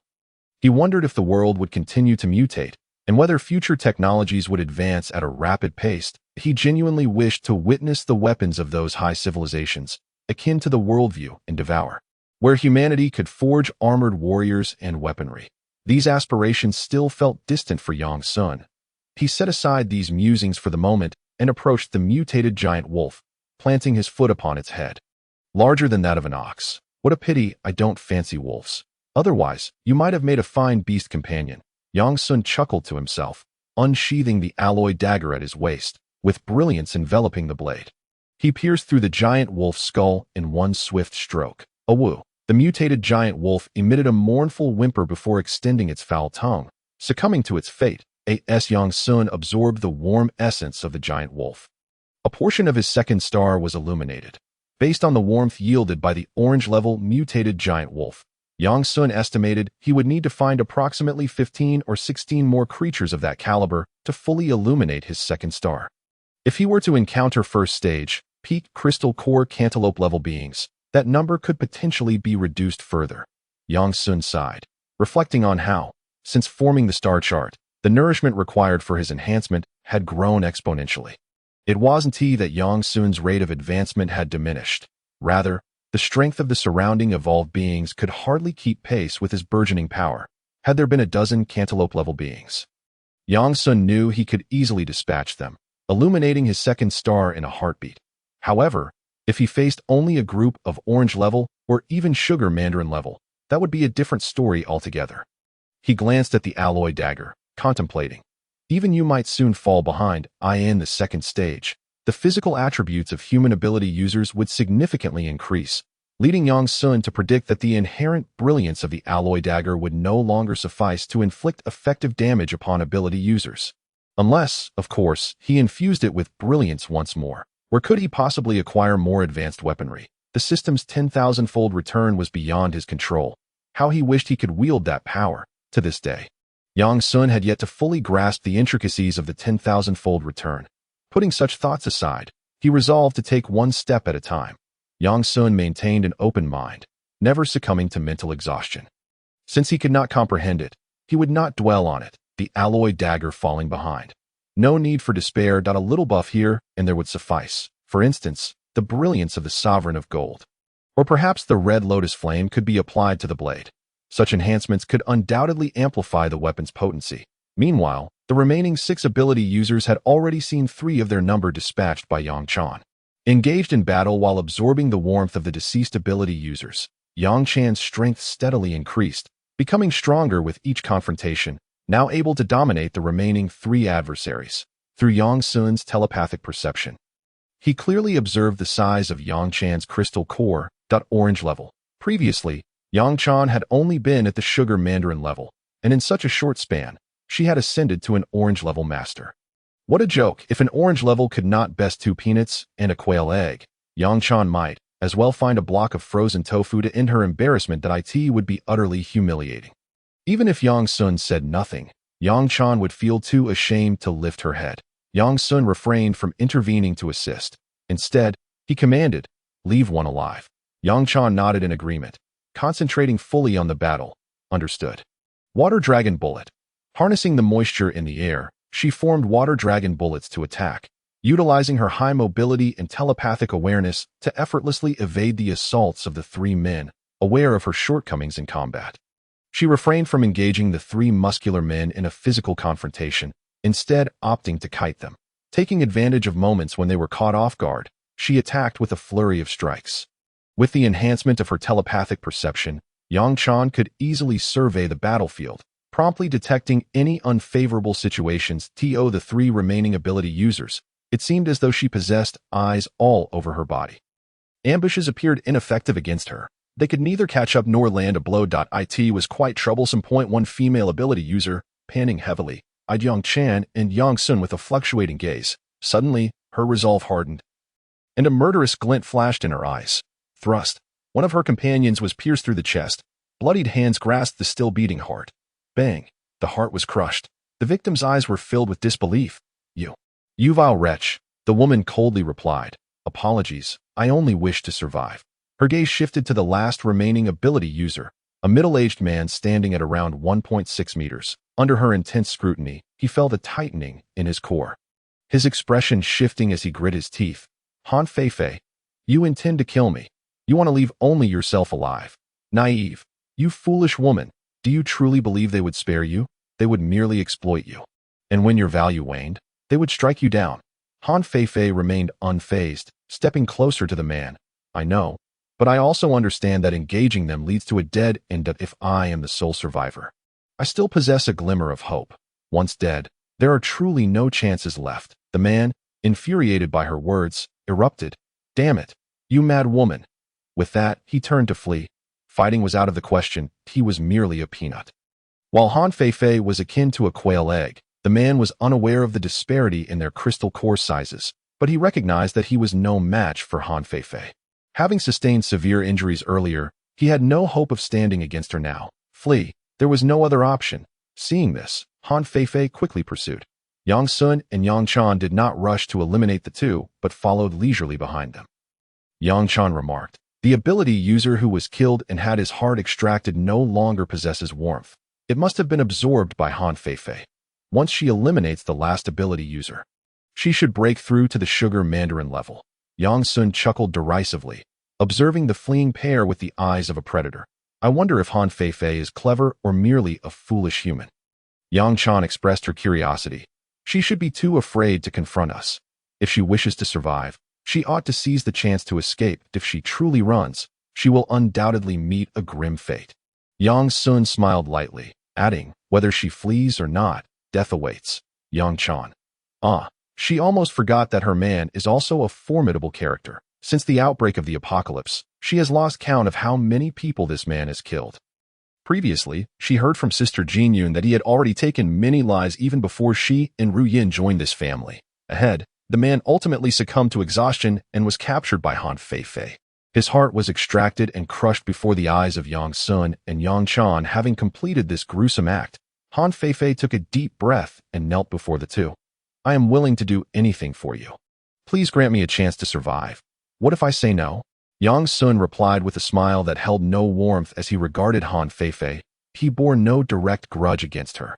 The animosity stemmed from Bai Ao's intentions toward him and Yang Chan, however. Since Han Feifei chose to ambush them alongside Bai Ao, she had effectively become his adversary. Had Yang Sun's strength not been so formidable today, had anyone else come in his stead, they would have long since perished. Once the decision to strike was made, the concept of innocence became irrelevant. Ultimately, they belonged to opposing factions, akin to warring states in ancient times where the plight of innocent civilians seldom spared them from the horrors of conflict. The essence remained the same. Moreover, Han Feifei was not merely an ordinary civilian. She was a supernatural being, part of the governing elite. Upon hearing Yang Sun's words, Han Feifei's countenance turned as pale as death. A chill running through her being as she looked up at him. Why? Yang Sun replied. No reason, simply because you chose to attack. At this pronouncement, Han Feifei's gaze dimmed. If you intend to kill me, do not expect to extract any information from me. Unhurried and composed, Yang Sun raised his hand, the crimson flames of the red lotus inferno blazing fiercely upon his right palm, the blood-red flames shaped like an enchanting, blossoming lotus, strikingly otherworldly. It matters not. There are still many survivors confined within that building, perhaps 100 or 200 of them. With such a large number, surely, someone must possess the information I seek. After all, what I desire is hardly a secret. And you, pitiful creature, do you know what this flame is? The red lotus inferno, set in myths to possess the power to incinerate souls, leaving them utterly consumed. Devoid of any chance for reincarnation, Yang Sun was uncertain if reincarnation existed in this world, yet he wielded this threat merely to intimidate. Having come this far, he had no desire to return to that building. If Han Feifei had any sense, she would comply, sparing him the trouble of backtracking. Should she choose otherwise, well. Listening to Yang Sun's description, Han Feifei was already half convinced, her face drenched in sweat, her body trembling as if she were trapped in a frigid ice cellar. Yet she stubbornly retorted, no, that's impossible. Such flames do not exist in this world. You must be deceiving me. Yes, you are definitely trying to trick me. Myths are merely the fantasies of ancient minds, Yang Sun. If you do not believe, you are welcome to test it. With that, his hand, ablaze with the red lotus inferno, moved towards Han Feifei's head.